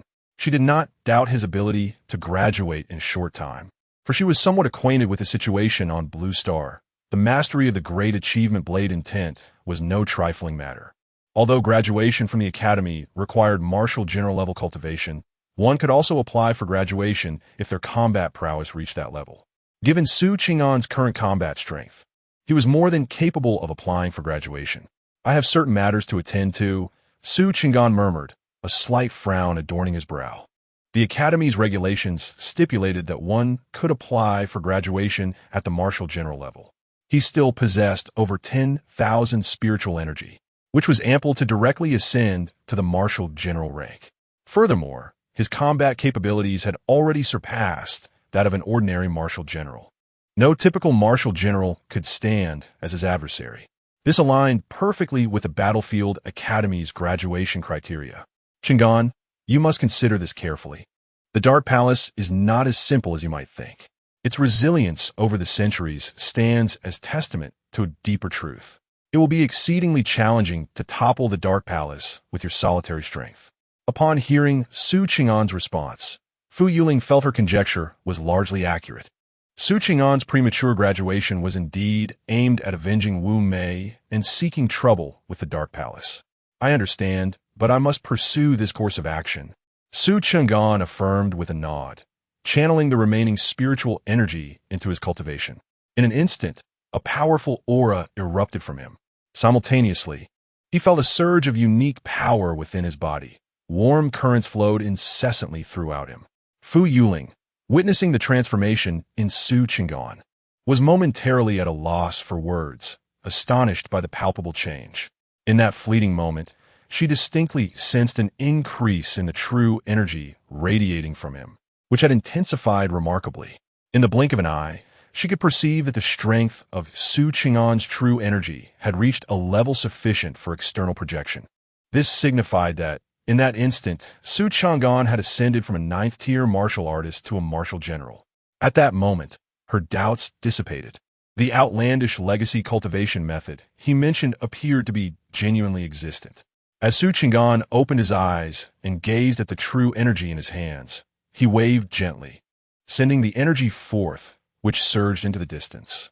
A small stone in the distance was shattered by this force, fragments scattering everywhere. Simultaneously, he manipulated the true energy within him to envelop his being, gradually lifting himself into the air. This was the external projection of true energy, enabling the physical body to soar. At the moment of his ascension to martial general, the system had engraved the usage of true energy into his mind. Thus, even as he employed true energy for the first time, he did so with remarkable proficiency. Teacher Fu, I should be eligible for early graduation now, shouldn't I? Su Chen'an softly inquired, gazing at Fu Yuling, who was momentarily taken aback. As she emerged from her astonishment, she regarded Su Chen'an as if he were a celestial being, her eyes brimming with disbelief. In the span of 3 seconds, he had transcended 2 significant realms. In her 21 years of existence, she had never witnessed such an extraordinary event. Please submit your application. She finally nodded in resignation, permitting Su Chen'an to proceed with his graduation request. There was no alternative. Per the regulations, Su Chen'an had already attained the rank of a martial general, thus meeting the Academy's graduation criteria. It became evident to her that Su Chen'an had entered the Battlefield Academy solely for the sake of the rewards from the grand competition. Given Su Chen'an's disposition, even without the incident involving Wu Mei, he would have sought early graduation. It was merely a matter of time. What transpired? How could Su Chen'an's early graduation application be approved? Shortly thereafter, Sun Haihua and Fu Yuling arrived. As the chief instructor of the special class, Sun Haihua's consent was necessary for Su Chen'an's graduation request to be validated. Having just brought Fu Yuling to the battlefield, he was startled to receive Su Chen'an's application, and even more bewildered that Fu Yuling had acquiesced. This compelled him to return with Fu Yuling, initially suspecting a conflict between Fu Yuling and Su Chen'an. After all, it was understandable for Su Chen'an to be in a somber mood following the recent events on Blue Star. However, upon witnessing Fu Yuling and Su Chen'an engaged in amicable conversation, their tones unusually tranquil, he found himself utterly perplexed. Chapter 50. Returning to the battlefield, it is not my desire to approve this, but Su Chen'an has met the graduation criteria. According to regulations, I must grant my approval. Fu Yuling explained with a resigned gesture in response to Sun Haihua's questioning. What graduation criteria? Even if he possesses a mastery of blade intent and the combat prowess of a martial general, he is still merely a martial artist. In terms of overall combat capability, he has not achieved the graduation standard. Sun Haihua protested. Yet, as he continued to voice his objections, he witnessed a surge of white energy manifest in Su Cheng'an's hands, which he then cast forth. At that moment, the words caught in his throat. Approaching Su Cheng'an, he grasped the young man's shoulders and utilized his mental energy to examine the qi circulating within him. Upon observing the robust flow of qi, he stared at Su Cheng'an in disbelief, furrowing his brow. A martial general? No, it hasn't been long since. You have advanced to the rank of martial general? This is impossible. In that instant, all his years of cultivation experience and knowledge shattered into fragments. Beside them, Fu Yuming, witnessing the display of energy and hearing Sun Haihua's exclamation, widened his eyes in astonishment. What? A martial general? Are you jesting? It has barely been 3 minutes since we left, and Su Cheng'an has risen from a martial artist to a martial general? Growing up on the battlefield, he had never encountered such an absurd situation. Sister, what is happening? Fu Yuming gitaron tu Fu Yuling. Suspicion clouding his thoughts regarding any potential improprieties between his sister and Su Cheng'an. There were legends of a technique employed by couples that could expedite the advancement of a less skilled partner. But this acceleration seemed excessively swift. With a scrutinizing glance, Su Cheng'an. Not only was Fu Yuming perplexed, but Sun Haihua also regarded Fu Yuling with curiosity. What had transpired during their brief absence of 3 minutes? Fu Yuming, I believe you are courting death. Observing her brother's insinuating gaze, Fu Yuling felt her cheeks flush, and she delivered a playful slap to Fu Yuming. Turning back to Sun Haihua, she sighed, I cannot comprehend Su Cheng'an's inheritance. In just 3 seconds, he advanced to the rank of martial general. Upon hearing this, Fu Yuming hurriedly approached Su Cheng'an, whispering, 3 seconds? Su, is your progress truly that rapid? Before Su Cheng'an could respond, Fu Yuling struck again, this time rendering Fu Yuming unconscious. Sun Haihua, bemused, rubbed his temples. Such an extraordinary occurrence was a first for him as well. He then turned to Su Cheng'an, asking, Are you certain you wish to graduate early? Su Cheng'an nodded silently. Sun Haihua let out a resigned sigh. I can approve this on my end, but it will take the school a week to finalize the review. During this week, feel free to engage in any activities you desire. He had no choice but to endorse Su Cheng'an's application for early graduation, as his cultivation met the required standards. It was indeed his first encounter with a freshman who would graduate less than a month after enrollment. The key point is that this new student possesses a terrifying combat prowess. Su Chen'an, endowed with a profound understanding of the sword, coupled with the cultivation of a martial general, finds even the most ordinary martial sovereigns to be no match for him. After bidding farewell to his companions, Su Chen'an strides toward the battlefield. Now that he has attained the rank of martial general, the locations for gathering spiritual energy are no longer confined to the mortal and spiritual realms. All 3 battlefields, mortal, spiritual, and general, have become his domains for harvesting spiritual energy. Moreover, with the swiftness of a martial general, he can traverse the mortal and spiritual realms, which previously took him over an hour, in significantly less time. Now, he can explore all 3 battlefields in under an hour, greatly enhancing his rate of spiritual energy collection. Once Su Cheng'an departs, Sun Haihua and Fu Yuling exchange a resigned glance. Since Su Cheng'an has graduated, your duties as his instructor are concluded. You should report back to the Qinglong Legion. Sun Haihua remarks to Fu Yuling, before shouldering Fu Yuming and heading towards the battlefield. Fu Yuling gazes at the defensive line of the battlefield, murmuring, Su Cheng'an, will you become the 5th martial deity? At this moment, Su Cheng'an has already arrived at the general battlefield. He refrains from lingering in the mortal and spiritual realms, wary of attracting the attention of the formidable demon clan experts. Upon entering the general battlefield, the familiar sound of the system resonates. Although the frequency of the system prompts has diminished somewhat, he is content with the accumulation of 100 points of spiritual energy each time. He currently does not dare to approach the sect-level battlefield. Even with his profound swordsmanship, being surrounded by several demon sovereigns could lead to his demise. The sword intent is not without its limitations. while it does not require the consumption of true energy or physical strength. Each use necessitates a recovery period for the sword intent to regenerate. Furthermore, excessive use leads to an inexplicable heaviness in his mind.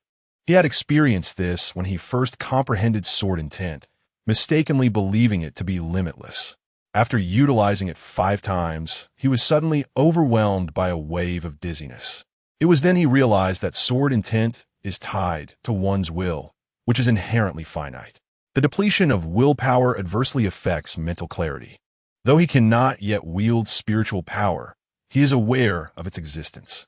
Perhaps upon ascending to the rank of martial sovereign, awakening his spiritual power will bolster his will, allowing for more frequent use of sword intent. After collecting the spiritual energy from the general battlefield, Chen'an finds a secluded corner to access his system panel. Host, Chen'an, lifespan, 70 years, 335 days. Realm, First Tier Martial General 1356, 1000. Techniques, True Understanding of Martial Tao, 75 1000. Basic Sword Technique, Sword Intent, 600 100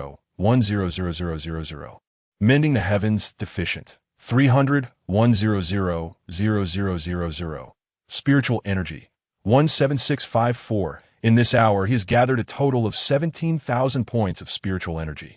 The combined total from immortal and spiritual realms is comparable to that of the general battlefield.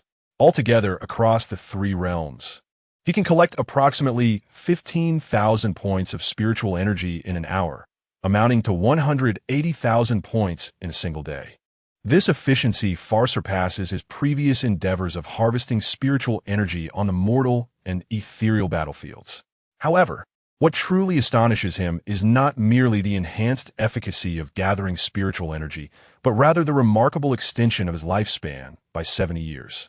Upon ascending to the rank of a military general, he was granted an immediate increase of 70 years to his life, signifying a reprieve from his previous anxieties regarding mortality for the foreseeable future.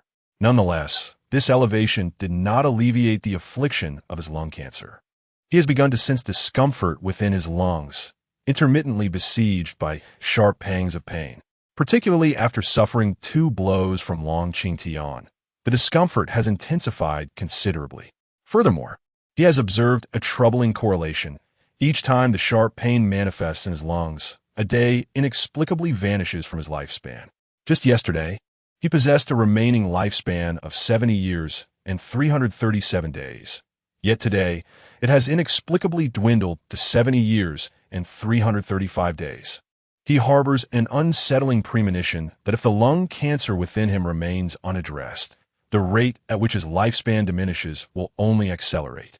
It is conceivable that Jianjian's 2 strikes have shattered the tumor in his lungs. With this thought, Chen'an feels a pang of regret. He should have delivered a decisive blow to Jianjian on the arena. Chapter 51. The Treasure Pavilion. 3 days later, Xiao Yufeng approached Chen'an, informing him that the exchange for 10 million spirit stones had been successfully completed. As Chen'an gazed upon the mountain of spirit stones within his storage bag, a smile spread across his face, narrowing his eyes into slits of delight.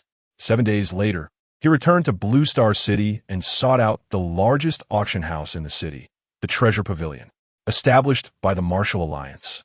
This pavilion hosted daily auctions featuring a myriad of treasures, techniques, weapons, and armor, a veritable feast for the eyes. His purpose for visiting was straightforward: to acquire either a profound level or a spiritual level weapon. Additionally, he sought a combat technique for footwork and a sword technique. The reason for this urgency was his impending journey to Haotian City. The Ice Soul Cold Blade was too conspicuous. Its mere presence in Haotian City would inevitably reveal his identity. Moreover, the sword intent he possessed was ill-suited for use in that region, compelling him to employ it discreetly. As the demon race in Haotian City operated under a martial system akin to that of the human race, he required a sword technique to mask his sword intent. After the verification of his assets, Chen'an entered the Treasure Pavilion, albeit not in his true form, having adopted a different guise. The pavilion only assessed financial capability, not identity. At this moment, he was adorned in opulent attire, his complexion pale, resembling a debauched dandy devoid of vitality. Inside the treasure pavilion, the auction hall was nearly at full capacity. In a bid for fairness, the pavilion had not established private rooms. All attendees sat together in the main hall. The modern hall featured extraordinarily comfortable individual sofas, reflecting a commitment to customer service. Esteemed patrons, the auction of the treasure pavilion is now officially underway. Hardly had Chen'an settled into his seat when the auction commenced.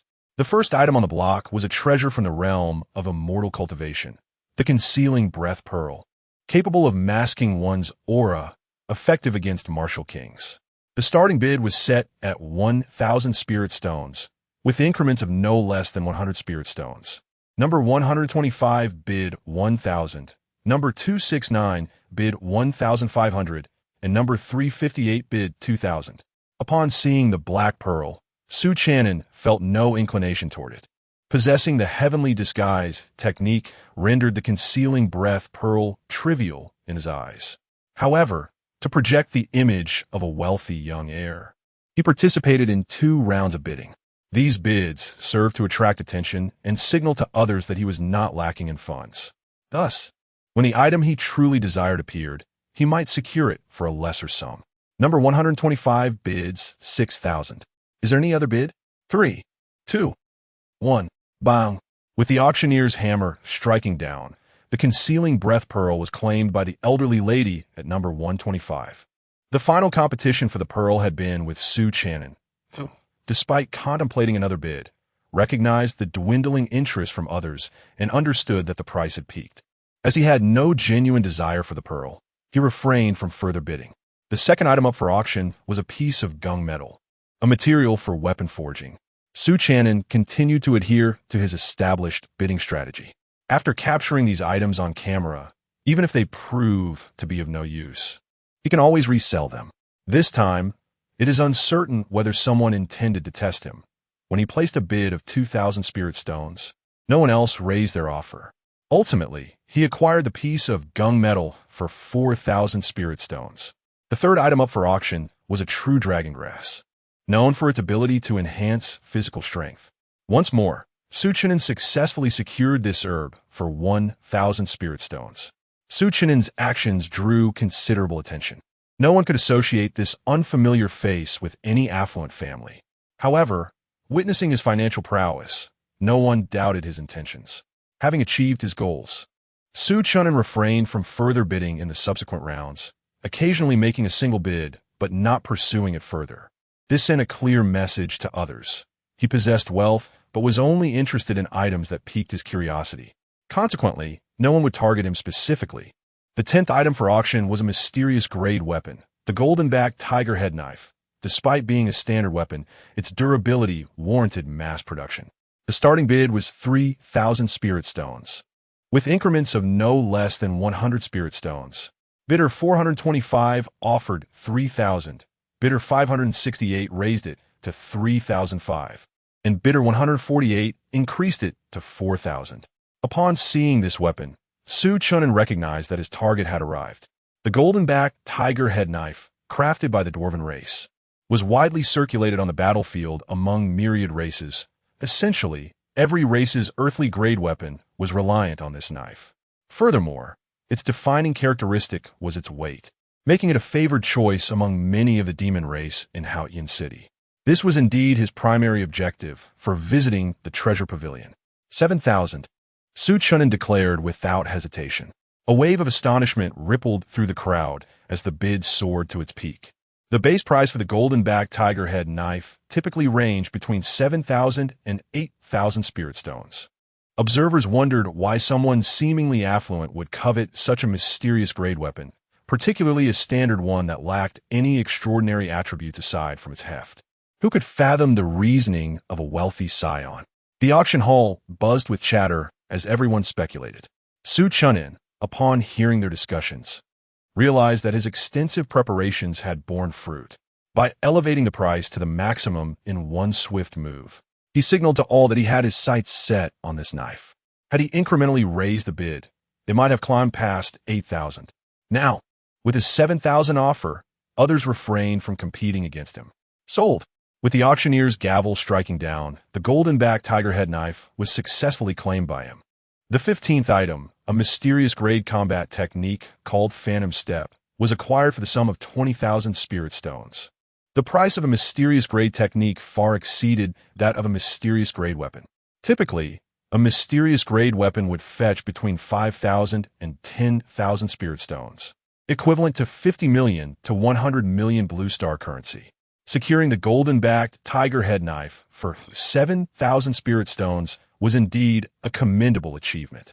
The mystic-level techniques are all priced above 10,000 spirit stones, signifying that even the most rudimentary of these methods demands a staggering 100 million blue star coins.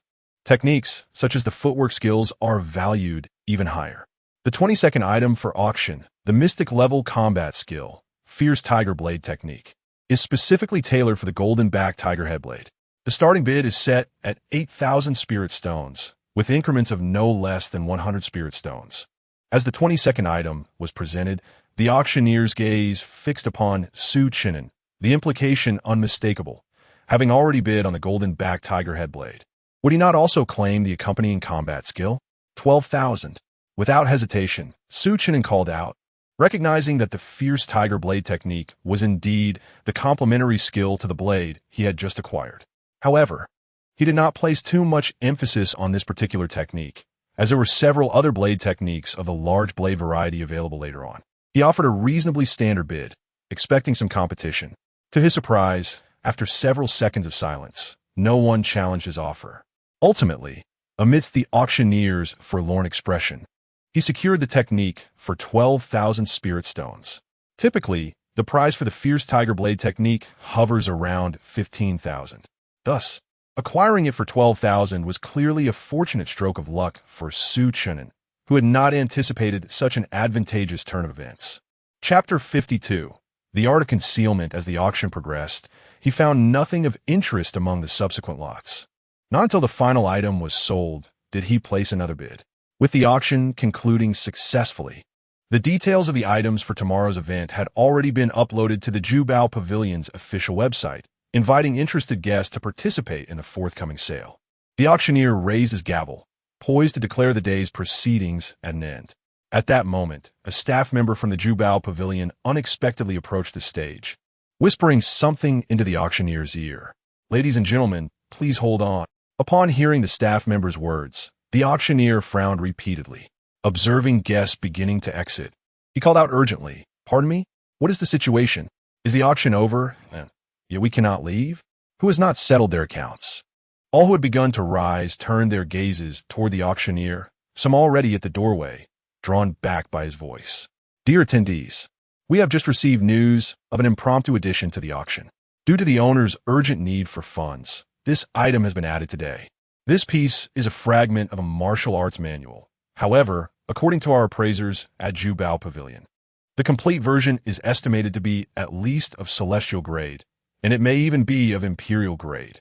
Seizing the opportunity, the auctioneer quickly relayed the information he had acquired.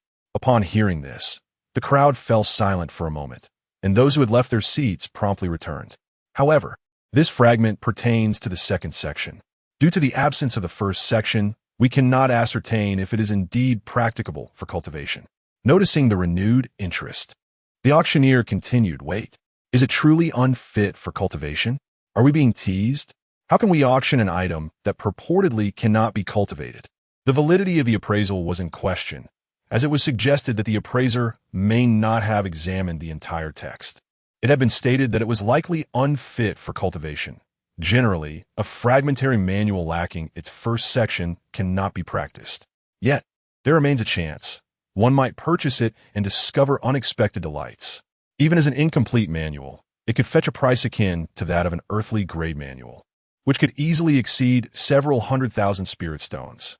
Spending such a sum on this might not be prudent. Within the auction hall, opinions regarding this incomplete manual were mixed. Some were eager to acquire it, while others were disinterested, and still, some merely wished to remain as spectators. Amidst the lively discussions, a staff member emerged, carrying a tray. On it rested a standing copper plate, its edges irregular, resembling a piece torn from something larger. The plate was inscribed with densely packed characters. This fragment is part of the incomplete manual crafted from void secret gold, and we have confirmed that this page is intact. Our appraisers surmise that this section is the second part of the original manual. We will project the content of this section onto the large screen for your consideration regarding its purchase. The auctioneer introduced a fragment of copper, clearly a piece that had been intentionally torn away. Void secret gold? Such a material would cost tens of thousands of spirit stones per gram. This fragment of a page is quite substantial. An entire page of techniques would surely weigh over 100 grams. Acquiring such material would necessitate millions of spirit stones. A page crafted from void secret gold suggests that the techniques contained within are likely not merely of heavenly grade, but could potentially be of imperial grade. It is preposterous to think one could purchase a fragment of an imperial grade technique for 1 million spirit stones. Imperial grade techniques have yet to appear in our Blue Star City, though they have been auctioned in the intermediate battlefield, where the prices are typically in the hundreds of millions. However, this is the second part. If it cannot be cultivated, it could still serve as void secret gold. As the auctioneer concluded, the content of the page was displayed on the large screen behind him. Everyone began to analyze the contents, hoping to discern some secrets. Chen'an initially held little regard for this item, as it was unlikely to be obtained without several million spirit stones. Items of grade earth and above sea, their prices multiply exponentially. Earth-grade techniques can be acquired for just a few 100,000 spirit stones, which equates to mere tens of billions of Blue Star coins. Consequently, many affluent families practice earth-grade techniques. However, heavenly-grade techniques command prices in the tens of millions of spirit stones and are often unavailable. As for imperial-grade techniques, their prices are staggering, and those in possession of such knowledge across Blue Star are exceedingly rare.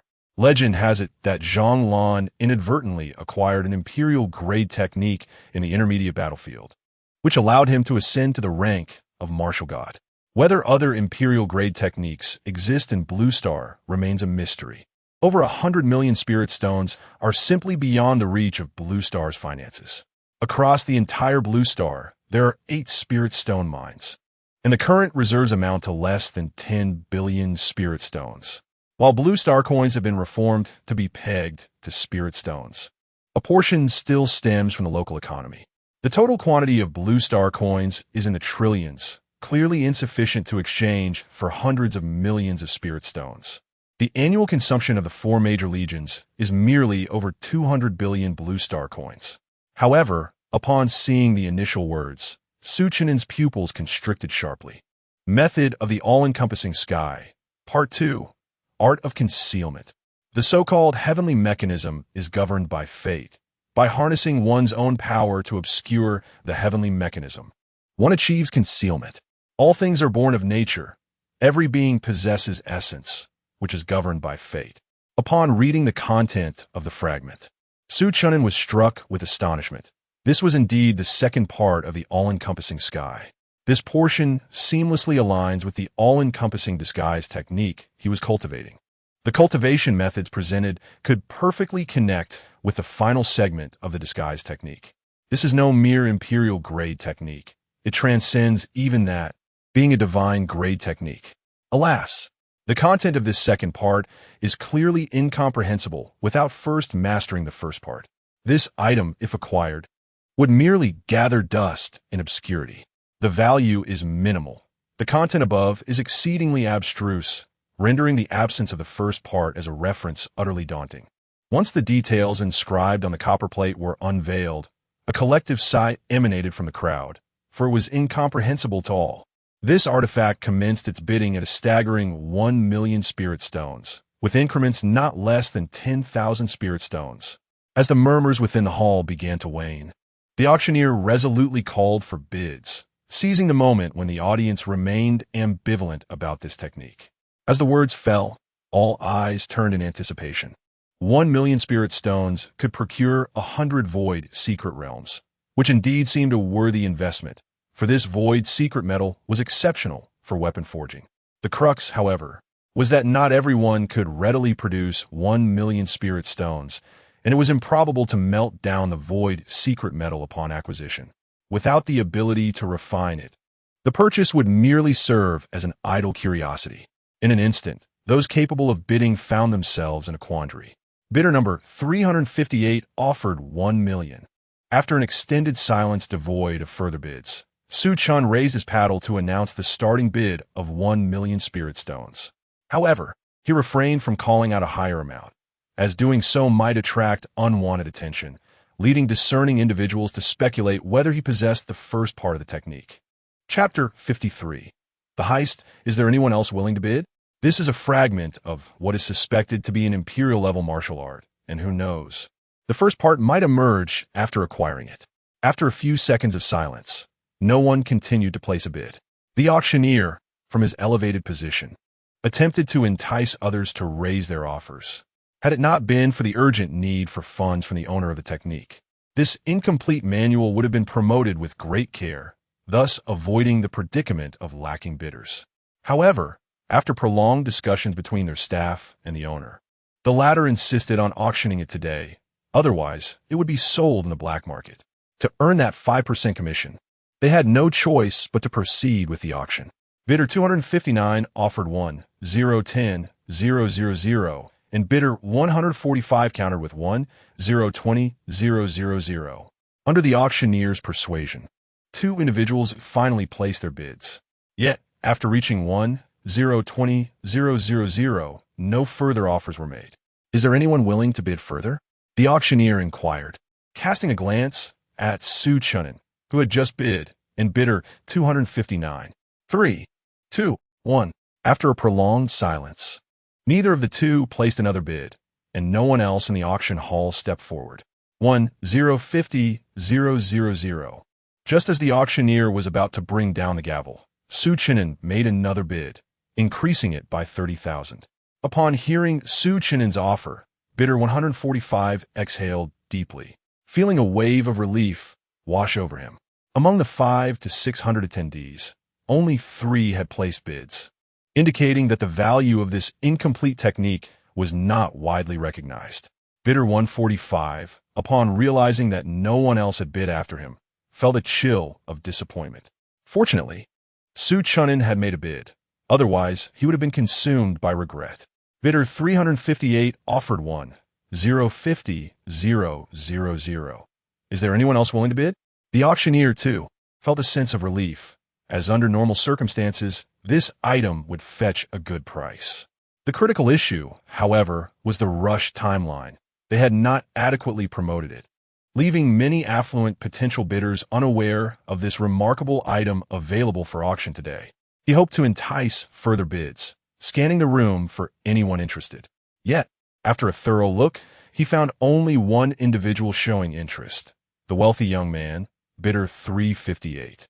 However, even this young aristocrat seemed only mildly intrigued, as parting with over 1 million spirit stones was no trifling matter.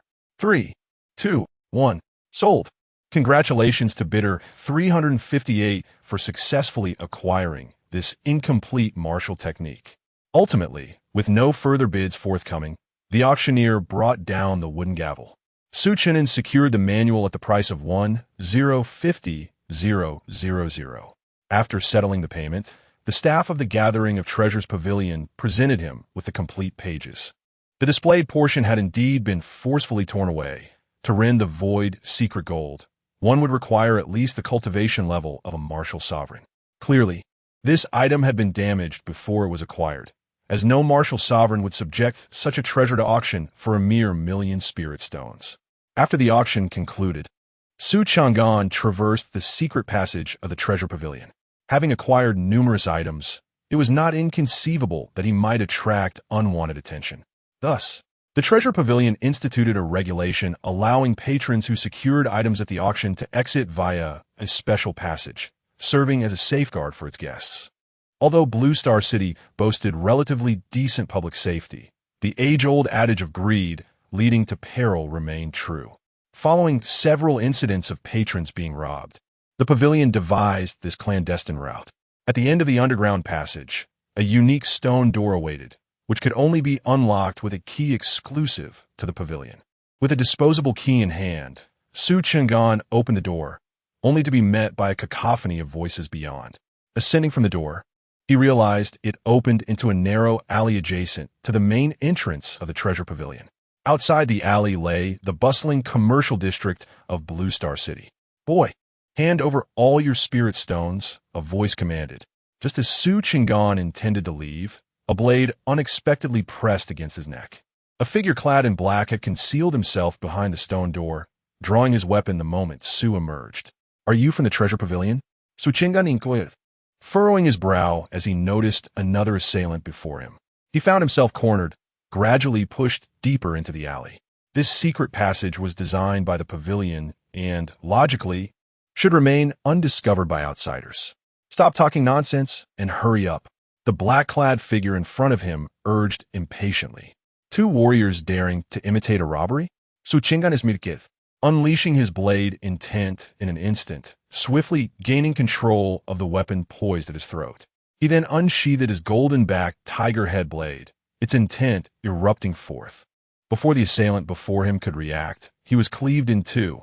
The second assailant, who had thrown his knife, sensed he had encountered a formidable opponent and hastily attempted to flee. "One more step and you'll meet the same fate," Su Chen'an's chilling voice echoed, halting the man in his tracks. "Big brother, spare my life." The fleeing figure raised his hands, slowly turning to plead for mercy. "Are you from the treasure pavilion?" Su Chen'an reiterative. "No, we merely discovered the location of the pavilion's secret passage. We wait at the exit to rob those we perceive as weak," the trembling figure confessed. "Oh, do I appear weak?" Su Chen'an murmured, immediately activating his blade intent to eliminate the black-clad man, before proceeding towards the alley's exit. Just two petty thieves. He had initially presumed he was confronting someone from the pavilion intent on seizing his possessions.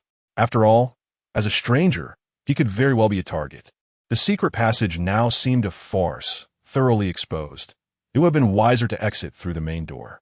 The pavilion could not possibly be unaware of this situation. Since they were cognizant yet retained the secret passage, it implied the passage served a purpose. The utility of that purpose was, by now, self-evident.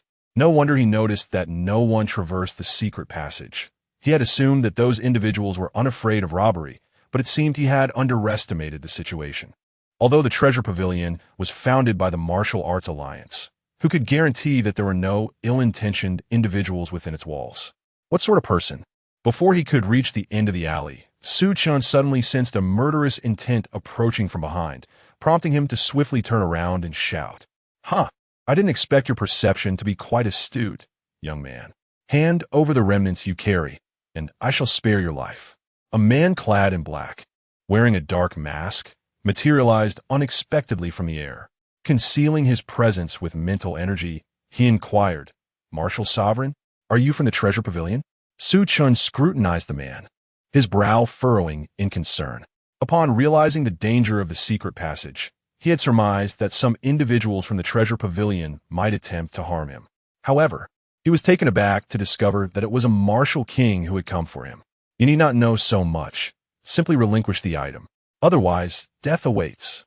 The masked man clearly had no intention of engaging in further conversation, as the power of his primordial spirit had already locked onto Su Chen'an. Chapter 54, Decapitation of the Martial Ancestor, a new strategy born of. If you desire the martial arts technique, it will depend on your capabilities. Su Chen'an let out a cold snort, and the essence of his blade surged forth, slicing towards the figure clad in black. "I concede that your blade intent is somewhat intriguing, yet it remains insufficient to rival my prowess." The black-clad man in the sky deftly sidestepped, effortlessly evading Su Chen'an's blade intent. "Oh, is that so?" A faint smile graced the corners of Su Chen'an's mouth as a brilliant white light erupted from his golden-backed tiger-headed blade. That previous strike was merely a feint. He had not exerted his full strength, wishing to discern how this martial ancestor would defend himself. It appeared that this martial ancestor had chosen not to confront him head-on, opting instead for evasion. This indicated that although he could perceive the trajectory of Su Chen'an's blade intent, he lacked the confidence to meet it directly. Seeing the smile on Su Chen'an's face, the black-clad man suddenly felt a sense of foreboding. Just as he contemplated retreating, he sensed three formidable waves of blade intent surging towards him, leaving him with nowhere to escape. Great success, Blade Intent. You are Chen'an. At this moment, the black-clad man's expression shifted dramatically. He could no longer deny that this Blade Intent was not something recently comprehended. The 3 waves of Blade Intent bore no comparison to the feeble one he had previously dodged. That earlier strike was at best a minor success in Blade Intent, while these 3 were extraordinarily powerful, causing the very air to tremble in their wake. He could feel the specter of death looming. At such a young age, having grasped great success Blade Intent, he immediately recalled the uproar surrounding the Chen'an incident just days prior. Who would have thought ID gained such notoriety that even the martial ancestors of myriad clans are aware of my name? Chen'an smiled faintly, once more channeling his Blade Intent into the golden-backed, tiger-headed blade, to ensure that he could slay this martial ancestor in one fell swoop and to prevent any desperate counterattack in his final moments. It was prudent to consolidate his Blade Intent anew. He divided a single wave of Blade Intent into 3, preemptively thwarting any chance of evasion. Great success Blade Intent is something even a martial emperor would hesitate to confront directly. Even when split into 3, it could severely injure a martial king. Thus it would be more than sufficient to deal with a martial ancestor. However, he was meticulous in his approach, seeking to leave no room for his opponent to breathe. Block it for me, the black-clad man bellowed, a formidable wall of true energy manifesting before him. This narrow alley was limited in size. Chen'an's 3 waves of Blade Intent filled the entire space, rendering any possibility of escape futile. Flanking the alley were houses constructed from specially processed materials in Blue Star City, inherently sturdy. Although he could breach the walls, it would require a brief moment. The speed of the Blade Intent was too swift. By the time he managed to break through, the Blade Intent would have already cleaved him in twain. In a more open setting, he might have had a chance to evade. Now, he was left with no choice but to endure the onslaught. Yet, against the might of great success Blade Intent, his wall of true energy, infused with spiritual power, was as fragile as parchment. The Blade Intent merely brushed against his true energy wall, and it crumbled inch by inch, failing to withstand even 3 seconds. The outcome was inevitable. Bereft of the protection of his true energy wall, he was cleaved into 3 parts. 2 blades of intent pierced through his body, while another was narrowly evaded. His fragmented corpse plummeted from the air, blood saturating the ground beneath.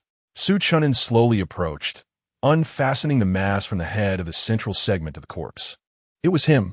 His pupils contracted slightly, his eyes narrowing as he regarded the familiar visage. A thought emerging in his mind. He knew that fortune was about to come his way. He hastily contacted his senior brother via communicator, capturing an image of the second segment of the corpse and sending it off. He then gathered the segment and exited the narrow alley. Crossing the street, he returned to the treasure pavilion. At the front desk of the pavilion, he flung the blood-soaked corpse onto the counter. Summon your supervisor. At that moment, he still maintained the demeanor of a wealthy young master. The front desk attendant, engrossed in her communicator, was startled by the furious shout. She looked up and, upon seeing the gruesome sight, recoiled in terror, causing her chair to topple over. Hearing the commotion, several staff members rushed out from the back room. Upon witnessing the grotesque form on the counter, they swiftly drew their weapons, aiming them at Chen'an. Who are you? These individuals were security personnel of the treasure pavilion. As a commercial establishment, security did not typically post at the entrance, but rather remained in the back rooms. The treasure pavilion was a property of the Martial Arts Alliance, and ordinary individuals would not dare to cause trouble here. The security personnel were well connected to be able to hold such positions. After all, it was a relatively easy job, with little to do, and, in reality, they were ill-equipped to handle any serious issues. What is this? I just purchased something from your pavilion, and your auctioneer ambushed me outside. Are you running a black market? Chen'an declared without hesitation, brandishing his large blade at the group. He understood that they were mere lackeys, yet he needed to project an imposing aura to ensure the pavilion staff did not perceive him as an easy target. Bring your supervisor here, he continued. This guest is causing a ruckus at the treasure pavilion. There will be dire consequences. Just then, a commanding voice echoed from the staircase. A middle-aged man clad in a suit, sporting black glasses and a furrowed brow, approached Su Chen'an. Are you the one in charge? State how you wish to resolve this matter. Su Chen'an met the advancing figure with unwavering resolve. He was not intimidated by the reputation of the pavilion. He had his own confidence to back him. The middle-aged man did not respond verbally, but instead walked to the front desk. Using his mental prowess, he turned the corpse's head to examine it closely, muttering Mayu. As soon as the words left his lips, the young lady at the front desk, trembling, managed to rise from the floor. She cautiously glanced at the corpse, her eyes widening in shock as she exclaimed, Master Ma. The middle-aged man beside him turned his head to Su Chen'an, frowning as he remarked, This guest has inexplicably slain our auctioneer and now dares to create a disturbance at our treasure pavilion. Does he not regard our establishment or the martial arts alliance? Adjusting his glasses, the man took the initiative to accuse Su Chen'an, boldly asserting that he was the one causing trouble. It is no surprise that he is in charge. Your skill in deflecting blame is indeed impressive. I have made it abundantly clear that I auctioned items at your treasure pavilion, and it was your auctioneer who attempted to rob me, resulting in his demise. What? Is your treasure pavilion now openly operating as a den of vice? Are you not concerned about tarnishing the reputation of the martial arts alliance with such actions? Su Chen'an did not back down. Seeing that the other party wished to invoke the martial arts alliance, he seized the opportunity to counterattack. Upon hearing these words, the middle-aged man's expression shifted, for the commotion caused by Su Chen'an had already drawn a crowd to the entrance of the treasure pavilion. Chapter 55. A counterclaim upon catching sight of the middle-aged man's gaze. Su Chen'an smiled faintly and called out loudly towards the entrance of the treasure pavilion. Everyone, come and witness this. The treasure pavilion is bullying its customers. I have purchased items worth over 1 million spirit stones from them, and they have sent their auctioneer to rob me. His voice, not only resonant but also infused with genuine energy, echoed throughout the entire commercial street. The notion that the treasure pavilion would dare to steal from its patrons? What a sensational story. It seemed that such an occurrence had not transpired at the pavilion in recent years. Who could tell? One might presume that merely robbing one's belongings would suffice. But there have been instances where individuals not only lost their possessions, but their lives as well. The treasure pavilion appeared to be growing increasingly outrageous. Were it not for the backing of the Martial Alliance, it would have been dismantled long ago. Before long, a large crowd gathered around the treasure pavilion, drawn in by Su Chen'an's exclamations. They observed the standoff between him and the middle-aged man, chattering amongst themselves. The people of Blue Star possessed a particular penchant for witnessing drama unfold. Seeing the growing crowd, the middle-aged man realized he could not remain passive. You claim that Mayu attempted to kill you, but what evidence do you possess? He scrutinized Su Chen'an, noting the absence of spiritual energy around him. Thus, he surmised that this wealthy young man was not particularly formidable in cultivation. As for the circumstances surrounding Mayu's demise, he held no interest. He was aware of Mayu's character, someone who relished bullying the weak. However, Mayu was connected to the Martial Alliance, so he typically turned a blind eye to his misdeeds. It was also plausible that Mayu's enemies had come seeking vengeance, and this wealthy young man was merely an unwitting witness. Hearing this, Su Chen'an smiled gently. Are you not aware that the communicator has a playback function for recorded kills? With that, he activated the kill playback feature on his communicator, magnifying the scene of him dispatching Mayu. This kill replay function was designed for merit recording, easily turned on or off at will with a simple gesture. Su Chen'an had set the gesture as a light tap on the communicator. When he eliminated those 2 assailants clad in black, he had activated this feature, allowing him to gain merit after dispatching attackers in Blue Star City. As the footage played and the sounds resonated, all eyes turned to Su Chen'an. He then dispelled his disguise, revealing his true identity. It truly was Su Chen'an. Su Chen'an? Who is he? He was the champion of this year's Academy Grand Tournament, having mastered the profound blade intent and vanquished Long Xiaodian of the Long family, even causing Long Jianfeng to taste defeat. The ability to best Long Jianfeng. What sort of individual was he? His senior brother was the martial god, Zhang. My word, no wonder he is so formidable. Outside the treasure pavilion, the crowd gasped in astonishment as Su Chen'an unveiled his true self. For those unfamiliar with Su Chen'an, they can only hear tales of his illustrious exploits from others. His achievements in the Grand Academy competition have long since reached the battlefield of the myriad races in Blue Star City. Those with a keen interest in current affairs are already aware that Blue Star has produced yet another prodigious talent. Meanwhile, a middle-aged man, upon seeing Su Chen'an, furrowed his brow in concern. If it were anyone else, he could suppress the matter through the martial arts alliance. But what a kill replay video. An individual devoid of power and influence cannot stir the waters in his hands.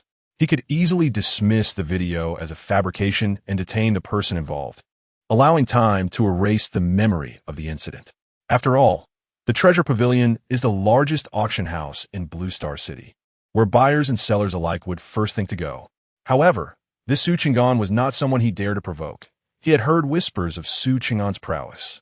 Su Chen'an was not terrifying in himself, merely an extraordinarily gifted genius. Yet, the figure behind him, Jianjian, was beyond his reach.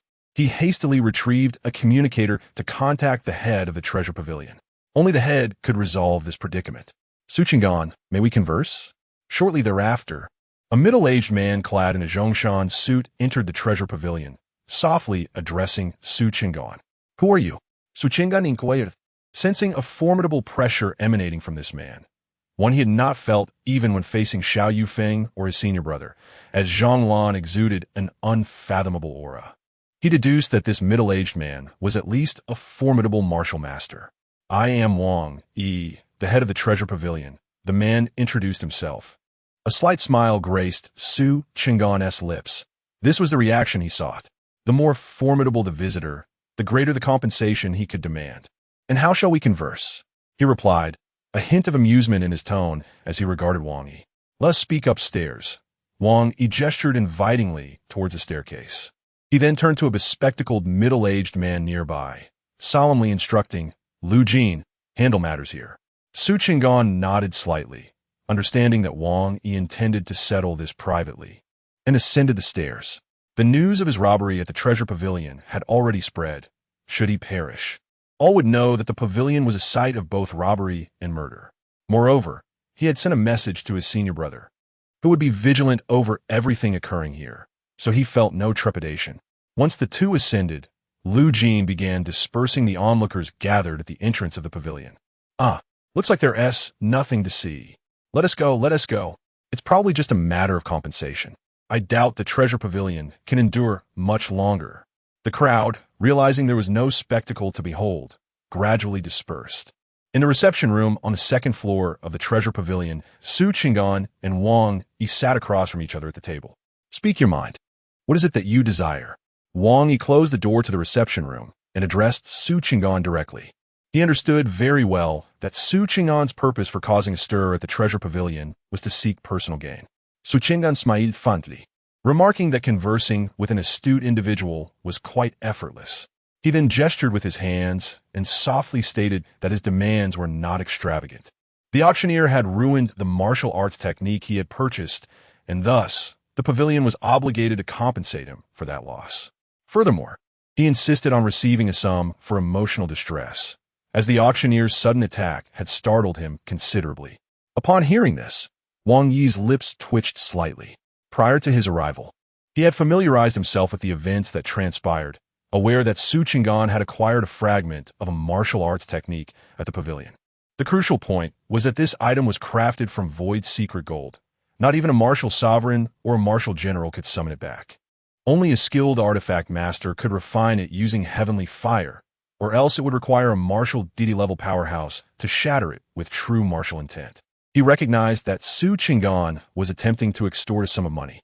However, he was uncertain whether Zhonglan had instigated this scheme, and he dare not inquire about Zhonglan openly. Should Zhonglan become involved, the Treasure Pavilion would face even greater financial repercussions. The pavilion was indeed a lucrative asset. Its annual revenue could sustain the expenses of the 4 major legions for half a year, with surplus remaining. Numerous factions in Blue Star coveted the Treasure Pavilion. Were it not for the checks and balances among the 4 martial deities, the pavilion would have changed hands long ago. Chapter 56. Adding Points. Preparing to depart, are you not being a bit unreasonable? Wang Yi said in a deep voice. Asking him to compensate Su Chen'an with 1 million spirit stones was simply unrealistic. 1 million spirit stones equated to the monthly revenue of the treasure pavilion. Moreover, the pavilion had to pay an annual protection fee of 10 million spirit stones to the Martial Alliance. Parting with such a sum would significantly strain the pavilion's resources. So, you have no intention of providing compensation? Su Chen'an replied nonchalantly. No worries. Today's events will undoubtedly spread quickly. I wouldn't mind assisting the Treasure Pavilion in garnering some publicity. I am certain that other auction houses in Blue Star would be eager to promote your situation. The footage I possess is a veritable treasure for them. Su Chen'an shrugged, displaying indifference. His senior brother, Jianjian, had just messaged him, indicating that the pavilion's bottom line was likely between 200 to 300,000 spirit stones. The Treasure Pavilion could scarcely afford a larger sum, given the multitude of forces entangled with it. If the compensation were excessive, Wang would find it difficult to make decisions. An outright offer of 100,000 spirit stones. I will transfer the stones to you if you delete the video, and we shall part ways without further obligations, Wang Yi proposed, pressing his lips together. He had also received word from the Martial Alliance, suggesting that he settle the matter with a modest compensation to avert further complications. If this incident were to leak, the repercussions for the Treasure Pavilion could be dire, potentially halving its revenues. With several new auction houses emerging in Blue Star City, they were now eyeing the pavilion with keen interest. The pavilion's reputation had already suffered greatly over the years, plagued by negative reports of hidden fees, inability to ensure customer safety, and orchestrating schemes against sellers. Should this incident become public knowledge, the pavilion's standing would undoubtedly suffer further degradation. After all, Su Chen'an's reputation alone held considerable weight, and the influence of Jianjian, with whom he was associated, would only exacerbate the situation. The priority was to placate Su Chen'an and silence him so that the matter could gradually fade from memory. If Su Chen'an continued to bring it up, the pavilion might be teetering on the brink of collapse. Are you jesting? 100,000 spirit stones? That doesn't even cover my emotional distress. Su Chen'an rolled his eyes. 150,000 is the absolute limit for the Treasure Pavilion. Most of the profits go to the Martial Alliance, which in turn supports the 4 Great Legions. You must understand the significance of these legions and consider their welfare, Wang Yi countered, attempting to invoke a sense of national duty to sway Su Chen'an. The 4 Great Legions were vital to the safety of Blue Star City and the dynamics of the myriad races battlefield, a fact not lost on Su Chen'an. However, he was not easily swayed. After a moment of contemplation, he murmured, 500,000 is my bottom line. 160,000. I will personally contribute an additional 10,000 to meet your demands. Wang Yi insisted again. 400,000. Su Chen'an countered. Thus ensued a 3-minute tug-of-war between the two as they engaged in a relentless negotiation over the compensation amount. At last, Wang Yi consented to provide Su Chen'an with 250,000 spirit stones, thus concluding the matter. Su Chen'an accepted the spirit stones handed to him by Wang Yi and, before Wang Yi's very eyes, deleted the video. Master Wang, it has been a pleasure collaborating with you. Grinning radiantly upon receiving the compensation, Su Chen'an paid no heed to Wang Yi's face, which was as dark as coal. Observing Su Chen'an's departing figure, Wang Yi gritted his teeth, genuinely wishing to eliminate this little rascal. However, ultimately, reason triumphed over impulse. He understood that if he were to kill Su Chen'an, he himself would not survive. Moreover, it remained uncertain whether he could even succeed. As he sensed a faint power above the treasure-gathering pavilion locking onto their location, he was convinced that the moment he made a move, Jianjian would immediately seek his life. Upon exiting the treasure-gathering pavilion, Su Chen'an donned a different guise and gradually merged into the crowd, vanishing from sight. His senior brother, Jianjian, had also sent him a message, advising him to be cautious in light of recent research into the concealment technique. Naturally, he readily agreed and, after replying to Jianjian, made his way to the battlefield. After collecting the spiritual energy from 3 battlefields, he found a hiding spot and commenced allocating his points. Over the course of 7 days, he amassed 1,100,000 units of spiritual energy, deeming it time for a transformation. Primarily, he aimed to master the art of disguise and to integrate the concealment technique with the art of disguise, enabling him to traverse the territories of the demon clan with ease. Opening the system panel, he first maxed out the disguise technique, then etched the concealment technique into his mind, resulting in the automatic fusion of the two techniques by the system panel. Following that, he turned to the two profound techniques, the Fierce Tiger Blade technique and the Phantom Step technique.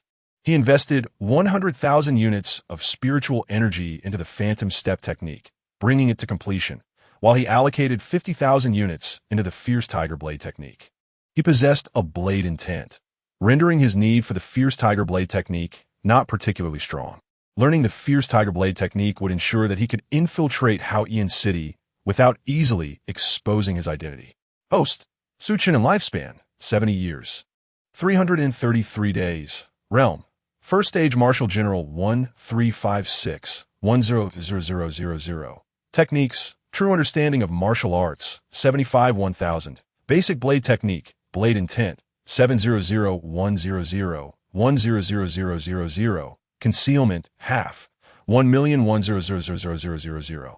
Fierce Tiger Blade Technique, 50,000 100000. Phantom Step Technique, Spiritual Energy, 35,684, after allocating his points. Chen'an noticed a change in the notes next to Concealment in the Technique section. It had initially read Concealment, Deficient, but now it had transformed to Concealment, Half. Furthermore, upon completing the study of the Concealment Technique, the proficiency required for Concealment surged from 1 million to 10 million. The Concealment Technique served to obscure celestial mechanisms, allowing one to conceal their own celestial secrets, rendering them imperceptible to others' deductions. It could not only shroud one's own celestial secrets, but also those of others, provided the person being concealed cooperated. Within the cultivation system, there exists a method known as the Celestial Mechanism Technique, which can pinpoint an individual's exact location. Although the combat prowess of the cultivation system may not rival that of the martial arts system, its prowess in alchemy, artifact crafting, and the application of spiritual consciousness is unparalleled. The founder of this technique seemingly created the art of concealment specifically to counteract the heavenly secrets of the immortal cultivation system. One might say that the art of concealment is a divine martial technique capable of perfectly countering the heavenly secrets within the martial arts realm.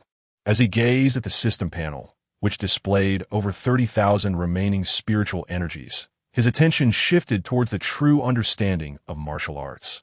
This treatise, provided to the Blue Star by the Human Alliance of the 10,000 Races Battlefield, serves as the foundational text for all martial arts on Blue Star.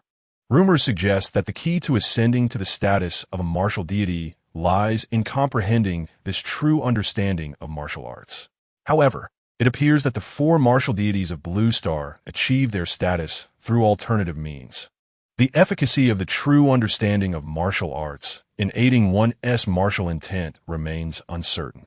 Since acquiring the system, he had neglected the true understanding of martial arts, as it was designed to assist in cultivation, while he possessed spiritual energy that could directly enhance his cultivation.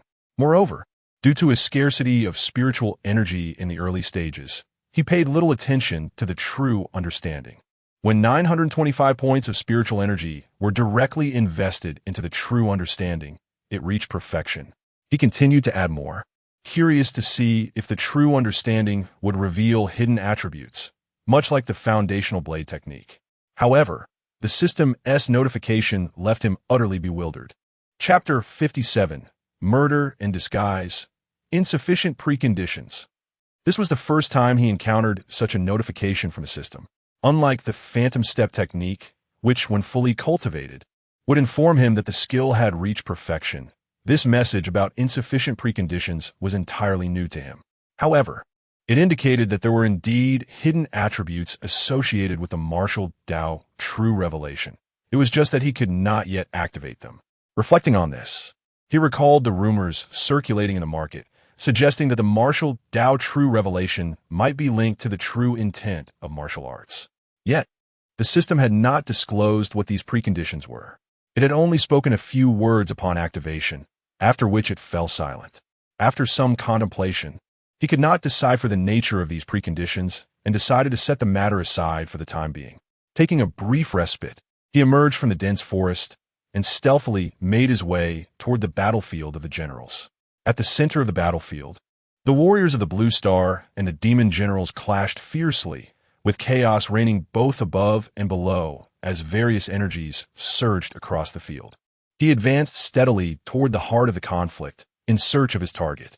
He sought a demon adept in the fierce tiger blade technique, as this was essential for his infiltration into Jianjian city.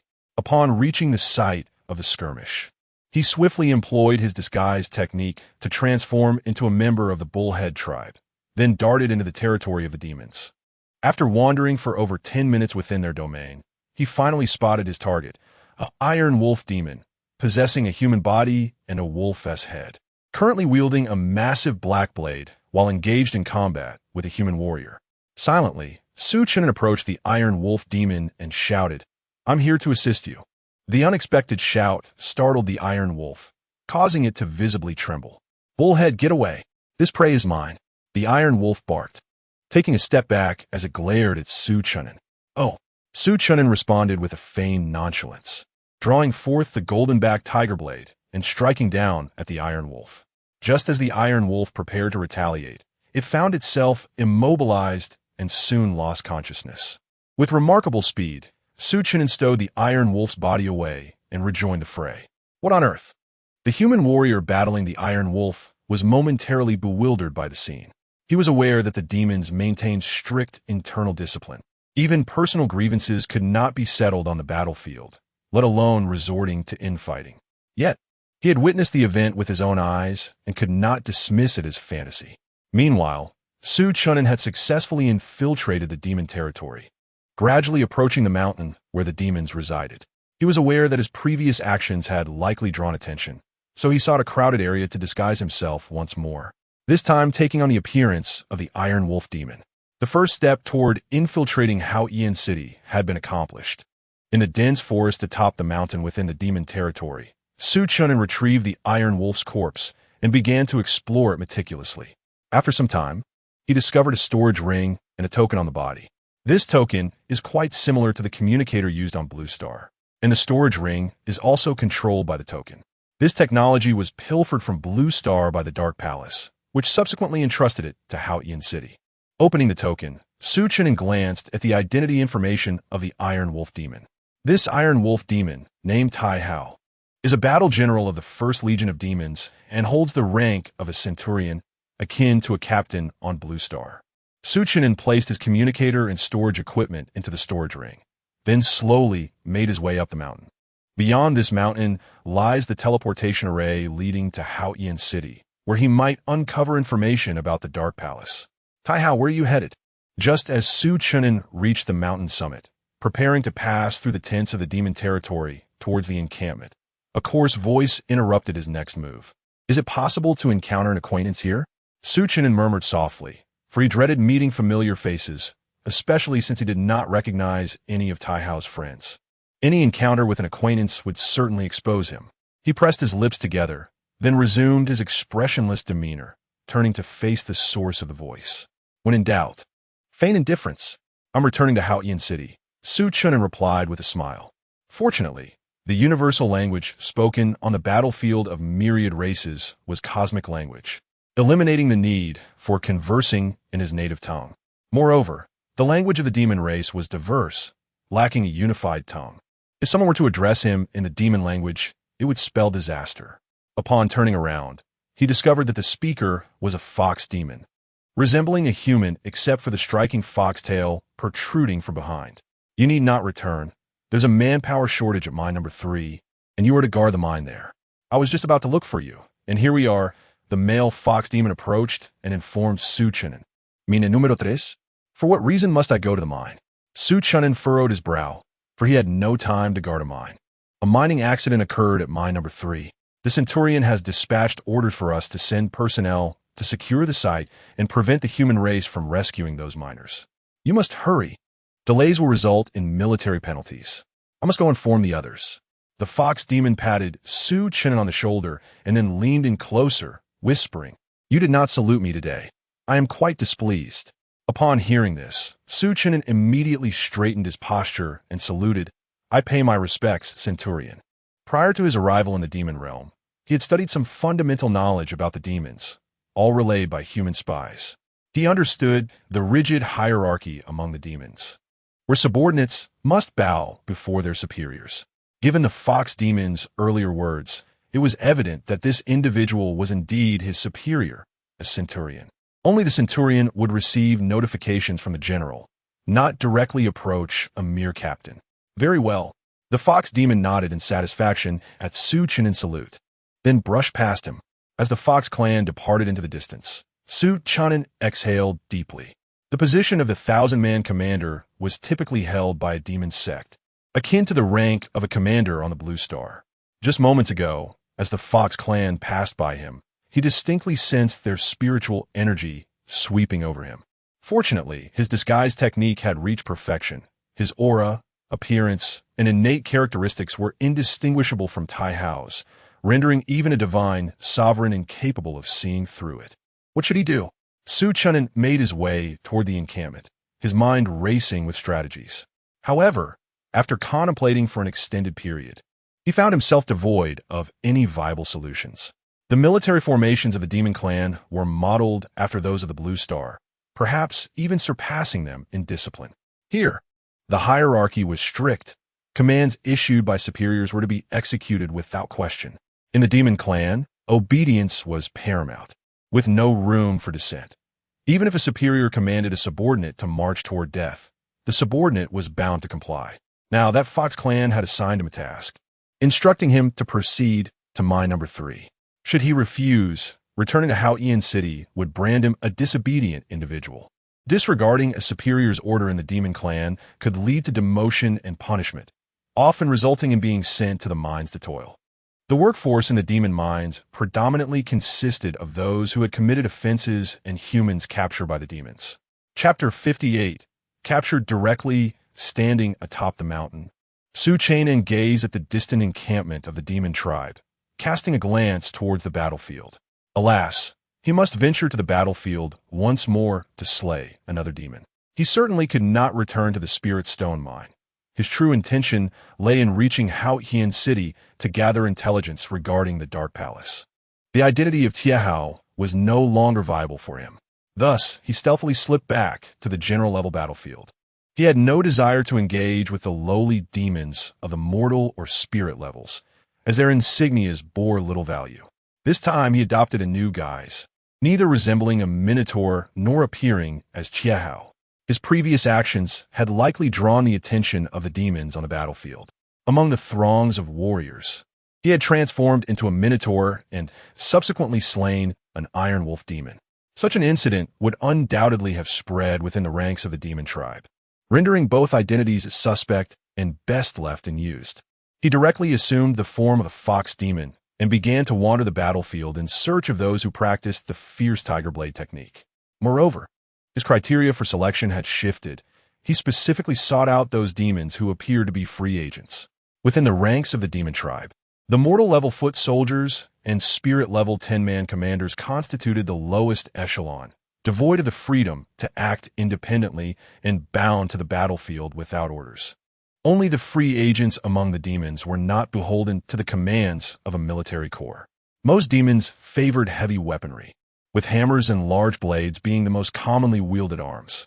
Therefore, there were indeed numerous demons practicing the fierce tiger blade technique. Before long, he encountered a suitable target. In a remote corner of the battlefield, Chen'an spotted a demon with the head of a bird, despite possessing a human form. Its body was adorned with feathers. Employing his previous tactics, he brought the corpse of the bird-headed demon into the dense woods. Jianjian, Iron Wing Eagle Tribe, free agent.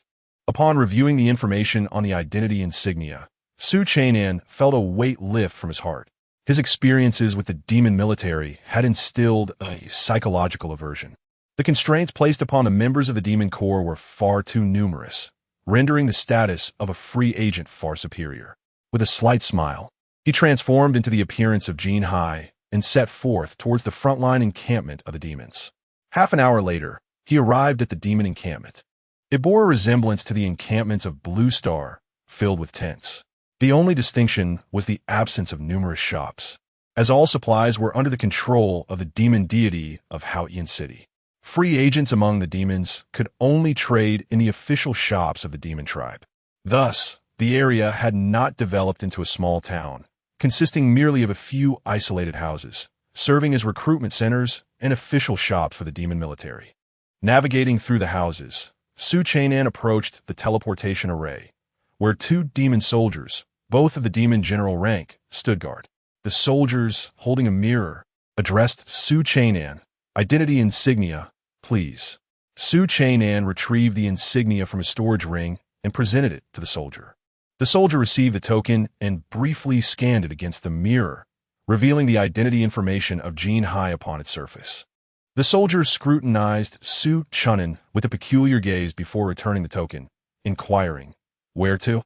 Unfazed, Chen'an replied, "Back to Haotian City." However, he could feel his heart racing and his blood coursing more swiftly through his veins. The soldier's penetrating stare led him to question whether he had inadvertently exposed himself, pondering if the demon race possessed other means of identity verification. "One spirit stone," the demon soldier stated. Unlike the Legion soldiers, those of the demon race required payment for utilizing the teleportation array, a stark contrast to the practices in Blue Star, where anyone could access the teleportation array for free provided their identity was verified. Chen'an retrieved a spirit stone from a storage ring and handed it to the demon soldier. "Step inside," the soldier commanded as he accepted the stone. With a sigh, Chen'an took the identity token offered by the demon soldier and hurried into the teleportation array.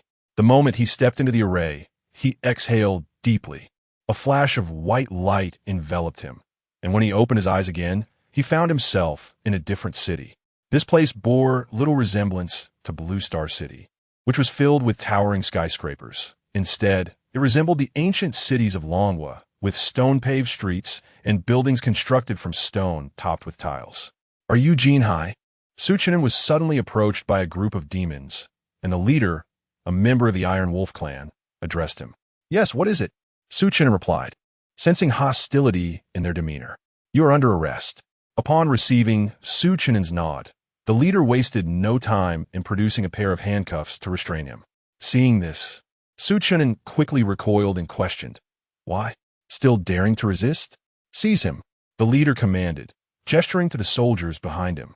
In an instant, 5 other demon soldiers surrounded Chen'an. "You must provide a reason for my arrest." Chen'an frowned, demanding an explanation. 2 years ago, you murdered your friend's family of 3 and stole their ferocious tiger blade technique. Then you fled to the battlefield, never returning to Haotian City. We have been searching for you, and to our surprise, you dared to return. The leader advanced menacingly towards Chen'an. At this moment, Chen'an found himself in a predicament, realizing that what he thought was a fortunate identity had turned out to be that of a wanted criminal. Finally, he comprehended the soldier guarding the teleportation array at the front lines of the demon battlefield, and why he had regarded him with such suspicion. The guise he had adopted as Jianjian belonged to a fugitive. According to the regulations, you will be imprisoned as a miner in the Spirit Stone Quarry for 50 years. Your storage equipment will be confiscated. After 50 years, you may claim your belongings from the First Legion. The leading soldier of the demon clan uttered a phrase before fastening handcuffs on his Chen'an's wrists, subsequently stripping him of the storage ring upon his finger. Following this, 2 other demon soldiers commenced a thorough search of his person. Finding nothing of consequence, they escorted him back to the teleportation array. Upon hearing their words, a cold smile flickered within Chen'an's heart. The notion of retrieving anything from the First Legion after 50 years was absurd. Fortunately, his personal belongings were not concealed within that storage ring, but rather hidden on his person. During his disguise, he had ingeniously created a compartment beneath his skin for unforeseen circumstances. To the untrained eye, the location of the hidden ring appeared as a mere lump beneath his feathers. The moment the handcuffs were affixed, Chen'an felt all of his inner energy suppressed, rendering him unable to summon even a fraction of it.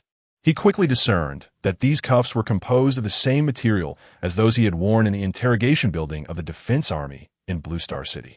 He had never anticipated being taken to the Spirit Stone mines upon his arrival in Haotian City, and to make matters worse, as a laborer. Had he foreseen this outcome, he might as well have assumed the identity of Tai Hao and gone directly to mine number 3, where at least he would have held the position of a miner leader. After all this winding journey, he found himself back at the Spirit Stone mines of number 3. Chapter 59, The No. 3 Spirit Stone Mine, a flash of white light illuminated the scene as 6 soldiers from the demon clan escorted Su Chen'an to the mouth of a mine. This mine was situated not atop a mountain, but nestled within a hollow. Towering walls, measuring 4 to 5 meters high, formed a complete circle, obscuring any view of what lay within. The walls, crafted from an unknown dark material, absorbed sunlight without a hint of reflection. Perched atop the walls, at intervals of 10 meters, were watchtowers, each manned by a soldier of the demon clan. As Su Chen'an emerged from the teleportation array, one of the soldiers stationed at the gate descended from his tower. Witnessing this, Su Chen'an furrowed his brow. The presence of a demon general as a gatekeeper indicated the high regard the demon clan held for the Spirit Stone mine. The prospect of escaping from this place seemed exceedingly daunting. Both the Blue Planet and the demon clan maintained stringent control over Spirit Stone mines, which were among the most vital resources on the battlefield of myriad races. However, the Spirit Stone mines of the demon clan were under the dominion of their demon gods, while those on the Blue Planet were governed not by individuals, but by the Martial Arts Alliance. The members of the Martial Arts Alliance hailed from prominent financial families, resulting in a chaotic division of the Spirit Stone mines and leading to the notion that these financial conglomerates supported the 4 great legions. It is not entirely accurate to assert that the Martial Arts Alliance is composed solely of financial families. Rather, those with significant influence within the alliance are typically individuals of remarkable cultivation. Over time, these individuals have established themselves as the financial elite, which explains the current dominance of such families over the Blue Planet. Not to mention, 2 of the 4 martial gods have founded their own family factions, further complicating the power dynamics of the Blue Planet. The Demon Clan, in contrast, operates under a simpler doctrine. They revere strength, adhering to the principle that he who wields the mightiest fist holds the ultimate authority. Captain Wu, have you brought someone again? The soldier atop the watchtower inquired with a grin, clearly familiar with the escorting demon soldiers. Hasn't there been a mining accident at the number 3 mine recently? The commander instructed that all mortals be sent to you during this period, replied one of the soldiers. Indeed, this one here is a demon general, Captain Wu declared, giving Su Chen'an a gentle push forward. The demon general on the watchtower chuckled, accepting Su Chen'an and addressing Captain Wu. Thank you for your effort, Captain Wu.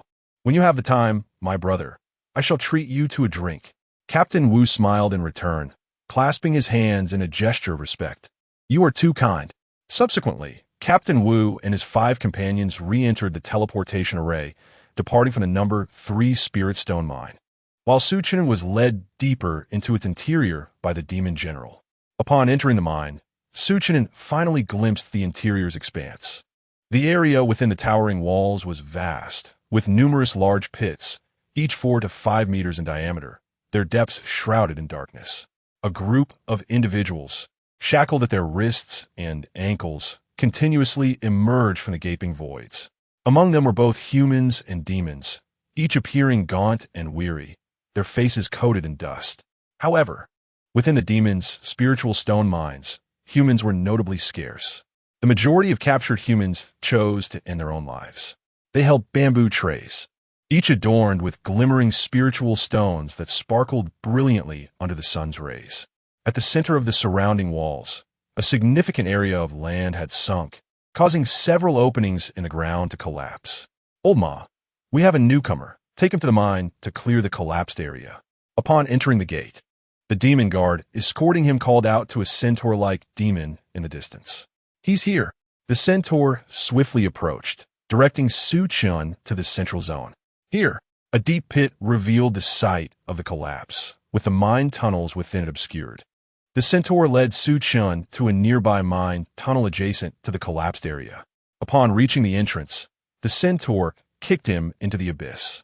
Bound by handcuffs, Su Chen tumbled several times before coming to a halt in the underground passage. Your identification number is 9527. From now on, that shall be your name. Here are your tools. Excavate the collapsed area, or you shall face dire consequences. Just as Su Chen attempted to rise, a voice resonated from the direction of the entrance. Shortly thereafter, a clattering sound echoed as something fell, followed by an eerie silence. The mine was dimly illuminated by a faint glimmer of light emanating from a spiritual energy lamp, which could operate for a month on a single spiritual stone, albeit with low brightness. Spitting out the dirt from his mouth, Su Chen glanced at the items the centaur had discarded: a pickaxe, a shovel, and a hoe. Nearby stood a small wheelbarrow, evidently intended for transporting soil. He had not anticipated that, after all his wandering, he would find himself at mine number 3. And rather than mining, he was there to dig soil. Had he known, he might have preferred to assume the identity of Tai Hao. This passage was filled with dirt and stone, making excavation exceedingly arduous. It would take ages for them, a group of energy-restrained miners, to clear the collapsed area. Observing the handcuffs on his wrists, Su Chen smiled faintly as a subtle blade intent cleaved through the restraints. Crafted from a unique material, these handcuffs were remarkably sturdy and capable of stifling a warrior's internal energy. However, they were no match for him. His understanding of blade intent did not necessitate the use of energy. Noticing a faint scratch on the cuffs, he grasped the hardness of the material. These handcuffs could not be easily broken by brute force alone. It would require a master of the martial emperor level to free themselves through sheer physical strength. Yet, his perfected blade intent was unparalleled, capable of effortlessly severing these peculiar restraints. Nevertheless, he had no intention of removing the handcuffs at this moment. Having arrived at the mine, one must take action to see if it is possible to rescue the human miners. Given the stringent security of this mine, undertaking any endeavor seems essential for a successful escape. Even the art of disguise would prove futile, even if he were to eliminate the demon soldiers stationed here. Exit would remain elusive. The demon soldiers guarding the mine find it exceedingly difficult to leave unless summoned by an official order. Within the confines of the demon spirit stone mine, both the soldiers on duty and the miners toil as if imprisoned. Only figures such as the mine owner or supervisors possess the freedom to come and go. It is utterly impractical to contemplate eliminating these individuals and assuming their identities. As he contemplated his next course of action, a sudden tremor reverberated through the mine's passage. Debris cascaded from above, compelling him to sprint toward the entrance to avoid being buried alive. After a considerable time, the commotion gradually subsided. What could this be? An earthquake? That seems implausible. Su Chen furrowed his brow, observing the mine's passage. In the battlefield of myriad races, earthquakes are simply a myth. There is no tectonic activity here, and thus, no earthquakes can occur. Beneath the spirit stone mine lies only soil and rock, with spirit stones embedded within the earth. The extraction of these spirit stones is a methodical process. The risk of a cave-in is virtually non-existent. Given the small size of the spirit stones and the substantial rocks providing support, it is exceedingly difficult for the mine to collapse. Unless, of course, someone were to suddenly remove a significant quantity of spirit stones from within the mine, destabilizing the soil and causing a collapse. But who possesses the capability to extract such a vast amount of spirit stones in an instant? If such a master existed, there would be no need for so many miners to labor in this place. Chapter 60. The Spirit-Eating Beast, What Are You Doing? 9527. Who permitted you to emerge? Upon witnessing Su Chen at the cave's entrance, the overseer, a horse demon, bellowed immediately. He had come to inspect after another collapse on the surface, only to find Su Chen standing at the mouth of the cave. Is it not reasonable for me to seek shelter from the impending collapse? Su Chen replied, furrowing his brow as he gazed at the horse demon. With a disdainful scoff, the demon retorted, "You are not allowed to leave the cave without my command. Even if it means death, you must perish within." Upon uttering this, he brandished a whip and struck at Su Chen, declaring, "This is your punishment for defying me." Feeling the sting on his back, Su Chen reluctantly retreated into the cavern. Had his reflexes not been sharp, the whip would have struck his face. Just wait. I shall ensure I never encounter you again, he muttered bitterly. However, the situation was beyond his control, and he could only endure.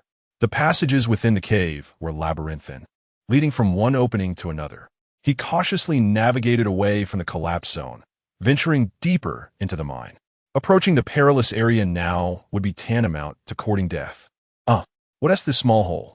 As he traversed, Chen'an suddenly noticed a diminutive opening at the junction of the tunnel. It was scarcely larger than a dog's den, far too small for his well-proportioned physique to squeeze through. Could it be that someone attempted to escape and excavated this?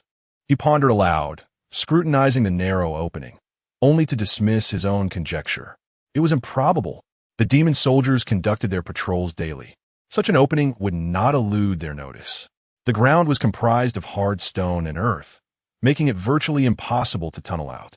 Furthermore, the hole was minuscule, perhaps only the size of a small basin, utterly incapable of accommodating a person. This very smallness likely contributed to the soldiers' indifference. Who then has dug this? He wondered, leaning closer to peer inside, but finding no glimmer of light. He crouched down and employed the bone-shrinking technique from his disguise arts, reducing his size to that of a 6- or 7-year-old child, and began to crawl inside. As he crawled on his belly, even in his diminished form, he found himself uncomfortably cramped. Why is this passage so deep? He grimaced, gasping for air in the constricted tunnel. Already afflicted with lung cancer, the thin air within the small tunnel, compounded by the suppression of his true energy, made the endeavor particularly taxing. Moreover, the passage was interminable. He estimated he must have crawled for at least 10 minutes. Unable to endure any longer, the blade intent within him erupted, shattering the special handcuffs on his wrists. With the flow of true energy circulating within him, the discomfort gradually subsided. He had initially thought that if he encountered the demon soldiers, the presence of the handcuffs would render him inconspicuous. Now that they were broken, he would have to proceed with utmost caution. A stranger, unshackled by handcuffs, emerged within the mine, easily arousing suspicion among others. Ahead, there was a glimmer of light. After climbing for several more minutes, he suddenly beheld a faint glow in the distance.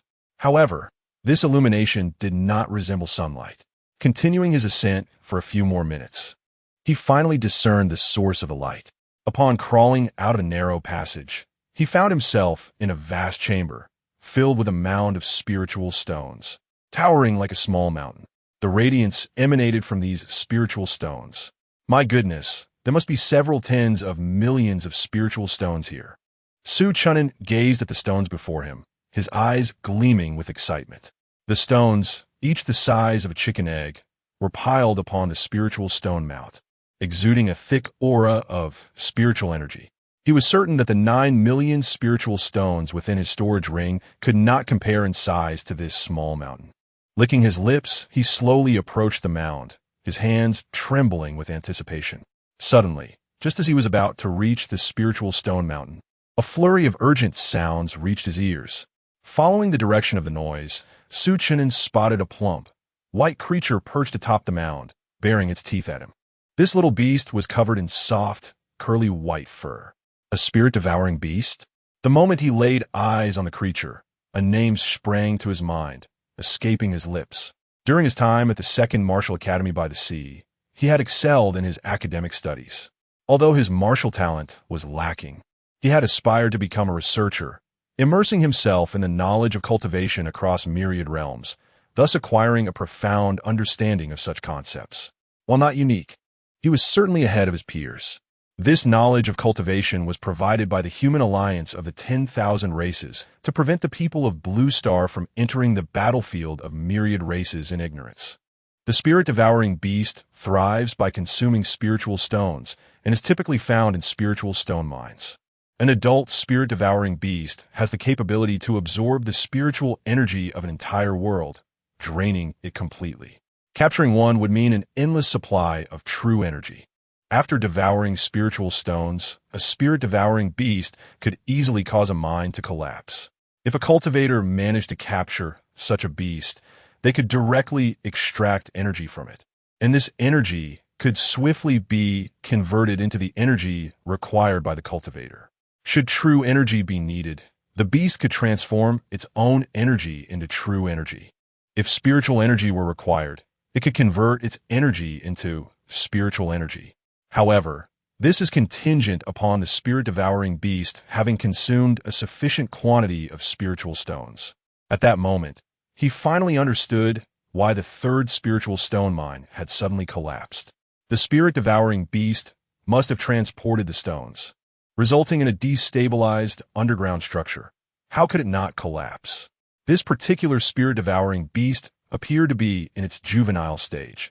How could it have ended up here? Chen'an murmured to himself as he regarded the creature. "Where are your parents?" he queried the little white beast. After posing the question, he slapped himself on the forehead. Talking to a beast, I must be losing my mind. However, it seemed as though the spirit-devouring beast comprehended his words. After a series of chirps, it regarded Chen'an and with a watchful demeanor. "Would you care to accompany me?" Witnessing this scene, a subtle smile graced Chen'an's lips, for he had not anticipated that this spirit-devouring beast would possess such sentience. Beasts, unlike demons, lack wisdom. The vast majority of the beast kin act solely on instinct.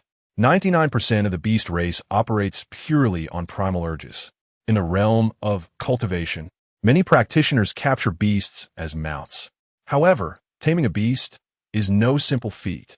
The presence of a spirit-devouring beast, still in its juvenile stage, yet capable of understanding a semblance of cosmic language, is indeed rare.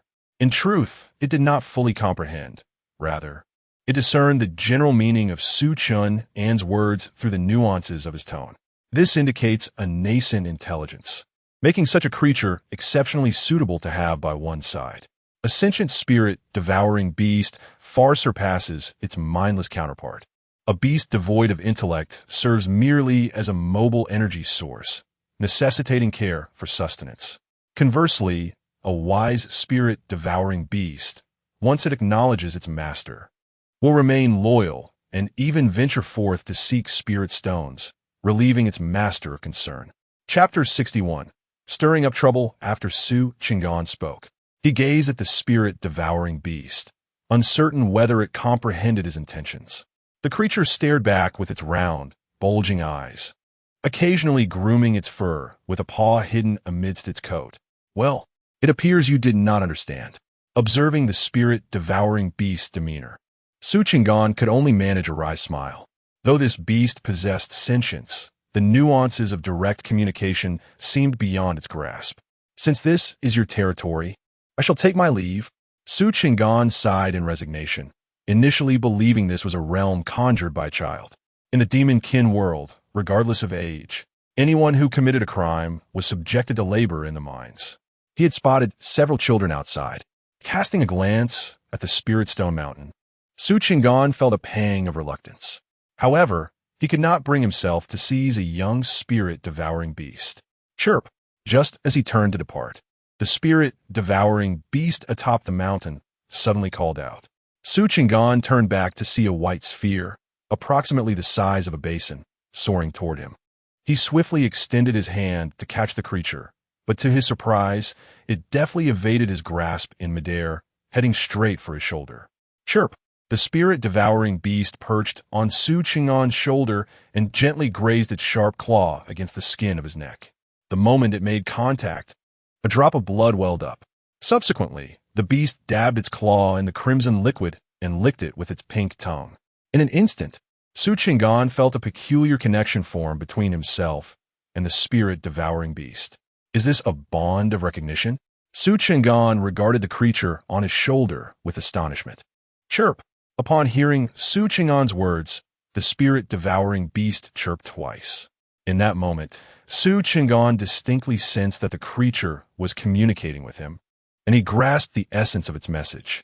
The two chirps indicated that he possessed a scent it favored. They had merely established a connection, and the beast had not yet acknowledged him as its master. "I carry a scent you like?" Chen'an furrowed his brow, pondering what a martial general could possibly smell like. Could it be that the system attracted the spirit-devouring beast? "Chirp!" The beast chirped again, extending its paw towards Chen'an's chest. In an instant, He comprehended its intent. It was the aura of the Divine King that drew it, emanating from the jade pendant resting against his chest, infused with the energy left by the Divine King. Do you wish to accompany me? Su Chang'an reached out tentatively toward the spirit-devouring beast. It did not shy away, allowing him to touch its fur. He could feel the softness beneath his fingers. Though the spirit-devouring beast appeared to be the size of a basin, its flesh was merely the size of a fist, the bulkiness being an illusion created by its fluffy coat. All right. As soon as his hand brushed against the spirit-devourer, a tender voice resonated within his mind. He was astonished to hear the spirit-devourer communicating with him so clearly through their connection. In simpler terms, the spirit-devourer could articulate its thoughts directly in his mind. For more complex ideas, however, it could only convey a general sense without producing any sound in his consciousness. What shall we do with these spirit stones? Do you want me to help you gather them? Su Chang'an inquired, gently stroking the fluffy spirit-devourer. Chirp, chirp. The spirit-devourer emitted a few sounds, and immediately, Su Chang'an grasped its intention. It essentially meant, you can collect them, but do not pilfer my provisions. These are my sustenance. Su Chang'an chuckled, appreciating the creature's vigilant nature. Rest assured, you shall not lack for these in the future. With that, he produced a storage ring and began to fill it with a mound of spirit stones. Once the ring was full, he switched to a storage bag, which had been gifted to him by Xiao Yufeng and possessed ample space for these spirit stones. After filling it, he still had considerable room left. Could you shrink a bit? Su Chang'an asked the spirit devourer, realizing that having such a conspicuous creature on his person would attract attention. Spirit devourers were coveted companions among many. Chirp, chirp. The spirit devourer responded with a couple of sounds, and then its form began to gradually reduce in size, eventually shrinking to the size of a thumb. Once it had completed its transformation, it scurried up to Su Chang'an's chest and clutched the jade pendant tightly. Wow, you can become so small. Su Chang'an gasped in amazement at the diminutive spirit devourer. His own disguise technique could alter size, but was limited to a threefold increase or decrease. In contrast, the spirit devourer could diminish its size by dozens of times. Yet, Su Chang'an furrowed his brow, pondering how he would exit this place. This area was designated by the spirit devourer for storing spirit stones, with no apparent exit to the outside world. Suddenly, a flash of inspiration struck him as he glanced at the spirit devourer nestled against his chest. He pinched the creature gently between his thumb and forefinger, lifting it from the jade pendant. Chirp, chirp. The somewhat bewildered spirit devourer voiced its displeasure with a couple of sounds. Let us devise a plan, Su Chang'an said with a smile, then softly suggested. You should locate all the spirit stones in this mine, and I will assist you in collecting them. This spirit stone mine was heavily guarded, with formidable beings stationed, making a forceful escape impossible. To find a way out, they needed to create a diversion. Upon hearing Su Chang'an's words, the spirit devourer's eyes sparkled with excitement. It promptly broke free from his fingers and transformed back to a size comparable to a basin. It then approached the wall, using its claws to dig into the earth. In no time, it had unearthed a passageway. Chirp, chirp. The spirit devourer called to Su Chang'an, indicating for him to follow. With a slight smile, Su Chang'an began to crawl slowly behind the spirit devourer. In the depths of the passage devoid of light, he utilized his vital energy to bind several spirit stones, illuminating the way ahead. The devouring spirit beast crawled forward, and before long, a spirit stone fell from behind it. With a series of chirps, the creature signaled to Su Chang'an, prompting him to gather the fallen stones. Su Chang'an was taken aback by the beast's ability. It could extract spirit stones from the earth without leaving a trace of damage, as if the stones materialized out of thin air, akin to a spatial secret technique executed by the devouring spirit beast. Astonished, Su Chang'an patted the creature's rear, eliciting a playful wiggle in response. He positioned himself within the passage, trailing the beast while diligently collecting spirit stones with his storage bag. Time passed, and Su Chang'an felt a numbing fatigue wash over him. Had it not been for the vital energy sustaining him, supplemented by the occasional restoration from the devouring spirit beast, he doubted his endurance would have allowed him to continue. Upon hearing the familiar chirps, Su Chun instantly regained his focus, realizing that the creature was warning him of an imminent collapse in the area ahead, urging him to exercise caution. Chapter 62. The Collapse of the Mine Boom. Moments later, a sudden cacophony of collapse echoed from the front, signifying that the previously subsided area had once again given way. What transpired? Why did the collapse zone sink further? On the ground, the overseer, a demon named Ma Yao, was drawn to the sound once more. The area that had initially caved in was merely 2 meters deep, yet it had now descended at least another 2 meters. Summon all the miners.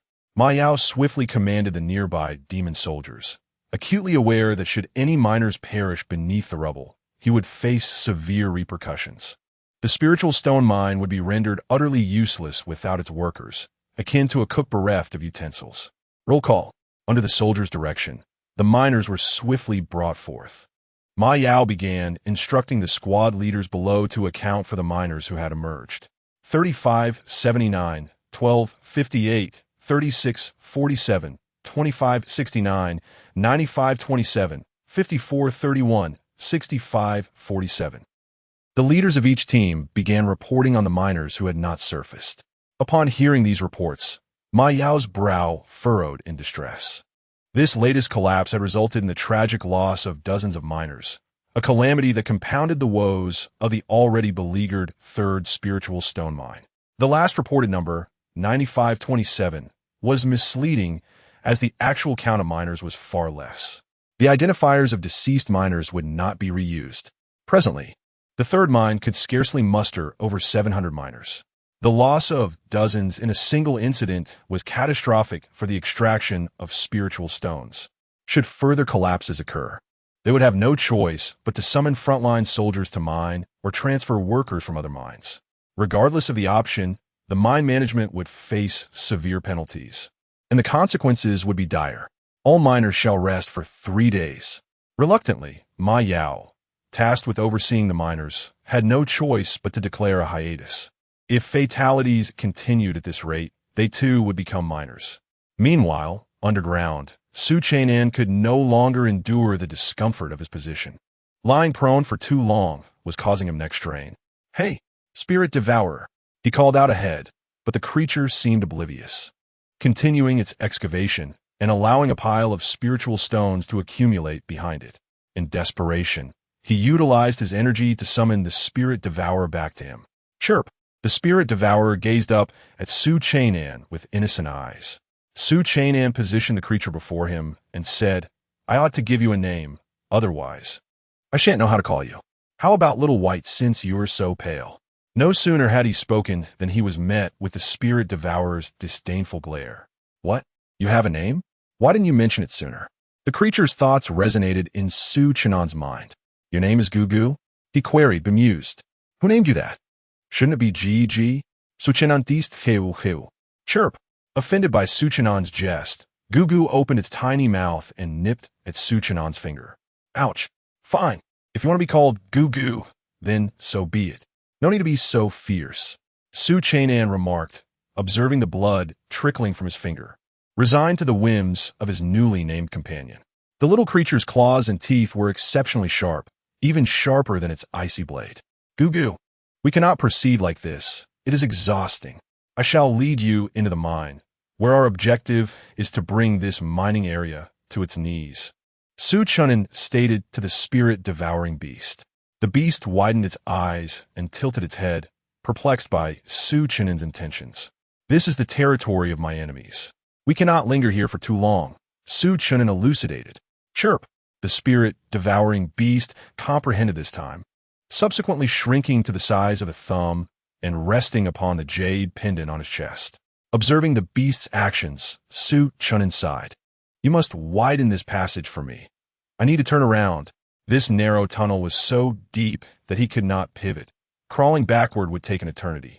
After the spirit-devouring beast expanded the passage, Su Chen'an struggled to turn around and resumed his arduous crawl.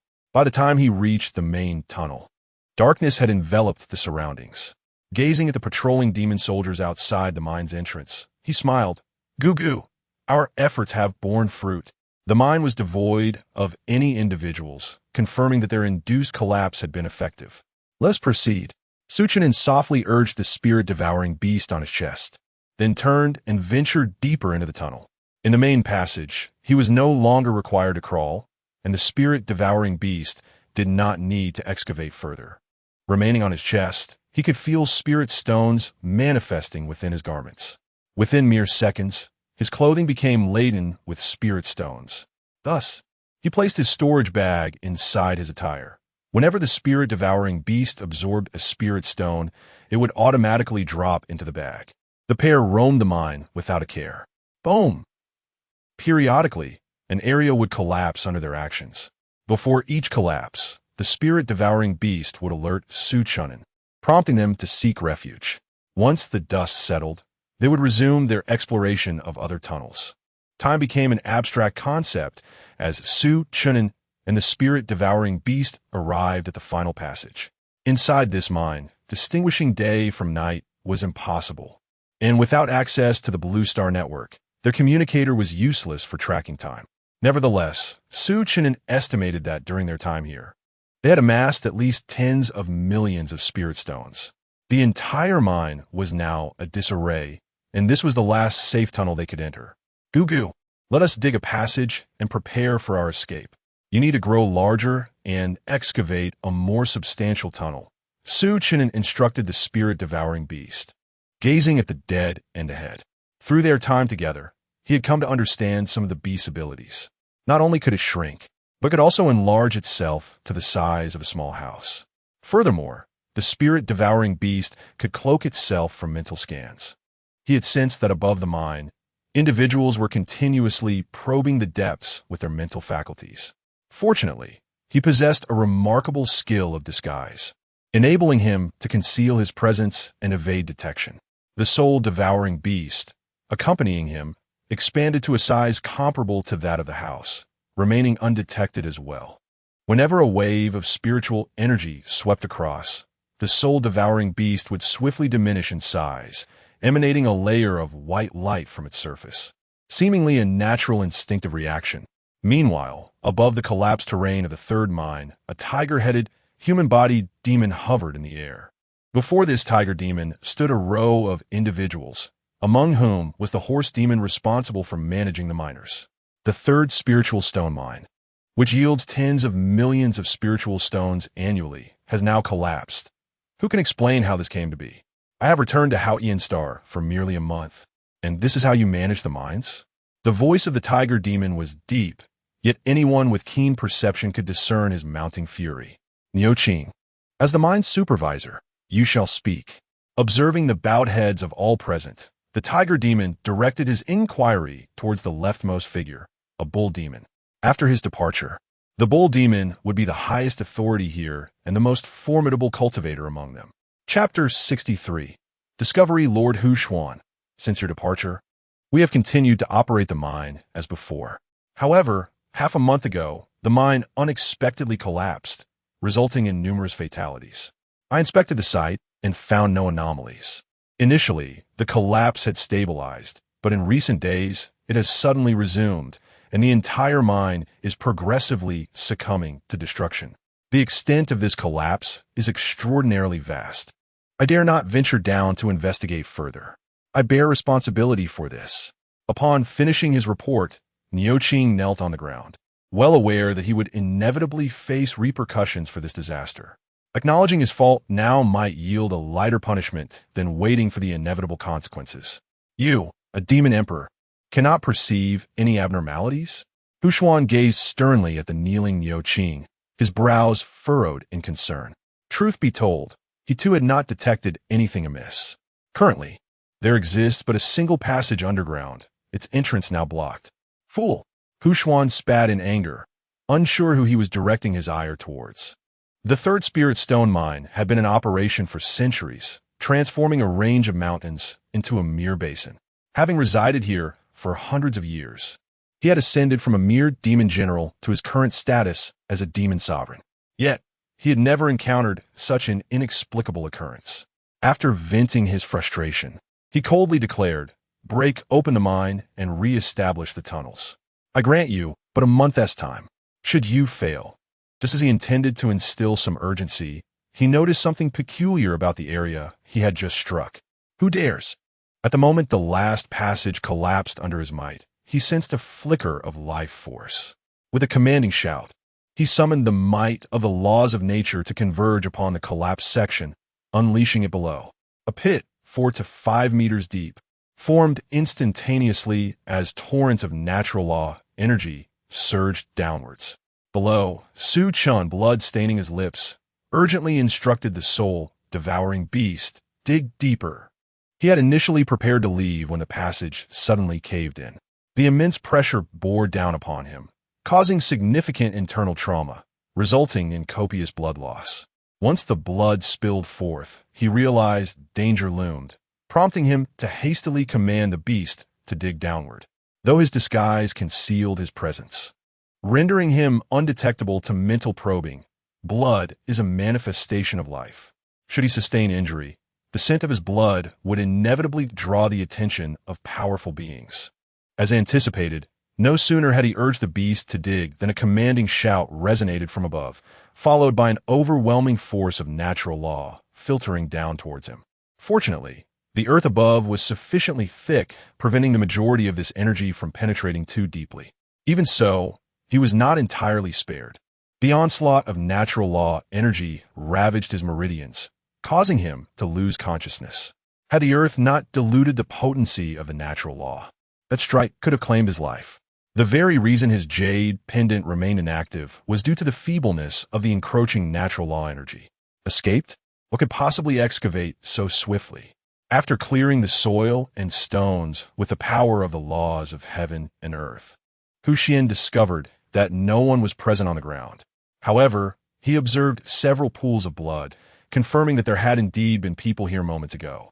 In the location of the bloodstains, there were signs of recent excavation, which had since been buried by earth. This indicated that whatever had dug this passage did so while simultaneously covering its tracks, leaving no opportunity for pursuit. Leave a few individuals to guard the mine and organize a team to reopen the mining tunnels. The rest of you, venture out in search. Within a radius of 10,000 miles from mine number 3, report immediately if any newly excavated tunnels are discovered. Hu Xian commanded sternly to Niu Qing and the others. He was certain that the collapse of a mine was intrinsically linked to the entity that had fled. He understood that the ability to excavate soil was undoubtedly a trait of the Beast clan, though he was uncertain of the specific type. In his recollection, several types of monsters could excavate the earth and traverse underground with ease. He could only dispatch his subordinates to search, hoping for a stroke of luck in capturing this entity, thus providing him with an explanation to the Beast deity. However, he also realized that the chances of capturing it were exceedingly slim. Even if he dispatched everyone to scour the expansive area, it would be an arduous task. Moreover, the mine could not remain unguarded. Having spoken, Hu Xian took to the skies. As a demon lord, his mental prowess extended far beyond that of others. After an indeterminate amount of time, Su Chen'an, in a daze, heard the familiar cries of the soul-devouring beast. Upon opening his eyes, he saw the creature hopping on his chest, seemingly attempting to administer cardiopulmonary resuscitation. "Huh, you little rascal." He weakly raised his hand to grasp the soul-devouring beast. His body felt as if it had been dismantled, devoid of any strength. "Where am I?" Su Chen'an inquired of the soul-devouring beast, still lying on the ground. "You don't know either?" He frowned upon receiving the creature's thoughts. After being disoriented by the laws of heaven and earth, the soul-devouring beast had dragged him down and excavated a path, emerging in a new direction. He had been unconscious for 3 days, during which no one had come near. Aware of the events that transpired during his unconsciousness, he released the soul-devouring beast and struggled to stand. As he gazed into the distance, he found himself amidst a sea of flowers, with butterflies occasionally fluttering by. In this floral expanse, a great tree stood at intervals, with unknown birds occasionally taking flight.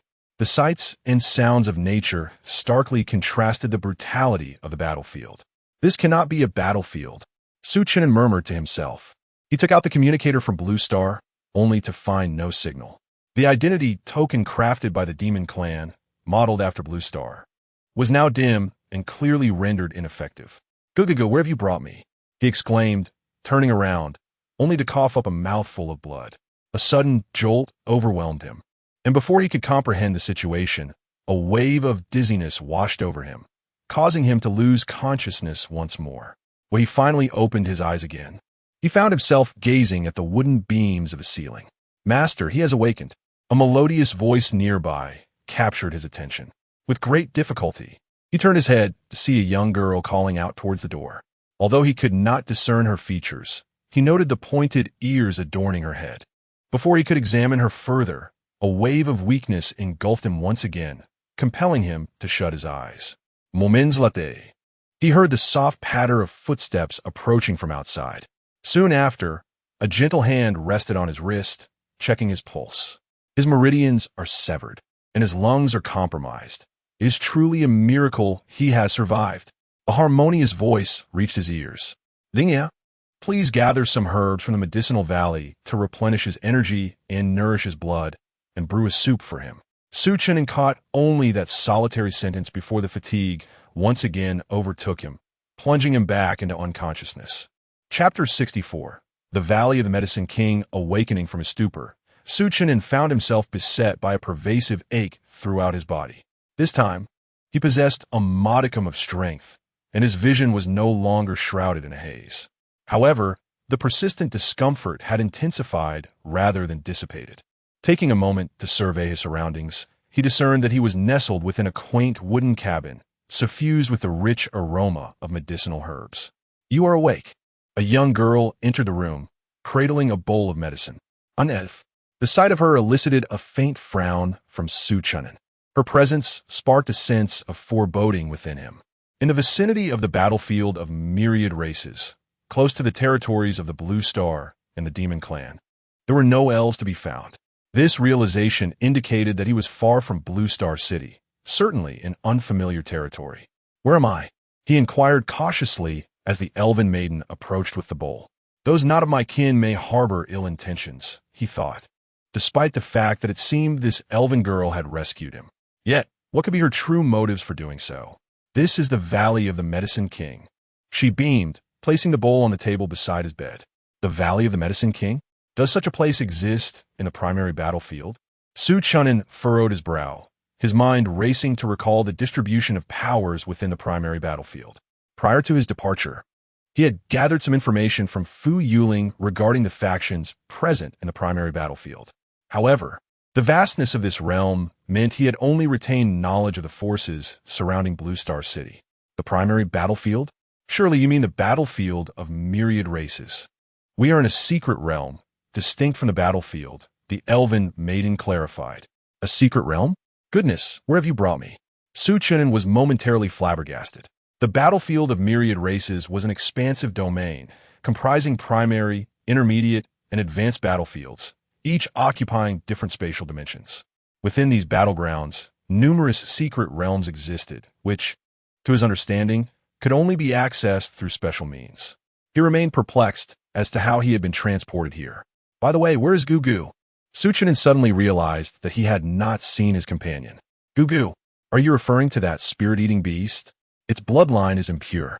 My master is currently assisting in purifying its lineage. Your meridians are severely damaged, and you also have lung congestion. Please refrain from shouting, as it may provoke an unsettling disturbance within your body," the elven maiden remarked, observing Chen'an's agitated state. "You are awake." At that moment, another woman entered the room, adorned in a flowing white gown, exuding an air of grace akin to a lotus emerging untainted from the mud. For reasons unknown, Chen'an felt an immediate calmness wash over him upon meeting her gaze, dispelling the chaotic thoughts that had plagued him. "And you are?" he asked, looking at the woman with curiosity. "This is my master, the leader of the Medicine King Valley, who saved you," the elven maiden interjected immediately. "Linger, do not be impolite."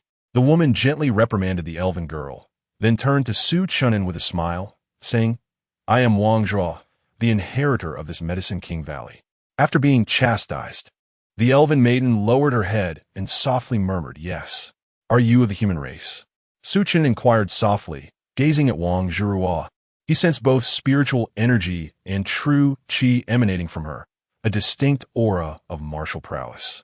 In the battlefield of myriad races, only humans practiced martial arts. Although the methods of the demon race resembled martial arts, they were fundamentally different.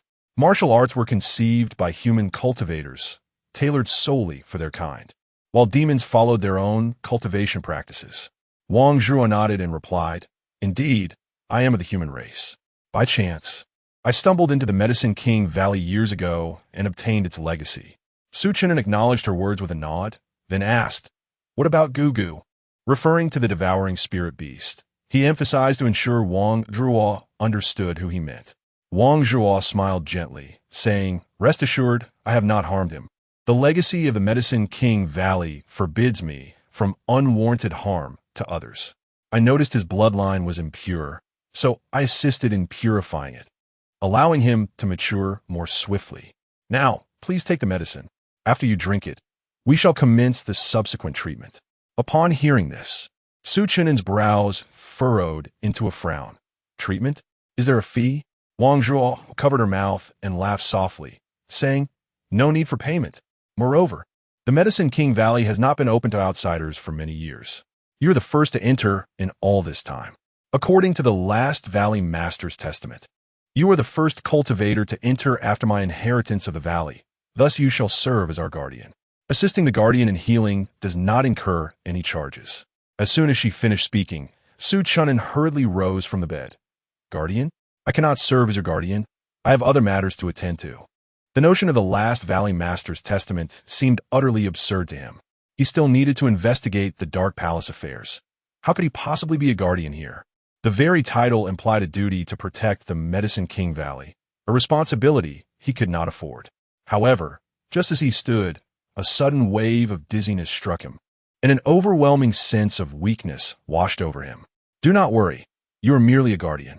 Should the Medicine King Valley face peril, I will not compel you to remain here to defend it. Besides, you must have realized your current incapacity to leave. Your meridians are severed, your lungs are inflamed, and your life expectancy is less than half a month. Without treatment, even if I were to send you out, you would not survive for long." Seeing Su Chen'an struggle to maintain his balance, Wang Zhuo quickly stepped forward to support him. The moment he inhaled, he was enveloped by a fragrant aroma intertwined with the scent of herbs, instantly invigorating his spirit. Host, Su Chen'an, lifespan, 18 days severely injured. Realm, First Tier Martial General 1356, 10000. Cultivation Techniques, True Understanding of Martial Arts. Basic Sword Technique, Sword Intent, 600,100, 100,000. Sky Covering, Half, 1,100,000. Fierce Tiger, Sword Technique, 50,000, 100,000. Phantom Step Technique, Spiritual Energy, 35,684. Upon hearing Wang Zhuo's words, he promptly opened his attribute panel, discovering that she was indeed correct. His lifespan was reduced to a mere 18 days. Is there a way to cure my pulmonary accumulation? Observing the dwindling time left, Su Chen'an realized Wang Zhuo's assertion was accurate. Even if he ventured outside, his time would be limited, with only 30,000 points of spiritual energy remaining. Even if he devoted all of it to elevating his realm, he could only ascend to the 3rd-tier Martial General. This level, however, would not suffice to remedy his pulmonary condition. Furthermore, his meridians were severely damaged, leaving him utterly incapacitated. Your pulmonary condition has progressed significantly. Healing it will require some time. The foremost priority is to mend your meridians, allowing your true qi to circulate. This will alleviate your pulmonary accumulation, Wang Zhuo elucidated to Su Chen'an. However, should you wish for my assistance in healing, you must first become a guardian of the Medicine King Valley. Alternatively, you may compensate me for my medical services. Given your injuries, approximately 1 billion spiritual stones should suffice. After her explanation, Wang Zhuo reiterated her terms. Chapter 65. The Signing of the Contract. Goodness. Su Chen'an exclaimed helplessly. At this moment, he found himself with no alternative path to tread. If he were to perish, how could he avenge Teacher Wu or investigate the whereabouts of the Dark Temple? Life itself was a prerequisite for action. Then, let us proceed with the contract. Wang Zhuo chuckled softly, producing a golden sheet of paper from her storage equipment and presenting it to Su Chen'an. This is the grand contract. Once signed, it cannot be rescinded, lest one faces the judgment of the Grand Way. Unless you possess the strength to defy its power, death is the inevitable consequence. If you consent, simply let a drop of blood fall upon it. Su Chen'an accepted the grand contract and glanced at its contents. The terms were straightforward. He was to become the guardian of the Medicine King Valley, obligated to assist whenever the valley encountered peril. The agreement was uncomplicated and did not infringe upon his freedom. After a moment's contemplation, he bit into his fingertip, allowing a single drop of blood to fall onto the document. If Wang Zhuo could indeed save him, it would be akin to granting him a second life. Thus, it was his duty to aid her in safeguarding the Medicine King Valley. The instant the blood touched the grand contract, Su Chen'an felt an invisible force binding him. Seeing Su Chen'an sign the contract, Wang Zhuo breathed a sigh of relief. She had harbored fears that he might refuse, for the Medicine King Valley was in dire need of a formidable protector. According to the last Valley Master's will, the valley would be sealed for a century, with only 3 years remaining until it reopened. When that time came, many would undoubtedly flock to the valley. As a lone woman, she had dedicated the past years to studying the Medicine King canon, yet her cultivation remained at the Martial King level. Once the valley reopened, she would surely be unable to maintain order, and the precious herbs within could be stripped bare. While Su Chen'an only possessed the cultivation of a martial general, and was afflicted with pulmonary congestion and broken meridians, she held faith in his potential for growth. Anyone accompanied by a spirit-devouring beast was certainly not to be underestimated. Moreover, she had no other options left, having arrived at the Medicine King Valley at the age of 5 and spent 14 years there. The only individuals who had joined her were Ling and Su Chen'an. Ling had come 5 years prior, yet her cultivation was minimal, as the valley lacked any training methods for the elven race. Now, all her hopes rested upon Su Chen'an, believing that this man, pursued by a spirit-devouring beast, possessed some unique qualities. Had she entered the valley earlier and obtained its legacy sooner, she would not be burdened with such pressure. Can we commence the treatment now? Su Chen'an inquired after signing the grand contract. First, drink this bowl of medicine, then remove your clothing and await me here, Wang Zhuo instructed, nodding in response.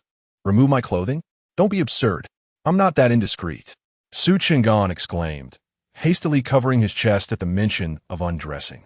He was aware that there existed a method for both men and women to cultivate their healing abilities, and he suspected Wang Zhuo. Upon hearing this, Wang Zhuo's cheeks flushed slightly as she retorted, "Rogue, what are you thinking? I intend to prepare a medicinal bath for you to treat your meridians." With that, she turned her head and strode towards the door. Ling ensure he drinks the medicine, then boil some water. I will gather the herbs. As she reached the doorway, she spoke to the elfin maiden once more before hastily exiting the small wooden cabin. Hurry and undress. If Master sees you resisting treatment, she might become furious. Ling picked up the bowl of medicine from the table and handed it to Su Chen'an. Furious? I find her quite endearing, Su Chen'an remarked, accepting the bowl and downing its contents in one swift motion. He then turned to Ling and teased, "What? Do you wish to see me undress?" With that, he reached for his clothing. Ling exclaimed at his action, quickly covering her eyes and bolting outside. "I'll go prepare the fire for you." Her faint voice drifted back from outside. Two naive young girls. Su Chen'an chuckled as he observed Ling's hasty retreat. He then removed his garments and stepped into the bathing tub. The tub was placed atop an iron pot, which had a large hole beneath it. The fire was lit outside, with the heat circulating through the air to warm the pot underneath, rather than using direct flames to heat the tub's water.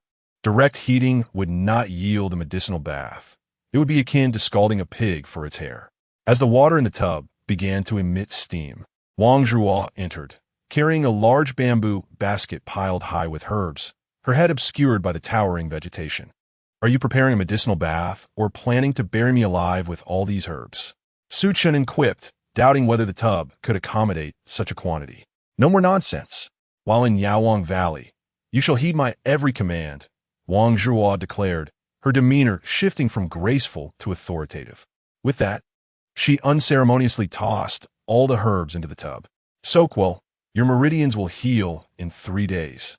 She stirred the concoction with a large stick, imparting a final instruction to Su Chen'an before exiting the cabin. Hey, Linger was right. She is indeed quite assertive when it comes to healing. Su Chen'an smiled as he watched Wang Zhuo's retreating figure. Once she departed, he began to notice the peculiar properties of the herbs. Some herbs dissolved upon contact with the hot water in the tub. The liquid had transformed into a murky brown, and an unpleasant odor wafted through the steam, invading his nostrils. He could sense the medicinal solution beginning to take effect. After a while of soaking, an unbearable itchiness enveloped him. Not merely on the surface, but an internal sensation that coursed through him. The itch was unbearable, prompting a low growl to escape his lips. 3 days later, Su Chen'an suddenly opened his eyes and leapt from the bath. The once murky brown water had transformed into a crystalline clarity. He had absorbed every ounce of the medicinal essence. Indeed, the medical expertise of the Medicine King Valley was remarkable. Gathering his vital energy, he murmured to himself.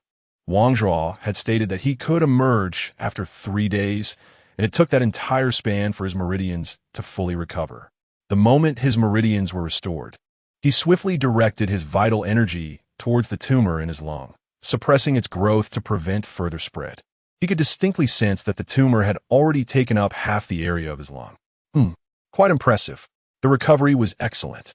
After consuming this bowl of medicine, your lung condition will be treated, and you'll be able to leave the Medicine King Valley. Hearing the commotion caused by Su Chen'an, Wang Zhuo entered, holding a bowl of medicine. Su Chen'an accepted the bowl and drank it down in one swift motion.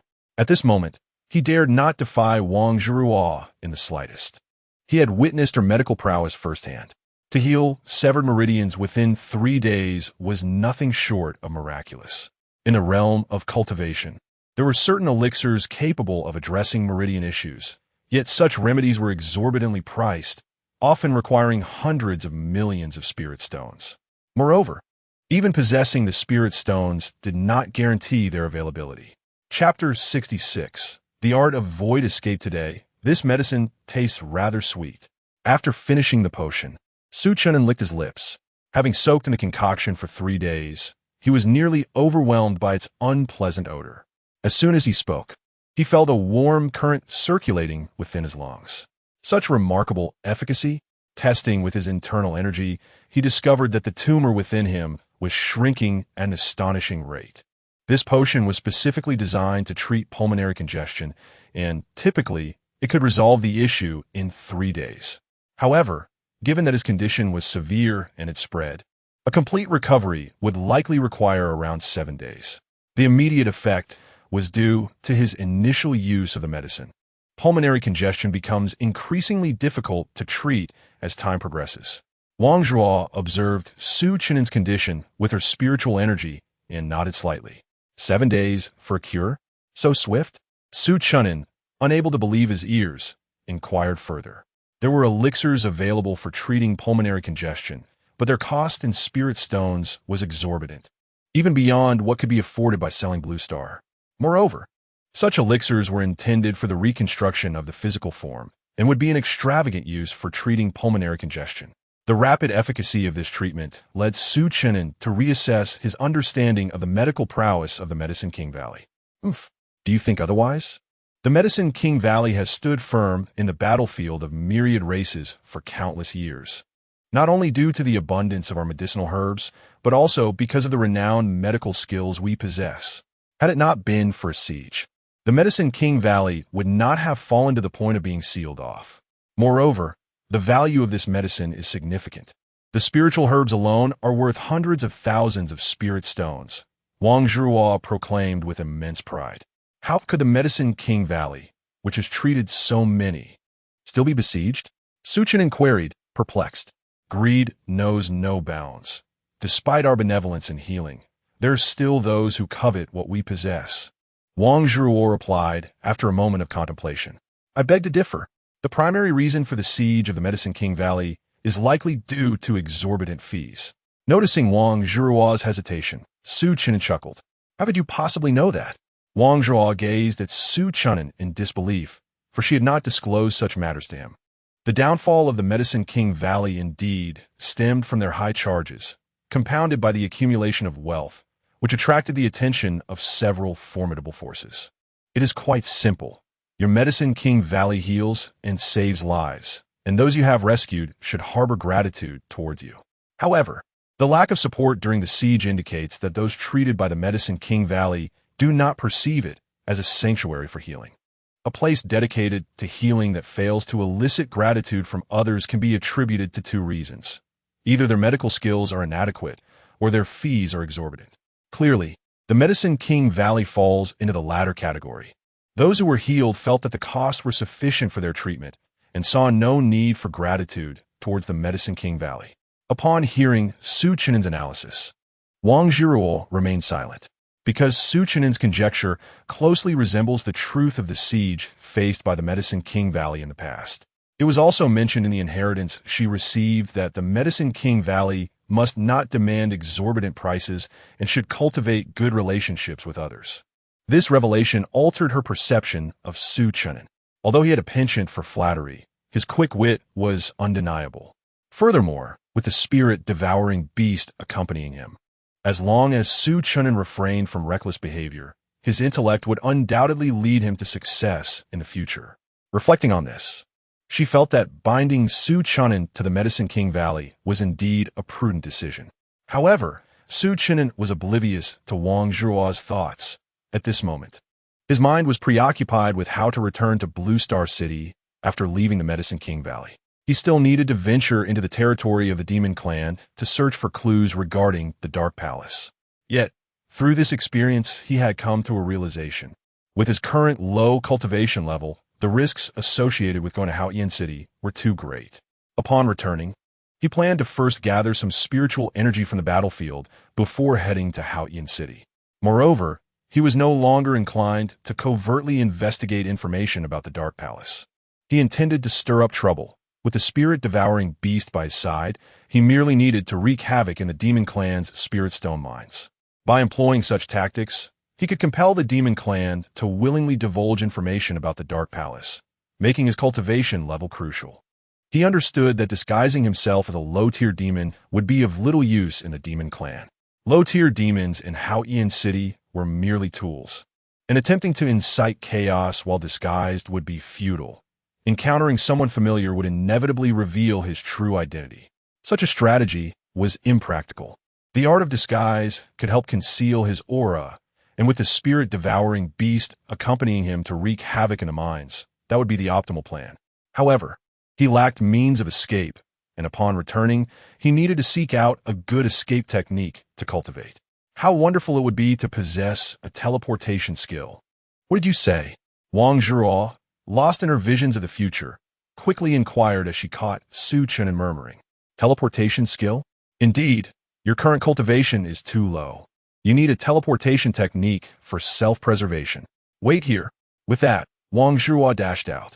Shortly thereafter, she returned with a book in hand, and upon seeing it, Su Chen'an's eyes lit up. The material of the book appeared to be composed of void secret gold. Here, this is for you. During these 7 days of treatment, commit the contents of this technique to memory. Wang Zhuo handed the book to Su Chen'an. Void teleportation technique, a divine-level skill. As he accepted the technique, Su Chen'an perused its pages and instantly grasped its essence. Not only was this a complete divine-level skill, but he could hardly believe it. Is it true that our Medicine King Valley possesses such formidable techniques? Su Chen'an gazed at Wang Zhuo in disbelief. At this moment, his manner of speaking had shifted from you to our, as he realized that the Medicine King Valley was indeed a substantial support, far exceeding the ordinary secret realm. Although there were only Wang Zhuo and Ling present in the Medicine King Valley at the moment, Ling was merely a bystander. However, the profound heritage of the Medicine King Valley is remarkable. This divine-level technique is a coveted treasure even on the intermediate battlefield, and it could incite fierce competition among the divine kings on the advanced battlefield.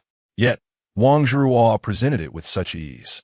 This technique was the reward offered by the leader of the Void Clan, whom the former Valley Master had saved. It is the clan's ancestral skill, although tragically, the Void clan ultimately faced extinction.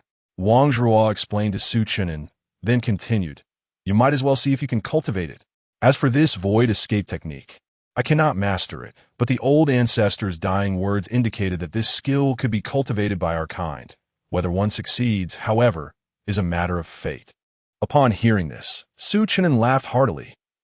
"There is no technique in this world that I, Su Chen'an, cannot cultivate, unless it possesses some extraordinary requirements." He was not merely boasting.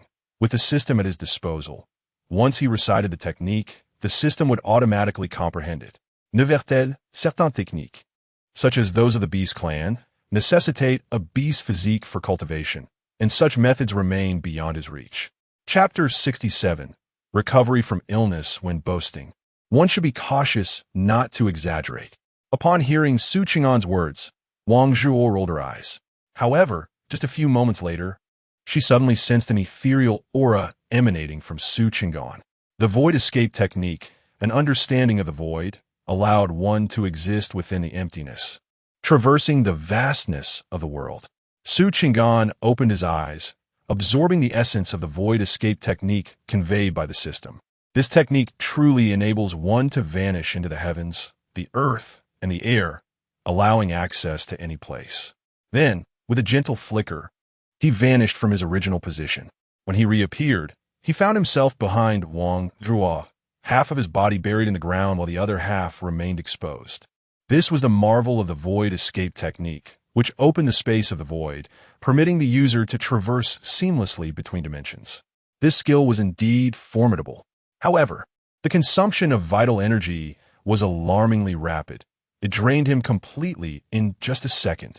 Moreover, due to his lack of proficiency, the distance he could traverse within the Void was quite limited. He whispered behind Wang Zhuo, if only he had sufficient vital energy and mastered the technique, he could slip from one world to another. Fortunately, the issue of vital energy was easily resolved. With Gugu by his side, he need not worry about running out. As long as he provided Gugu with ample spirit stones, it would be akin to having an eternal energy source. Mastery of the technique could only be achieved gradually through the accumulation of spiritual energy. Wang Zhuo gazed at Su Cheng'an in disbelief. She had studied the Void escape technique for a long time, but had never managed to grasp it. Yet here was Su Cheng'an, who in mere minutes had already mastered the ability to slip into the Void. This shattered the conventional wisdom regarding the cultivation of techniques, leaving her momentarily dazed. "Sister, does our Apothecary Valley have any other remarkable techniques? You see, my guardian's cultivation level is not high. Could you provide me with some techniques to enhance my combat prowess?" Noticing Wang Zhuo lost in thought, Su Cheng'an waved his hand in front of her eyes. Snapping out of her astonishment, Wang Zhuo scolded, "Who are you calling sister? You are the elder sister. Your whole family are the elder sisters." Upon hearing Su Cheng'an refer to her as sister, she regained her composure. Afterward, she snatched the technique from Su Cheng'an's hands and strode towards the door. "If you're seeking techniques, our Apothecary Valley has plenty. If you can make me happy, we even have Tao-level techniques." Reaching the entrance, a slight smile crept across Wang Zhuo's lips as she called out loudly to Su Cheng'an behind her. Fairy, I was wrong." Upon hearing these words, Su Cheng'an's eyes brightened, and he immediately followed her. During the chase, he opened his panel to examine his attributes. Host, Su Chen'an, lifespan, 1 year and 42 days. Realm, First Tier Martial General 1356, 10000. Cultivation techniques, true understanding of martial arts. Basic blade technique, blade intent, 70000, 1000000. Void escape technique, 10 000 milliards. Evanescence, Alf, 1 million 10 billions. Fiersteiger blade technique, 50 000 100 000. Phantom step technique, spiritual energy, 25,684. Upon observing the long string of zeros following the Void escape technique, Su Chen'an felt dizzy, nearly colliding with Wang Zhuo. This divine-level technique demands a staggering proficiency of 1 billion, meaning 1 billion units of spiritual energy are required to master the Void escape technique completely. Nevertheless, it is of little consequence, If the distance is insufficient, he can compensate with frequency. Once he enters the void, as long as he does not emit any aura, even a divine king would find it arduous to detect him. After all, divine-level techniques are inherently those cultivated by divine kings themselves. The void escape technique and the heaven's wrath are a perfect match, coupled with a well-practiced concealment technique. Who would he fear when he steps out to stir up trouble? In the attributes panel, aside from the changes in the cultivation technique section, his lifespan has also seen an alteration. Following the restoration of his meridians, his lung cancer has been controlled, extending his lifespan. Ordinarily, a martial general enjoys a lifespan exceeding 100 years. Thus, with his lung cancer cured, he should revert to a normal state. This is what brings him the greatest joy, as it signifies his liberation from the torment of lung cancer. 7 days later, within that quaint wooden cabin, Wang Zhuo is administering the final treatment to Su Chen'an.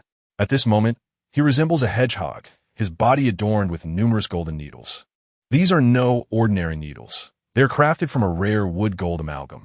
This wood-gold is more precious than the void secret gold, formed from a millennium-old spiritual wood-absorbing golden elements. It is indeed remarkable if one can procure even a gram from 100,000 such ancient trees. This wood-gold possesses the ability to absorb the wood energy from the heavens and earth, making it the most suitable material for therapeutic needles. The golden needles embedded in his body amount to at least 100 grams, and he notices several more within the acupuncture bag. Witnessing this, Su Chen'an cannot help but marvel at the wealth of the Medicine King Valley. He feels the wood energy circulating vigorously within his lungs, and as its pace quickens, he realizes that his lung cancer is nearing eradication. A few minutes later, with a gentle wave of her hand, Wang Zhuo retrieves all the golden needles. All done. Your pulmonary accumulation has been completely eradicated. Wiping the sweat from her brow, she acknowledges the difficulty of the final cleansing process. Without this set of golden needles, she might not have been able to eliminate the pulmonary accumulation entirely. Rest here for a day. The devouring spirit beast will awaken tomorrow. Wang Zhuo instructs as she tidies her acupuncture bag. By the way, may I ask you something? Why are you in such a hurry to leave? She inquires. I'm going to help someone take revenge, Su Chen'an replies. Su Chen'an pondered for a moment before finally speaking. Having promised Wang Zhuo to become the guardian of the Medicine King's Valley, he felt it necessary to share certain matters with her. Be careful once you step outside, he advised. Wang Zhuo nodded in acknowledgement, refraining from further inquiry. Are you not concerned about the possibility of my demise out there? If that were to happen, all of your efforts over these past days would be in vain. Observing the expression on Wang Zhuo's face, Su Chen'an felt a twinge of curiosity. Logically, she should have urged him otherwise. After all, the current situation at the Medicine King's Valley was far from favorable. Once it reopened in 3 years, troubles would undoubtedly ensue. In this world, everyone lives for themselves. I have no right to restrict your actions. Since I have chosen you, I will choose to trust you. Wang Zhuo smiled gently, tidying up the instruments she had used to treat Su Chen'an before making her way towards the door. He watched her retreating figure, lost in thought. For some reason, he felt that this girl, a year his senior, possessed a composure that was rare among their peers, though at times she could be quite shy. Chapter 68. The Awakening of Gugu in the Dual Bloodline the following morning, as Su Chen'an remained ensconced in the embrace of slumber. He was roused by the familiar chirping of Gugu. Oh dear, stop scratching. I shall rise immediately, Su Chen'an exclaimed, swatting away Gugu's persistent paw. This little creature had taken to incessantly pawing at his face ever since its arrival, while also transmitting its thoughts into his mind. Its message was quite straightforward. It was hungry and demanded spirit stones. Coming right up, Su Chen'an acquiesced, realizing that he had unwittingly become Gugu's caretaker, responsible for its sustenance. He retrieved over 10,000 spirit stones from his storage equipment, scattering them on the ground for Gugu to feast upon. Before he could fully comprehend the situation, the mound of spirit stones had vanished entirely. Astonished, he rubbed his eyes in disbelief at the sight of the stones disappearing as if they had never existed. Gugu gazed up at Su Chen'an with an unmistakable expression, clearly indicating its desire for more. Hold on. He reassured the eager creature and extracted another 50,000 spirit stones from his storage bag, reasoning that this should suffice. Yet, to his astonishment, the pile, which filled half the wooden cabin, was devoured by Gugu in mere seconds. This time, Chen'an witnessed how Gugu consumed the spirit stones without the use of its mouth. The stones simply vanished into thin air, reminiscent of the method it employed to locate them. Gugu, it chirped once more, looking expectantly at Chen'an. Here we go. He chuckled wryly, continuing to draw forth spirit stones, 10,000 at a time. He soon discerned that Gugu could consume approximately 10,000 stones in one go. After several rounds of this ritual, Gugu finally conveyed that it was full. As Gugu lay on the ground, burping contentedly, Chen'an wiped the sweat from his brow. This was no mere spirit-eating beast. It was akin to a creature that devours gold. Such a staggering consumption of spirit stones. Who could afford to sustain that? Jiruo, how has Gugu's appetite become so insatiable all of a sudden? At that moment, Wang Zhuo entered from outside, and he hastily inquired. The sudden increase in Gugu's appetite must be related to the bloodline purification that Wang Zhuo had mentioned. When it first arrived, I discovered that it possessed 2 bloodlines within. I intended to assist in purifying the other bloodline to facilitate its growth. Little did I know, the other bloodline was that of the Void Beast, which consequently awakened its powers as well. You are aware of the Void Beast, are you not? The Void Clan's abilities are derived from the Void Beast. Thus, it has transformed into its current state, demanding an immense amount of energy due to the 2 bloodlines. As she spoke, she cradled Gugu in her arms, gently stroking its fur, and turned to Chen'an, saying, "So, you must work diligently to earn more." It is still in its juvenile phase. When it reaches adulthood, it could consume tens of millions of spirit stones in a single meal. However, do not be overly concerned. During adulthood, it will only require sustenance approximately once a year. Upon hearing these words, Chen'an felt as though the sky were about to collapse. Tens of millions of spirit stones for a single instance? What ist? Even if he were sold, he would not fetch such a price. I dared to inquire, how often does it require sustenance during its juvenile phase? He realized that if Gugu were to consume in such a manner, the meager amount of spirit stones he possessed would be utterly insufficient. Perhaps once a week, Wang Zhuo murmured softly, addressing Chen'an, before handing Gugu over to him. In her grasp, Gugu was always fidgety. Although it posed no threat, she could sense its struggle. Once in Chen'an's embrace, Gugu immediately calmed down, nestling on the jade pendant against his chest, and before long, it had fallen asleep. You truly are a creature that devours wealth. However, you shall need to earn your own sustenance in the future. Chen'an cast a glance at Gugu resting on his chest, and then inquired of Wang Zhuo, what purpose does its awakened void beast bloodline serve? Wang Zhuo furrowed her brow and replied, the specific utility depends on the creature itself. It is quite rare for both bloodlines to manifest simultaneously. Nevertheless, it is certain that the void beast possesses the fundamental ability to traverse the void. With that, she shrugged her shoulders, stating that while she was a physician, she was not an animal doctor, and the medicinal texts of the Apothecary Valley contained little about such bloodline matters. Most beast clans typically intermarry within their own kind, making cross-species unions exceedingly rare. The devouring spirit beasts and void beasts are documented in the Apothecary Valley, particularly as both are considered super races within the beast clans, each boasting formidable, powerful beings within their ranks. Thus, this scenario was a first for Wang Zhuo, leaving her puzzled as to why the devouring spirit beasts and void beasts would interbreed. Very well, Chen'an shrugged. He had anticipated a more definitive response from Wang Zhuo. By the way, here, this is for you. After discussing Gugu, Wang Zhuo handed him a small yellow orb. What is this? Chen'an accepted the orb, looking at Wang Zhuo with confusion. This is the key to the Apothecary Valley. Currently, the valley is in a sealed state, and entry is only possible with this key. You and Gugu were drawn in by the rift in the void, which is quite fortunate. Had you been sucked into a perilous realm, you would have turned to ash long ago. This key grants you the freedom to enter and exit the Apothecary Valley. But do take heed. Never use it in crowded places or you may inadvertently bring others along. Wang Zhiruo elaborated on the orb's usage. I have a question for you.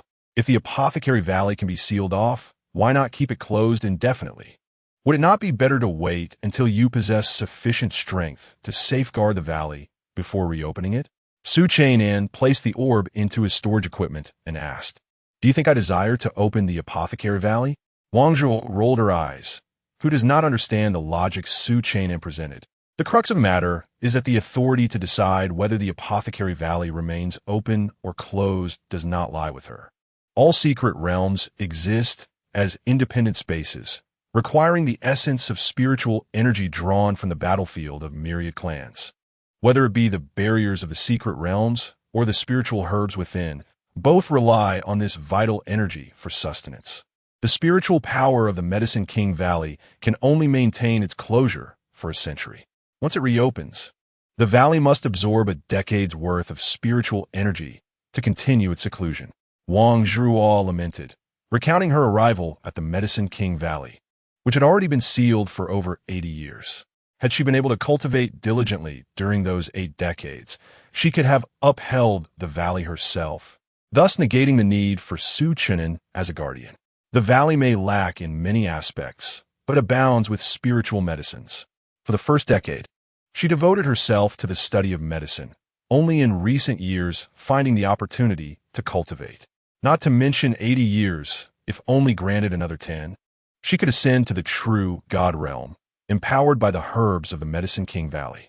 By then, it would be effortless not only to guard the valley, but to empty it entirely. She could simply wait a decade before returning to seal it once more. Alas, time is relentless. Her choice of Chen'an as a guardian was born from necessity. Over the years, apart from herself and Ling who were inadvertently drawn into the Medicine King Valley, only Chen'an and Gugu had also been ensnared. She could only place her hopes in Chen'an, wishing him to be a prodigy, someone worthy of the attention of the spirit-devouring beasts. Moreover, appointing Chen'an as the guardian served other purposes as well. Chapter 69. The True Intent of Wang Zhuo. So that is how it is. Upon hearing Wang Zhuo's explanation, Chen'an was struck with enlightenment. The relationship between the secret realm and the battlefield of the myriad races is such that the secret realm seems to be siphoning the lifeblood of the battlefield. Yet, it would be more accurate to describe the secret realm as a tumor affixed to the battlefield of the myriad races. However, to the battlefield, these tumors are minuscule and negligible. What should I do to exit now? Chen'an inquired. Wang Zhuo shrugged her shoulders, replying, The key is in your possession. Chen'an was taken aback. He had assumed that the small orb only allowed entry and not exit. Observing Chen'an withdraw the key, Wang Zhuo hastily cautioned, Be careful once you leave. Do not act recklessly. I have invested quite a bit in you. Furthermore, there are matters concerning the Medicine King Valley, and I will send you a message. When the time comes, the key will emit light, so do not forget it inside. Should the Medicine King Valley open and face formidable foes, if you fail to arrive, leading to its destruction, you will face the wrath of the great Tao. Chen'an nodded, smiling at Wang Zhuo. Rest assured, grant me 3 years. After 3 years, the Medicine King Valley shall open normally, and I will oversee it. At that time, should anyone dare to cause trouble, I shall ensure their demise, 1 by 1 or 2 by 2. With that, Chen'an channeled his vital energy into the small orb, triggering a golden light. As the golden radiance flickered, a rift in the void materialized. Chen'an waved farewell to Wang Zhuo, declaring, Wait for my triumphant return. He then stepped into the rift, which gradually began to close. Wang Zhuo, in a state of wistfulness, murmured, Everything is fine, except for your propensity to boast. You remain unaware of how terrifying the enemies of the Medicine King Valley truly are. 3 years, or even 30 years, may not suffice. Appointing you as a guardian is merely planting a seed for the Medicine King Valley. Subsequently, she produced a piece of paper, the Great Tao contract signed by Chen'an. At that moment, the outermost layer of the contract transformed into golden light and began to dissipate, revealing that this superficial layer was merely an illusion. As the golden light faded, the true contents of the Great Tao contract slowly came into view. entirely different from what Su Chen'an had originally signed. Fortunately, you lack mental acuity, or else this illusion could not have deceived you. She continued, when I perish, the Great Tao contract will transmit all vital elements of the Medicine King Valley to your side. I hope that in gratitude for my saving you, you will rebuild the Medicine King Valley, even if it is only in name.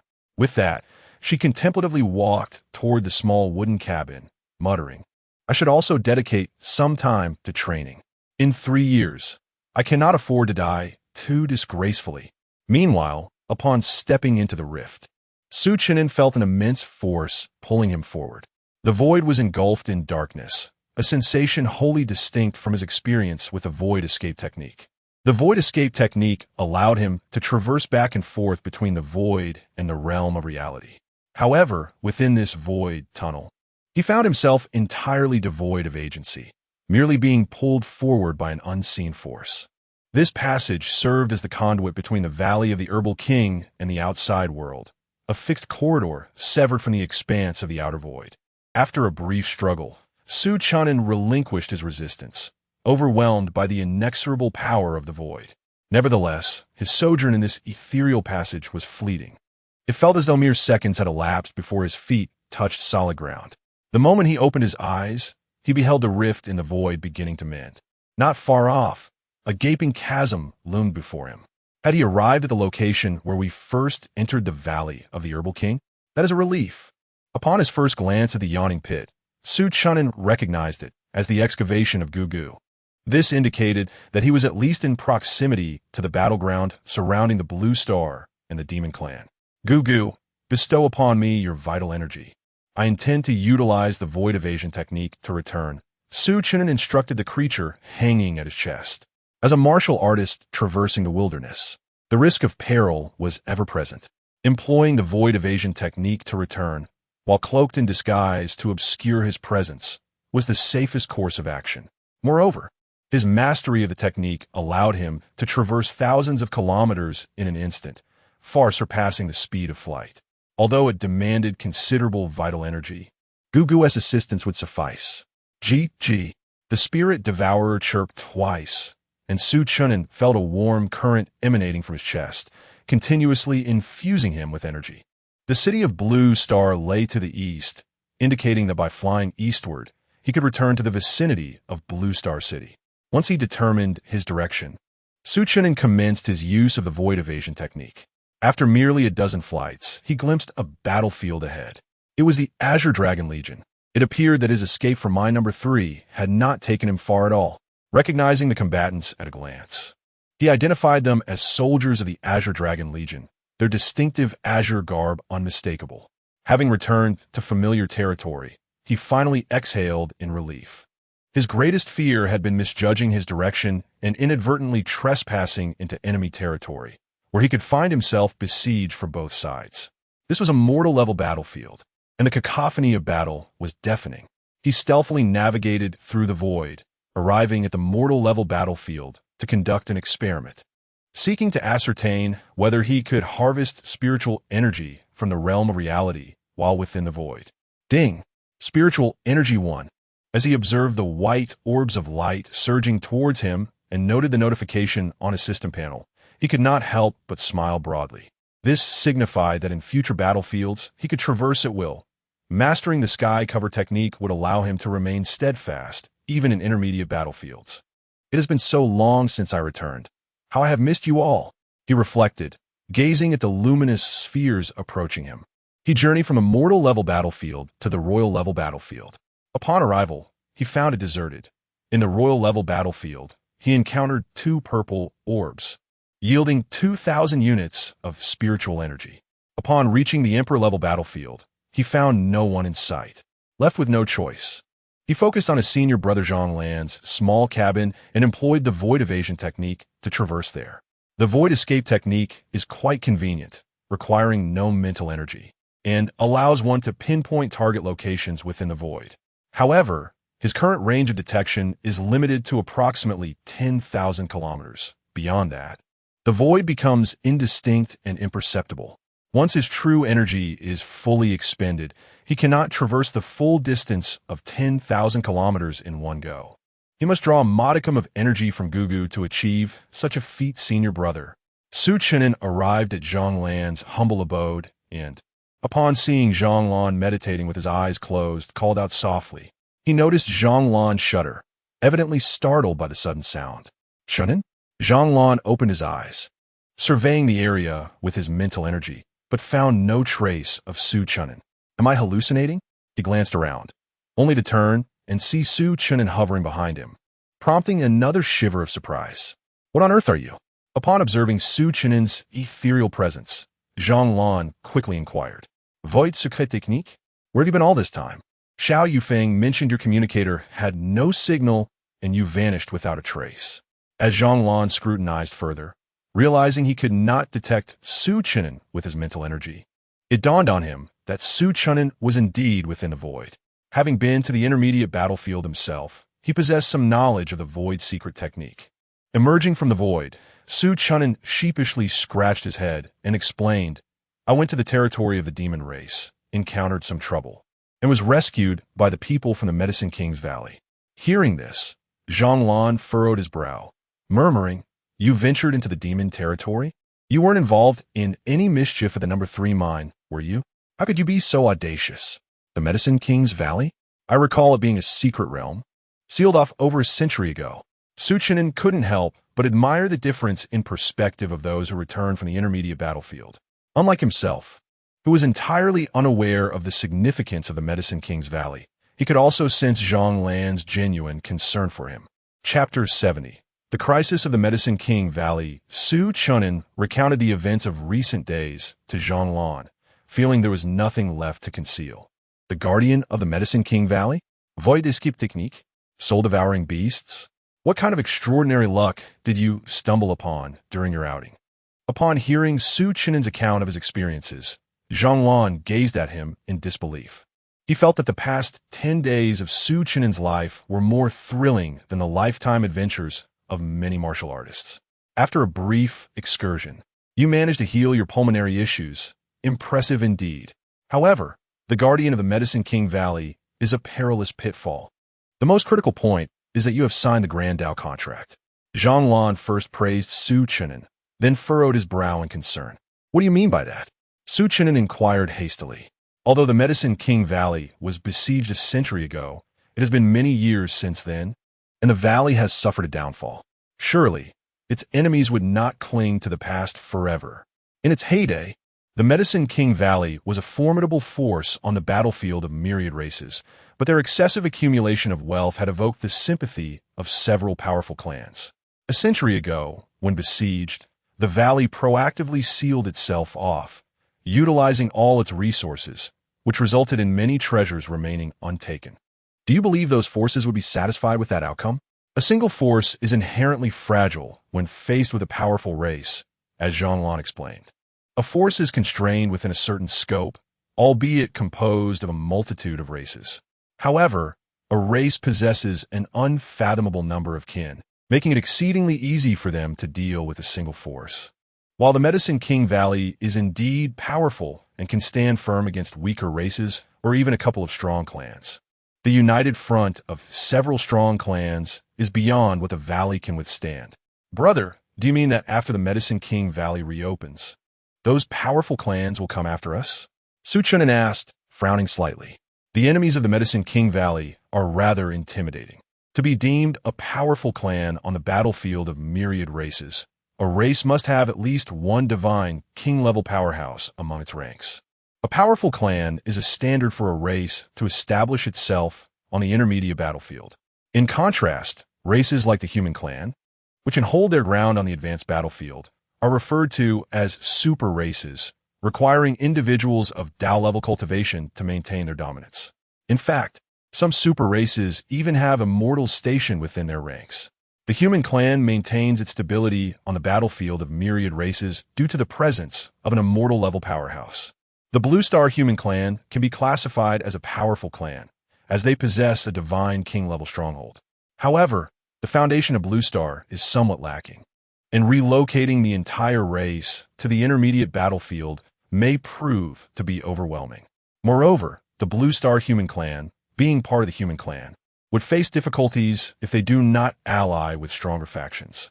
Thus, I reiterate that the guardian of the Medicine King Valley is indeed a treacherous pitfall. Nevertheless, there is no need for excessive anxiety. If the Medicine King Valley truly faces siege in 3 years, you may speak to the Divine King and seek assistance to safeguard the valley. The human race still possesses a certain degree of deterrence on the battlefield of myriad races. Even several formidable clans may hesitate to offend them. However, this depends on the heights you can attain in 3 years, and whether it will be worthwhile for the God King to intervene, Zhang Lan consoled. Su Chen nodded, not taking Zhang Lan's words to heart. With the system at his disposal, he was uncertain how far he could progress in 3 years. Perhaps by then, he would be capable of resolving the crisis in the Medicine King Valley himself. With over 100,000 spiritual energy points daily, once he dealt with the Dark Palace, he would venture into the intermediate battlefield, where achieving 1,000,000 spiritual energy points a day would not be out of reach. According to current estimates, he would require over 100 million spiritual energy points to ascend to the martial god level. A time frame of 3 years was more than sufficient. By then, with perfected blade intent combined with martial god level cultivation, he would not fear even a true god. If all else fails, he still had the option to seek assistance from the God King. Thus, he was completely unconcerned. By the way, senior brother, I came to seek your assistance regarding a matter. After pondering for a moment, Su Chen spoke to Zhang Lan. What is it? Speak. Zhang Lan held great expectations for Su Chen, so when he learned that Su Chen sought his help, he did not hesitate. I need you to disseminate a message, Su Chen said to Zhang Lan. Zhang Lan furrowed his brow. Disseminate a message? You can issue a bounty announcement in Blue Star City. A few spiritual stones would suffice. Alternatively, you could release a message yourself, as you have gained some notoriety. Zhang Lan did not understand the significance of having him spread the word. Would a martial god's message carry more weight? Typically, they remained in seclusion, and only during this period had Su Chen stirred considerable commotion, which had drawn him into it. Moreover, as a newly ascended martial god, he was not particularly notable on the battlefield of myriad races. It is not about disseminating a message on our side, but rather on the side of the demon race. Do we not also have a faction lurking among them? Su Chen quickly clarified, asserting that announcing in Blue Star was sufficient, and he did not require Zhang Lan's assistance. The crux of the matter was that he could not extend his influence over the demon race. Disseminating a message over there? You plan to venture into the demon territory? No, I cannot agree. Upon hearing Su Chen's explanation, Zhang Lan shook his head vehemently. He was already aware of the situation at the third mine. Su Chen's return was purely a matter of luck. Whether in the demon race or Blue Star, every mine was guarded by a martial venerable. The owner of the third mine had merely been absent, returning to Haoyan Star, which provided Su Chen with a fleeting opportunity. Had the owner been stationed at the third mine, Su Chen would have long since lost his life. The martial venerable could command the power of heavenly laws, unlike the martial emperor who merely borrowed it. The primordial spirit power of a martial venerable is formidable. Even when concealed underground, the slightest trace could be detected by them. Senior brother, listen to me. I now possess the void escape technique and the all-encompassing. Even if a demon god were to confront me, they would be powerless against me, unless that demon god possesses the art of void evasion. Just now, when I entered your chamber, you were completely oblivious to my presence. As long as I conceal myself within the void, I can manipulate the demon clan's minds at my whim. Even if martial lords or gods were to arrive, they would lack the power to raise the mines to the ground. Even if they had the capability to obliterate the entire mine, they would not dare to do so, for their purpose in coming to the battlefield of myriad clans is precisely to acquire these spirit stones, is it not? Su Chen once again elucidated to Zhang Lan. This time, Zhang Lan fell into silence. Su Chen possesses the art of void evasion, and indeed, these martial gods find themselves at a loss when confronted with him. While they too can rupture the void, they dare not venture within, for the chaotic currents of the void are no trifling matter. Should one be swept away by these currents and find themselves in a perilous realm, it would spell disaster. However, Su Chen is different. He navigates the void with ease, and they cannot catch up to him. Moreover, the most significant aspect is that Chen'an wields the art of concealment, allowing him to establish a void beneath the ground, making it exceedingly difficult for even divine kings to detect him. Most crucially, Chen'an is accompanied by a spirit-devouring beast to collapse a mine. He merely needs to wander with the beast. The spirit-devouring beast can also procure valuable spirit stones, rendering it a win-win situation. Chapter 71. The plan to destroy the mines. What message would you like me to disseminate? Jianjian pondered for a moment, finding merit in Chen'an's words. As it stands, only a true deity could potentially track Chen'an in the void, provided that the deity could first ascertain Chen'an's existence. The Mi'yan technique, albeit incomplete, is no trifling matter. The art of disguise conceals one's aura, making it nearly impossible for anyone below the rank of a divine king to detect him. Senior brother, you should proceed as follows. Within a month, provide us with the names of the Dark Temple's leaders and core members. Otherwise, I shall cause a mine to collapse each day. A chilling glint flashed in Chen'an's eyes as he spoke earnestly to Jianjian. Are you still burdened by guilt over Wu Mei's death? Jianjian furrowed his brow. He understood the profound impact Wu Mei's demise had on Chen'an, particularly since she had taken a bullet for him. Senior brother, rest assured, I have adjusted my mindset. Yet, I am resolute in avenging Teacher Wu. Chen'an pressed his lips together, fully aware of Jianjian's intent, and preemptively interrupted him. A martial artist plagued by inner demons will find their development severely hindered. I have come to terms with Wu's death. Those from the Dark Temple who murdered her shall pay dearly.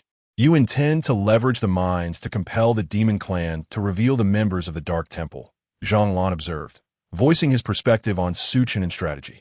However, I believe this may be somewhat unrealistic. Why is that? Chen'an inquired, his brow knitting together as he believed his plan was poised to strike at the heart of the matter. The Dark Temple has collaborated with the Demon Clan for many years. They will not simply expose themselves due to a few words from you or a handful of mines. Moreover, consider this. By pressuring the Demon Clan, the Dark Temple will undoubtedly retaliate. You have witnessed their assassins in action. This approach may provoke them to dispatch elite killers after you. Jianjian articulated his thoughts, emphasizing that the malignant presence of the Dark Temple had been entrenched in the Blue Star for far too long to be easily uprooted. I had anticipated this. Chen'an replied, if the Dark Temple desires my demise, what can they do if I remain concealed? With the Mi'yan disguise technique, I can alter my appearance daily. How can they pinpoint my location? As for the Demon Clan, if a few mines are insufficient, then let all their mines come to a standstill. I refuse to believe they would forsake their spirit stone mines for the sake of the Dark Temple. If that were the case, there would be no reason for the Demon Clan to continue fighting desperately on the battlefield of the myriad races. He had long foreseen that the Dark Temple might send assassins after him. Yet, he remained unafraid with the combination of the disguise technique and the void escape technique. The Demon Clan would be utterly unable to detect him. No matter how skilled the assassins, they must first identify their target. Chen'an, do not underestimate the Dark Temple. While your disguise technique may obscure your aura, I am aware that the Temple's master possesses a technique of celestial mechanics, which can lock onto targets through celestial calculations. In our vicinity, numerous prodigies have been targeted by the Lord of the Dark Palace, ultimately meeting their demise despite their attempts to evade capture. Jianjian articulated his deepest concern. Although Chen'an's plan was impeccably devised, the Dark Palace's ability to pinpoint the secrets of destiny constituted the most significant flaw in the strategy. I possess the art of concealment. Once I master it completely, what means would the Lord of the Dark Palace have to identify me? A faint smile graced Chen'an's lips, as he noted that the combination of the void escape technique and the art of concealment could be deemed the most inscrutable method of hiding. Have you perfected the art of concealment? Jianjian gazed at Chen'an in disbelief upon hearing this. He too had acquired the art of concealment, yet he was merely a novice, far from achieving mastery. Not yet, but I am close. Thus, my plan is set for a month from now. During this month, I would like you to assist me in disseminating this information. Merely destroying the mines may not exert sufficient pressure on the demon race. However, once the entirety of the demon race is aware of this matter, the collapse of the mines will create internal strife. Can the demon race withstand such pressure? Su Chen'an elucidated to Jianjian. You employ military strategy remarkably, seizing the initiative and leveraging circumstances. Jianjian fully grasped Su Chen'an's intentions upon hearing his explanation. If Su Chen'an were to truly perfect the art of concealment, no one on the primary battlefield could contend with him, not to mention the intermediate battlefield. Without the intervention of a divine king, others would be powerless against him. Divine kings in the intermediate battlefield are figures of authority, unlikely to act recklessly for Su Chen'an's sake. On the intermediate battlefield, the main forces typically comprise individuals ranging from martial emperors to martial gods, while those at the true god level generally venture to the advanced battlefield. Indeed, although my combat prowess may be lacking, my intellect remains sharp, he declared. I have even devised a name for the plan. The mountain excavation plan. I intend to sever the roots of the Dark Palace. Su Chen'an grinned broadly. Very well, I understand. I will ensure that the demon race disseminates the news. However, let it be known that if your art of concealment is not perfected within a month, I shall not permit you to proceed, Jianjian warned, observing Su Chen'an's unwavering confidence. The difficulty of mastering the art of concealment was considerable, and he felt that a month might be insufficient. Thus, he preemptively established the conditions. Otherwise, allowing Su Chen'an to recklessly engage with the demon race would be tantamount to sending him to his death. If Su Chen'an could indeed master the art of concealment within a month, Jianjian would have no objections. Some prodigies possess an astonishing speed of cultivation. Perhaps Su Chen'an is one such genius? If only Su Chen'an were aware of Jianjian's thoughts, he would be amused. What genius is he? He merely possesses an advantageous edge. Are geniuses formidable? Indeed.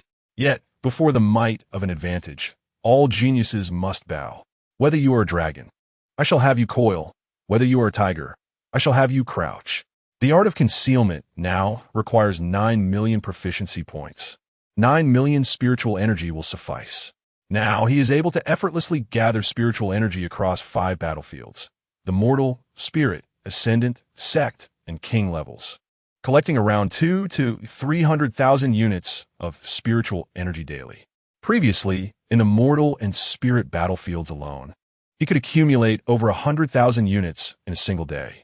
Now, with all 5 battlefields combined, the experience is exhilarating. He need not engage in any strenuous activity, merely lingering in the void to collect spiritual energy. Should anyone cross his path unfavorably, he would bestow upon them a swift strike. In the void, he remains poised, and even a martial king would meet their demise if caught unaware. After a brief discussion regarding specific plans, Su Chen'an bid farewell to Jianjian and transitioned into the familiar phase of gathering spiritual energy.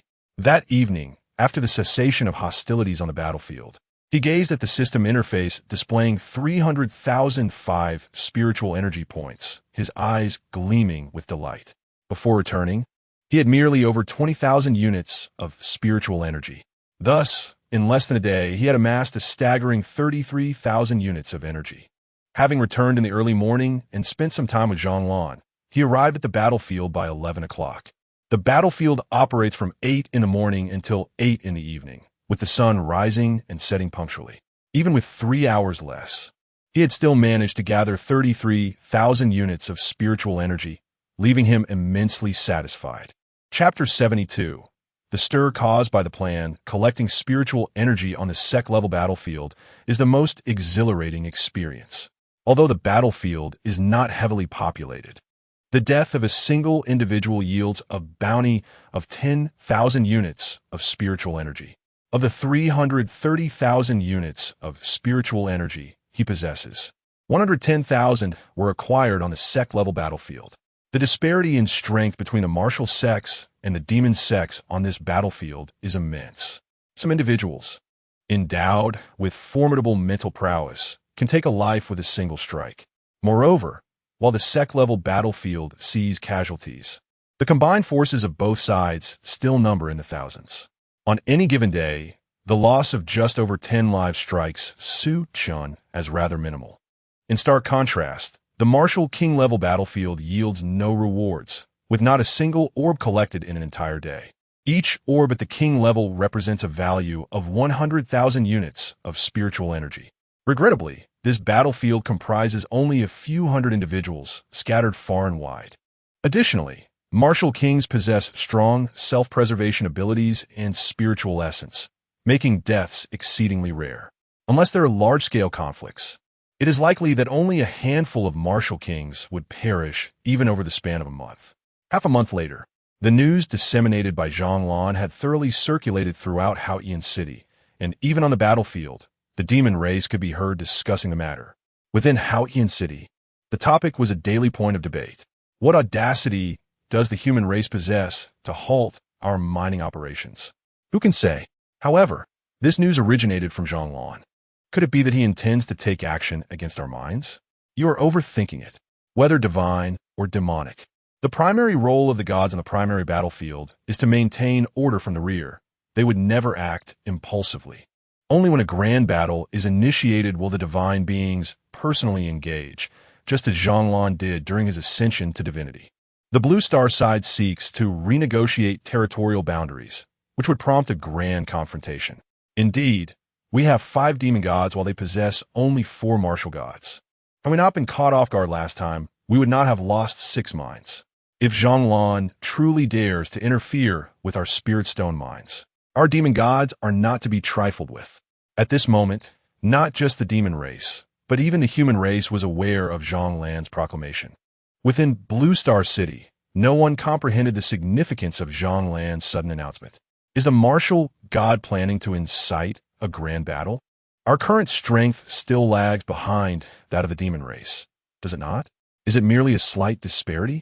This battlefield comprises 24 spirit stone mines, of which the demon race occupies 16, leaving us with just 8.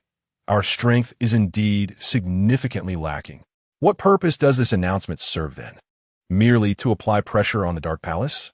Would the demon race relinquish the Dark Palace due to such news? Impossible. Unless we are on the brink of a grand battle, the demon race would never abandon the Dark Palace, which has assisted them for many years. The two have long been intertwined. Speaking of the Dark Palace, it truly is a thorn in one's side.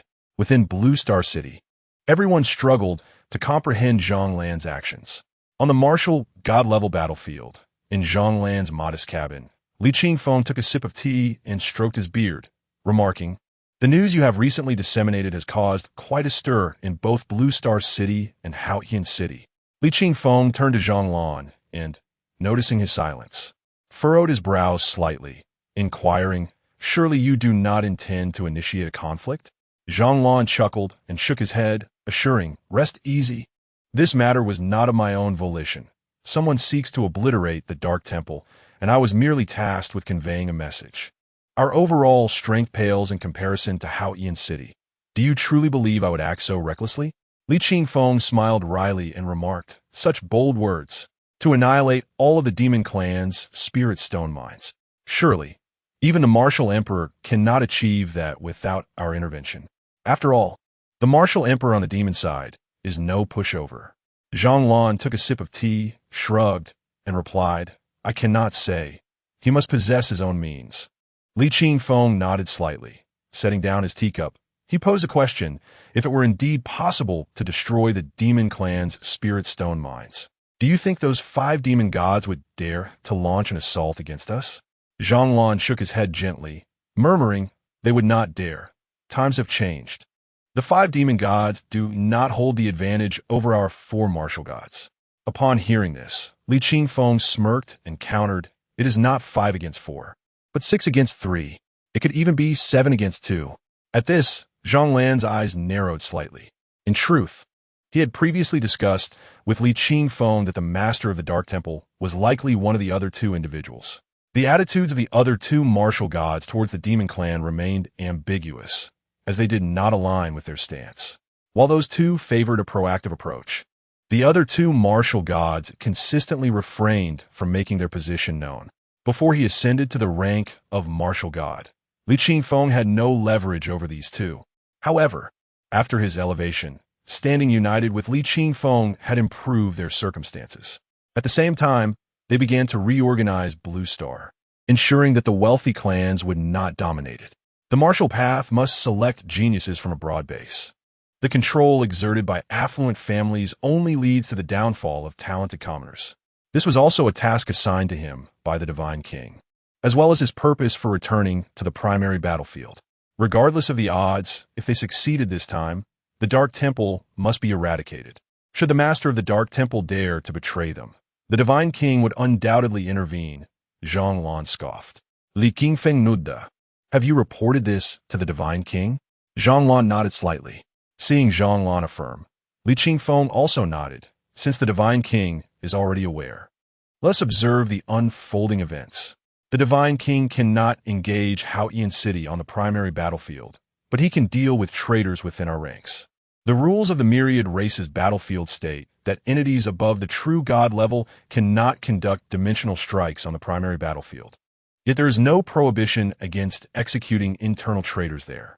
A month later, Su Chun returned to Blue Star City and opened his attribute panel in the hotel to allocate points. During this month, he had diligently appeared on the battlefield at 8 in the morning and returned to Blue Star City by 8 in the evening. After all, using the teleportation array to Blue Star City was free. Why endure mosquito bites in the deep mountains? Over this month, he had accumulated a total of 10,050,000 spiritual energy. 9 million spiritual energies surged directly into the technique of veiling the heavens, instantly perfecting it. In that fleeting moment of completion, Su Chen'an felt an ethereal aura enveloping him. This intangible essence was in a constant struggle against an unseen force. Thus, it was revealed. After mastering the veiling the heavens technique, Su Chen'an finally comprehended its underlying principles. Each individual possesses a unique celestial secret, residing within the grand tapestry of the Tao. The veiling the heavens technique employs special methods to cloak oneself in a layer of extraordinary power. This power is, in essence, the practitioner's own vital energy, used to confound celestial secrets. Su Chen'an could not help but marvel at the ingenuity of the creator of this technique. The art of celestial secrets, in turn, utilizes unique methods to extract an individual's celestial secrets from the Tao. Consequently, the veiling the heavens technique flawlessly obscures the art of celestial secrets' ability to pinpoint its target. From this moment onward, no one can employ special means to deduce his whereabouts. With the celestial secrets rendered inaccessible, those methods of calculation that rely on such secrets are rendered futile. Chapter 73. Martial Sovereign Blade Domain. After the cultivation of the celestial shield technique reached completion, over 150,000 spiritual energies remained. He first perfected the fierce tiger blade technique, as he had already mastered half of it, requiring merely 50,000 spiritual energies for its completion. Subsequently, he allocated an additional 100,000 spiritual energies to his cultivation, thereby achieving a sudden breakthrough to the martial sovereign realm. Simultaneously, a sudden, excruciating pain surged through his mind, as if his head were on the verge of explosion. However, this sensation of swelling within his skull was firmly restrained by an unseen force. Otherwise, he would genuinely suspect that his head might burst. After several minutes of agony, the pain gradually subsided. Concurrently, Su Chen'an sensed the emergence of a mysterious power within his mind. He directed this force to extend outward, swiftly perceiving the surroundings outside the hotel. Upon opening his eyes and gazing into the distance, he murmured, "Is this the essence of spiritual power?" Though his eyes could not behold the distant scenery, his spiritual perception had already reached there. He then employed his spiritual force to control his body, allowing it to float gradually. He discovered that traversing through spiritual power was far more effortless and serene than through true qi. Moreover, he observed that the fusion of spiritual power and true qi had undergone a qualitative transformation in terms of both resilience and agility. Is this what it means to be a martial sovereign? Su Chen'an pondered softly, marveling at the energy resulting from the amalgamation of true qi and spiritual power in his hands. He felt that this spiritual power was akin to his blade intent, both manifestations of will. Spiritual power represents the embodiment of human intent, whereas blade intent embodies the essence of the sword path.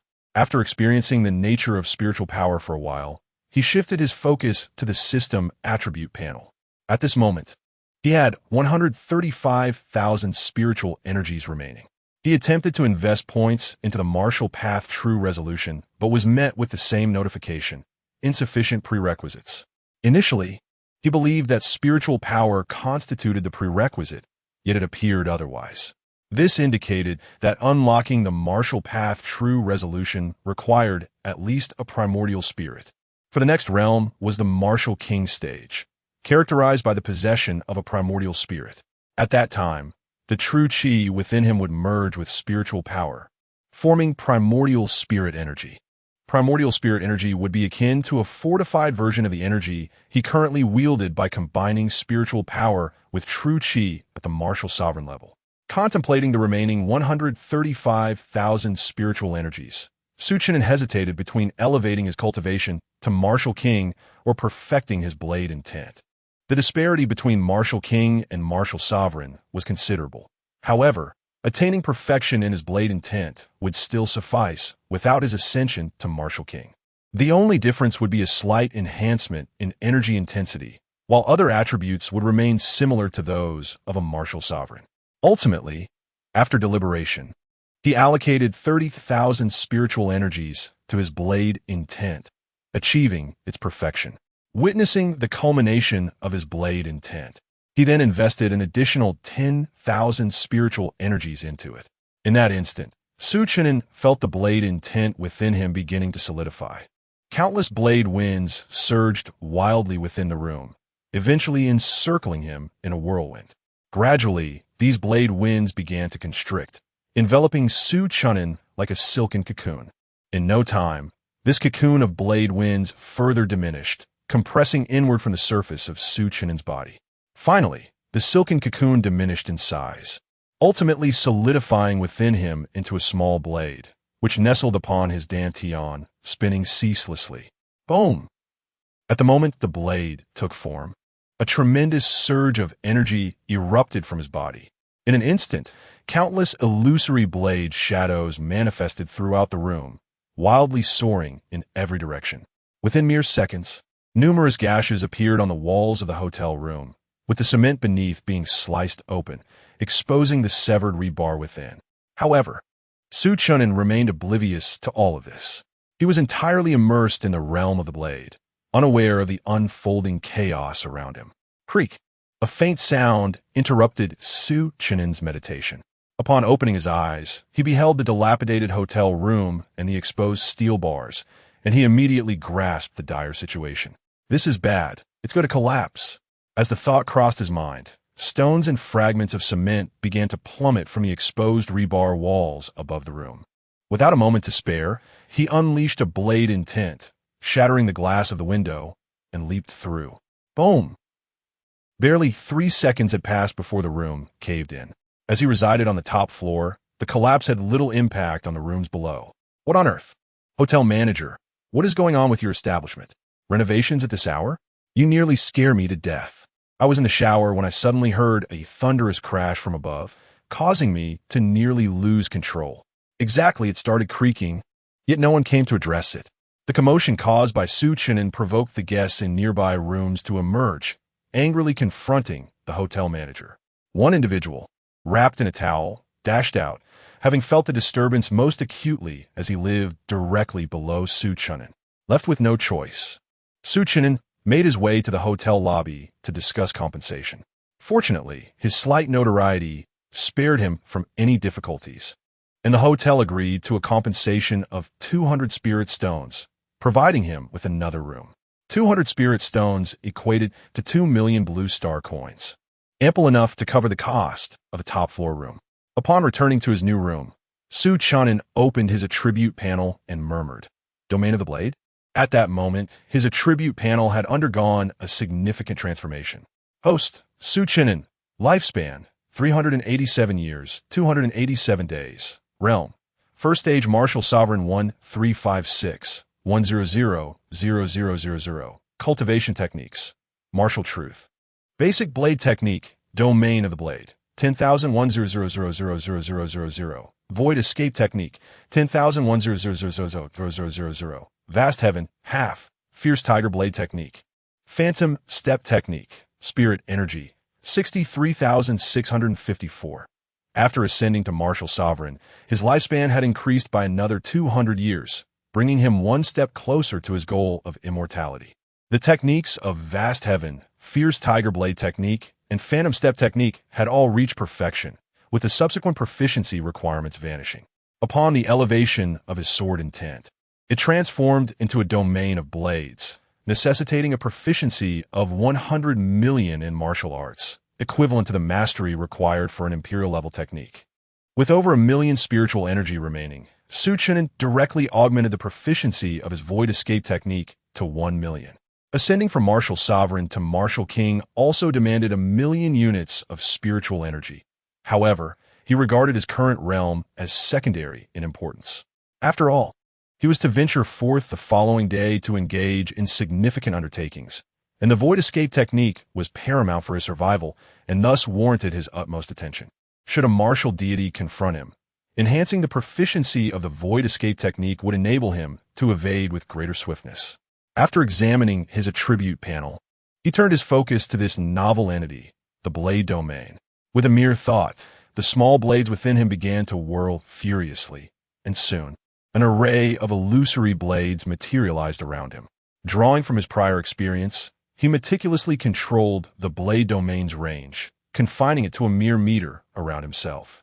Once the domain unfurled, the ethereal blades darted chaotically within this limited expanse, moving at a speed that was nearly imperceptible even to his mental acuity. Nevertheless, he could manipulate the trajectory of the blade energy within the domain, which was a significant advantage. At the very least, once activated, it would not pose a threat to his allies. He pondered silently, uncertain of its true power as he gazed upon the Blade Domain. Chapter 74. The Strength of the Blade Domain. Suddenly, a spark of inspiration ignited in his mind as he retrieved the golden-backed tiger head blade. Originally intended to masquerade as a demon weapon, it now appeared to have outlived its purpose. He plunged the golden-backed tiger head blade into the Blade Domain, and in an instant, a cacophony of metallic clinks echoed around him. Crack! In less than a second, the blade emitted a sharp crack, followed by a cascade of the sounds of shattering metal. When he dissipated the Blade Domain, a heap of metallic fragments tumbled down. The golden-backed tiger head blade had been reduced to mere shards. Staring at the scattered metallic debris on the bed and the floor, Chen'an found himself at a loss for words. The golden-backed tiger head blade was a profound-grade weapon, and only a celestial-grade weapon could cleave through a profound-grade one. This meant that the blade aura within his domain possessed hardness comparable to that of celestial-grade weapons. In fact, it might even rival imperial-grade weapons, albeit that was a conservative estimation. However, to further validate the strength of his blade domain, he could only conduct experiments with earthly-grade weapons, as the profound-grade weapon had not withstood even a second. Nonetheless, he refrained from utilizing the Ice Soul Blade for this experiment. After all, a single earthly-grade weapon was worth over 100,000 spirit stones. It would be folly to use it as a mere testing tool. The coverage of the blade domain seemed to correlate with his proficiency, and the quantity of blade aura also appeared to be linked to his skill level. If he were to fully master the blade domain and lurk within the void, occasionally emerging to unleash his power, wouldn't he become a formidable meat grinder? Chen'an retracted the blade domain, murmuring to himself. However, the thought of the daunting 100 million proficiency points made his head throb. He had only collected over 10 million spirit energy in a month, implying that at his current rate, it would take an entire year to fully cultivate the blade domain, unless he could venture into the intermediate battlefield, which might shorten this timeline. After pondering the blade domain for a while, he shifted his focus to the blade intent. The blade intent had ascended to become the blade domain, yet it remained usable. The blade domain served as an area of effect attack, while the blade intent functioned as a ranged assault. At this moment, his blade intent was also coalescing from the small blade within his dantian. He sensed that this small blade was a manifestation of his will. Gazing at the attributes displayed on his panel, Chen'an estimated his own strength. If he remained concealed in the void, those beneath the Divine King would be powerless against him. In a direct confrontation, he could contend with a martial emperor. Martial kings were no longer worthy adversaries. With fully realized blade intent, he could challenge a martial king, let alone with the formidable blade domain at his disposal. After all, a martial emperor could harness the forces of the natural laws, and he still held them in respect. However, after comprehending the blade domain, he understood much more about its nature. The blade domain was indeed his domain of blade aura. Within this realm, the forces of the natural laws could not intrude. This implied that as long as the blade domain remained unchallenged, he would be an invincible entity within it. Yet, with the current strength of his blade domain, it could not withstand the onslaught of natural law forces. Presently, his blade domain was barely at the threshold of initiation, not even reaching the level of minor accomplishment. Though its lethality is astonishing, it remains far from indomitable. At this stage, the threat posed by his blade intent to the martial sovereign may surpass that of the blade domain. Attaining a minor mastery of the blade domain necessitates a staggering 1 million proficiency, a goal that currently eludes him. While it can indeed withstand certain forces of the cosmic laws, it would undoubtedly crumble under the relentless bombardment of those very laws. Should he achieve a minor mastery of the blade domain, he would likely be able to contend with the martial venerable. Thus, whether he can truly match the martial sovereign remains an open question. After all, these are merely his own speculations. Without practical experience, no one can ascertain the truth. Within the system panel, over 60,000 spiritual energy points remain, which he will reserve for unforeseen circumstances. The following morning, Chen'an executed a void escape technique and arrived directly at the divine battlefield. His proficiency in this technique is at 1 million, theoretically allowing him to traverse a distance of 100,000 kilometers in a single bound. However, his vital energy is insufficient. Even with the assistance of Gugu providing him with additional energy, 50,000 kilometers is his limit. The distance from Blue Star City to the battlefield is merely 20,000 kilometers, enabling him to instantly teleport to Zhonglan's quaint wooden cabin. Senior brother, Chen'an called softly, gazing at Zhonglan, who was meditating with closed eyes. Chen'an, could you please announce your arrival next time? Zhonglan replied, slightly startled as he opened his eyes to see Chen'an before him. Do you not realize that startling someone can lead to serious consequences? Chen'an was the only individual capable of approaching him without his knowledge, even among fellow martial gods like Li Qingfeng, who he could sense approaching. Have you perfected your celestial cover technique? Zhonglan asked, a hint of astonishment in his tone as he regarded Chen'an. They had previously agreed that if Chen'an could fully master this technique within a month, Zhonglan would not impede his endeavors. Initially, Chen'an had only intended to reach a minor level of mastery. Even then, Zhonglan would have permitted him to venture into the realm of the demon race. As the Dark Palace Master's heavenly mechanism technique was not particularly formidable, a minor achievement in the celestial cover technique would suffice. However, observing Chen'an now, Zhonglan noted an unusual aura surrounding him, one that even his martial intent could not discern. Indeed, I have achieved perfection. Senior brother may wish to test it. Chen'an replied with a subtle smile, exuding calm confidence. Upon hearing this, Zhonglan unleashed a formidable aura, fully manifesting his martial intent. Yet, despite exerting all his strength, he found himself unable to pinpoint the presence of Chen'an, who sat directly before him. This was reality, not the void, were he blind. Chen'an could easily manipulate him at will. In Chen'an's presence, both his martial intent and spiritual energy proved ineffective. His martial intent swept across Chen'an, but he could not detect any anomalies. You truly are a prodigy, Zhonglan exclaimed, retracting his martial intent, gazing at Chen'an in disbelief. In the span of a mere month, mastering the art of concealing the heavens is nothing short of miraculous. He himself is also practicing this technique, yet he has yet to grasp its fundamentals, as his skill in disguise remains incomplete. However, the fact that Chen'an has achieved perfection in the art of concealment signifies that his mastery of disguise is likewise complete. The ability to obscure one's own aura and shroud one's fate means that beneath the gaze of any divine ruler, no one could ever detect Chang'an hidden within the void. Were Su Chang'an to pursue a career as an assassin at this juncture, he would undoubtedly rise to the pinnacle of his profession. Just SOSO. Su Chang'an responded with a chuckle to Zhonglan's praise, and then inquired, by the way, brother, have there been any updates from the demon clan? Zhanglan Zhuge Sopti. Ha ha. Do you really think that merely releasing a rumor would pressure the demon clan? Such baseless claims circulate annually between Blue Star and the demon clan, only to be forgotten after a while. Although the information originated from him, without any substantial action, the demon clan will hardly take it seriously. Just like in previous years, the demon clan has incessantly proclaimed their intent to initiate a grand battle to expel Blue Star from the battlefield of myriad races. In the end, it was merely empty rhetoric. Chapter 75 at noon. I intend to cause the collapse of mine number 1. This I know. What I mean to inquire is whether the demon clan has bolstered their defenses around the mine. So Chen'an's Chirag. He had merely sent out a message through Zhonglan, without any expectation that the demon clan would be intimidated by such verbal pressure. Not at all. Zhonglan shrugged in response, noting that the higher-ups of the demon clan were entirely indifferent to the message he had disseminated. After all, once the news was released, there had been no feedback from the demon clan. How arrogant the demon clan is. Su Chen'an scoffed, reflecting on how Zhonglan, a martial deity, was dismissed as irrelevant by the demon clan.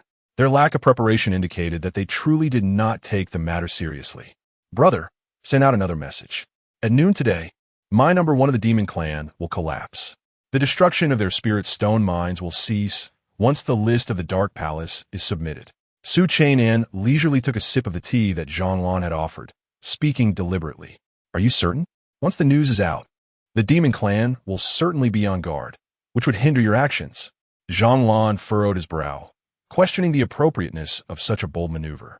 Mine no. One might remain unscathed, as the demon clan would likely dismiss the message, merely enhancing their defensive measures. However, if mine number 1 were to indeed collapse, the defensive capabilities at mine number 2 will be markedly different when Su Chen'an move there next. Rest assured, brother, I am well aware of my strategy.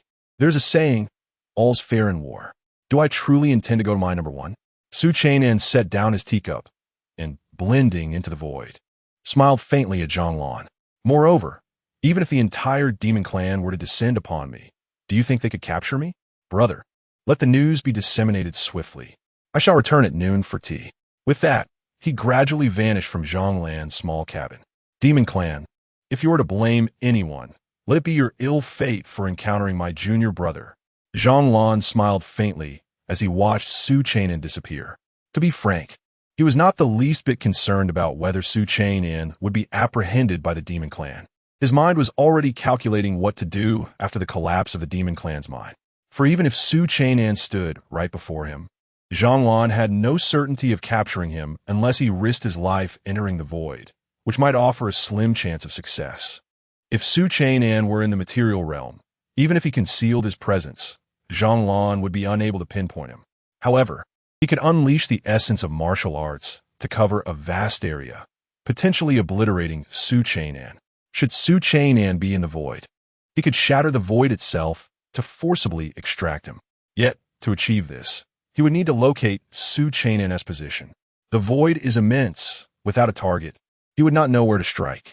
Aimlessly crushing the void might tire him to the brink of exhaustion without ever locating Su Chen'an. The crux of the matter was that Su Chen'an possessed skills of disguise and concealment, rendering him utterly undetectable. As Su Chen'an concealed himself within the void, he resembled a blind man, utterly oblivious to his surroundings. If he did not choose to reveal himself, he would truly be at a loss regarding how to deal with Su Chen'an. Having mastered the art of disguise himself, he possessed a faint sense of awareness towards Su Chen'an, who had also honed the same skill. Were it not for this, he would be at a complete loss, not knowing how Su Chen'an could possibly court disaster and end up captured. After departing from Zhonglan's humble abode, Su Chen'an did not hasten towards the first spirit stone mine of the demon clan. Instead, he arrived at the battlefield to collect some spiritual energy. It was barely past 8 in the morning, and although the dawn had just broken, the battlefield was already ablaze with fervent conflict. He felt no urgency. he intended to let the bullets fly for a while longer. By 11 o'clock in the morning, atop the battlefield's hill, the scattered cultivators rested on the ground, engaged in conversation. Have you heard? The Marshal Jianjian has just released another announcement. At noon, he intends to collapse the first spirit stone mine of the Demon Clan. I've heard. This news even appeared on the official website of the City Defense Army. Do you think a grand battle is truly imminent? Surely not. The situation on the battlefield today seems no different from usual. During the last grand battle, the City Defense Army had assembled. Yet this time, even the 4 major legions have not gathered. What could Jianjian possibly mean by this? Who knows? Meanwhile, on the other side of the battlefield, the Demon Clan was engaged in their own discussions. How arrogant is Jianjian to claim he will destroy the first mine at noon? Is he merely dreaming? That mine is colossal. Even a martial god cannot obliterate it in an instant. With the clock nearing 11, there was no sign of activity from the first spirit stone mine, leading them to speculate that it was merely an empty boast. If Jianjian dares to approach, our demon gods are not to be trifled with. The atmosphere among the demons remained remarkably relaxed, seemingly dismissing Jianjian's words as mere entertainment to pass the time on the battlefield. Within the first spirit stone mine, the mine's owner was gathering all teams and heightening their vigilance. You are all aware of Jianjian's statements.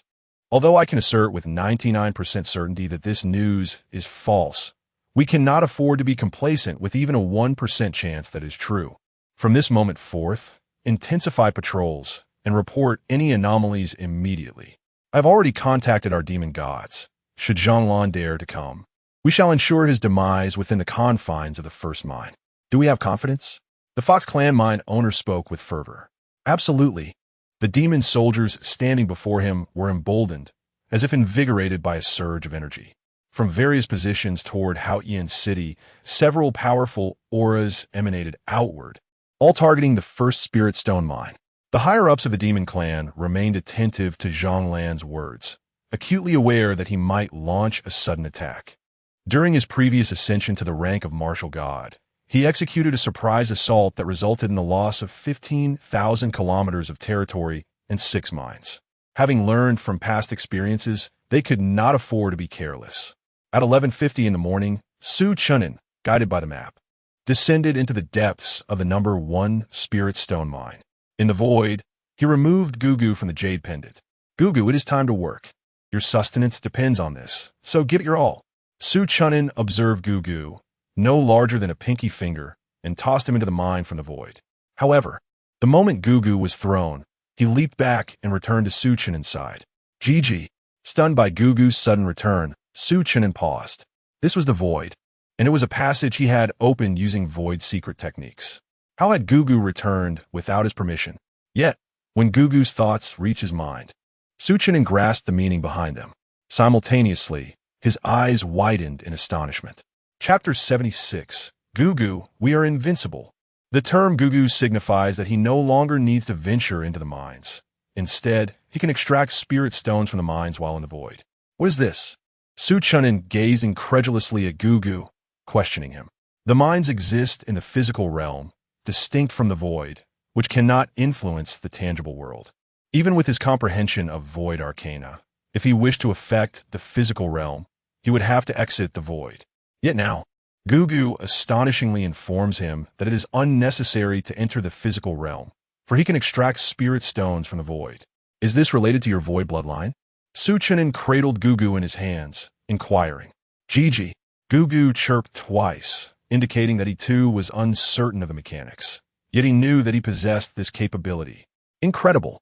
Gugu, we are truly invincible. With a delighted exclamation, he lifted Gugu and planted a vigorous kiss on him. Initially, he had intended for Gugu to extract spirit stones within the mines, retreating into safety if danger arose. Now that Gugu can extract spirit stones from the mines while in the void, there is no longer any need to put Gugu at risk.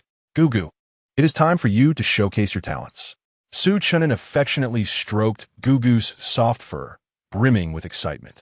Gigi, Gugu responded, then leaped briefly in Chen'an's palm, turning to face the location of the spirit stone mine in the void. Thud, thud, thud. A second later, several spirit stones plummeted from above, lightly striking Su Chen'an's head. Gugu, place them in the storage bag, not on my head. Su Chen'an rubbed his head, hastily retrieving his storage bag.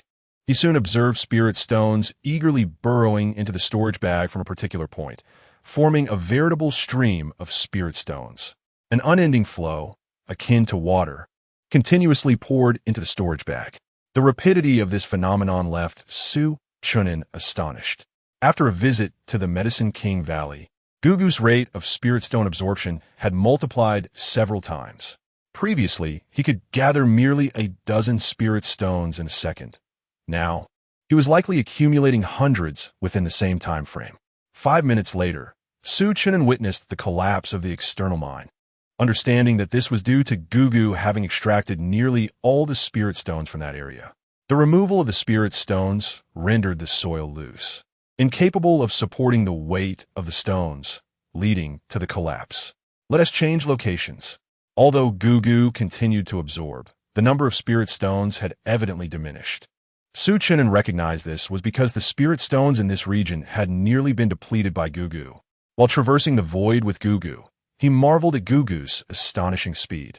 During their previous endeavor at the number 3 spirit stone mine, it had taken Gugu several days to completely collapse the site. Yet now, in a mere 5 minutes, a vast area had succumbed to collapse. This implies that it would only take approximately half an hour for them to cause the collapse of mine number 1.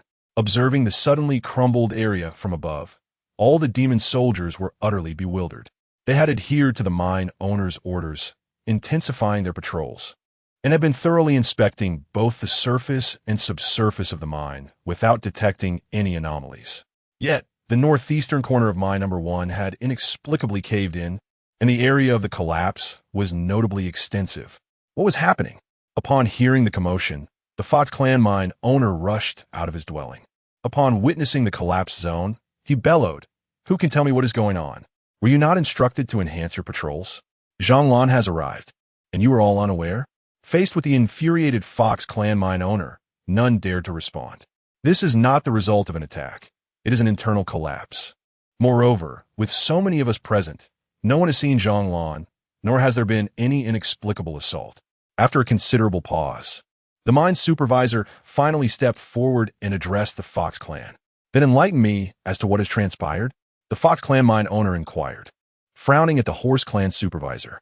He had also discerned something was amiss, but having already spoken, he could not retract his words. Could it be possible that the individual from the collapse at mine number 3 has returned? The Horse Clan supervisor spoke softly to the mine owner.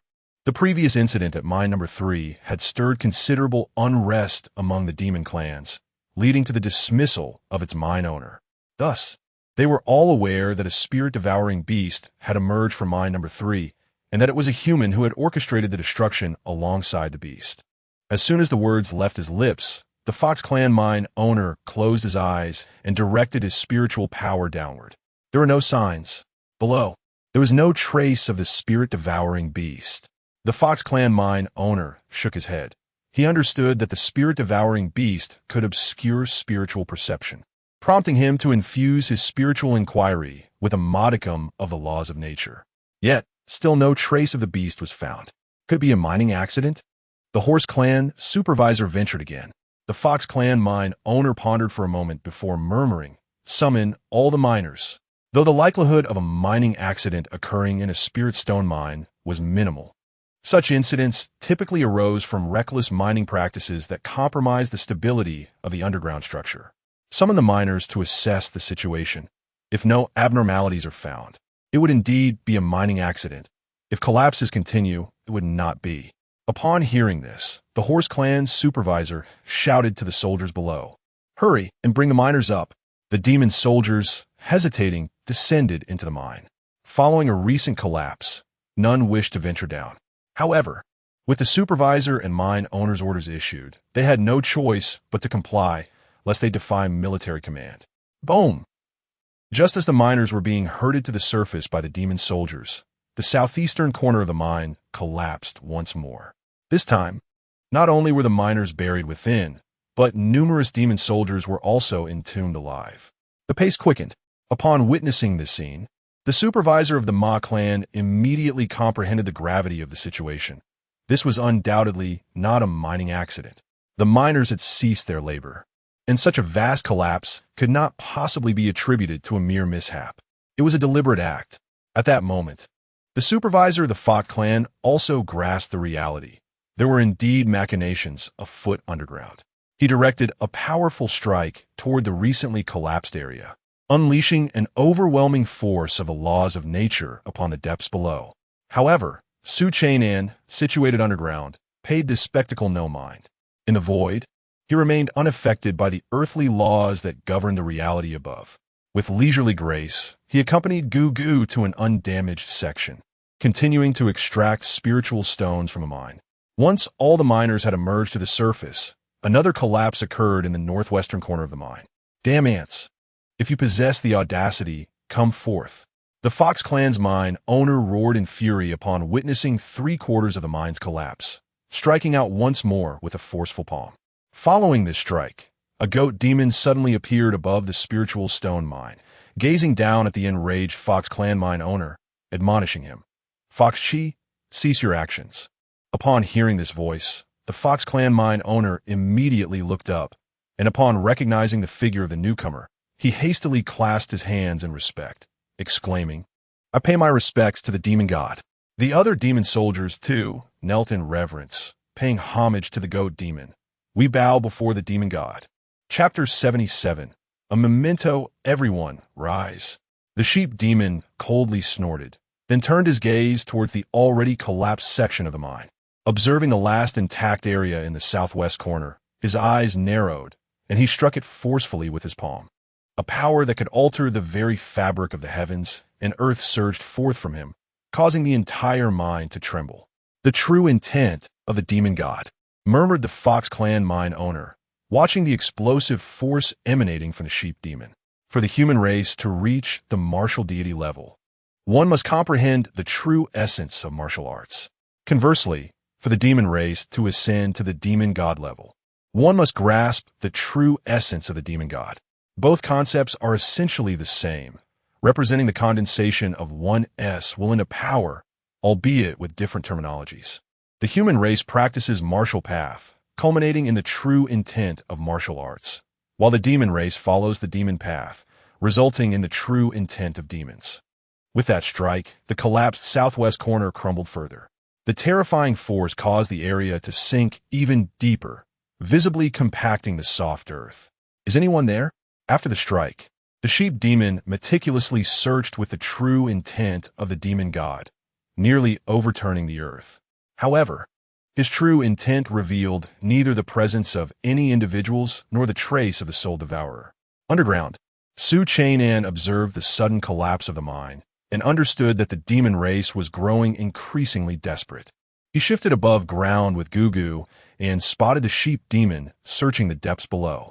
He could perceive the reality from the void, yet the demons in the tangible realm remained oblivious to his presence in the void. Gugu, let us leave a memento.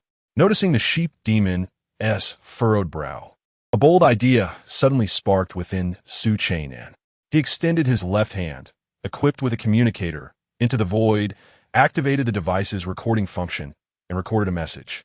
Pressing play. Who dares? The moment his hand emerged, the sheep demon noticed him. Simultaneously, the communicator emitted Chen'an's pre-recorded voice. Let us leave a memento. Smile for the camera. Seeking death. The sheep demon, upon seeing the hand stretching from the void, instantly understood the situation. He hastily directed his true intent towards that space. Goodbye.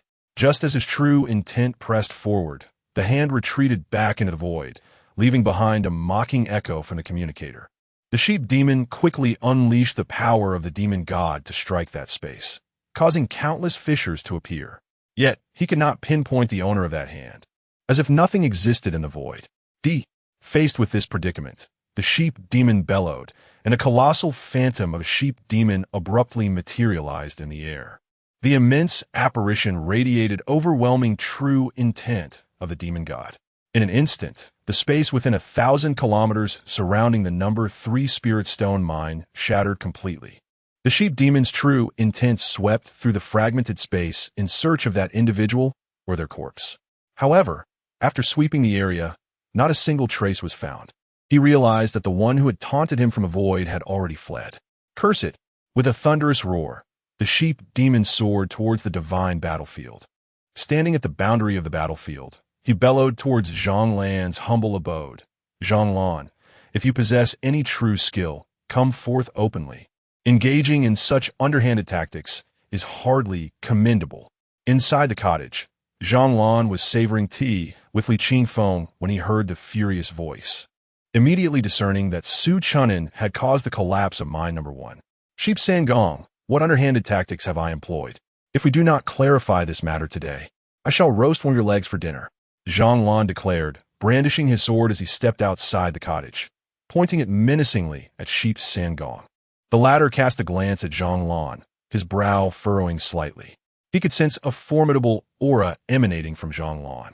Yet the figure he had perceived in the void moments ago possessed none. This indicated that Zhonglan was not the one he had encountered earlier. Zhonglan, temper your arrogance. Just as Zhonglan and Sheep Sangong faced off, a golden dragon suddenly appeared. Li Qingfeng, spotting the dragon, scoffed, "Golden Jiao, have you not endured enough from our last encounter? Do you wish to continue your defeat?"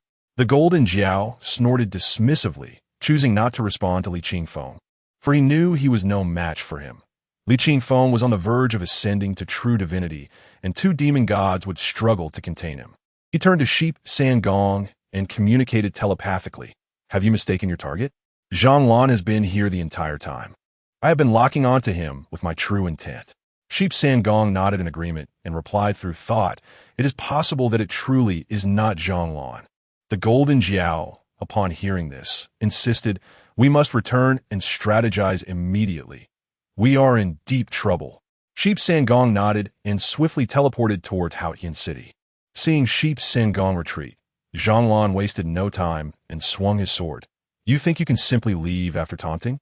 The Golden Jiao quickly intervened, for he was unafraid of Zhonglan. Zhonglan's martial intent posed no threat to him. "Little mudfish, do you wish to engage?" Li Qingfeng, witnessing this, drew his spear, ready to confront the Golden Jiao. The latter hastily retreated, knowing he could not face both Zhonglan and Li Qingfeng alone. "Little mudfish, do not flee," Li Qingfeng shouted as he watched the Golden Jiao escape, though he did not pursue. Despite his strength, he understood that facing 3 demon gods would lead to his demise. Zhonglan, observing the 2 fleeing figures, smiled at Li Qingfeng and remarked, "It seems that Chen'an's plan has been remarkably successful." Li Qingfeng's eyes widened in astonishment as he gazed at Zhonglan. "Are you suggesting that Su Chen'an was responsible for the collapse of mine number 1? Have you lost your mind? Allowing him to take such risks is madness. Su Chen'an is a focal point of the divine king's attention. If he perishes, how will we account for it to the divine king? You witnessed it yourself. Sheep Sangong possesses a perceptive talent and could not counter Chen'an. This time, it is our turn to retaliate." With that, he vanished back into the cottage. Li Qingfeng gazed in the direction where the Golden Jiao and Sheep Sangong had fled, murmuring, "Su Chen'an, you truly have a penchant for creating chaos." Sheep Sangong, a mutated sheep demon, was born with an innate perceptive ability, having experienced several defeats at the hands of others due to this strength. However, this time, the fact that Su Chen'an could provoke such fury in Yang Sangong demonstrates that the latter's perceptual talent was ineffective against him.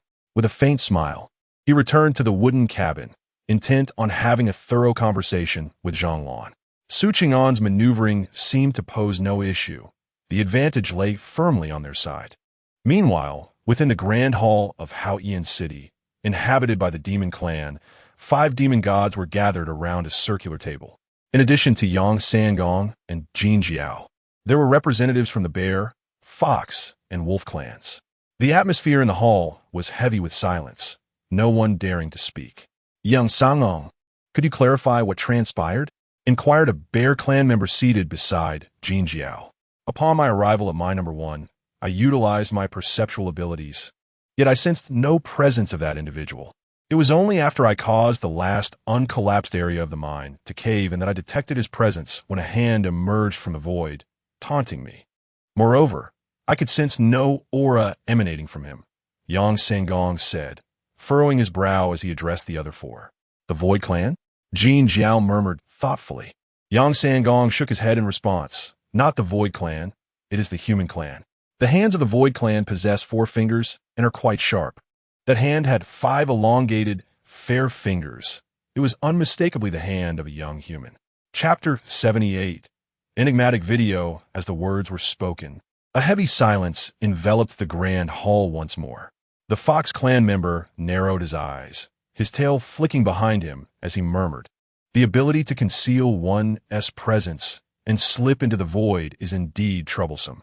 Upon hearing this, a member of the Wolf Clan replied in a deep voice, "Not only that, he has managed to devastate the first Spirit Stone mine, which is likely connected to the Beast Clan.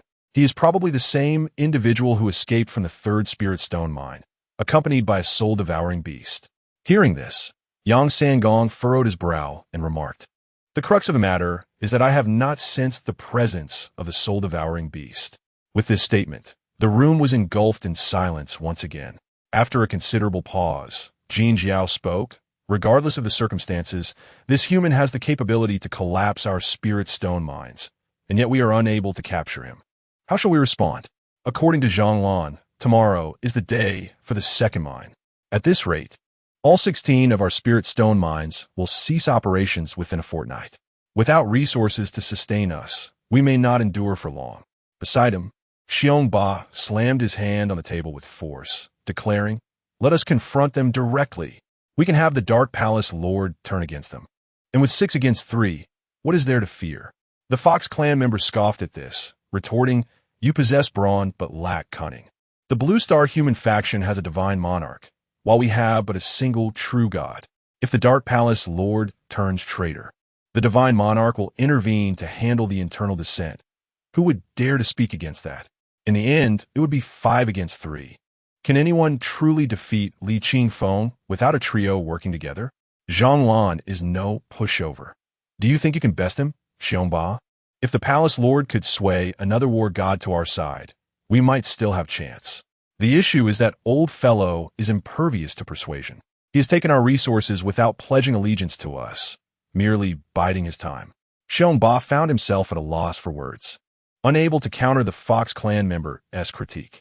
"What news from the Dark Palace? Can we deduce this person's whereabouts?" inquired a Wolf Clan demon god. Jin Jiao shook his head. "Without the individual's name, birth date, or any possessions, we cannot ascertain anything." The Fox Clan member pondered aloud. "Who do you suppose this person truly is?" With his question, all present fell into deep contemplation. "I believe this individual bears a striking resemblance to a genius that the Dark Palace seeks to eliminate." The Wolf Clan demon god murmured as he noticed the silence among the others. Jin Jiao turned to him. "Hu Xiaoyu, if you have something to say, speak plainly." Hu Xiaoyu frowned slightly and said in a serious tone, "Su Chen'an, this person only emerged this year. Yet he ranks 4th on our demon clan's assassination list due to his immense potential. The Dark Palace is keenly interested in him. He inexplicably vanished for over half a month, only to suddenly reappear a month ago. He is young and exceptionally gifted, having comprehended the essence of the great knife art. His insight is extraordinary. Jin Jiao, perhaps you could ask the Dark Palace Lord to try and locate Su Chen'an. He may not have left the demon clan's territory just yet." Upon hearing these words, Jin Jiao promptly closed his eyes to establish contact with the Lord of the Dark Palace, utilizing his remote communication abilities, which had always facilitated their correspondence. After a considerable pause, Jin Jiao narrowed his eyes and murmured, "It is highly likely that this Su Chen'an is indeed the one." At this proclamation, all present gazed at Jin Jiao with hopeful eyes. However, he shook his head helplessly and whispered, "The celestial secrets surrounding Su Chen'an have been obscured. The Lord cannot pinpoint his location." With this revelation, silence once again enveloped the hall. Hu Jiaoyu furrowed her brow and murmured, "A person capable of vanishing into the void, concealing their aura, and shrouding celestial secrets is beyond our reach. Should we summon the true God for intervention?" Hearing this, Wolf Jianjian shook his head and replied, "No. If the true God intervenes, the divine monarch from Blue Star will have justification to act." Yang Sangong pressed his lips together and murmured, "What then? Are we to allow this young man to continue unabated?" Jianjian sighed. Perhaps we should consult Zhonglan. If Su Chen'an persists, we may resort to sabotaging their mining operations. Upon hearing this, Hu Jiaoyu rolled her eyes. Who will you send? Who can stealthily wreak havoc in the human race's spirit stone mines? No matter who goes, the humans possess formidable guardians to counteract them. Should we send the 5 of us? If we venture to the spirit stone mines on Blue Star, it would essentially equate to a direct confrontation. Jin Jiao, responding to Hu Jiaoyu's retort, countered, then what do you propose? Hu Jiaoyu shrugged. Let's attempt to capture this individual. Should we succeed, everything will fall into place. If we fail, we may have to relinquish the Lord. Yet at least we can continue to stand against the human race and further our own development. Once the great battle commences, Blue Star has an escape route. With the ability to open new fronts in the intermediate battlefield, we, however, have no such recourse. Upon hearing these words, the other 4 fell silent, fully aware that Hu Jiaoyu spoke the truth. Blue Star possesses a divine monarch, ensuring at least a fallback position. The strongest ancestor of their Haotian star is merely at the true god level. Should the great battle unfold unfavorably for Haotian City, their aspirations of retreating to the intermediate battlefield would be rendered impractical. During the last great battle, this consideration compelled the demon race to relinquish 6 spirit stone mines. In comparison to Blue Star, Haotian Star lacks the capital for a decisive stand. Meanwhile, in the subterranean space of an isolated island on Blue Star, the Lord of the Dark Palace furrowed his brow in deep concern. The primary spirit stone mine of the demon race was embroiled in turmoil. Should the demon race fail to resolve this predicament, they might very well sell him out. Shadow, seek out Su Chen'an, and upon finding him, he must be eliminated at all costs. He bellowed towards the door. Yes, replied the shadowy assassin outside. The Lord of the Dark Palace understood that the root of all these troubles likely lay with Su Chen'an. His sudden disappearance for half a month followed by an equally sudden reappearance, coinciding with Zhonglan's immediate declaration to act against the demon race's spirit stone mines. Such serendipity was implausible. Moreover, it was even more fortuitous that Su Chen'an's celestial secrets had been concealed. Amidst the myriad of circumstances, he firmly believed that the instigator behind it all was Su Chen'an. However, his conjectures were swiftly validated by the emergence of a video that unveiled Su Chen'an's machinations against him. Half an hour after the collapse of the one spirit stone mine, a video began to circulate wildly across Blue Star and Blue Star City. Let us leave a memento. Smile for the camera. Farewell. The enchanting voice resonated throughout the official Blue Star platforms, with individuals from both Blue Star and Blue Star City fervently sharing the footage. The video showcased the exasperated visage of Yang Sangong, accompanied by those 3 provocative phrases, which ignited a fervor among the Blue Star human populace. This footage had been edited by another party, rendering Su Chen'an's voice irresistibly captivating, laden with innuendo. It was the first time in many years that such a video had surfaced. A human playfully toying with a demon god, while the latter, instead of retaliating, found itself humiliated and enraged. Most crucially, the collapse of a number 1 spirit stone mine indeed transpired as Zhonglan had foretold. Chapter 79. A single word, get lost. Upon hearing that voice, I felt a sense of familiarity. Could it be the voice of Su Chen'an? Su Chen'an? Is he not a martial artist? Indeed, it is Su Chen'an. I have already conducted a voice sprint comparison with the original video. After disappearing for over a month, he emerges with a grand spectacle, truly a testament to being the disciple of the martial god. In just 1 month, he has the audacity to toy with the demon deity. Has he consumed a divine elixir? In Blue Star City, the crowd buzzed with excitement, engaging in fervent discussions about the identity of this provocateur of the demon deity. The demon clan soon learned that it was Su Chen'an who had caused the collapse of a number 1 spirit stone mine. Meanwhile, at the Dark Palace, several elite assassins simultaneously mobilized to locate Su Chen'an's whereabouts. At that moment, the very person in question, Su Chen'an, was seated in his elder brother Zhonglan's quaint cabin, engaged in a game of Go with Li Qingfeng. Hey, are you cheating? Manipulating the colors of the pieces with the power of the laws of heaven and earth?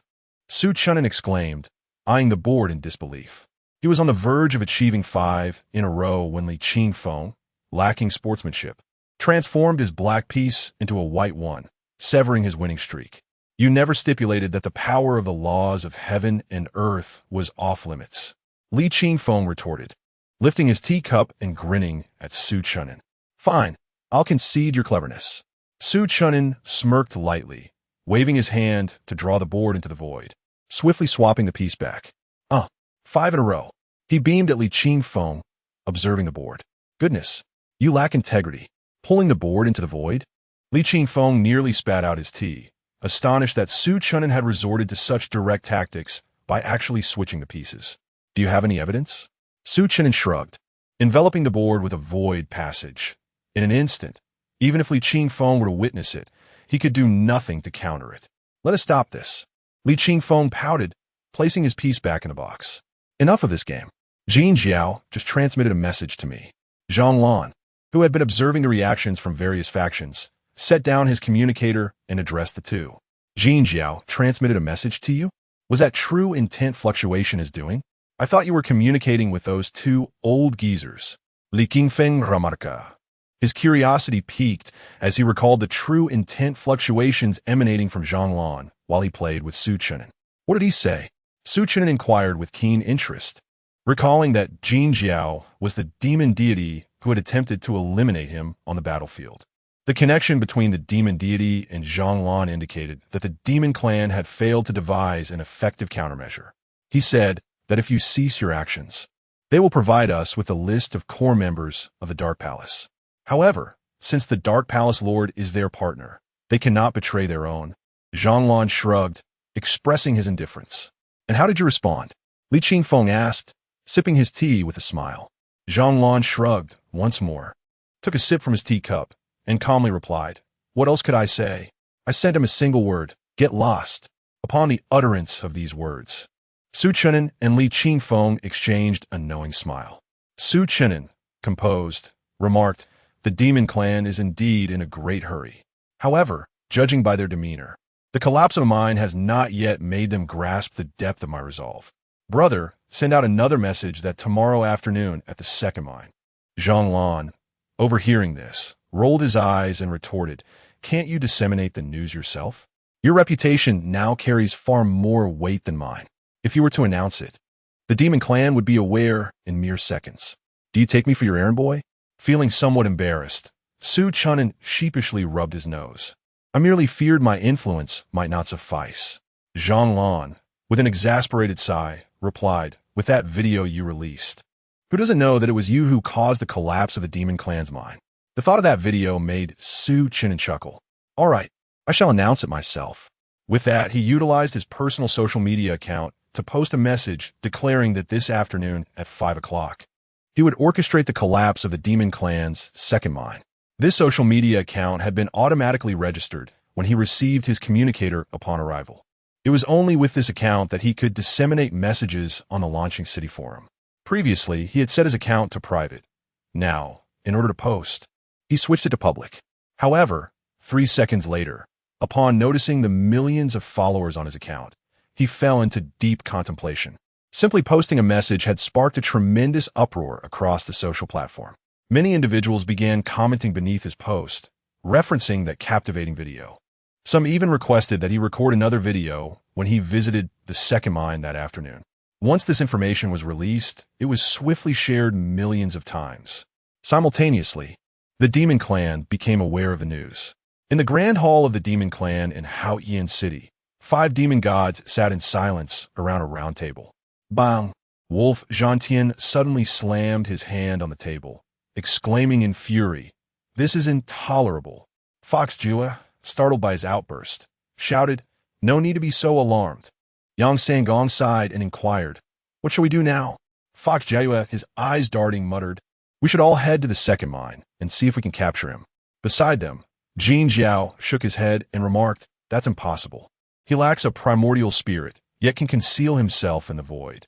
He must have mastered some form of void evasion technique.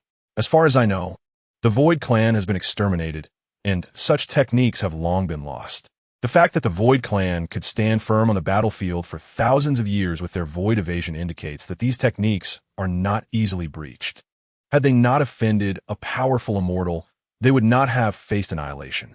Jianjian, well-versed in these matters, understood the origins of void evasion techniques clearly. Fox Jiwe furrowed his brow and declared, "Regardless, we must attempt to confront him. Once the mind collapses, the five of us will strike together and shatter the void beneath the second mind. Regardless, our objective is to prevent Chen'an from continuing his reckless endeavors." Beside him, Lang Jianjian nodded in agreement, murmuring, "I believe this approach is viable. If the five of us act in unison, we can swiftly obliterate the subterranean space of mind too." Hu Jiwe, the strategist among the five, had voiced this opinion, and thus they felt compelled to give it a try. Meanwhile, in Zhang Lan's modest cabin, Zhang Lan regarded Chen'an with a furrowed brow and inquired, "Are you truly intent on heading to mine too? You must ponder this carefully. By disclosing the information prematurely, the demon clan will undoubtedly be on high alert. If their five members strike together and tear apart the fabric of space, your void passage may very well be destroyed. You are aware of the dire consequences that would ensue." Li Qingfeng, standing nearby, concurred, adding, "In fact, I believe you could execute a diversionary tactic against the demon clan. Engaging in activities at other mines could also serve to toy with them." Both were apprehensive about Chen'an confronting the demon clan head-on, as it posed certain risks. As long as Chen'an refrained from a direct confrontation, the demon clan's minds would inevitably collapse one day. Even if some could be preserved, it would likely amount to only 1 or 2 minds at best. Such losses would be unbearable for the demon clan, forcing them to relinquish the Dark Palace. After all, Chen'an had made it abundantly clear that he would cease his disruptions in the demon clan's minds if the identity of the Dark Palace's master were revealed. Chapter 80. The five demon gods strike together. Upon hearing the words of the two, Chen'an shook his head and declared, "No, since the conversation has been initiated, I shall not refrain from proceeding. Rest assured, I possess my own discernment. I aim to convey to the demon race that resistance is futile. As long as the master of the Dark Palace remains alive, the demon minds shall not commence operations. I shall take my leave." With that, he vanished into the void, heading toward the battlefield. This lad, Zhang Lan, intended to caution Chen'an about his safety, but he had already disappeared from sight. This young man is bold and skilled. Truth be told, as he concealed himself in the void, there was truly no one on this primary battlefield who could confront him, unless a true god from the demon side intervened. Yet one must ponder whether the demon gods would dare to take such action.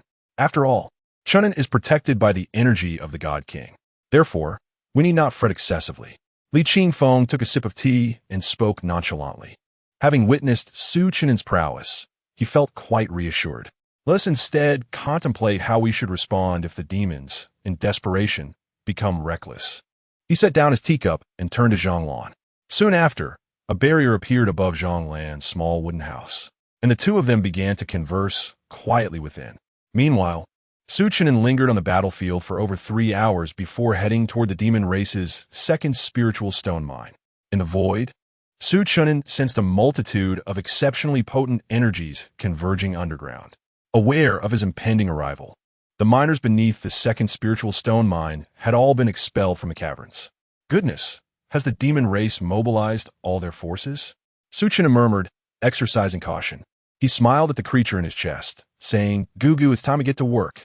With that, he opened his storage bag. In order to accommodate the spiritual stones, he had requested several additional storage bags from Zhang Lan. Now endowed with spiritual power, he could utilize those larger capacity bags.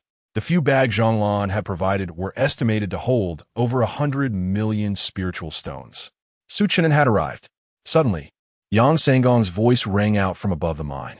As a mutated sheep demon, he possessed an innate sensing ability. Although he could not pinpoint Chen'an's exact location, he could detect the diminishing spiritual stones beneath the mine.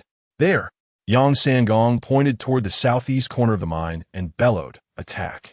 No sooner had he spoken than 5 manifestations of demon gods, intertwined with countless primordial energies, descended upon the earth below.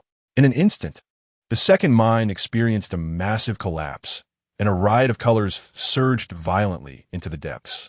The earth and stone beneath the mine soared into the air, and fissures appeared in the space where the energy struck. As the force continued to flood in, the cracks widened further. Cease. No one. A few moments later, Hu Xiaoya commanded everyone to halt. If this continued, the second spiritual stone mine would be rendered utterly useless. Their energy attacks had shattered the spiritual stones within, unleashing boundless spiritual power from deep within the mine. In the depths below, Su Chen'an had long been prepared. Just a second before the demon clan made their move, he executed a swift teleportation and arrived outside the high walls of the second spirit stone mine. There, he produced a communicator, recorded his voice, and extended his hand to commence filming a video. Alas, I have truly witnessed my own mind collapse. Farewell, everyone. The first remark was uttered into the void, while the latter was the playback of his voice from the communicator. As his voice echoed through the device, Su Chen'an retracted his hand into the void just in time. Damn ants, you seek your own demise. Fox Jiao Yu's fur bristled with fury as he directed an overwhelming surge of martial intent towards Su Chen'an's location. However, apart from the shattered void, there was nothing to be found. The 5 demon gods exchanged glances, realizing they had all been outwitted by Su Chen'an. If this video were to circulate, it would bring them immense disgrace. Let's return. Fox Jiao Yu's expression darkened as he commanded, teleporting back toward Haotian City. As anticipated, upon their return to Haotian City, the captivating video recorded by Su Chen'an had already begun to spread. Shameless brat, you go too far. Even the typically composed Fox Jiao Yu felt dizzy with rage upon viewing the footage. These 5 demon gods were ancient beings, having lived for thousands of years, ascending from mere demon soldiers to their current divine status, weathering countless storms. Who would have imagined that at this stage? They would be made a fool of by a mere youth who had just come of age? After venting his anger, Fox Jiao Yu took some time to regain his composure. Jianjian, speak with Zhang once more. Inform him that if he does not stop Su Chen'an, we shall initiate a grand battle. We have nothing to lose. Jianjian sighed. If it comes to that, we might as well offer the Hall Master as a sacrifice. Su Chen'an was targeting the Dark Hall, avenging his teacher, who had been killed by the Dark Hall during his studies. I believe it is time for the Dark Hall to concede, Jianjian added. Fox Jiao Yu furrowed his brow at this suggestion. A grand battle was absolutely out of the question, as they could not afford to lose. But have you considered that if we offer the Hall Master, Su Chen'an may still continue to disrupt our minds? How shall we respond then? Jianjian pondered for a moment and murmured, let Su Chen'an swear an oath of the Great Path. If we offer the Hall Master, he must cease his interference with our minds. Upon hearing this, the other 4 fell silent. Truth be told, this was the best solution thus far. Fox Jiao Yu nodded. You go speak with Zhang and see if we can intimidate him with the threat of a grand battle. I shall visit the intermediate battlefield and consult with the Lord of the True Gods for a solution. Jianjian nodded in agreement, understood. He recognized that Fox Jiao Yu was reluctant to abandon the Dark Hall, as it had assisted them greatly over the years. On the other side, Su Chen'an had returned to Zhang Lan's quaint wooden cabin. At that moment, Zhang Lan was holding a communicator, engrossed in the video that Su Chen'an had just recorded. Li Qingfeng, beside him, was laughing heartily, nearly doubled over with mirth. Quick, let's offer a seat to our esteemed benefactor. Upon seeing Su Chen'an's return, Li Qingfeng sprang to his feet and pulled out a chair for him. Chen'an, you performed splendidly. I have never witnessed that cunning old fox, Hu Xiaoyu, in such a fluster. Well done. Once Su Chen'an was seated, Li Qingfeng clapped him on the shoulder with considerable force. Su Chen'an grimaced at the contact, muttering, Senior Li, could you be a tad gentler? You might shatter my bones. Li Qingfeng erupted into laughter, exclaiming, Ha ha, I forgot. I got a bit carried away in my excitement and overlooked that you are merely a martial artist. Observing the playful banter between the two, Zhang Lan smiled and remarked, Jianjian has sent me a message. Li Qingfeng returned to his previous seat and inquired, what did he say? Zhang Lan stood, Zeppelin. He mentioned the commencement of a grand battle. Upon hearing this, Li Qingfeng laughed heartily. Who does this lad think he is intimidating? If he has the courage, let him come. If they lose, they must vacate the myriad races battlefield, while our defeat only sends us to the intermediate battlefield. Do they truly have the audacity to initiate a grand battle? The last time we took the initiative, They didn't dare to confront us head-on. If he wishes to start a grand battle, all the better. That way, Chen'an won't need to toil in their minds. The old fox of the Dark Palace will emerge himself. As for Jianjian's words, Li Qingfeng regarded them as mere bluster. Chapter 81. Have they given up resistance? Huh. Merely a delaying tactic from the demon clan. Zhang Lan replied with a smile. He then turned to Su Chen'an. Chen'an, if you have time in the coming days, do visit the demon clan more often. We must not afford them a moment's respite. They must be kept under pressure. Su Chen'an nodded in agreement. Understood. Tomorrow, I will ensure that the 4th, 5th, and 6th spirit stone mines are completely collapsed. The 3rd mine was already destroyed last time, and no new tunnels have been developed, so it requires no further attention. After a brief exchange, Su Chen'an departed from Zhang's modest wooden cabin. He strolled on the battlefield until 8 in the evening, and once the sky darkened, he returned to the hotel in Blue Star City. There, he disseminated information about his targets for the following day through his social media account. Su Chen'an is indeed a prodigy. Even the 5 great demon gods could not restrain him. This time, the Dark Palace is truly doomed. For Su Chen'an's intentions are crystal clear: to obliterate the Dark Palace. By the way, did the Dark Palace disturb Su Chen'an's ancestral grave? You aren't aware? Su Chen'an's mentor was murdered by an agent of the Dark Palace. If we can successfully eliminate this thorn in our side, it will herald a significant reshuffle within the human ranks. Support Su Chen'an. As soon as his message was posted, discussions began to flourish beneath his social media post. Today, Su Chen'an's 2 videos inexplicably lightened the oppressive atmosphere of the battlefield. To toy with the demon gods is no small feat. Even fellow martial gods of the same caliber can only engage in verbal sparring, failing to inflict any real damage.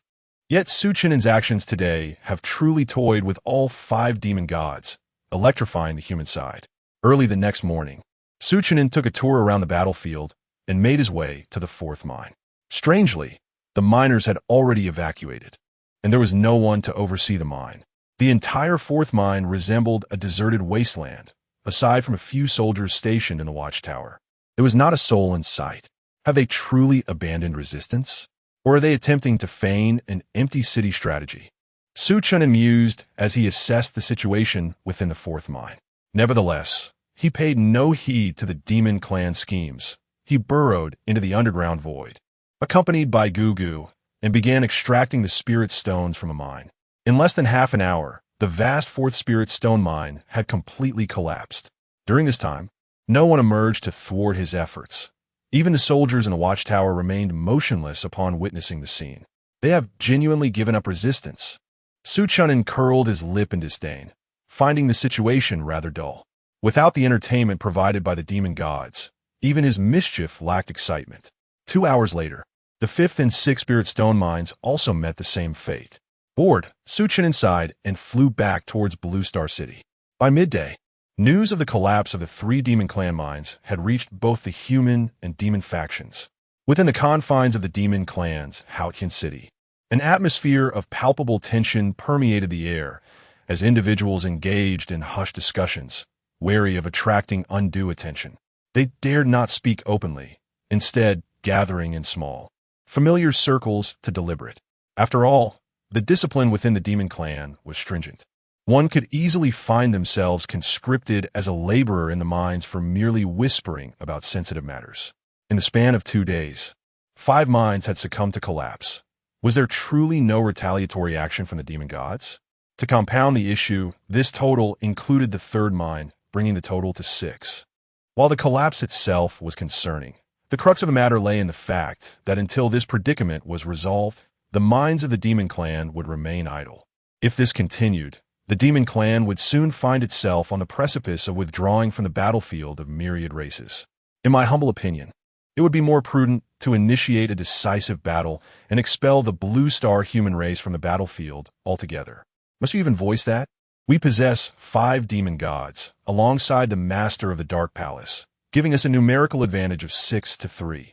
Yet, thus far, the demon gods have remained inactive, indicating that even if a grand conflict were to commence, our chances of victory would be slim. I suggest we simply hand over the master of the Dark Palace to the human race.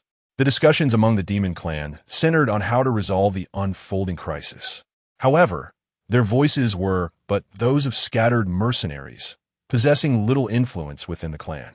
Unlike Blue Star, where myriad factions flourished and freedom of speech was the norm, the demon clan operated under a much stricter regime. As long as one did not betray Blue Star, they could express their thoughts freely without fear of repercussion. Meanwhile, the human race buzzed with excitement over the revelations surrounding the demon clan's minds. Chen'an truly was remarkable, akin to a young cow soaring through the skies. Truly extraordinary. You say Chen'an is merely 18. How can he wield such power, leaving the 5 demon gods at a loss? The realm of genius is beyond our comprehension. What do you mean by genius? If he is not a genius, then what is he? Henceforth, let us refer to Chen'an as Su the Mighty. Should these words reach Chen'an's ears, do you truly believe he would refrain from shoving cow dung into your mouth? At this rate, the spirit stone mines of the demon clan will soon cease operations entirely. If they remain idle for a year or so, the demon clan will be rendered impotent. In truth, within 2 or 3 months, the demon clan will have no choice but to obediently provide us with a list of Dark Palace personnel. Once that list is obtained, I shall refrain from targeting the demon clan and instead focus on the individuals from the Dark Palace. Those foul rats hiding in the sewers, traitors. On the human side, laughter and mirth echoed as they rallied against the Dark Palace. Such sentiments would have been unthinkable in more tranquil times. For the Dark Palace lurked in the shadows, and any discussion about it was conducted in whispers, lest they draw attention from its denizens. On the spiritual battlefield, Fu Yuming glanced at Zhao Jinlong and Li Yunzong beside him, lamenting, "This lad has truly led us into a dire predicament." Zhao Jinlong lay sprawled on the ground, resembling a lifeless dog, breathing heavily. Li Yunzong, pale as a ghost, murmured, "What can we do?" This fellow vanished for over a month after graduation, only to return and precipitate such chaos. It is simply incomparable, since their instructors learned that the one causing turmoil among the demon clan was Chen'an. Each of their teachers subjected them to inhumane torment. Look at Chen'an, and then look at yourself. You are all students of the same special class. Chen'an has managed to create chaos at the demon clan stronghold, yet you still complain of fatigue here. What qualifications do you have to rest? Get moving. These few sentences have become the most frequent admonitions they have heard during this period. No way. I must have Chen'an treat me to a grand feast. I have become as thin as a twig. At this moment, Zhao Jinlong lay on the ground, weakly uttering these words. It was evident that his once plump physique had now considerably dwindled. Don't even think about it. Chen'an is preoccupied with matters concerning the demon clan's minds. Do not disturb him. Fu Yuming quickly interjected, emphasizing that the tasks Chen'an is currently undertaking are of monumental importance, benefiting both the present and future. They cannot afford to interrupt him at such a crucial time. Once the Dark Palace is eradicated, the talents from Blue Star will inevitably emerge, and Blue Star will soon flourish. I was merely joking, Zhao Jinlong muttered, fully aware of the gravity of the situation. Chapter 82. The Master's Anxiety on the desolate island of Blue Star. Within the subterranean chambers, the Master of the Dark Palace, adorned in a golden mask, sat upon a throne of gilded splendor. Before him, at the foot of the steps, knelt several individuals, among them the shadowy assassin. Have you truly failed to locate Chen'an from yesterday until today? He must either be hiding with Zhonglan or concealed deep in the mountainous battlefield. Will you not embark on a search or set up an ambush? The Master of the Dark Palace thundered, his fury palpable as he gazed at the elite assassins before him. Master, I have indeed been stationed near Zhonglan's quaint cabin, yet I dared not approach. Chen'an possesses the void evasion technique. I am utterly unaware of his comings and goings, the shadow explained, kneeling submissively. He has cultivated the shadow evasion, making it arduous to detect him near Zhonglan. I have scoured the battlefield 4 or 5 times without a trace of Chen'an. I have also lingered in Blue Star City, yet found no sign of him. Even while watching the demon clan's mines, I sensed nothing of Chen'an's presence. After the shadow spoke, the other assassins chimed in with their own accounts of failure. Leave me. Continue your search. The master of the Dark Palace bellowed, dismissing them with disdain. Once they had departed, he narrowed his eyes, acutely aware that his time was running short.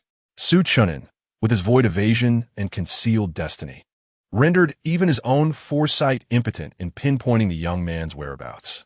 Dispatching these top-tier assassins was merely a gamble in hopes of fortune. He began to contemplate how to convert all the assets of the Dark Palace into spirit stones. Over the years, the Dark Palace had acquired numerous resources from the Demon Clan, not all of which were spirit stones. After all, spirit stones, as a hard currency, were in high demand among the demons. Initially, he had intended to wait until a significant accumulation of resources was achieved before exchanging everything for spirit stones, planning to ascend to true divinity in a secluded location. However, the sudden emergence of Chen'an had disrupted all of his carefully laid plans. He understood well that the Demon Clan would inevitably relent. It was merely a question of time. The Golden Flood Dragon had repeatedly assured him of his secrecy, yet he knew this was merely a ruse to buy time. Should the Demon Clan find themselves unable to contend with Chen'an, he would be thrust forward to quell the unrest. Yet, transforming such a vast array of resources into spirit stones at once was simply impractical. Damn it! The master of the Dark Palace pondered, his fists clenched tightly, producing a sound of creaking tension. In a flash, he vanished from the Grand Hall, his destination unknown. Meanwhile, Chen'an had returned from the Demon Clan, scavenging for spiritual energy on the battlefield. There, he could amass over 300,000 units of spiritual energy each day, a veritable capital for his enhancement. Yet, the hours spent outside were a significant expenditure of time. That evening, Chen'an returned to the hotel, producing the VIP card bestowed by Jianjian to confirm his check-in. Jianjian, aware of the necessity for hotel accommodation, provided him with a VIP card that allowed for direct check-in without the need for personal information registration. This was done to prevent any potential scrutiny of the hotel records, ensuring that Chen'an remained undiscovered.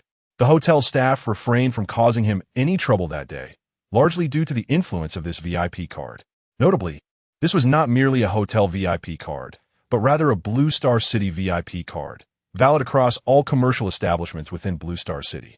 Perhaps tomorrow, it would be prudent to collapse all the mines belonging to the Demon Clan. With half an hour per mine, it would take merely 5 hours to demolish them all. Chen'an sat on the bed, gazing at the billions of comments on his social media account. Subsequently, he casually crafted a brief statement and posted it. The Demon Clan has ceased to resist today. I find it rather meaningless. Tomorrow, I have resolved to annihilate the remaining 10 mines of the Demon Clan. Once again, I reiterate, reveal the identity of the Dark Palace Lord and provide me with a list of core members of the Dark Palace, and I shall allow the Demon Clan's Spirit Stone mines to resume operations. Otherwise, as long as I, Chen'an, remain, the Demon Clan's mines shall not see the light of day. These succinct remarks were shared in his latest social media update. Instantly, a tremendous uproar erupted in both Blue Star City and Jianjian City. What? It's meaningless? Tomorrow, all shall be destroyed. Did I just read that correctly from Suga? My eyes must not be deceiving me. The Demon Clan likely found it difficult to sleep tonight. This was utterly outrageous. Chen'an is the first to dare speak so boldly to the Demon Clan. I shall refer to him as the King of Pressure. Support, support. The atmosphere in Blue Star City was jubilant, with everyone eagerly anticipating Chen'an's actions the following day. Simultaneously, all eyes were on the Demon Clan, curious about their response. On the other hand, chaos reigned among the demons. Since this morning, after Chen'an had destroyed several mines, the 5 demon gods had remained silent, failing to issue any statements or announce any actions. Were they simply to sit idly by? We from Jianjian Star have been on the battlefield for over 1,000 years, only to be trampled by a blue star that has existed for merely 500 or 600 years. Shouldn't the demon gods provide an explanation? Without spirit stones, what significance does our conflict with Blue Star hold? A great decisive battle. A great decisive battle. Following Chen'an's audacious pronouncement, the Demon Clan began to deliberate openly. This time, they did not whisper in secrecy, but rather gathered openly to discuss. with many urging the demon gods to initiate a grand confrontation. Not only in Haotian City, but even among the frontline demon soldiers, there was a surge of discussion, despite the strict discipline within the demon army. Yet, the demon gods and the upper echelons of the demon clan seemed oblivious to the unrest. The senior demons within the army did not intervene to quell the soldiers' chatter. Everyone awaited a pronouncement from the demon gods. A grand battle could not commence without the demon gods' presence. However, as the night passed, no directives were issued from the demon clan, and the demon gods remained silent. The 5 demon gods remained utterly silent, as if rendered mute, in response to Chen'an's remarks. The following day, the demon soldiers on the battlefield appeared listless and dispirited, feeling a deep sense of humiliation at the cowardice displayed by their deities. 5 formidable demon gods, intimidated into silence by an 18-year-old youth. Some demon soldiers even harbored no desire to engage in battle against the human race of Blue Star. Had it not been for the dire orders from their superiors, they would have chosen to stay away from the battlefield altogether. With the spirit stone mines depleted, what significance did it hold to fight? They had come to the battlefield to battle for the meager spirit stones and paltry compensation, just like the humans, each having families to support, who would willingly gamble their lives for an uncertain tomorrow. Upon arriving early at the battlefield, Chen'an noticed this disheartening situation. He observed that many demon soldiers lacked the will to fight. Typically, one could gather over 20,000 units of spiritual energy in an hour. Yet today, after a thorough search, he had barely managed to collect over 10,000. This was largely due to the relentless assaults from the soldiers of Blue Star, who fought with fervor akin to an adrenaline rush. Otherwise, given the current state of the demon soldiers, the spiritual energy gathered would have been even less, as nearly all of them sought to avoid combat, retreating whenever possible, utterly disinterested in entangling themselves with the humans. Chapter 83. Keep running. What on earth is the demon clan up to? Are those 5 demon gods truly determined to protect the Lord of the Dark Palace? If this situation persists, the demon clan cannot endure for much longer. Chen'an observed this scene, furrowing his brow and murmuring to himself. The inaction of the 5 demon gods has already ignited intense dissatisfaction among the lower-tier demon populace. On the battlefield, a soldier's morale being undermined is a grave concern. By the time he obliterates all the spirit stone mines of the demon clan, it is likely that their forces will collapse like a house of cards. Those demon gods cannot possibly be unaware of the severity of the situation. Could it be that they are truly employing a ruse of an empty city? Or do they have some strategy awaiting me? Chen'an's brow knitted tighter. The silence from the demon gods only heightened his unease. Presently, there are merely 2 possibilities. Either the demon clan is attempting to intimidate him by not responding, making him believe they possess a method to counter him, thereby deterring any rash actions. Alternatively, they may have already devised a way to deal with him and are merely biding their time to ensnare him. I am most curious to discern what schemes you are concocting. He narrowed his eyes and slipped into the void, making his way towards the demon clan's 7th spirit stone mine. Upon his arrival at the 7th mine, he found it eerily similar to the 3 spirit stone mines from the previous day. Aside from a few demon soldiers atop the watchtower, there was no one else in sight. Within the mine itself, all miners had been relocated, and both the mine owner and supervisor were absent. How strange. Have they truly abandoned it? Chen'an furrowed his brow. Logically, even if the demon clan had ceased their resistance, it should be time to present the Lord of the Dark Palace. He lingered in the void for a moment, observing the lack of any anomalies, before instructing Gugu to commence its actions. With a few chirps, Gugu began to extract spirit stones from the mine. 4 minutes later, the mine began to collapse. At the instant of the mine's collapse, Chen'an involuntarily felt his brow twitch twice as an overwhelming sense of crisis washed over him. Something is amiss. Chen'an hissed softly and hastily prepared to retreat with Gugu, though he was uncertain of the demon clan's tactics against him. The sense of impending danger grew ever more pronounced. He had always approached tasks with caution, better to believe in potential threats than to dismiss them. Caution is the key to longevity. However, just as he intended to utilize his evasion technique, he discovered that the void passage had been sealed. Normally, He could sense the void within a radius of 100,000 kilometers. Even if he could not traverse such a vast distance in one leap, he would still be able to perceive it. Yet, upon the emergence of that sense of crisis, his perceptual range had shrunk to roughly 100 kilometers. With his void escape technique, he could distinctly feel that the void beyond that radius had been partitioned. A thin white barrier, akin to a sphere, enveloped him completely. Su-Chen, keep running. At that moment, a haunting voice echoed from nearby. Su-Chen focused his gaze and beheld the 5 demon gods of the demon clan entering the void, steadily advancing towards him. The speaker is the cunning Huxio, who had been mocked at the second mine. The 5 individuals observed Su-Chen with a leisurely disdain, as if he were a turtle trapped in a jar. Su-Chen narrowed his eyes slightly. This was a void passage he had opened using the void escape technique, separated from the realm of the 5 demon gods by a layer of void. However, the 5 demon gods had already entered the void and locked onto his position, leaving him with no means of escape. It was merely a matter of time before they would breach his void passage.